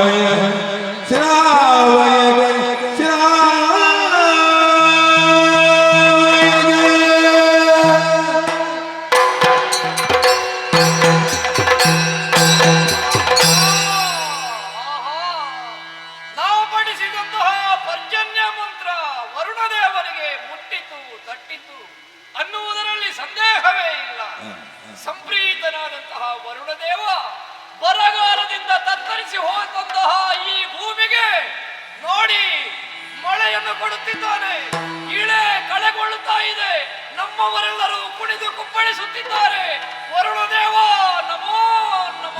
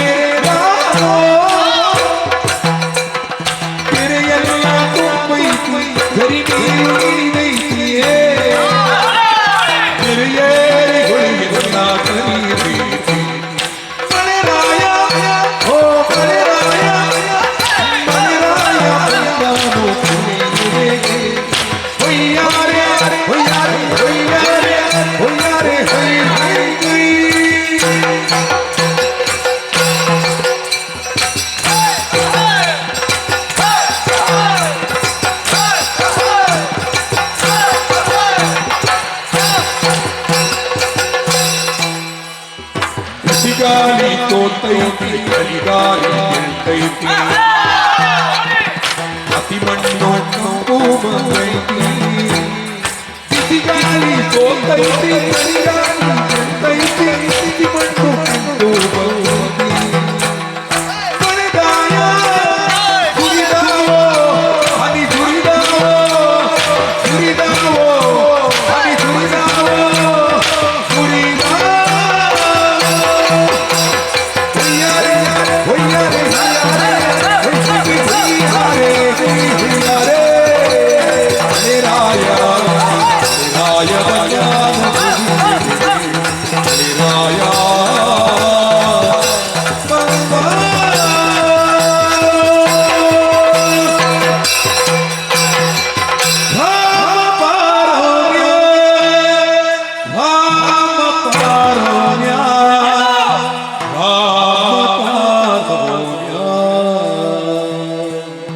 ಇದುವೇ ಬ್ರಾಹ್ಮ ಪಾರಮ್ಯ ಬ್ರಾಹ್ಮ ಪಾರಮ್ಯ ಬ್ರಾಹ್ಮ ಪಾರಮ್ಯ.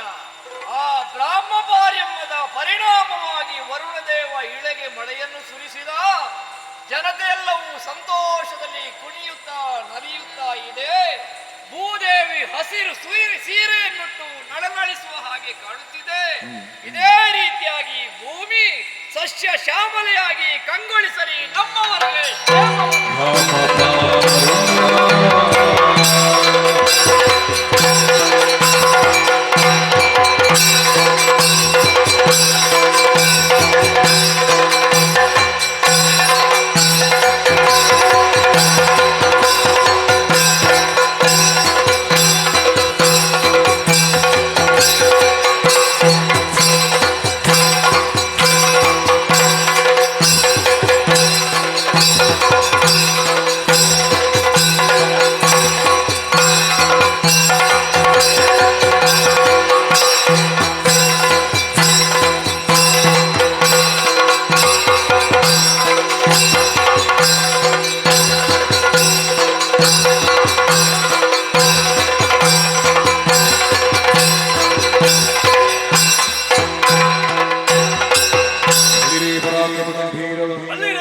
ಇರುವಂತಹ ಸ್ಥಳ ಅಯೋಧ್ಯಾಧೀಶಯ ತ್ರಿಶಂಕು ಭೂಪನಿಂದ ಕೇಳಿಕೊಳ್ಳಿ ಓಲಗವಿತ್ತ ವಿಚಾರ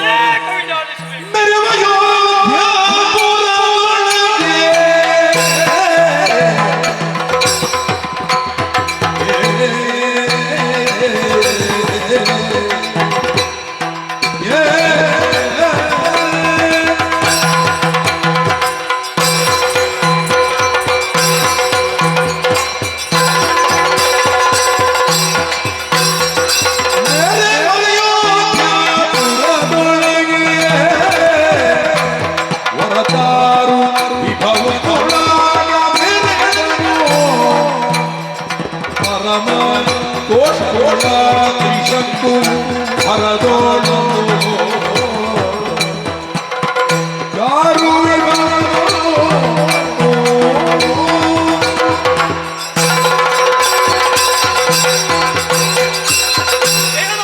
ಜಗದ್ರಕ್ಷಕ ಪಾಲಿಸು ಸ್ವಾಮಿ ಪಾಲಿಸು.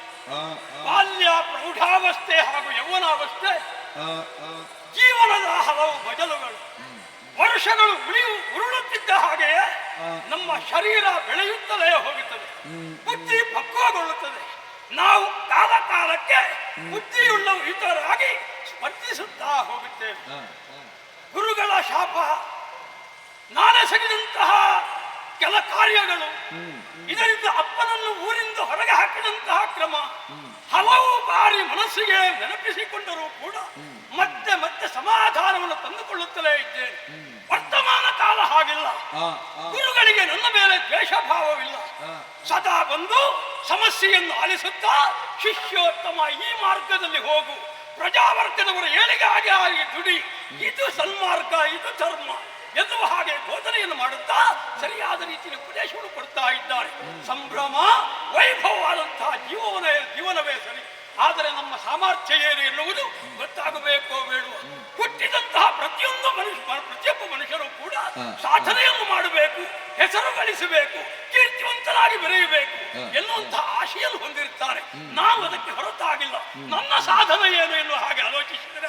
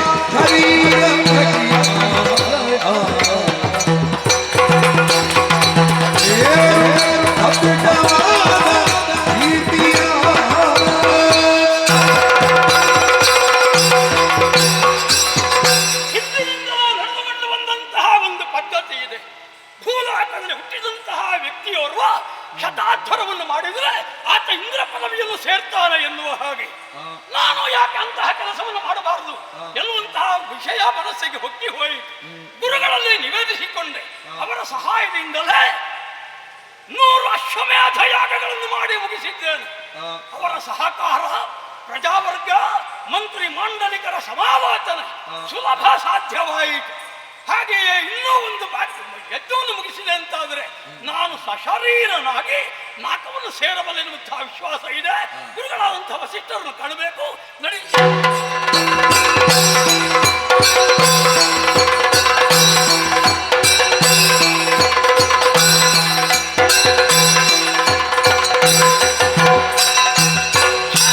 ಸಾರಿ ಗುರುವರ ನಟಿಗೆ ನುಡಿಗೆ ವಿಚಾರಿ ಪದೇ ಪ್ರತಿಕೂಲನಾಗುತ್ತ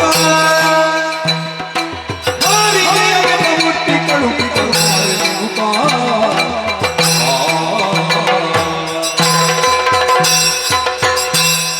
ಒಂದೆರಡು ದಿವಸವಲ್ಲ, ಕೆಲವು ದಿವಸಗಳವರೆಗೆ ನಾನು ಆಶ್ರಮದಲ್ಲಿ ತಂಗಿದ್ದೆ.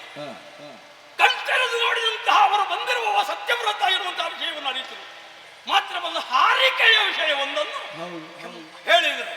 ಇದು ಕಾಲ ಅಲ್ಲ ಮಗನೇ, ಕಾಲ ಬರುವಾಗ ನಾನೇ ಹೇಳುತ್ತೇನೆ ನಿನಗೆ. ಎಲ್ಲವನ್ನು ಸಿದ್ಧಗೊಳಿಸಿ ಆಗಿದೆ. ಯಜ್ಞವನ್ನು ಸಾಂಗವಾಗಿ ಪೂರ್ಣಗೊಳಿಸಿದರಷ್ಟೇ ಅವರ ಕೆಲಸ. ನನ್ನನ್ನು ಹರಸಿ ಭೂಲೋಕದಿಂದ ಸ್ವರ್ಗಕ್ಕೆ ಕಳುಹಿಸುವುದು, ಇದು ಬಿಟ್ಟರೆ ಬೇರೆ ಕೆಲಸ ಇಲ್ಲ. ನೀನು ಅನ್ಯರಲ್ಲಿ ಮುಹೂರ್ತ ಕೇಳಿದೆ, ನಾನು ಬರುವುದಿಲ್ಲ, ಬಾರನೆಂದರೈಕ ಎಲ್ಲರೂ ಹಿಡರಲ್ಲ. ಏನು ಮಾಡೋಣ? ಗುರುಗಳೇ ತಿರಸ್ಕರಿಸಿದರೆ ಉಳಿದವರ ಅವರಿಂದ ಆಗದಿದ್ದರೆ ಏನು? ಅವರ ಮಕ್ಕಳಿದ್ದಾರೆ, ವಾಸಿಷ್ಠರು, ಅವರ ಬಳಿ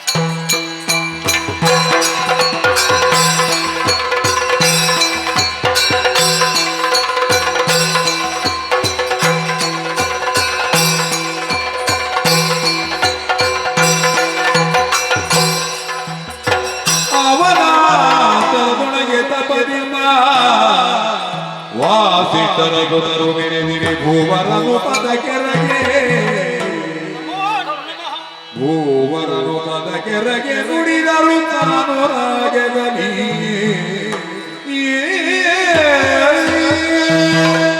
ವಸಿಷ್ಠ ಸುತರ ಪಾದಾರವಿಂದಗಳಿಗೆ ಸತ್ಯವ್ರತನ ಸಾಷ್ಟಾಂಗ ಪ್ರಣಾಮಗಳು ಅನುಗ್ರಹಿಸಬೇಕು.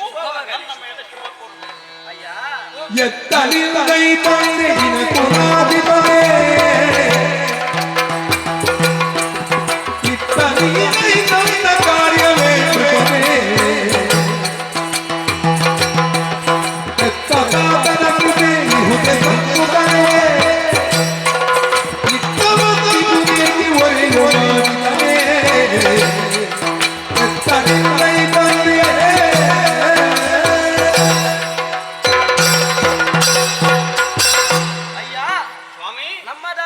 ಆಶ್ರಮಕ್ಕೆ ಬಂದವರು ಯಾರು ಅನ್ನುವ ಹಾಗೆ ಸರಿಯಾಗಿ ನೋಡಿದವಾಗ ತ್ರಿಶಂಕು ಮಹಾರಾಜ, ಅಯೋಧ್ಯಾಪುರದ ರಾಜ. ಖಂಡಿತ ಹೌದು. ನಿನ್ನನ್ನು ನೋಡಿದವಾಗ ಮನಸ್ಸಿಗೆ ಬಹಳಷ್ಟು ಸಂತೋಷವಾಗುತ್ತಾ ಇದೆ. ನಮ್ಮದಾದಂತಹ ಆಶ್ರಮಕ್ಕೆ ನೀನು ಬರಬೇಕು ಅಂತಾದರೆ ಯಾವುದೋ ಒಂದು ಘನಕಾರ್ಯ ಇದೆ ಅನ್ನುವುದನ್ನು ನಾವು ಸ್ಪಷ್ಟವಾಗಿ ಅರ್ಥವಿಸಿಕೊಂಡಿದ್ದೇವೆ. ಅದು ದಿಟ್ಟವೇ ಆದಲ್ಲಿ ಸಕಲವನ್ನು ನೀನು ಹೇಳಿದೆ ಹೌದು ಅಂತಾದ್ರೆ ನಿನ್ನ ಕೆಲಸ ಏನಿದೆಯೋ ಅದನ್ನು ನಾವು ನಡೆಸಿ ಸತಕಾರವನು ತುಟಿಗಿಲ್ಲದೆ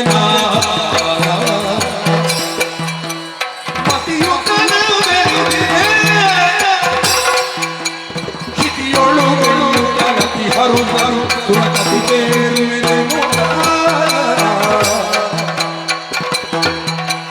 ಸತಕಾರವನು ತುಟಿಗಿಲ್ಲದೆ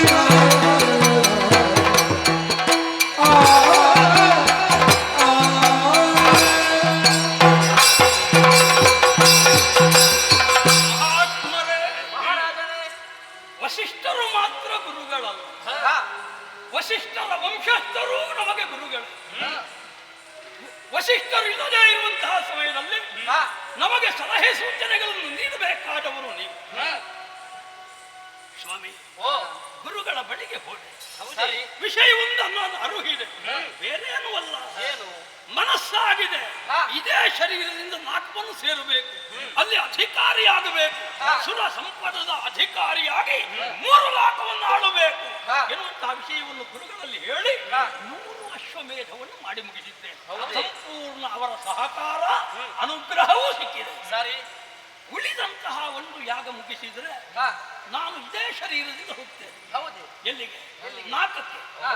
ಆ ಮೂಲಕವಾಗಿ ನನ್ನ ಆಶೆ ಈಡೇರ್ತದಲ್ಲ. ಗುರುಗಳಲ್ಲಿ ಹೋಗಿ ಹೇಳಿದ್ರೆ ನೀನು ಬೇರೆಯವರಲ್ಲಿ ಮುಹೂರ್ತ ಕೇಳಿ ಬಂದೆ, ಹೋಗಿ ಅವರಲ್ಲಿಯೇ ಮಾಡಿಸಿಕ. ನೀನು ಇನ್ನೊಬ್ಬರಲ್ಲಿ ನಿಶ್ಚಯಿಸಿದ ಮುಹೂರ್ತದ ಯತ್ನಕ್ಕೆ ನಾನು ಬರಲಾರೆ ಎನ್ನುವ ಹಾಗೆ ತಿರಸ್ಕರಿಸಿದ್ದ. ಸರಿಯಾದ ಮಾತು ತಾನೆ. ಹಾಗೆ ಹೇಳು, ನನಗೆ ಬೇರೆ ಗತಿ ಇಲ್ಲ. ನೀವಲ್ಲದೆ ಅನ್ಯರು ನಮ್ಮನ್ನು ಸಲಹುವವರಿಲ್ಲ. ಯಜ್ಞಕ್ಕೆ ಆಗಮಿಸಿ ಆ ಯಜ್ಞದಲ್ಲಿ ಪಾಲ್ಗೊಂಡು ನನ್ನ ಆಶೆಯನ್ನು ದೊರೆಯಲಾಗಿತು ಈ ಮಹಾಸ್ವರ, ನಿರತಿರುವುದು ಭಾವನಾಗಿ. ಸುರಪುರವ ಸೇರಲ ಸಾಧ್ಯವಪ್ಪುದು ತೊರೆಯುವುದು ತೊರೆಯುವುದು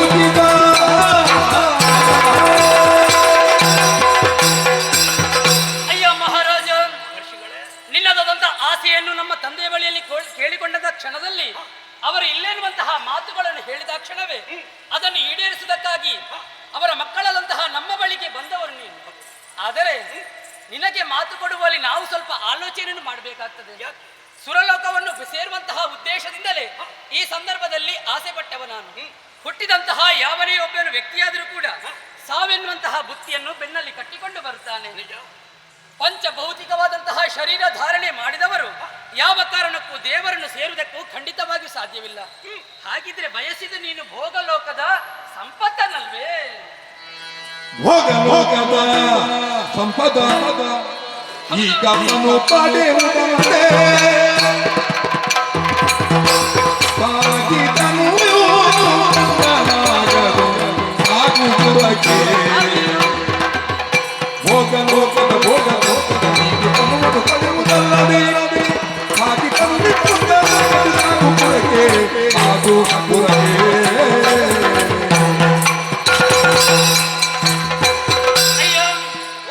ಭೋಗಲೋಕದ ಸಂಪತ್ತನ್ನು ಪಡೆದು ನಾನು ಕೂಡ ವಿದ್ಯಮಾನಾಗಿ ನಾನು ಮೆರೆಯಬೇಕೆನ್ನುವಂತಹ ಉದ್ದೇಶವನ್ನು ಇರಿಸಿಕೊಂಡವನು ನೀನು. ಆದರೆ ನೀನು ಹೇಳಿದಂತಹ ಕೆಲಸ ನಮ್ಮಿಂದ ಮಾಡುವುದಕ್ಕೆ ಖಂಡಿತವಾಗಿಯೂ ಸಾಧ್ಯವಿಲ್ಲ. ಯಾಕೆ ಬಲ್ಲೆಯ? ತಂದೆಯವರೇ ಹೇಳಿದ್ದಾರೆ ಆ ಕಾರ್ಯವನ್ನು ಮಾಡುವುದಕ್ಕೆ ಸಾಧ್ಯ ಇಲ್ಲ ಎಂಬುದಾಗಿ. ಒಂದು ವೇಳೆ ನೀನು ಹೇಳಿದೆ ಅಂತ ಆ ಕಾರ್ಯವನ್ನು ಮಾಡುವುದಕ್ಕಾಗಿ ನಾವು ಮುಂದುವರಿದ್ರೆ ತಂದೆ ನಮ್ಮ ಮೇಲೆ ಸಿಟ್ಟು ಪಟ್ಟಾರು. ಒಂದು ವೇಳೆ ತಂದೆ ಮಕ್ಕಳಲ್ಲಿ ವೈಷಮ್ಯವನ್ನು ಉಂಟಾಗುವುದಕ್ಕೆ ಖಂಡಿತವಾಗಿಯೂ ಸಾಧ್ಯ ಉಂಟು. ಆದ್ದರಿಂದ ಅಂತಹ ಕಾರ್ಯವು ನಮ್ಮಿಂದ ಸಾಧ್ಯವಿಲ್ಲ. ತೆರಳು ತೆರಳು ತೆರಳು.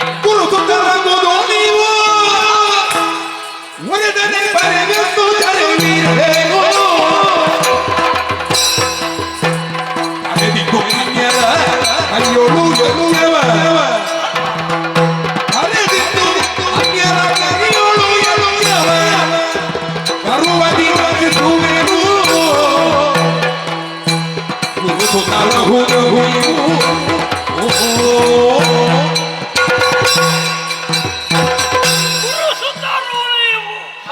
ಎನ್ನುವುದನ್ನು ಬುದ್ಧಿಯಲ್ಲೇ ತೋರಿಸಿಕೊಟ್ಟಿರಲ್ಲ.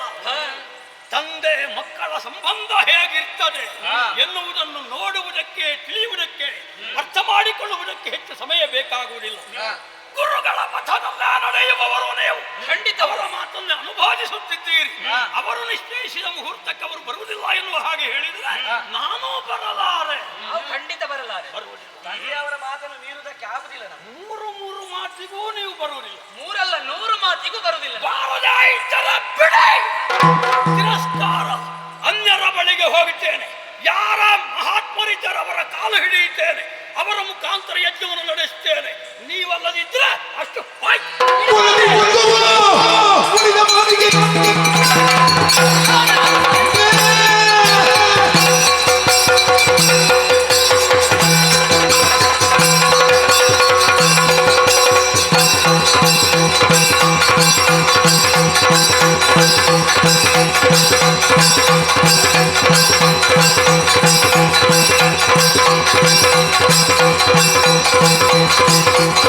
Thank you.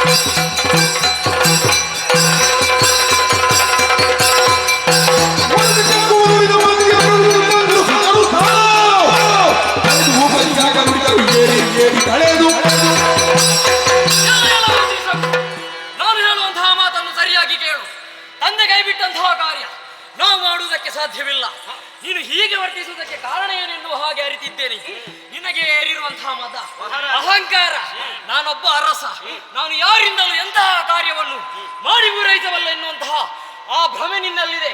ನಾವು ಯಾಗವನ್ನು ಮಾಡುವುದಿಲ್ಲ.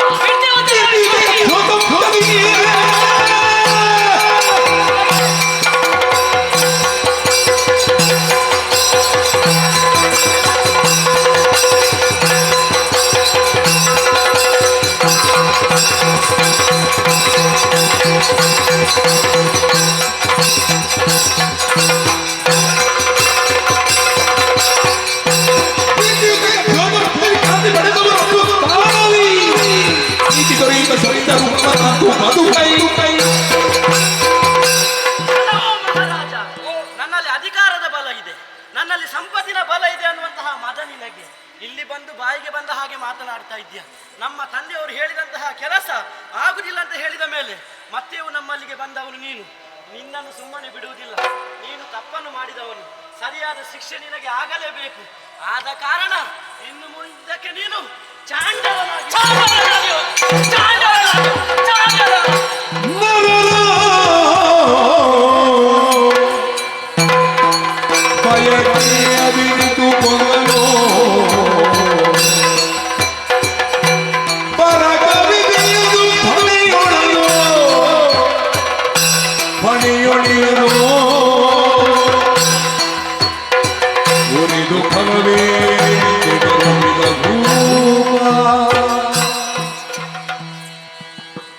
ಮಾಡಿದಂತಹ ಯಜ್ಞ ಅದರಲ್ಲಿ ಸಿಕ್ಕಿದ್ದು ಪಾಪವೋ ಪುಣ್ಯವೋ ಒಂದು ತಿಳಿಯ ಬೇಕೆಂದು ಬಯಸಿದ್ದಲ್ಲ, ಮನಸ್ಸು ಪ್ರಚೋದಿಸಿದ್ದು ನೀನು ಅಂತಹದ್ದನ್ನು ಮಾಡು ಎನ್ನುವ ಹಾಗೆ.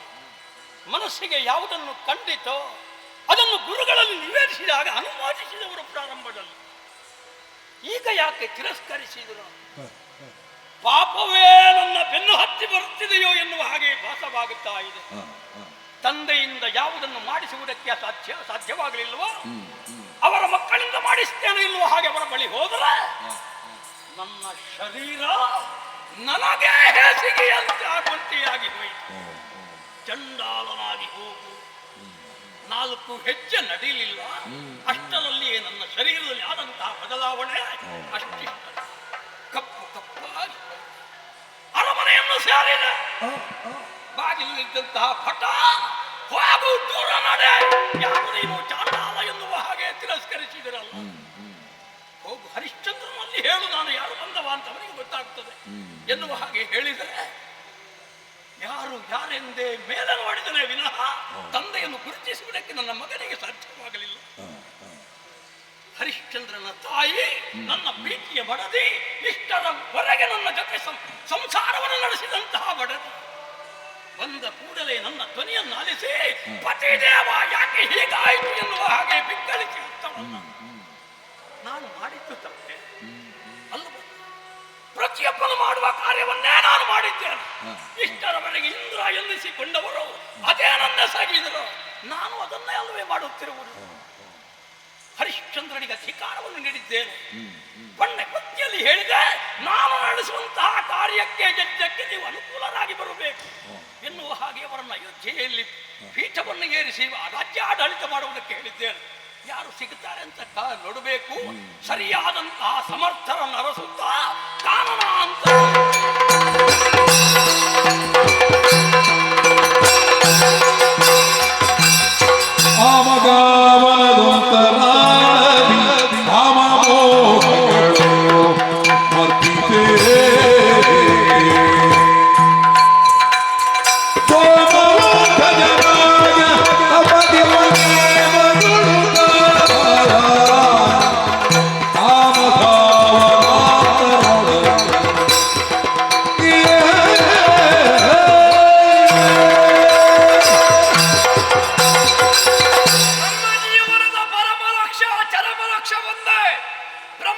ವಿಶ್ವಾಮಿತ್ರನಾಗಬೇಕು.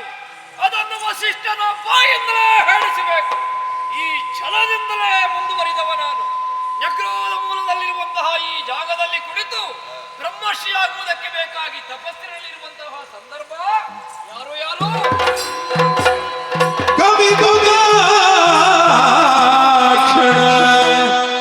ವರತಿ ಶಂಕುಮೋ ನಮಿಸಿ ನಿಂದನು ತೊರೆಯೊಳಾಗಲಿ ನಿಮಿಯ ತಿರಿದ ಕ್ಷಣಕ್ಕೆ ಕೌಶಿಕ ಶಮೆಯನಾಂತು ತ್ರಿಶಂಕುವು ನಮಿಸಿ ನಿಂದನು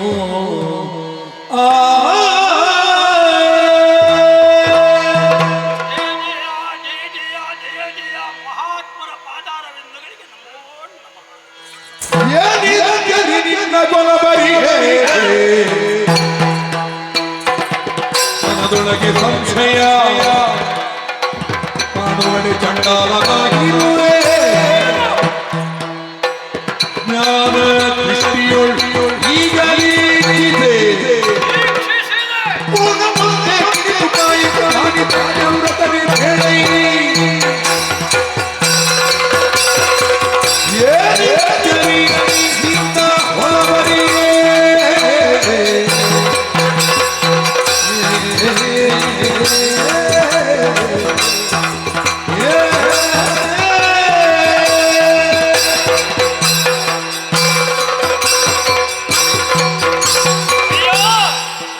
ಬಳಿ ಬಂದು ಪಾದ ಕಾಣತನಾದಂತಹ ಸಂದರ್ಭ ನಿನ್ನ ಮುಖವನ್ನು ಅವಲೋಕನ ಮಾಡಿದಾಗ ದೂರ ನಿಲ್ಲು ಚಂಡಾಲ ಎಂಬ ಹಾಗೆ ಹೇಳಬೇಕು ಅಂತ ಆಲೋಚನೆ ಮಾಡಿದಾಗ ಯಾಕೋ ಏನು ಜ್ಞಾನ ದೃಷ್ಟಿಯನ್ನು ಬೀರುವ ಅಂತ ನನಗೆ ಮನಸ್ಸಾಯಿತು.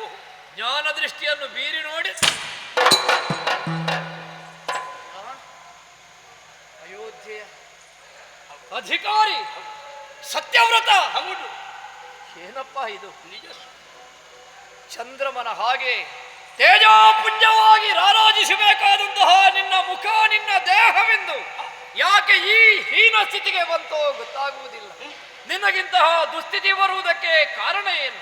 ಯಾಕೆ ಹೀಗಾಯಿತು? ನನ್ನ ಬಳಿಗೆ ಬರಬೇಕಂತಾದರೆ ಕಾರಣ ಏನು? ಹೇಳು ಸತ್ಯವ್ರತ.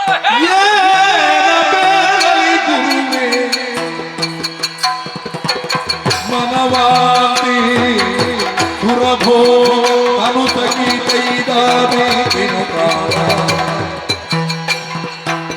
ಗಣಪತಿ ಗುರುವಿಗೆ ಮಣಿದು ಬೇಡಿದೆ ನಾನು ಮನ ಮಾಡಲಿಲ್ಲ ಗುರುವೇ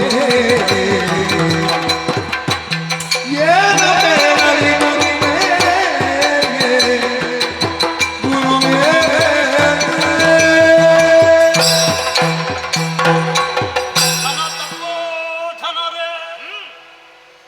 ನಿಮ್ಮನ್ನು ನಾನು ಗುರು ಎನ್ನುವ ಹಾಗೆ ಸಂಬೋಧಿಸುತ್ತಿದ್ದೇನೆ. ಇಂತಹ ಸ್ಥಿತಿ ಬರುವುದಕ್ಕೆ ಕಾರಣ ಏನು ಎನ್ನುವ ಹಾಗೆ ಕೇಳಿದರೆ ನಾನೆಸಗಿದಂತಹ ಕರ್ಮವೇ ಇಂತಹ ಸ್ಥಿತಿಗೆ ನನ್ನನ್ನು ತಳ್ಳಿತು ಅನ್ನಿಸತೊಡಗಿದೆ. 100 ಅಶ್ವಮೇಧವನ್ನು ಮಾಡುವುದರ ಮೂಲಕವಾಗಿ ಈ ಶರೀರದಿಂದಲೇ ನಾನು ನಾಕವನ್ನು ಸೇರಿ 3 ಲೋಕವನ್ನು ಆಳುವಂತಹ ಮಹದಾಶೆಯನ್ನು ಹೊಂದಿದ್ದೆ. ಅಪರಾಧ ಅಲ್ಲ, ಆಶೆ ಅಗ್ನಿಯ ಅದು ಯಾವತ್ತೂ ಮೇಲ್ಮುಖವಾಗಿರಬೇಕು. ಅದರಲ್ಲಿಯೂ ಕ್ಷತ್ರಿಯನಾದವನಿಗಿಂತಹ ಆಶೆ ಒಂದೇ ಅಪರಾಧ ಅಲ್ಲ. ಆಮೇಲೆ ಗುರುಗಳಾದಂತಹ ವಸಿಷ್ಠರು ನಮಗೆ ರಾಜಪುರೋಹಿತರು ತಾನೆ. ಸರಿ, ಅವರಲ್ಲಿ ವಿಷಯವನ್ನು ಪ್ರಸ್ತಾಪಿಸಿದೆ. ಅವರ ಸಮ್ಮುಖದಿಂದಲೇ ಅವರ ಮುಂದಾಳುತ್ವದಿಂದಲೇ ಶತಾಧ್ವರಗಳನ್ನು ಮಾಡಿ ಮುಗಿಸಿದೆ. ಮತ್ತೊಂದು ಯಜ್ಞವನ್ನು ಗೈದೆ ಅಂತಾದರೆ ನಾನು ಈ ರೂಪದಿಂದಲೇ ನಾಕವನ್ನು ಸೇರ್ತೇನೆ. ಮುಹೂರ್ತವರನ್ನು ಬೇರೆಯವರಲ್ಲಿ ಕೇಳಿದೆ, ಹೋಗಿ ಸಾಂಗವಾಗಿ ನಡೆಸಿಕೊಡುವಂತೆ ವಸಿಷ್ಠರಲ್ಲಿ ಕೇಳಿಕೊಂಡರೆ ನಾನು ಬರೇ ಎನ್ನುವ ಹಾಗೆ ಹೇಳಿದೆ. 100 ಯಾಗವನ್ನು ಪೂರೈಸಿದ ವಸಿಷ್ಠ 101ನೇ ಯಾಗಕ್ಕೆ ಬರೇ. ನೀನು ಅನ್ಯರಲ್ಲಿ ಮುಹೂರ್ತ ಕೇಳಿದೆ, ಅಂತಹ ಯಜ್ಞಕ್ಕೆ ನಾನು ಬರುವುದಿಲ್ಲ, ನಡೆಸಿಕೊಡುವುದಿಲ್ಲ ಎನ್ನುವ ಹಾಗೆ ಮಾತನ್ನು ಹೇಳಿ ನನ್ನನ್ನು ತಿರಸ್ಕರಿಸಿ ವಸಿಷ್ಠರು ಬಾರದಿದ್ದಾರೆ ಏನಂತೆ ಇದ್ದಾರಲ್ಲ ಅವರ ಮಕ್ಕಳು, ಅವರಾದರೂ ನನ್ನನ್ನು ಸಲಹಿಯಾರು, ಬೇಕಾದ್ದನ್ನು ಕೊಟ್ಟಾರು ಎನ್ನುವ ಹಾಗೆ ಕೇಳಿ ಅವರಲ್ಲಿ ನಿವೇದಿಸಿಕೊಂಡರೆ ತಂದೆ ಮಕ್ಕಳೊಳಗೆ ನೀನು ಜಗಳವನ್ನು ಗಂಟಿಕ್ಕುವಂತಹ ಕೆಲಸವನ್ನು ಮಾಡುತ್ತಿರುವೆ. ಆದ ಕಾರಣ ಇಂತಹ ಬುದ್ಧಿ ಚಂಡಾಲರಿಗೆ ಮಾತ್ರ ಬರುವಂತಹದ್ದು. ಹೋಗು, ನೀನು ಚಂಡಾಲನಾಗಿ ಬದುಕು ಎನ್ನುವ ಹಾಗೆ ಶಪಿಸಿದುದರ ಪರಿಣಾಮ ನನ್ನ ಈ ರೂಪ ವಿರೂಪವನ್ನು ಹೊಂದುವುದಕ್ಕೆ ವಾಸಿಷ್ಠರ ಶಾಪ. ಚಂಡಾಲನ ಸತ್ಯವ್ರತನಾದಂತಹ ನಿನ್ನನ್ನು ಚಂಡಾಲನಾಗುವಂತ ಶಪಿಸಿದ ಅವರೇ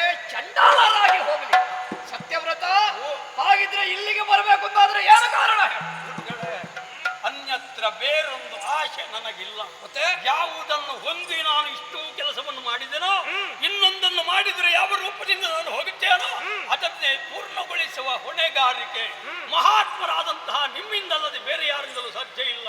ಯಾರು ನನ್ನನ್ನು ತಿರಸ್ಕರಿಸಿದಿರೋ ನನ್ನನ್ನು ಉತ್ತರಿಸುವಂತಹ ಮಹಾಗುರುಗಳು ನೀವಾಗಿ ನನ್ನನ್ನು ಯಜ್ಞವನ್ನು ನಡೆಸಿ ನನ್ನ ಆಶಯ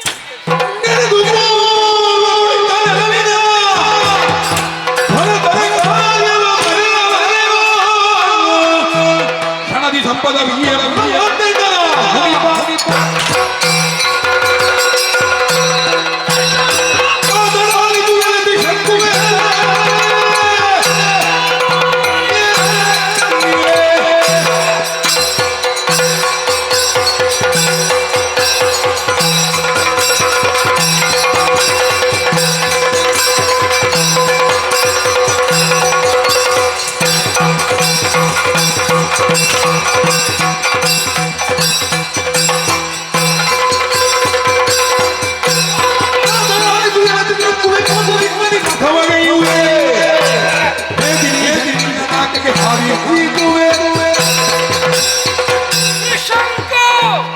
ನಿನ್ನ ಅಭೀಷ್ಟವನ್ನು ನನ್ನಲ್ಲಿ ಹೇಳಿಕೊಂಡಾಗ ಎರಡು ಘಟನೆಗಳು ನನಗೆ ನೆನಪಾಯಿತು.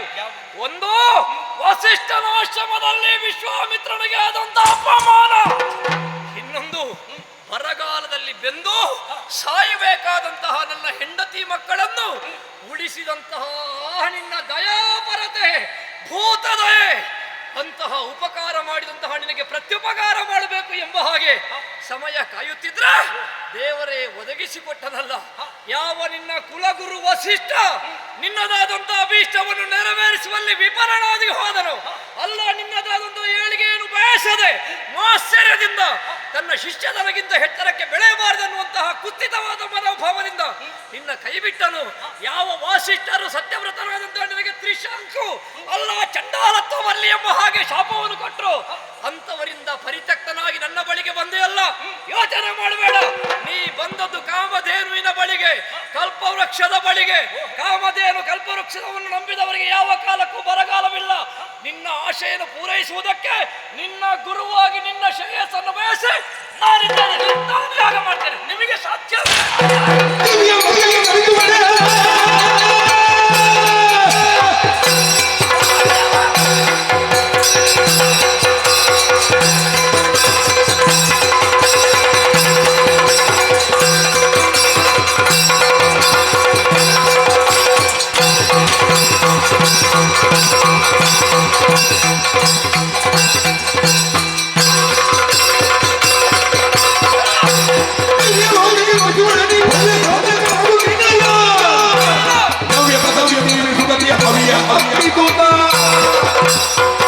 ವಿಶ್ವಾಮಿತ್ರ. ಈ ಲೋಕದಲ್ಲಿ ಅಸಾಧ್ಯವಾದುದನ್ನು ಸಾಧ್ಯವಾಗಿಸುವುದಕ್ಕೆ ವಿಶ್ವಾಮಿತ್ರ ಎಂಬ ಹಾಗೆ ಹೆಸರು. ನಿನ್ನ ಹಾಗೆ ನಿನ್ನ ಗುರುಗಳ ಹಾಗೆ ವಸಿಷ್ಠನಲ್ಲ. ಯಾವುದನ್ನು ಮಾಡ್ತೇನೋ ಅದನ್ನೇ ಆಡ್ತೇನೆ, ಯಾವುದನ್ನು ಆಡ್ತೇನೋ ಅದನ್ನೇ ಮಾಡ್ತೇನೆ.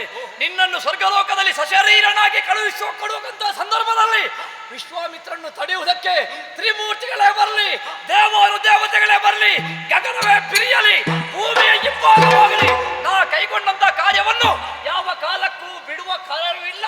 ಇದು ಆಶೆಯನ್ನು ಕೊಡ್ತಾ ಇದ್ದೇನೆ. ನಿನ್ನ ಆಶೆಯನ್ನು ಈಗಿನ ಯಜ್ಞಕ್ಕೆ ಬೇಕಾದ ಸರ್ವ ಸನ್ನಾಹವನ್ನು ಹೋಗು, ಸಿದ್ಧರಾಗುವ. ವಸಿಷ್ಠ, ವಸಿಷ್ಠ, ಸಮಯ ಕಾಯುತ್ತಿದ್ದೆ. ನನ್ನದಾದಂತ ಹಾಗೆಯನ್ನು ತೀರಿಸುವುದಕ್ಕೆ ಸಮಯ ಕಾಯುತ್ತಿದ್ದೆ. ನಿನ್ನ ಶಿಷ್ಯರನ್ನು ಕೈಬಿಟ್ಟೆಯ? ನಿನ್ನಿಂದ ಆಗದೇ ಇದ್ದಂತಹ ಕಾರ್ಯವನ್ನು ನಾ ಮಾಡಿ ತೋರಿಸಿ ವಸಿಷ್ಠನಿಗಿಂತ ವಿಶ್ವಾಮಿತ್ರ ಶ್ರೇಷ್ಠ ಎಂಬ ಹಾಗೆ ಹೇಳಿಸದಿದ್ರೆ ನಾ ಕುಶಿಕ ಸಂಜಾತನಲ್ಲ. ಅದಕ್ಕಾಗಿ ತ್ರಿಶಂಕುವಿನಾಯ ಸ್ವರ್ಗದ ಆಶೆ, ಸಶರೀರನಾಗಿ ಹೋಗುವಂತಹ ಆಶೆಯನ್ನು ಪೂರೈಸಬೇಕು. ಮಹತ್ತರವಾದಂತಹ ಯಾಗವನ್ನು ಮಾಡಬೇಕು. ಯಾಗವನ್ನು ಮಾಡಬೇಕು ಅಂತಾದ್ರೆ ಯಾರು? ಯಜಮಾನನಾಗಿ ಇವ ಇದ್ದಾನೆ, ಹೋತ್ರವಾಗಿ ನಾನಿದ್ದೇನೆ. ಬ್ರಹ್ಮತ್ವಕ್ಕೆ ಒಬ್ಬ ಬೇಕು. ಯಾರು ಒಂದು ಆಲೋಚನೆ ಮಾಡುವುದಲ್ಲ. ಅಳಿಯನಾದಂತಹ ಜಮದಗ್ನಿ ಇದ್ದಾನೆ, ಅವನನ್ನೇ ಭರಿಸುವುದರ ಮೂಲಕವಾಗಿ ಉಳಿದಂತಹ ಎಲ್ಲ ಸಾಹಿತ್ಯಗಳನ್ನು ತಯಾರು ಮಾಡಿ ವಿಶ್ವಾಮಿತ್ರನ ಯೋಗ್ಯತೆಯನ್ನು ತೋರಿಸುವುದಕ್ಕೆ ಬೇಕಾಗಿ ತ್ರಿಶಂಕುವನ್ನು ಸ್ವರ್ಗಕ್ಕೆ ಕಳುಹಿಸಿಕೊಡುವಂತಹ ಪ್ರಕ್ರಿಯೆಯಲ್ಲಿ ಮುಂದುವರಿಯುತ್ತದೆ.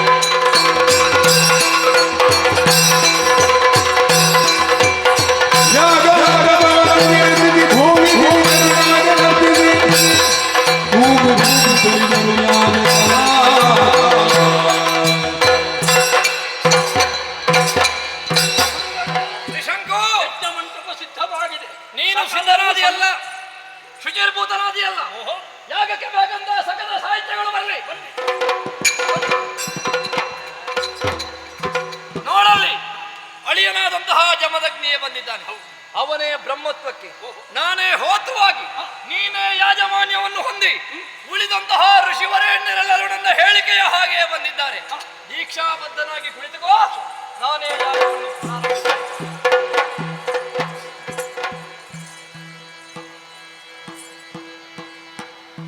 ನೋಡಿಲ್ಲಿ ಯಜ್ಞಗುಂಡದಲ್ಲಿ ಅಗ್ನಿನಾರಾಯಣನನ್ನು ಪ್ರತಿಷ್ಠಾಪಿಸಿದ್ದೇನೆ.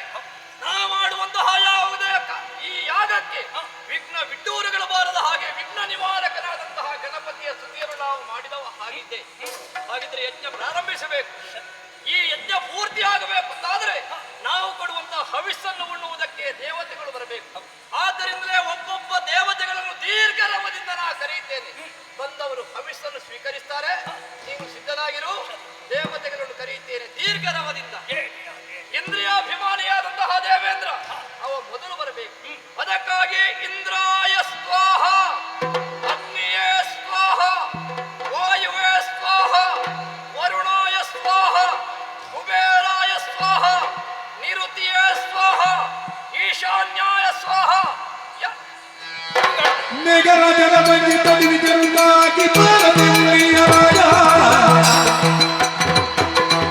ಆಗಿದೆಯೊಳು ಭೂಪಲು ಸುರಿದ ಕರೀರೇನೋ ಭೂಪಲು ಸುರಿದ.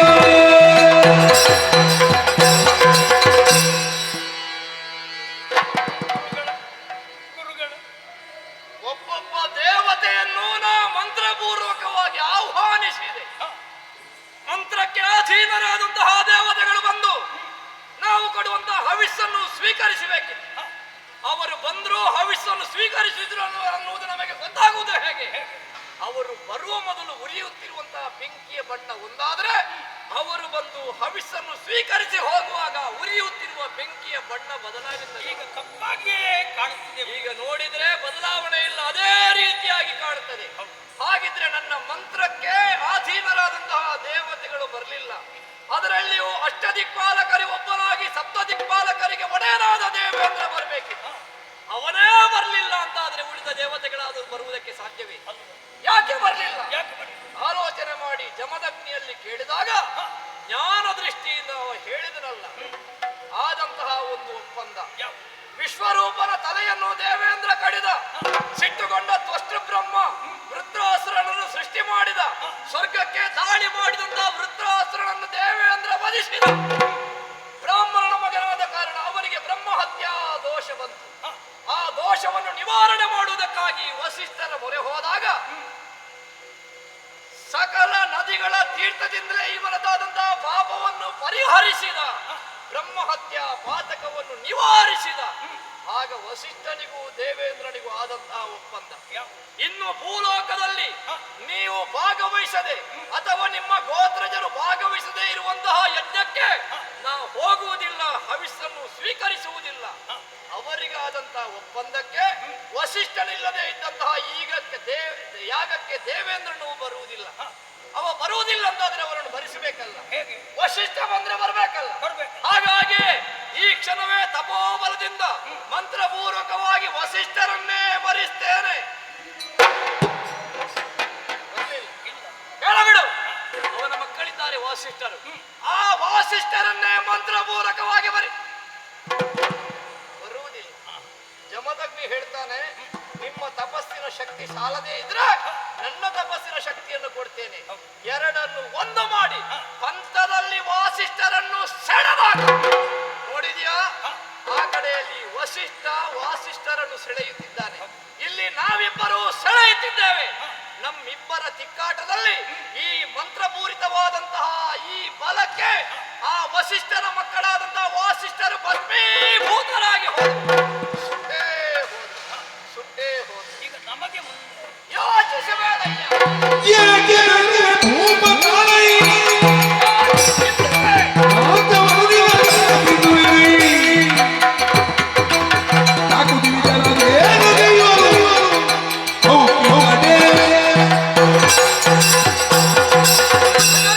ಸ್ವರ್ಗಕ್ಕೆ ಹೋಗಬೇಕನ್ನುವಂತಹ ಬಯಕೆ ಈಡೇರುವುದಿಲ್ಲ ಅನ್ನುವಂತಹ ಮನಕ್ಲೇಶ ಚಿಂತಿಸುವುದು. ಯಾಗಕ್ಕೆ ತೊಡಗಿದ್ದು ವಿಶ್ವಾಮಿತ್ರ ವಸಿಷ್ಠರಲ್ಲ. ದೇವೇಂದ್ರ ಬರುವುದು ಬೇಡ, ವಸಿಷ್ಠ ಬರುವುದು ಬೇಡ, ವಾಸಿಷ್ಠರು ಬರುವುದು ಬೇಡ, ಆ ಸ್ವರ್ಗಲೋಕದ ದಿವ್ಯ ವಿಮಾನ ಬರುವುದು ಬೇಡ. ಏನು ನಮಗೆ ವಿಮಾನ ಸಿದ್ಧಪಡಿಸಲಿಕ್ಕೆ ಸಾಧ್ಯ ಇಲ್ವಾ? ನೋಡಿ ಇಲ್ಲಿ ಕೈಯಲ್ಲಿದ್ದ ದರ್ಬೆ ಬ್ರಹ್ಮ ಪಾರಮ್ಯದಿಂದ ಈ ದರ್ಬೆಯೇ ವಿಮಾನವಾದೀತು. ನೋಡು, ದರ್ಬೆ ಧರಿಸಿದ್ದೇನೆ. ಇದುವೇ ಸ್ವರ್ಗಲೋಕಕ್ಕೆ ಹೋಗುವುದಕ್ಕೆ ನನಗೆ ದಿವ್ಯ ವಿಮಾನ. ಸ್ವರ್ಗಕ್ಕೆ ಹೋಗಬೇಕು ಅಂತಾದ್ರೆ ಈ ಭವ್ಯ ಲೋಕವನ್ನು ಬಿಟ್ಟು ದಿವ್ಯ ಲೋಕಕ್ಕೆ ನೀ ಹೋಗಬೇಕು. ಹೋಗಬೇಕು ಅಂತಾದ್ರೆ ನಿನ್ನ ದೇಹ ದೇವತ್ವವನ್ನು ಹೊಂದಬೇಕು. ಅಶ್ವಿನಿ ದೇವತೆಗಳ ಅನುಗ್ರಹಕ್ಕೆ ಪಾತ್ರನಾದವ ಈ ವಿಶ್ವಾಮಿತ್ರ. ಅವರನ್ನೇ ಧ್ಯಾನಿಸಿದಾಗ ನಿನ್ನಲ್ಲಿದ್ದಂತಹ ಈ ಪಾಪ ಏನಿದೆಯೋ ಎಲ್ಲವನ್ನು ನಿವಾರಣೆ ಮಾಡಿದ್ದಾರೆ. ಮಂತ್ರ ಜಲವನ್ನು ಪ್ರೋಕ್ಷಣೆ ಮಾಡಿದ ಅಕ್ಷರವೇ ಮಾಡು. ಈ ಮೃಣ್ಮಯವಾದಂತಹ ಶರೀರ ಹೋಗಿ ನಿನ್ನ ದೇಹ ಈಗ ಯೋಗಮಯವಾದಂತಹ ಶರೀರವಾಗಿದೆ. ಶರೀರ ಹಗುರವಾಯಿತು, ಹೊಸ ಚೈತನ್ಯ ಮೂಡಿತು. ಯಮ ನಿಯಮ ಆಸನ ಪ್ರಾಣಾಯಾಮ ಪ್ರತ್ಯಾಹಾರ ಧ್ಯಾನ ಧಾರಣ ಸಮಾಧಿ ಸ್ಥಿತಿಯಲ್ಲಿ ಯೋಗ ಬಲದಿಂದ ದಿವ್ಯ ದೇಹಧಾರಿಯಾದಂತಹ ನೀನು ಸ್ವರ್ಗಕ್ಕೆ ಹೋಗುವುದಕ್ಕಾಗಿ ಸಿದ್ಧನಾಗಿದ್ದಿ. ಹಾಗೆ ಮೇಲೇಳು. ಹಗುರವಾದ ದೇಹವನ್ನು ಹೊಂದಿದ ನೀನು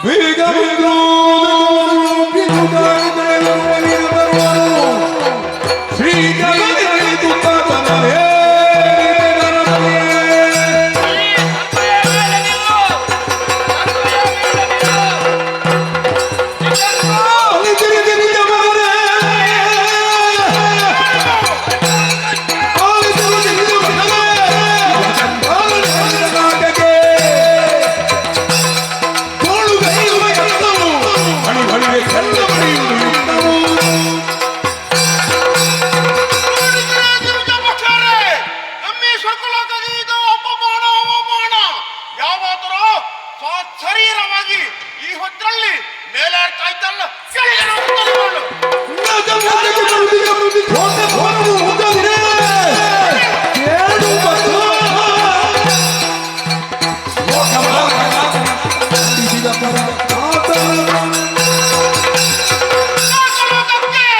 ಈ ಹೊತ್ತಲ್ಲೇ ಮುನ್ನುಗ್ಗುತ್ತಾ ಇದ್ದಾರೆ. ಯಾವಾದರೂ ಇವರನ್ನು ಕಳಿಸ್ತಾರೆ, ಯಾರೇ ಇರಲಿ, ಆದ್ರೆ ಇಲ್ಲಿಗೆ ಬರುವುದು ಬೇಡ.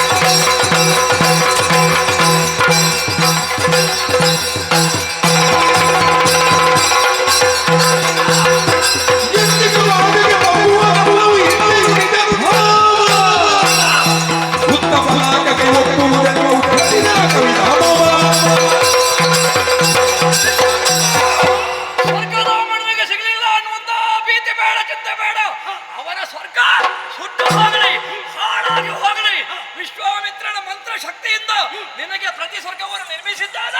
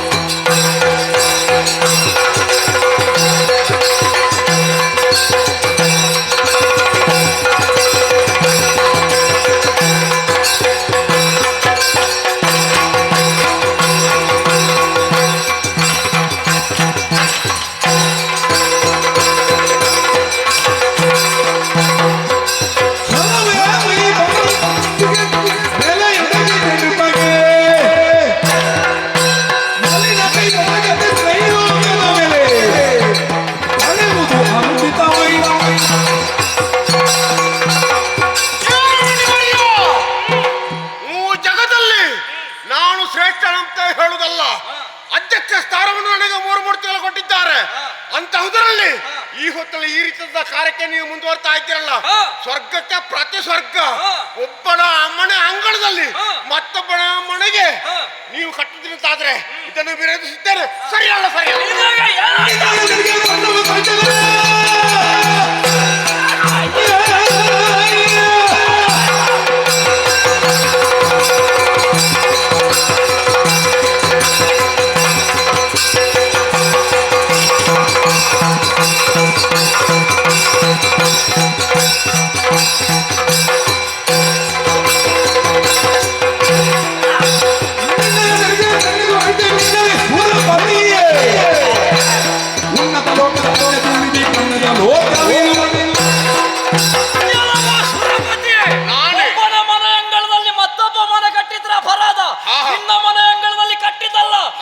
ಸ್ವರ್ಗ ಸುಟ್ಟು ಹೋಗಲಿ. ತ್ರಿಶಂಕುವಿಗೆ ಪ್ರತಿ ಸ್ವರ್ಗವನ್ನು ನಾ ಕೊಟ್ಟಿದ್ದೇನೆ. ಕೊಟ್ಟದ್ರಲ್ಲಿ ಏನೋ ಅಪರಾಧ.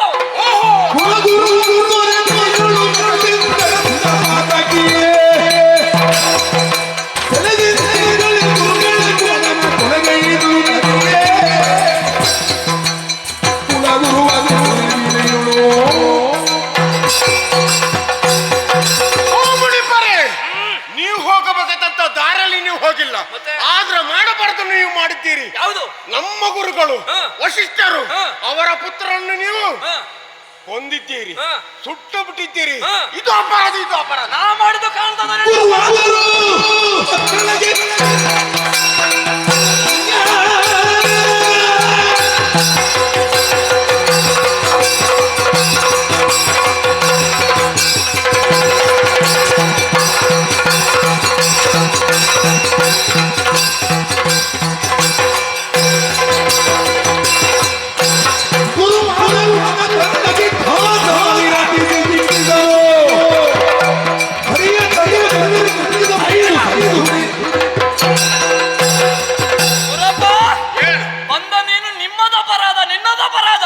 ಎಂಬ ಹಾಗೆ ನನ್ನನ್ನು ಅಪರಾಧಿ ಸ್ಥಾನದಲ್ಲಿ ನಿಲ್ಲಿಸ್ತೀಯಾ?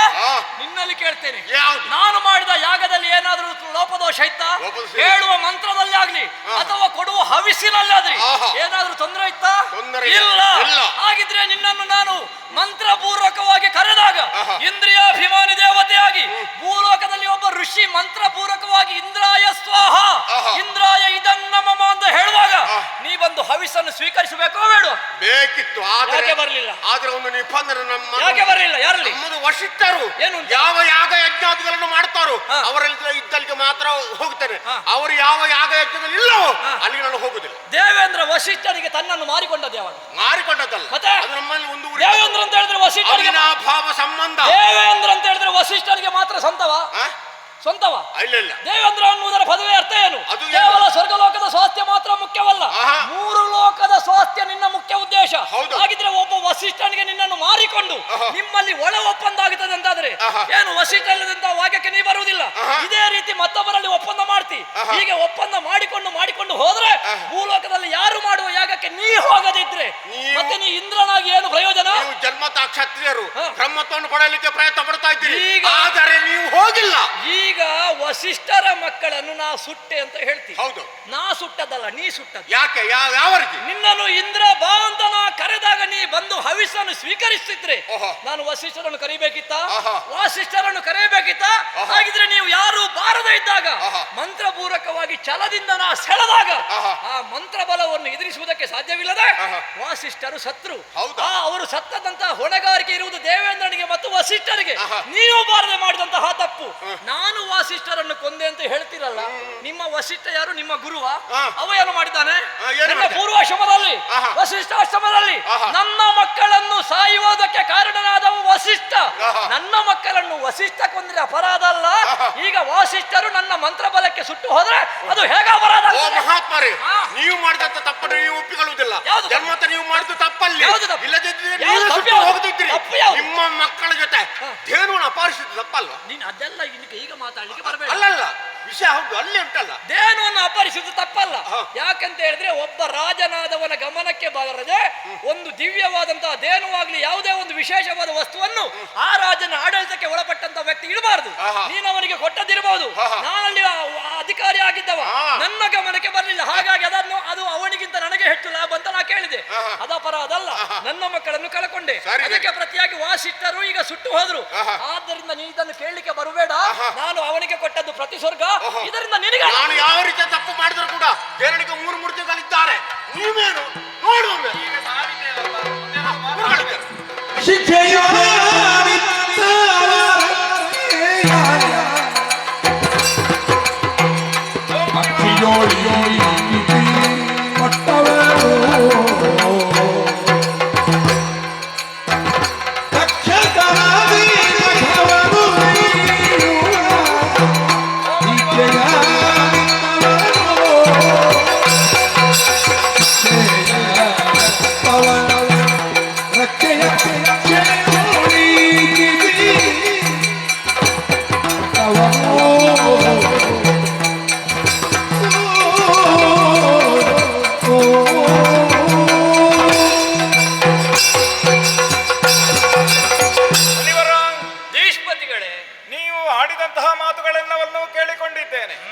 ವಸಿಷ್ಠರ ಮೇಲೆ ಇರುವಂತಹ ಆಗ್ರಹವನ್ನು ನೀವು ತೋರಿಸ್ತಾ ಇದ್ದೀರಿ.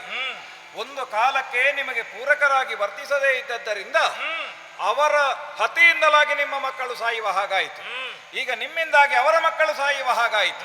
ಇಲ್ಲಿ ಗಮನಿಸಬೇಕಾದದ್ದೇನು? ಅವರ ಬ್ರಹ್ಮರ್ಷಿತ್ವಕ್ಕೆ ಕಾರಣವಾದಂತಹ ದಿವ್ಯತೆ ಎನ್ನುವುದು ಏನು ಎನ್ನುವುದನ್ನು ಈ ಪ್ರಕರಣದಲ್ಲಿಯೇ ನೋಡುವುದಕ್ಕೆ ಸಾಧ್ಯವಾಗುತ್ತದೆ.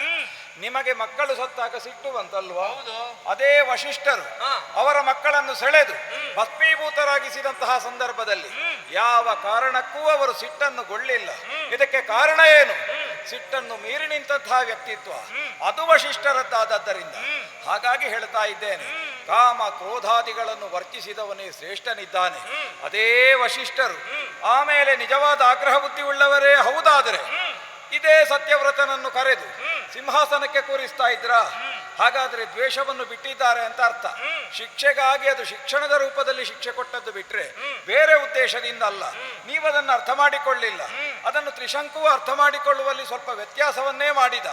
ಈಗ ಹೇಳ್ತಾ ಇದ್ದೇನೆ, ಸಿಟ್ಟೇ ಇರುವವರು ಹೌದು ಅಂತ ಆದರೆ ಅವರೇ ಅವನಿಗೆ ಒಂದು ಸಿಂಹಾಸನವನ್ನು ಕೂರಿಸುವುದಕ್ಕೆ ವ್ಯವಸ್ಥೆ ಮಾಡ್ತಾ ಇದ್ರೋ, ಅಥವಾ ಕ್ರೋಧವನ್ನು ತೊರೆದವರಲ್ಲದೇ ಇದ್ರೆ ಈಗ ಬಂದು ನಿಮ್ಮ ಕುರಿತಾಗಿ ಆಗ್ರಹವನ್ನು ತೋರಿಸ್ತಾ ಇರ್ಲಿಲ್ವೋ? ನಿಮಗಿಂತವರು ಶ್ರೇಷ್ಠರು ಅಂತ ಹೇಳಿದ್ದು ಈ ಕಾರಣ. ವಸಿಷ್ಠರು ತಪ್ಪು ಮಾಡ್ಲಿಲ್ಲ ಅಂತ ಹೇಳುದಾ? ಏನು ನನ್ನದು ಪ್ರಶ್ನೆ ಇದೆ.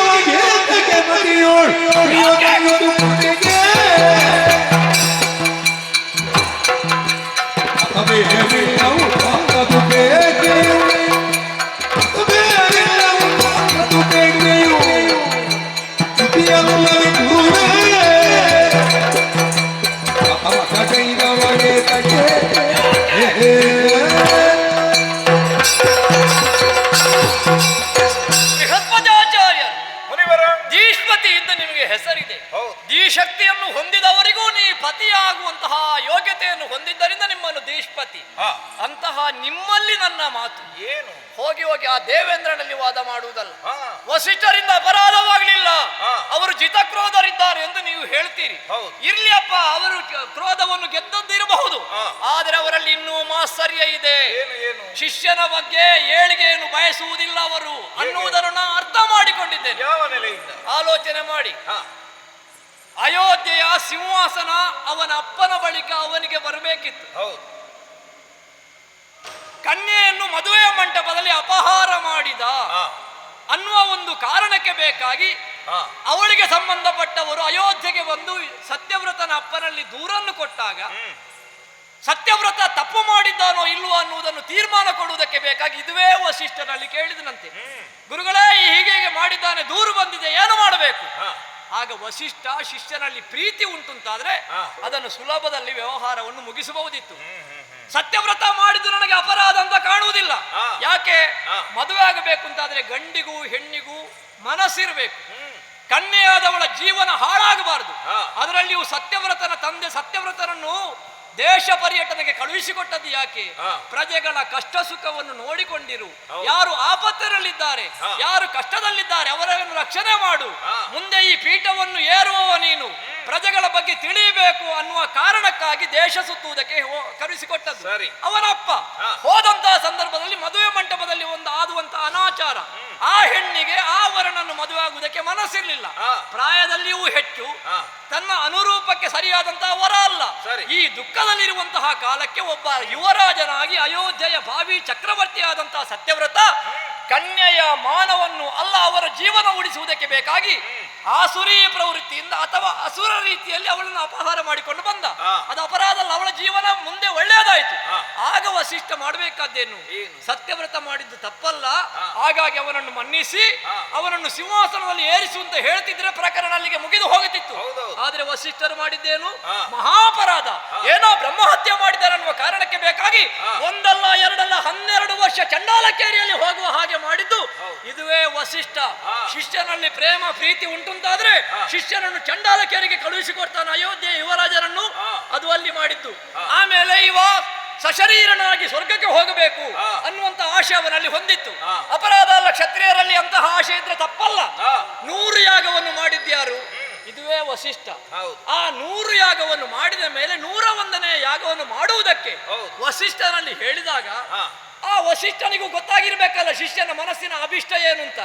100 ಯಾಗವನ್ನು ಯಾವುದೇ ಒಂದು ವ್ಯತ್ಯಾಸವನ್ನು ಮಾಡದೆ ಯಾವುದೇ ರೀತಿ ಅಡ್ಡಿಯನ್ನು ಬಡಿಸದೆ ಮಾಡಿದಂತ ವಸಿಷ್ಠನಿಗೆ ಇವನನ್ನು ಸಶರೀರನಾಗಿ ಸ್ವರ್ಗಕ್ಕೆ ಹೋಗಿಸುವಲ್ಲಿ ಆಗಬೇಕಾದ ಬಹುಮುಖ್ಯವಾದ 101ನೇ ಯಾಗವನ್ನು ಒಬ್ಬ ಒಳ್ಳೆಯವನಾಗುತ್ತಿದ್ರೆ, ಅವರಲ್ಲಿ ಮಾಸರೇ ಇಲ್ಲದೆ ಹೋಗುತ್ತಿದ್ರೆ, ಶಿಷ್ಯನ ಮೇಲೆ ಪ್ರೀತಿ ಇರ್ತಿದ್ರೆ 101ನೇ ಯಾಗವನ್ನು ಮಾಡಬೇಕಿತ್ತು. ಆದ್ರೆ ಮಾಡಲಿಲ್ಲ. ಮಾಡಬೇಕಾದ 101ನೇ ಯಾಗವನ್ನು ಮಾಡದೆ ಶಿಷ್ಯ ಸ್ವರ್ಗಕ್ಕೆ ಹೋಗುವಂತ ಒಂದು ಅಭಿಲಾಷೆಯನ್ನು, ಅವನ ಆಸೆಯನ್ನು ಚಿವುಟಿದವ, ಸುಟ್ಟು ಹಾಕಿದವ ವಸಿಷ್ಠ. ಈಗ ನಿಮ್ಮಲ್ಲಿ ಕೇಳ್ತೇನೆ, ಅವರಲ್ಲಿ ಮಾಸರಿಯ ಮದ ಅಸೂಯೆ ಇಲ್ಲ ಅಂತಾದ್ರೆ ಶಿಷ್ಯನ ಅಭಿಷ್ಟವನ್ನು ಗುರುವಾಗಿ ನೆರವೇರಿಸಬೇಕಿತ್ತು. 100 ಯಾಗ ಮಾಡಿದವನಿಗೆ 101 ಯಾಗ ಮಾಡುವುದಕ್ಕೆ ಏನಾಯ್ತು ಸ್ವಾಮಿ? ತಪ್ಪಾಗಿ ಅರ್ಥವಿಸಿಕೊಂಡಿದ್ದೀನಿ. ಏನು ತಪ್ಪಿಲ್ಲ.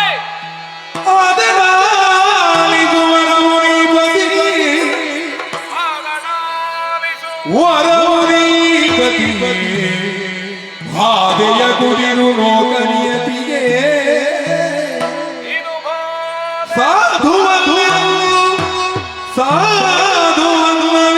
ಸಾಧುವನ್ನವಿರುತ್ತ ಕೊರೆದಿಗನು ಭೇದವೆಂದೊಡೆ ಸುಟರ ಸಾವೆ ಖೇದಗೊಂಡೀಗೈದಗಿರುವನೇ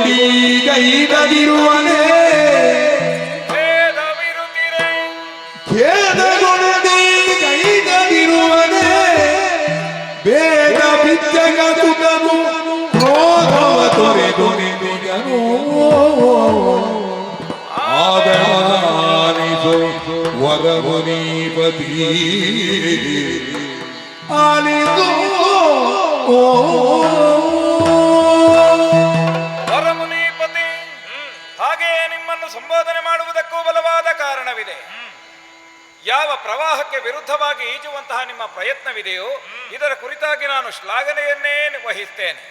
ಆದರೆ ನೀವು ಆಕ್ಷೇಪವನ್ನು ವಹಿಸಿದಂತಹ 2 ಪ್ರಧಾನ ವಿಷಯಗಳು, ಅದಕ್ಕೆ ಸಮಾಧಾನವನ್ನು ಹೇಳಬೇಕಾದ ಹೊಣೆಯೂ ನನ್ನಲ್ಲಿ ಉಂಟು. ಬಯಸುತ್ತೇನೆ ಅದನ್ನೇ. ಹಾಗಿರುವಾಗ ಚಂಡಾಲಕೇರಿಯ ವಾಸವನ್ನು ಮಾಡಬೇಕಾದಂತಹ ಅಗತ್ಯ ಸತ್ಯವ್ರತನಿಗಿತ್ತೇ ಎನ್ನುವುದು ನಿಮ್ಮ ಮೊದಲನೆಯದ್ದಾದಂತಹ ಪ್ರಶ್ನೆ. ವಸಿಷ್ಠ ಮನಸ್ಸು ಮಾಡ್ತಿದ್ರೆ ಇರ್ತಿರ್ಲಿಲ್ಲ. ಯಾಕೆ ವಸಿಷ್ಠ ಮನಸ್ಸು ಮಾಡಲಿಲ್ಲ ಎನ್ನುವುದೇ ಪ್ರಧಾನ ವಿಚಾರ. ಯಾಕೆ? ಒಂದು, ಶಾಸ್ತ್ರೀಯವಾಗಿ ನಾವು ಆಲೋಚಿಸಿದ್ದೇ ಹೌದಾದರೆ ನಾವೊಂದು ರಾಜ್ಯ ಪರ್ಯಟನೆಯನ್ನು ಮಾಡಿದಂತಹ ಉದ್ದೇಶ ಏನು, ಅದನ್ನು ತ್ರಯಾರುಣ ಕಳುಹಿಸಿದಂತಹ ಉದ್ದೇಶ ಏನು ಅಂತ ಕೇಳಿದ್ರೆ ಲೋಕವನ್ನು ತಿರುಗಿ ನಿನಗೆ ಅನುಭವ ಬರಬೇಕು ಎನ್ನುವಂತಹ ಉದ್ದೇಶದಿಂದಲೇ. ಆದರೆ ಅಲ್ಲಿ ನಡೆಯುತ್ತಿದ್ದಂತಹ ವಿವಾಹ ಎನ್ನುವುದು ಅಕ್ರಮವೇ ಹೌದಾದರೂ ಕೂಡ ಅದನ್ನು ನಿರ್ವಹಿಸುವಲ್ಲಿ ರಾಜದಂಡವನ್ನು ತಾನು ಕೈಗೆತ್ತಿಕೊಂಡದ್ದೇ ಮೊದಲನೆಯದ್ದಾದಂತಹ ಅಪರಾಧ. ಅದನ್ನು ನಿಲ್ಲಿಸಬಹುದಿತ್ತಾತನಿಗೆ. ಆದರೆ ಅಪಹರಣ ಮಾಡುವ ಅಧಿಕಾರ ಯಾವನಿಗೂ ಇಲ್ಲ. ಇದು ಶಾಸ್ತ್ರೀಯವಾಗಿ ಪರದಾರ ಅಪಹರಣ ಎನ್ನುವ ದೋಷಕ್ಕೆ ಕಾರಣವಾಗುತ್ತದೆ. ಒಂದೊಮ್ಮೆಗೆ ಕೆಲವೊಮ್ಮೆ ಮುಳ್ಳನ್ನು ತೆಗೆಯುವುದಕ್ಕೆ ಮುಳ್ಳನ್ನೇ ನಾವು ಬಳಸುವುದು ಹೌದಾದರೂ ಕೂಡ ಅದರಲ್ಲಿ ನೋವಾಗ್ತದೆ ಎನ್ನುವುದು ಖಚಿತ ಅಲ್ವಾ? ಹಾಗಾದರೆ ನೋವಾದಾಗ ಅಲ್ಲಿ ಗಾಯ ಆಗ್ತದೆ ಎನ್ನುವುದು ಖಚಿತ ಅಲ್ವಾ? ಗಾಯ ಆಯಿತು ಅಂತಾದರೆ ಅದಕ್ಕೆ ಔಷಧ ಹಚ್ಚಬೇಕಾದದ್ದು ಅಗತ್ಯ ಅಲ್ವಾ? ನಾವು ಯಾವುದೇ ಒಂದು ಕೆಲಸವನ್ನು ಮಾಡುವಾಗ ಕೈಯಲ್ಲಿ ಕೆಸರಾಯಿತು ಅಂತಾದರೆ ಅದನ್ನು ತೊಳ್ಕೊಳ್ಳಬೇಕಾದದ್ದು ಅಗತ್ಯ ಅಲ್ವಾ? ಈ ನೆಲೆಯಿಂದ ಆಲೋಚಿಸಿದಂತಹ ವಶಿಷ್ಠರು ದುರ್ಭಾವದಿಂದ ಅವನಿಗೆ ಶಿಕ್ಷೆಯನ್ನು ವಿಧಿಸಿದ್ದಲ್ಲ. ಅವನು ಪಟ್ಟವನ್ನೇರುವ ಕಾಲಕ್ಕೆ ಅವನಿಗೆ ಬೋಧನೆಯನ್ನು ಮಾಡಿದ್ದಾರೆ. ಶಿಕ್ಷೆಯೆಲ್ಲವೂ ಮಗನೇ, ನಿನಗಿದು ಶಿಕ್ಷಣವು. ಹಾಗಿದ್ದರೆ ಕಾಟವೆನ್ನುವುದು ಪಾಠ ಅಂತ ಸ್ವೀಕರಿಸಬೇಕಿತ್ತು, ಶಿಕ್ಷೆಯನ್ನು ಶಿಕ್ಷಣ ಅಂತ ಸ್ವೀಕರಿಸಬೇಕಿತ್ತು. ಅದನ್ನು ಸ್ವೀಕರಿಸಿದಂತಹ ಒಬ್ಬ ಈ ಸತ್ಯವ್ರತ ಆ ನಂತರದಲ್ಲಿ ಅದನ್ನು ತಿಳ್ಕೊಳ್ಳುವಲ್ಲಿ ವಿಫಲನಾದದ್ದಕ್ಕೆ ಅದಕ್ಕೆ ವಶಿಷ್ಠರನ್ನು ದೂರುವುದಕ್ಕಾಗುವುದಿಲ್ಲ. ಈಗ ಈ ಪ್ರಕರಣವನ್ನು ತಾವೆತ್ತಿಕೊಂಡಿದ್ದೀರಿ. ಯಾಕೆ? ಒಂದು ಪೂರ್ವ ಮತ್ಸರ ಎನ್ನುವುದು ಇದ್ದದ್ದರಿಂದಲೇ ಅಲ್ವ ಸ್ವರ್ಗಕ್ಕೆ ಕಳುಹಿಸುವುದಕ್ಕೆ ಇವತ್ತು ಒಂದು ಹಿಂದೇಟು ಹಾಕಿದ್ದು. ಬಹುಮುಖ್ಯವಾದ 101ನೇ ಯಾಗ ಮಾಡಲಿಲ್ಲ. ಹಾಗಾದರೆ ಯಾಕೆ ಮಾಡಲಿಲ್ಲ? ಅವರಿಗೆ ಗೊತ್ತಿದೆ ಲೋಕ ನಿಯತಿ ಎನ್ನುವುದು ಏನು ಎನ್ನುವುದು ವಶಿಷ್ಠರಿಗೆ ಚೆನ್ನಾಗಿ ಗೊತ್ತಿದ್ದರಿಂದ ಆ ಪ್ರಯತ್ನವನ್ನು ಮಾಡಲಿಲ್ಲ. ಈಗ ವಶಿಷ್ಠರನ್ನು ಮೀರಿ ನಾನು ಮಾಡ್ತೇನೆ ಎನ್ನುವ ಹಾಗೆ ನೀವು ಮಾಡಿದ್ದೀರಿ. ಪರಿಣಾಮ ಏನಾಯಿತು? ನಿಮ್ಮಿಂದ ಕೊಡಿಸುವುದಕ್ಕಾಯ್ತು ಸ್ವರ್ಗವನ್ನು ಕೊಡಿಸಿದ್ದೇನೆ. ಪ್ರತಿ ಸ್ವರ್ಗ ಕೊಟ್ಟದ್ದು ಹೌದಾದ್ರೂ ಕೂಡ ಇವತ್ತವನ ಸ್ಥಿತಿ ಎನ್ನುವುದು ಅಲ್ಲೋಲ ಕಲ್ಲೋಲವಾಗಿಯೇ ಉಂಟು ಬಿಟ್ರೆ ಅವನಿಗೆ ಸ್ವರ್ಗವನ್ನು ಅಥವಾ ಸ್ವರ್ಗಧಾಮವನ್ನೇ ಹೊಂದುವ ಅಧಿಕಾರ ಯಾವತ್ತೂ ಬರುವುದಿಲ್ಲ. ಹಾಗಿದ್ದರೆ ನಿಜವಾದ ವಶಿಷ್ಠರ ಆಶಯ ಇದ್ದದ್ದು ಅವನನ್ನು ನಿಜವಾದಂತಹ ಮೋಕ್ಷಧಾಮಕ್ಕೆ, ಈ ಭೂಮಿಯ ಬಂಧನವನ್ನು ಬಿಡಿಸಿ ಆ ಮೂಲಕವಾಗಿ ಹುಟ್ಟು ಸಾವಿರದ ಲೋಕವನ್ನು ತಿಳಿಯುವಂತಹ ಸಾರುವಂತಹ ಯೋಗ್ಯತೆಗೆ ಅವ ಸಲ್ಲಬೇಕು ಎನ್ನುವಂತಹ ಆಶೆ ಇದ್ದದ್ದರಿಂದಲೇ ಅವನನ್ನು ಅವರಿಗೂ ನಿನ್ನ ಹಾಗೆ ಮಾಡುವುದಕ್ಕೆ ಸಾಧ್ಯ ಇತ್ತು. ಒಂದು ವೇಳೆ ಹಾಗೆ ಮಾಡುತ್ತಾ ಇದ್ರೆ ಆ ಕ್ಷಣದಲ್ಲಿಯೂ ಕೂಡ ಅವರಿಗೆ ಸಿಗ್ತಾ ಇದ್ದದ್ದು ಒಂದು ಅತಂತ್ರವಾದ ಲೋಕ ಬಿಟ್ಟರೆ ಒಂದು ಸ್ವತಂತ್ರವಾದ ಲೋಕ ಅಂತ ಹೇಳುವುದಾಗ್ತಾ ಇರಲಿಲ್ಲ. ಅಂತಹ ಒಂದು ಸ್ಥಿತಿ ತನ್ನ ಶಿಷ್ಯನಿಗೆ ಬರಬಾರದು ಎನ್ನುವ ಉದ್ದೇಶದಿಂದಾಗಿ ವಶಿಷ್ಠರು ಉಪೇಕ್ಷಿಸಿದ್ದು ಬಿಟ್ರೆ 100 ಮಾಡಿದವರಿಗೆ 101 1001 ಮಾಡಲಿಕ್ಕೂ ಸಾಧ್ಯ ಇತ್ತು. ಬೇಡ ಅಂತ ಬಿಟ್ಟಿದ್ದಾರೆ. ಯಾಕೆ? ಈ ಸ್ವರೂಪದಿಂದ ಅವನಿಗೆ ಸ್ವರ್ಗವನ್ನ ಅಂತೂ ಆಳುವುದಕ್ಕೆ ಸಾಧ್ಯ ಆಗುವುದಿಲ್ಲ. ಅದು ಹೇಳಿದ್ರೆ ಅವನಿಗೆ ಅರ್ಥ ಆಗಲಿಲ್ಲ. ಕಾಲ ಬರುವಾಗ ಅದನ್ನು ತಿಳಿಸೋಣ ಅಂತ ಉಪೇಕ್ಷೆ ಮಾಡಿದರು. ಆದರೆ ಇವ ಅತಿಕ್ರಮಿಸಿ ಹಾಗೆ ಮಾಡಿದ್ದರಿಂದ ಉದ್ದೇಶಪೂರ್ವಕವಾಗಿಯೇ ಈ ಸ್ಥಿತಿಯನ್ನು ತಲುಪುವ ಹಾಗಾಯಿತು. ಈಗ ನೀವು ಮಾಡಿದ್ದು ಮೋಸ. ನಿಮಗೆ ಒಂದು ಕಾಲಕ್ಕೆ ಉಪಕಾರ ಮಾಡಿದ್ದಾನೆ ಎನ್ನುವ ಕಾರಣಕ್ಕಾಗಿ ನೀವು ಒಂದು ವಶಿಷ್ಠರ ಮೇಲಿನ ದ್ವೇಷದಿಂದ ಇವನಿಗೆ ಉಪಕಾರ ಮಾಡುವುದಕ್ಕೆ ಹೋಗಿ ಇವನನ್ನೊಂದು ಅತಂತ್ರವಾದ ನೆಲೆಯಲ್ಲಿ ನೀವು ನಿಲ್ಲಿಸಿದ್ದೀರಲ್ಲ. ಈಗ ಇವನ ಅತಂತ್ರತೆಗೆ ವಶಿಷ್ಠರನ್ನು ದೂರುವುದಲ್ಲ, ನೀವು ಕಾರಣರಾಗುತ್ತೀರಿ.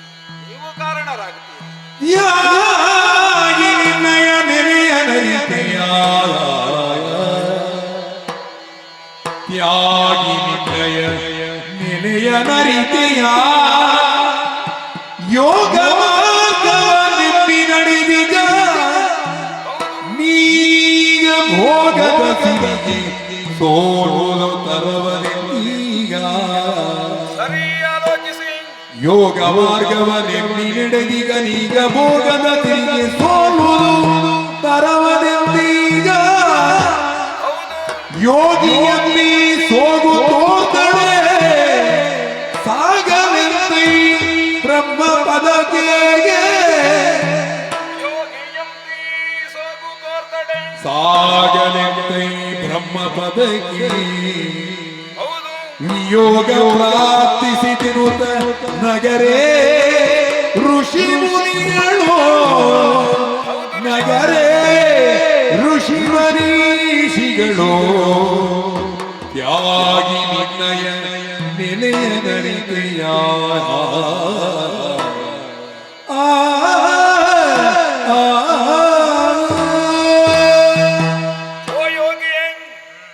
ಯೋಗಿಯಾದವನು ತ್ಯಾಗಿಯಾಗಿರಬೇಕು. ವಶಿಷ್ಠಾಶ್ರಮದಲ್ಲಿ ತಾವು ಮಾಡಿದಂತಹ ಪ್ರತಿಜ್ಞೆಯನ್ನೊಮ್ಮೆ ನೆನಪಿಸಿ. ನಾನು ಬ್ರಹ್ಮ ಋಷಿಯಾಗುತ್ತೇನೆ, ಬ್ರಹ್ಮತೇಜೋ ಬಲಂ ಬಲಂ ಎನ್ನುವ ಹಾಗೆ ನಾನು ಪ್ರವಾಹಕ್ಕೆ ವಿರುದ್ಧವಾಗಿ ಈಜಿ ಬ್ರಾಹ್ಮಣ್ಯವನ್ನು ಮುಟ್ಟುತ್ತೇನೆ ಅಂತ ನೀವು ಪ್ರಯತ್ನ ಮಾಡುವುದಕ್ಕೆ ತೊಡಗಿದವರು.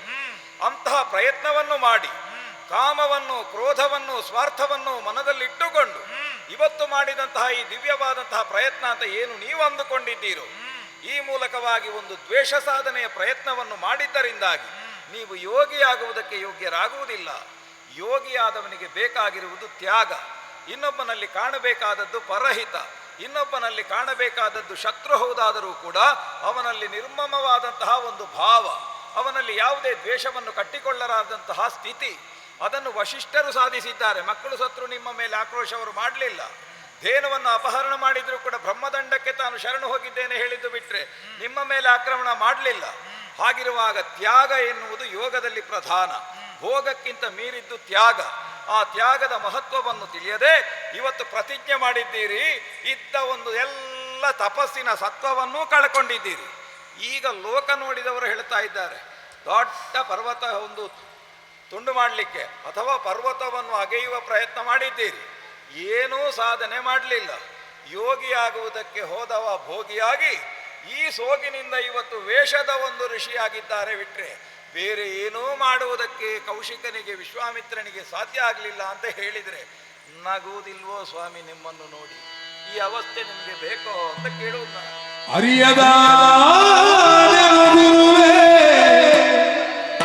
ಅರಿಯದಾದೆನು ಗುರುವೇ ಗರುವವೈಗಲೇ ಮರೆವೆ ಇರಿಸೂಯಿನವನಾಕ ವರಭಾನುಪತದಾದಿ ಇರಿಸೂಯವರನಾಕ ವರಭಾನುಪತದಾದಿ ಸರಿಯಲ್ಲ ನಿಜನಾಕ ಕಿದುವೆ ಅರಿಯದಾದೆನು ಗುರುವೇ ಗರುವವೈಗಲೇ ಮರೆವೆ.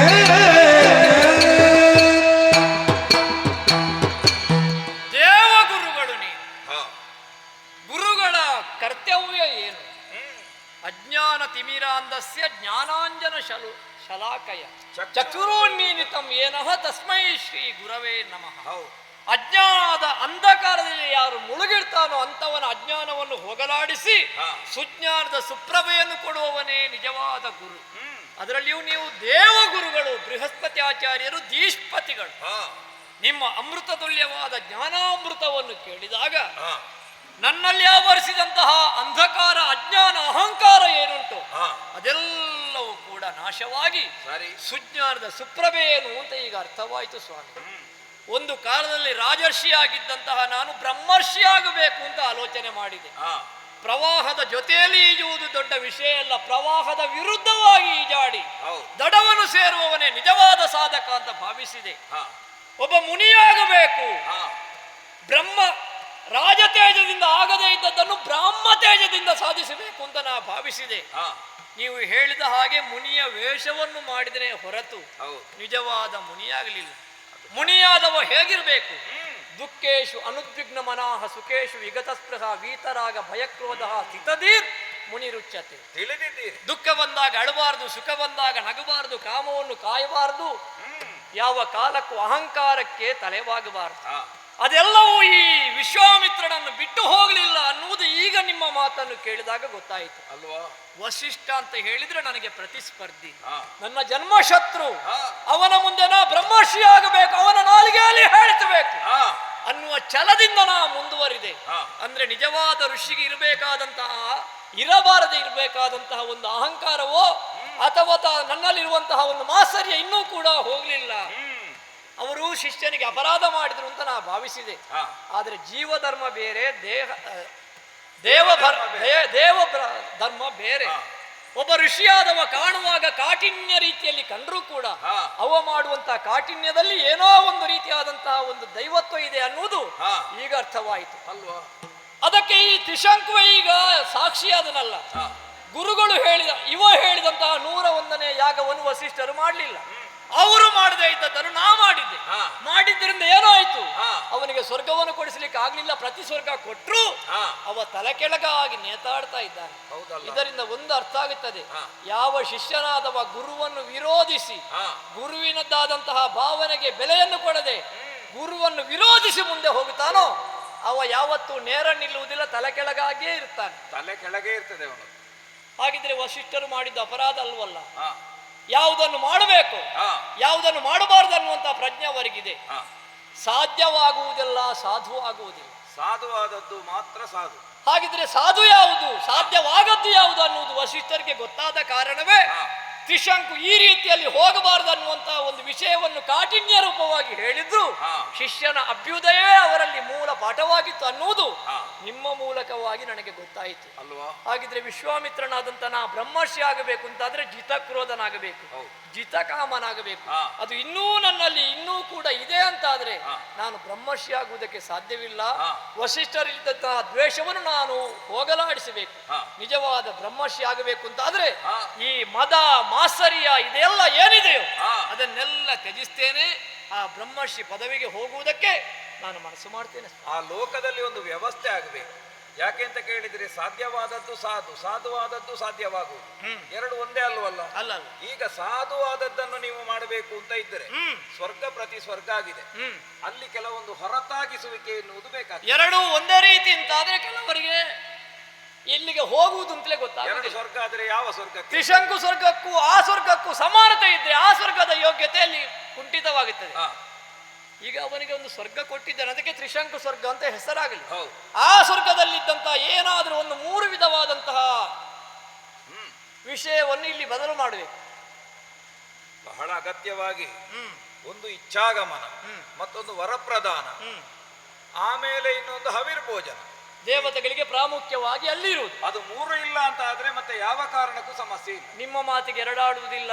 ತ್ರಿಶಂಕು ಸ್ವರ್ಗದಲ್ಲಿ ಇಚ್ಛಾಗಮನ ಇಲ್ಲ, ಹವಿರ್ಭೋಜನ ಇಲ್ಲ, ಆಮೇಲೆ ಹವಿರ್ಭೋಜನ, ಇಚ್ಛಾಗಮನ, ಅದೇ ರೀತಿಯಲ್ಲಿ ವರಪ್ರದಾನ, ಆ 3 ಇಲ್ಲಿಲ್ಲ.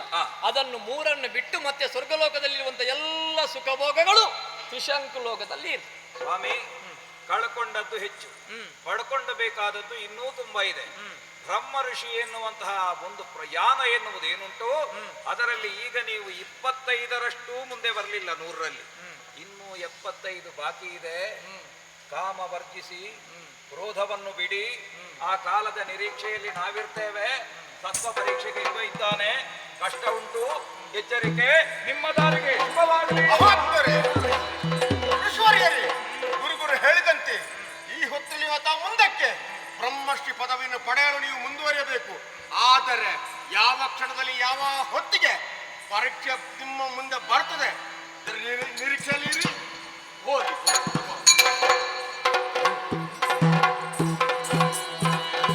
ಬ್ರಹ್ಮದಾನಿಗೆದು ಅರಿವಿಗೆ ದೂರ,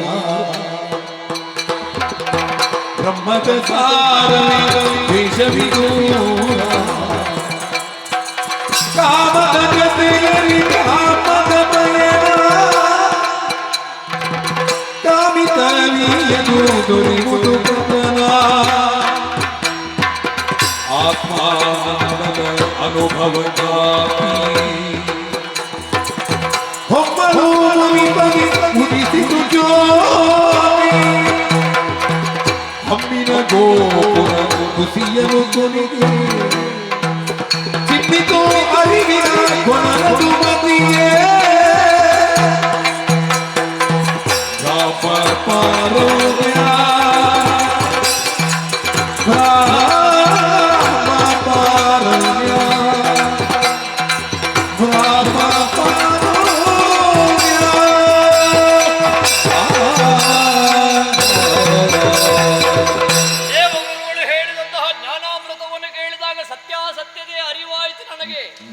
ಬ್ರಹ್ಮರ್ಷಿಯಾಗಬೇಕು ಅಂತ ಆದ್ರೆ ಜಿತಕ್ರೋಧನಾಗಬೇಕು, ಜಿತ ಕಾಮನಾಗಬೇಕು.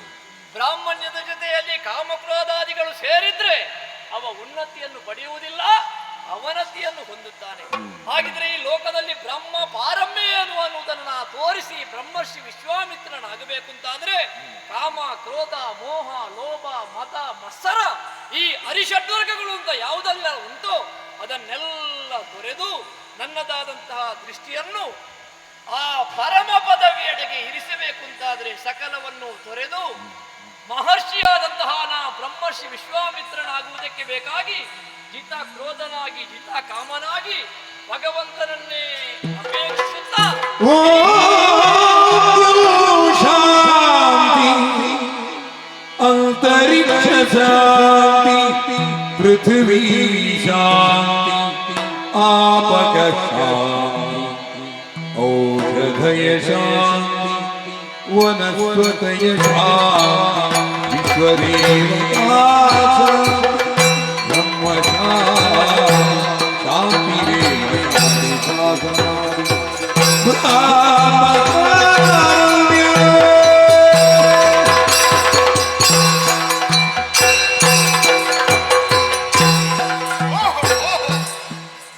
ಕೌಶಿಕ ಭೂಪತಿ ಪ್ರಸ್ತುತ ಈ ಕಾಲದಲ್ಲಿ ವಿಶ್ವಾಮಿತ್ರರಾಗಿ ಮೆರೆಯುತ್ತಾ ಇದ್ದಾರೆ. ಇನ್ನು ಬ್ರಹ್ಮತ್ವವನ್ನು ಪಡೆಯಬೇಕೆಂಬ ಒಂದು ರೀತಿಯ ತವಕ ಅವರಿಗೆ ಇರಬಹುದು. ಪರೀಕ್ಷೆ ಒಡ್ಡುವಂತಹ ಕಾಲ ಅದನ್ನು ನಾವು ಮಾಡ್ತೇವೆ. ಯಾವ ಹೊತ್ತಿನಲ್ಲಿ ಯಾವ ಕ್ಷಣದಲ್ಲಿ ಬ್ರಹ್ಮತ್ವವನ್ನು ಪಡೆಯುತ್ತಾರೆ ಎಂಬ ನಿರೀಕ್ಷೆಯಲ್ಲಿ ನಾವಿರೋಣ. ಅಷ್ಟು ಮಾತ್ರವಲ್ಲ, ಬ್ರಹ್ಮ ಪಾರಮ್ಯ ಎಂಬಿ ಪುಣ್ಯ ಕಥಾನಕವನ್ನು ಯಾರು ಆಡಿದರು, ಯಾರು ಆಡಿಸಿದರು, ಭಕ್ತಿ ಶ್ರದ್ಧೆಯಿಂದ ನೋಡಿದರು, ಕೇಳಿದರು, ಅಂಥವರೆಲ್ಲರಿಗೂ ನಾವು ನಂಬಿಕೊಂಡು ಬಂದಿರುವಂತಹ ಕಟ್ಟಲು ಶ್ರೀ ಬ್ರಾಹ್ಮಣಿ ದೇವಿ, ದುರ್ಗಾ ಪರಮೇಶ್ವರ ತಾಯಿ ಹಾಗೂ ಮಹಾಗಣಪತಿ ದೇವರು ಜೀವನದಲ್ಲಿ ಆಯುಷ್ಯ, ಆರೋಗ್ಯ, ಸುಖ, ಸಂಪತ್ತು, ಸೌಭಾಗ್ಯಾದಿಗಳನ್ನು ಕರುಣಿಸಲಿ ಎಂಬುದಾಗಿ ಬೇಡಿಕೊಳ್ಳುತ್ತಾ ಈ ಪುಣ್ಯ ಕಥೆಗೆ ಮಂಗಲವನ್ನು ಹಾಡುವರೆ ಸಭ್ಯರಿಂದ ಅಪ್ಪಣೆಯನ್ನು ಪಡೆಯುತ್ತಾ ಇದ್ದೇವೆ. ಭದ್ರಂ ಶುಭಂ ಮಂಗಲಂ. ಶ್ರೀ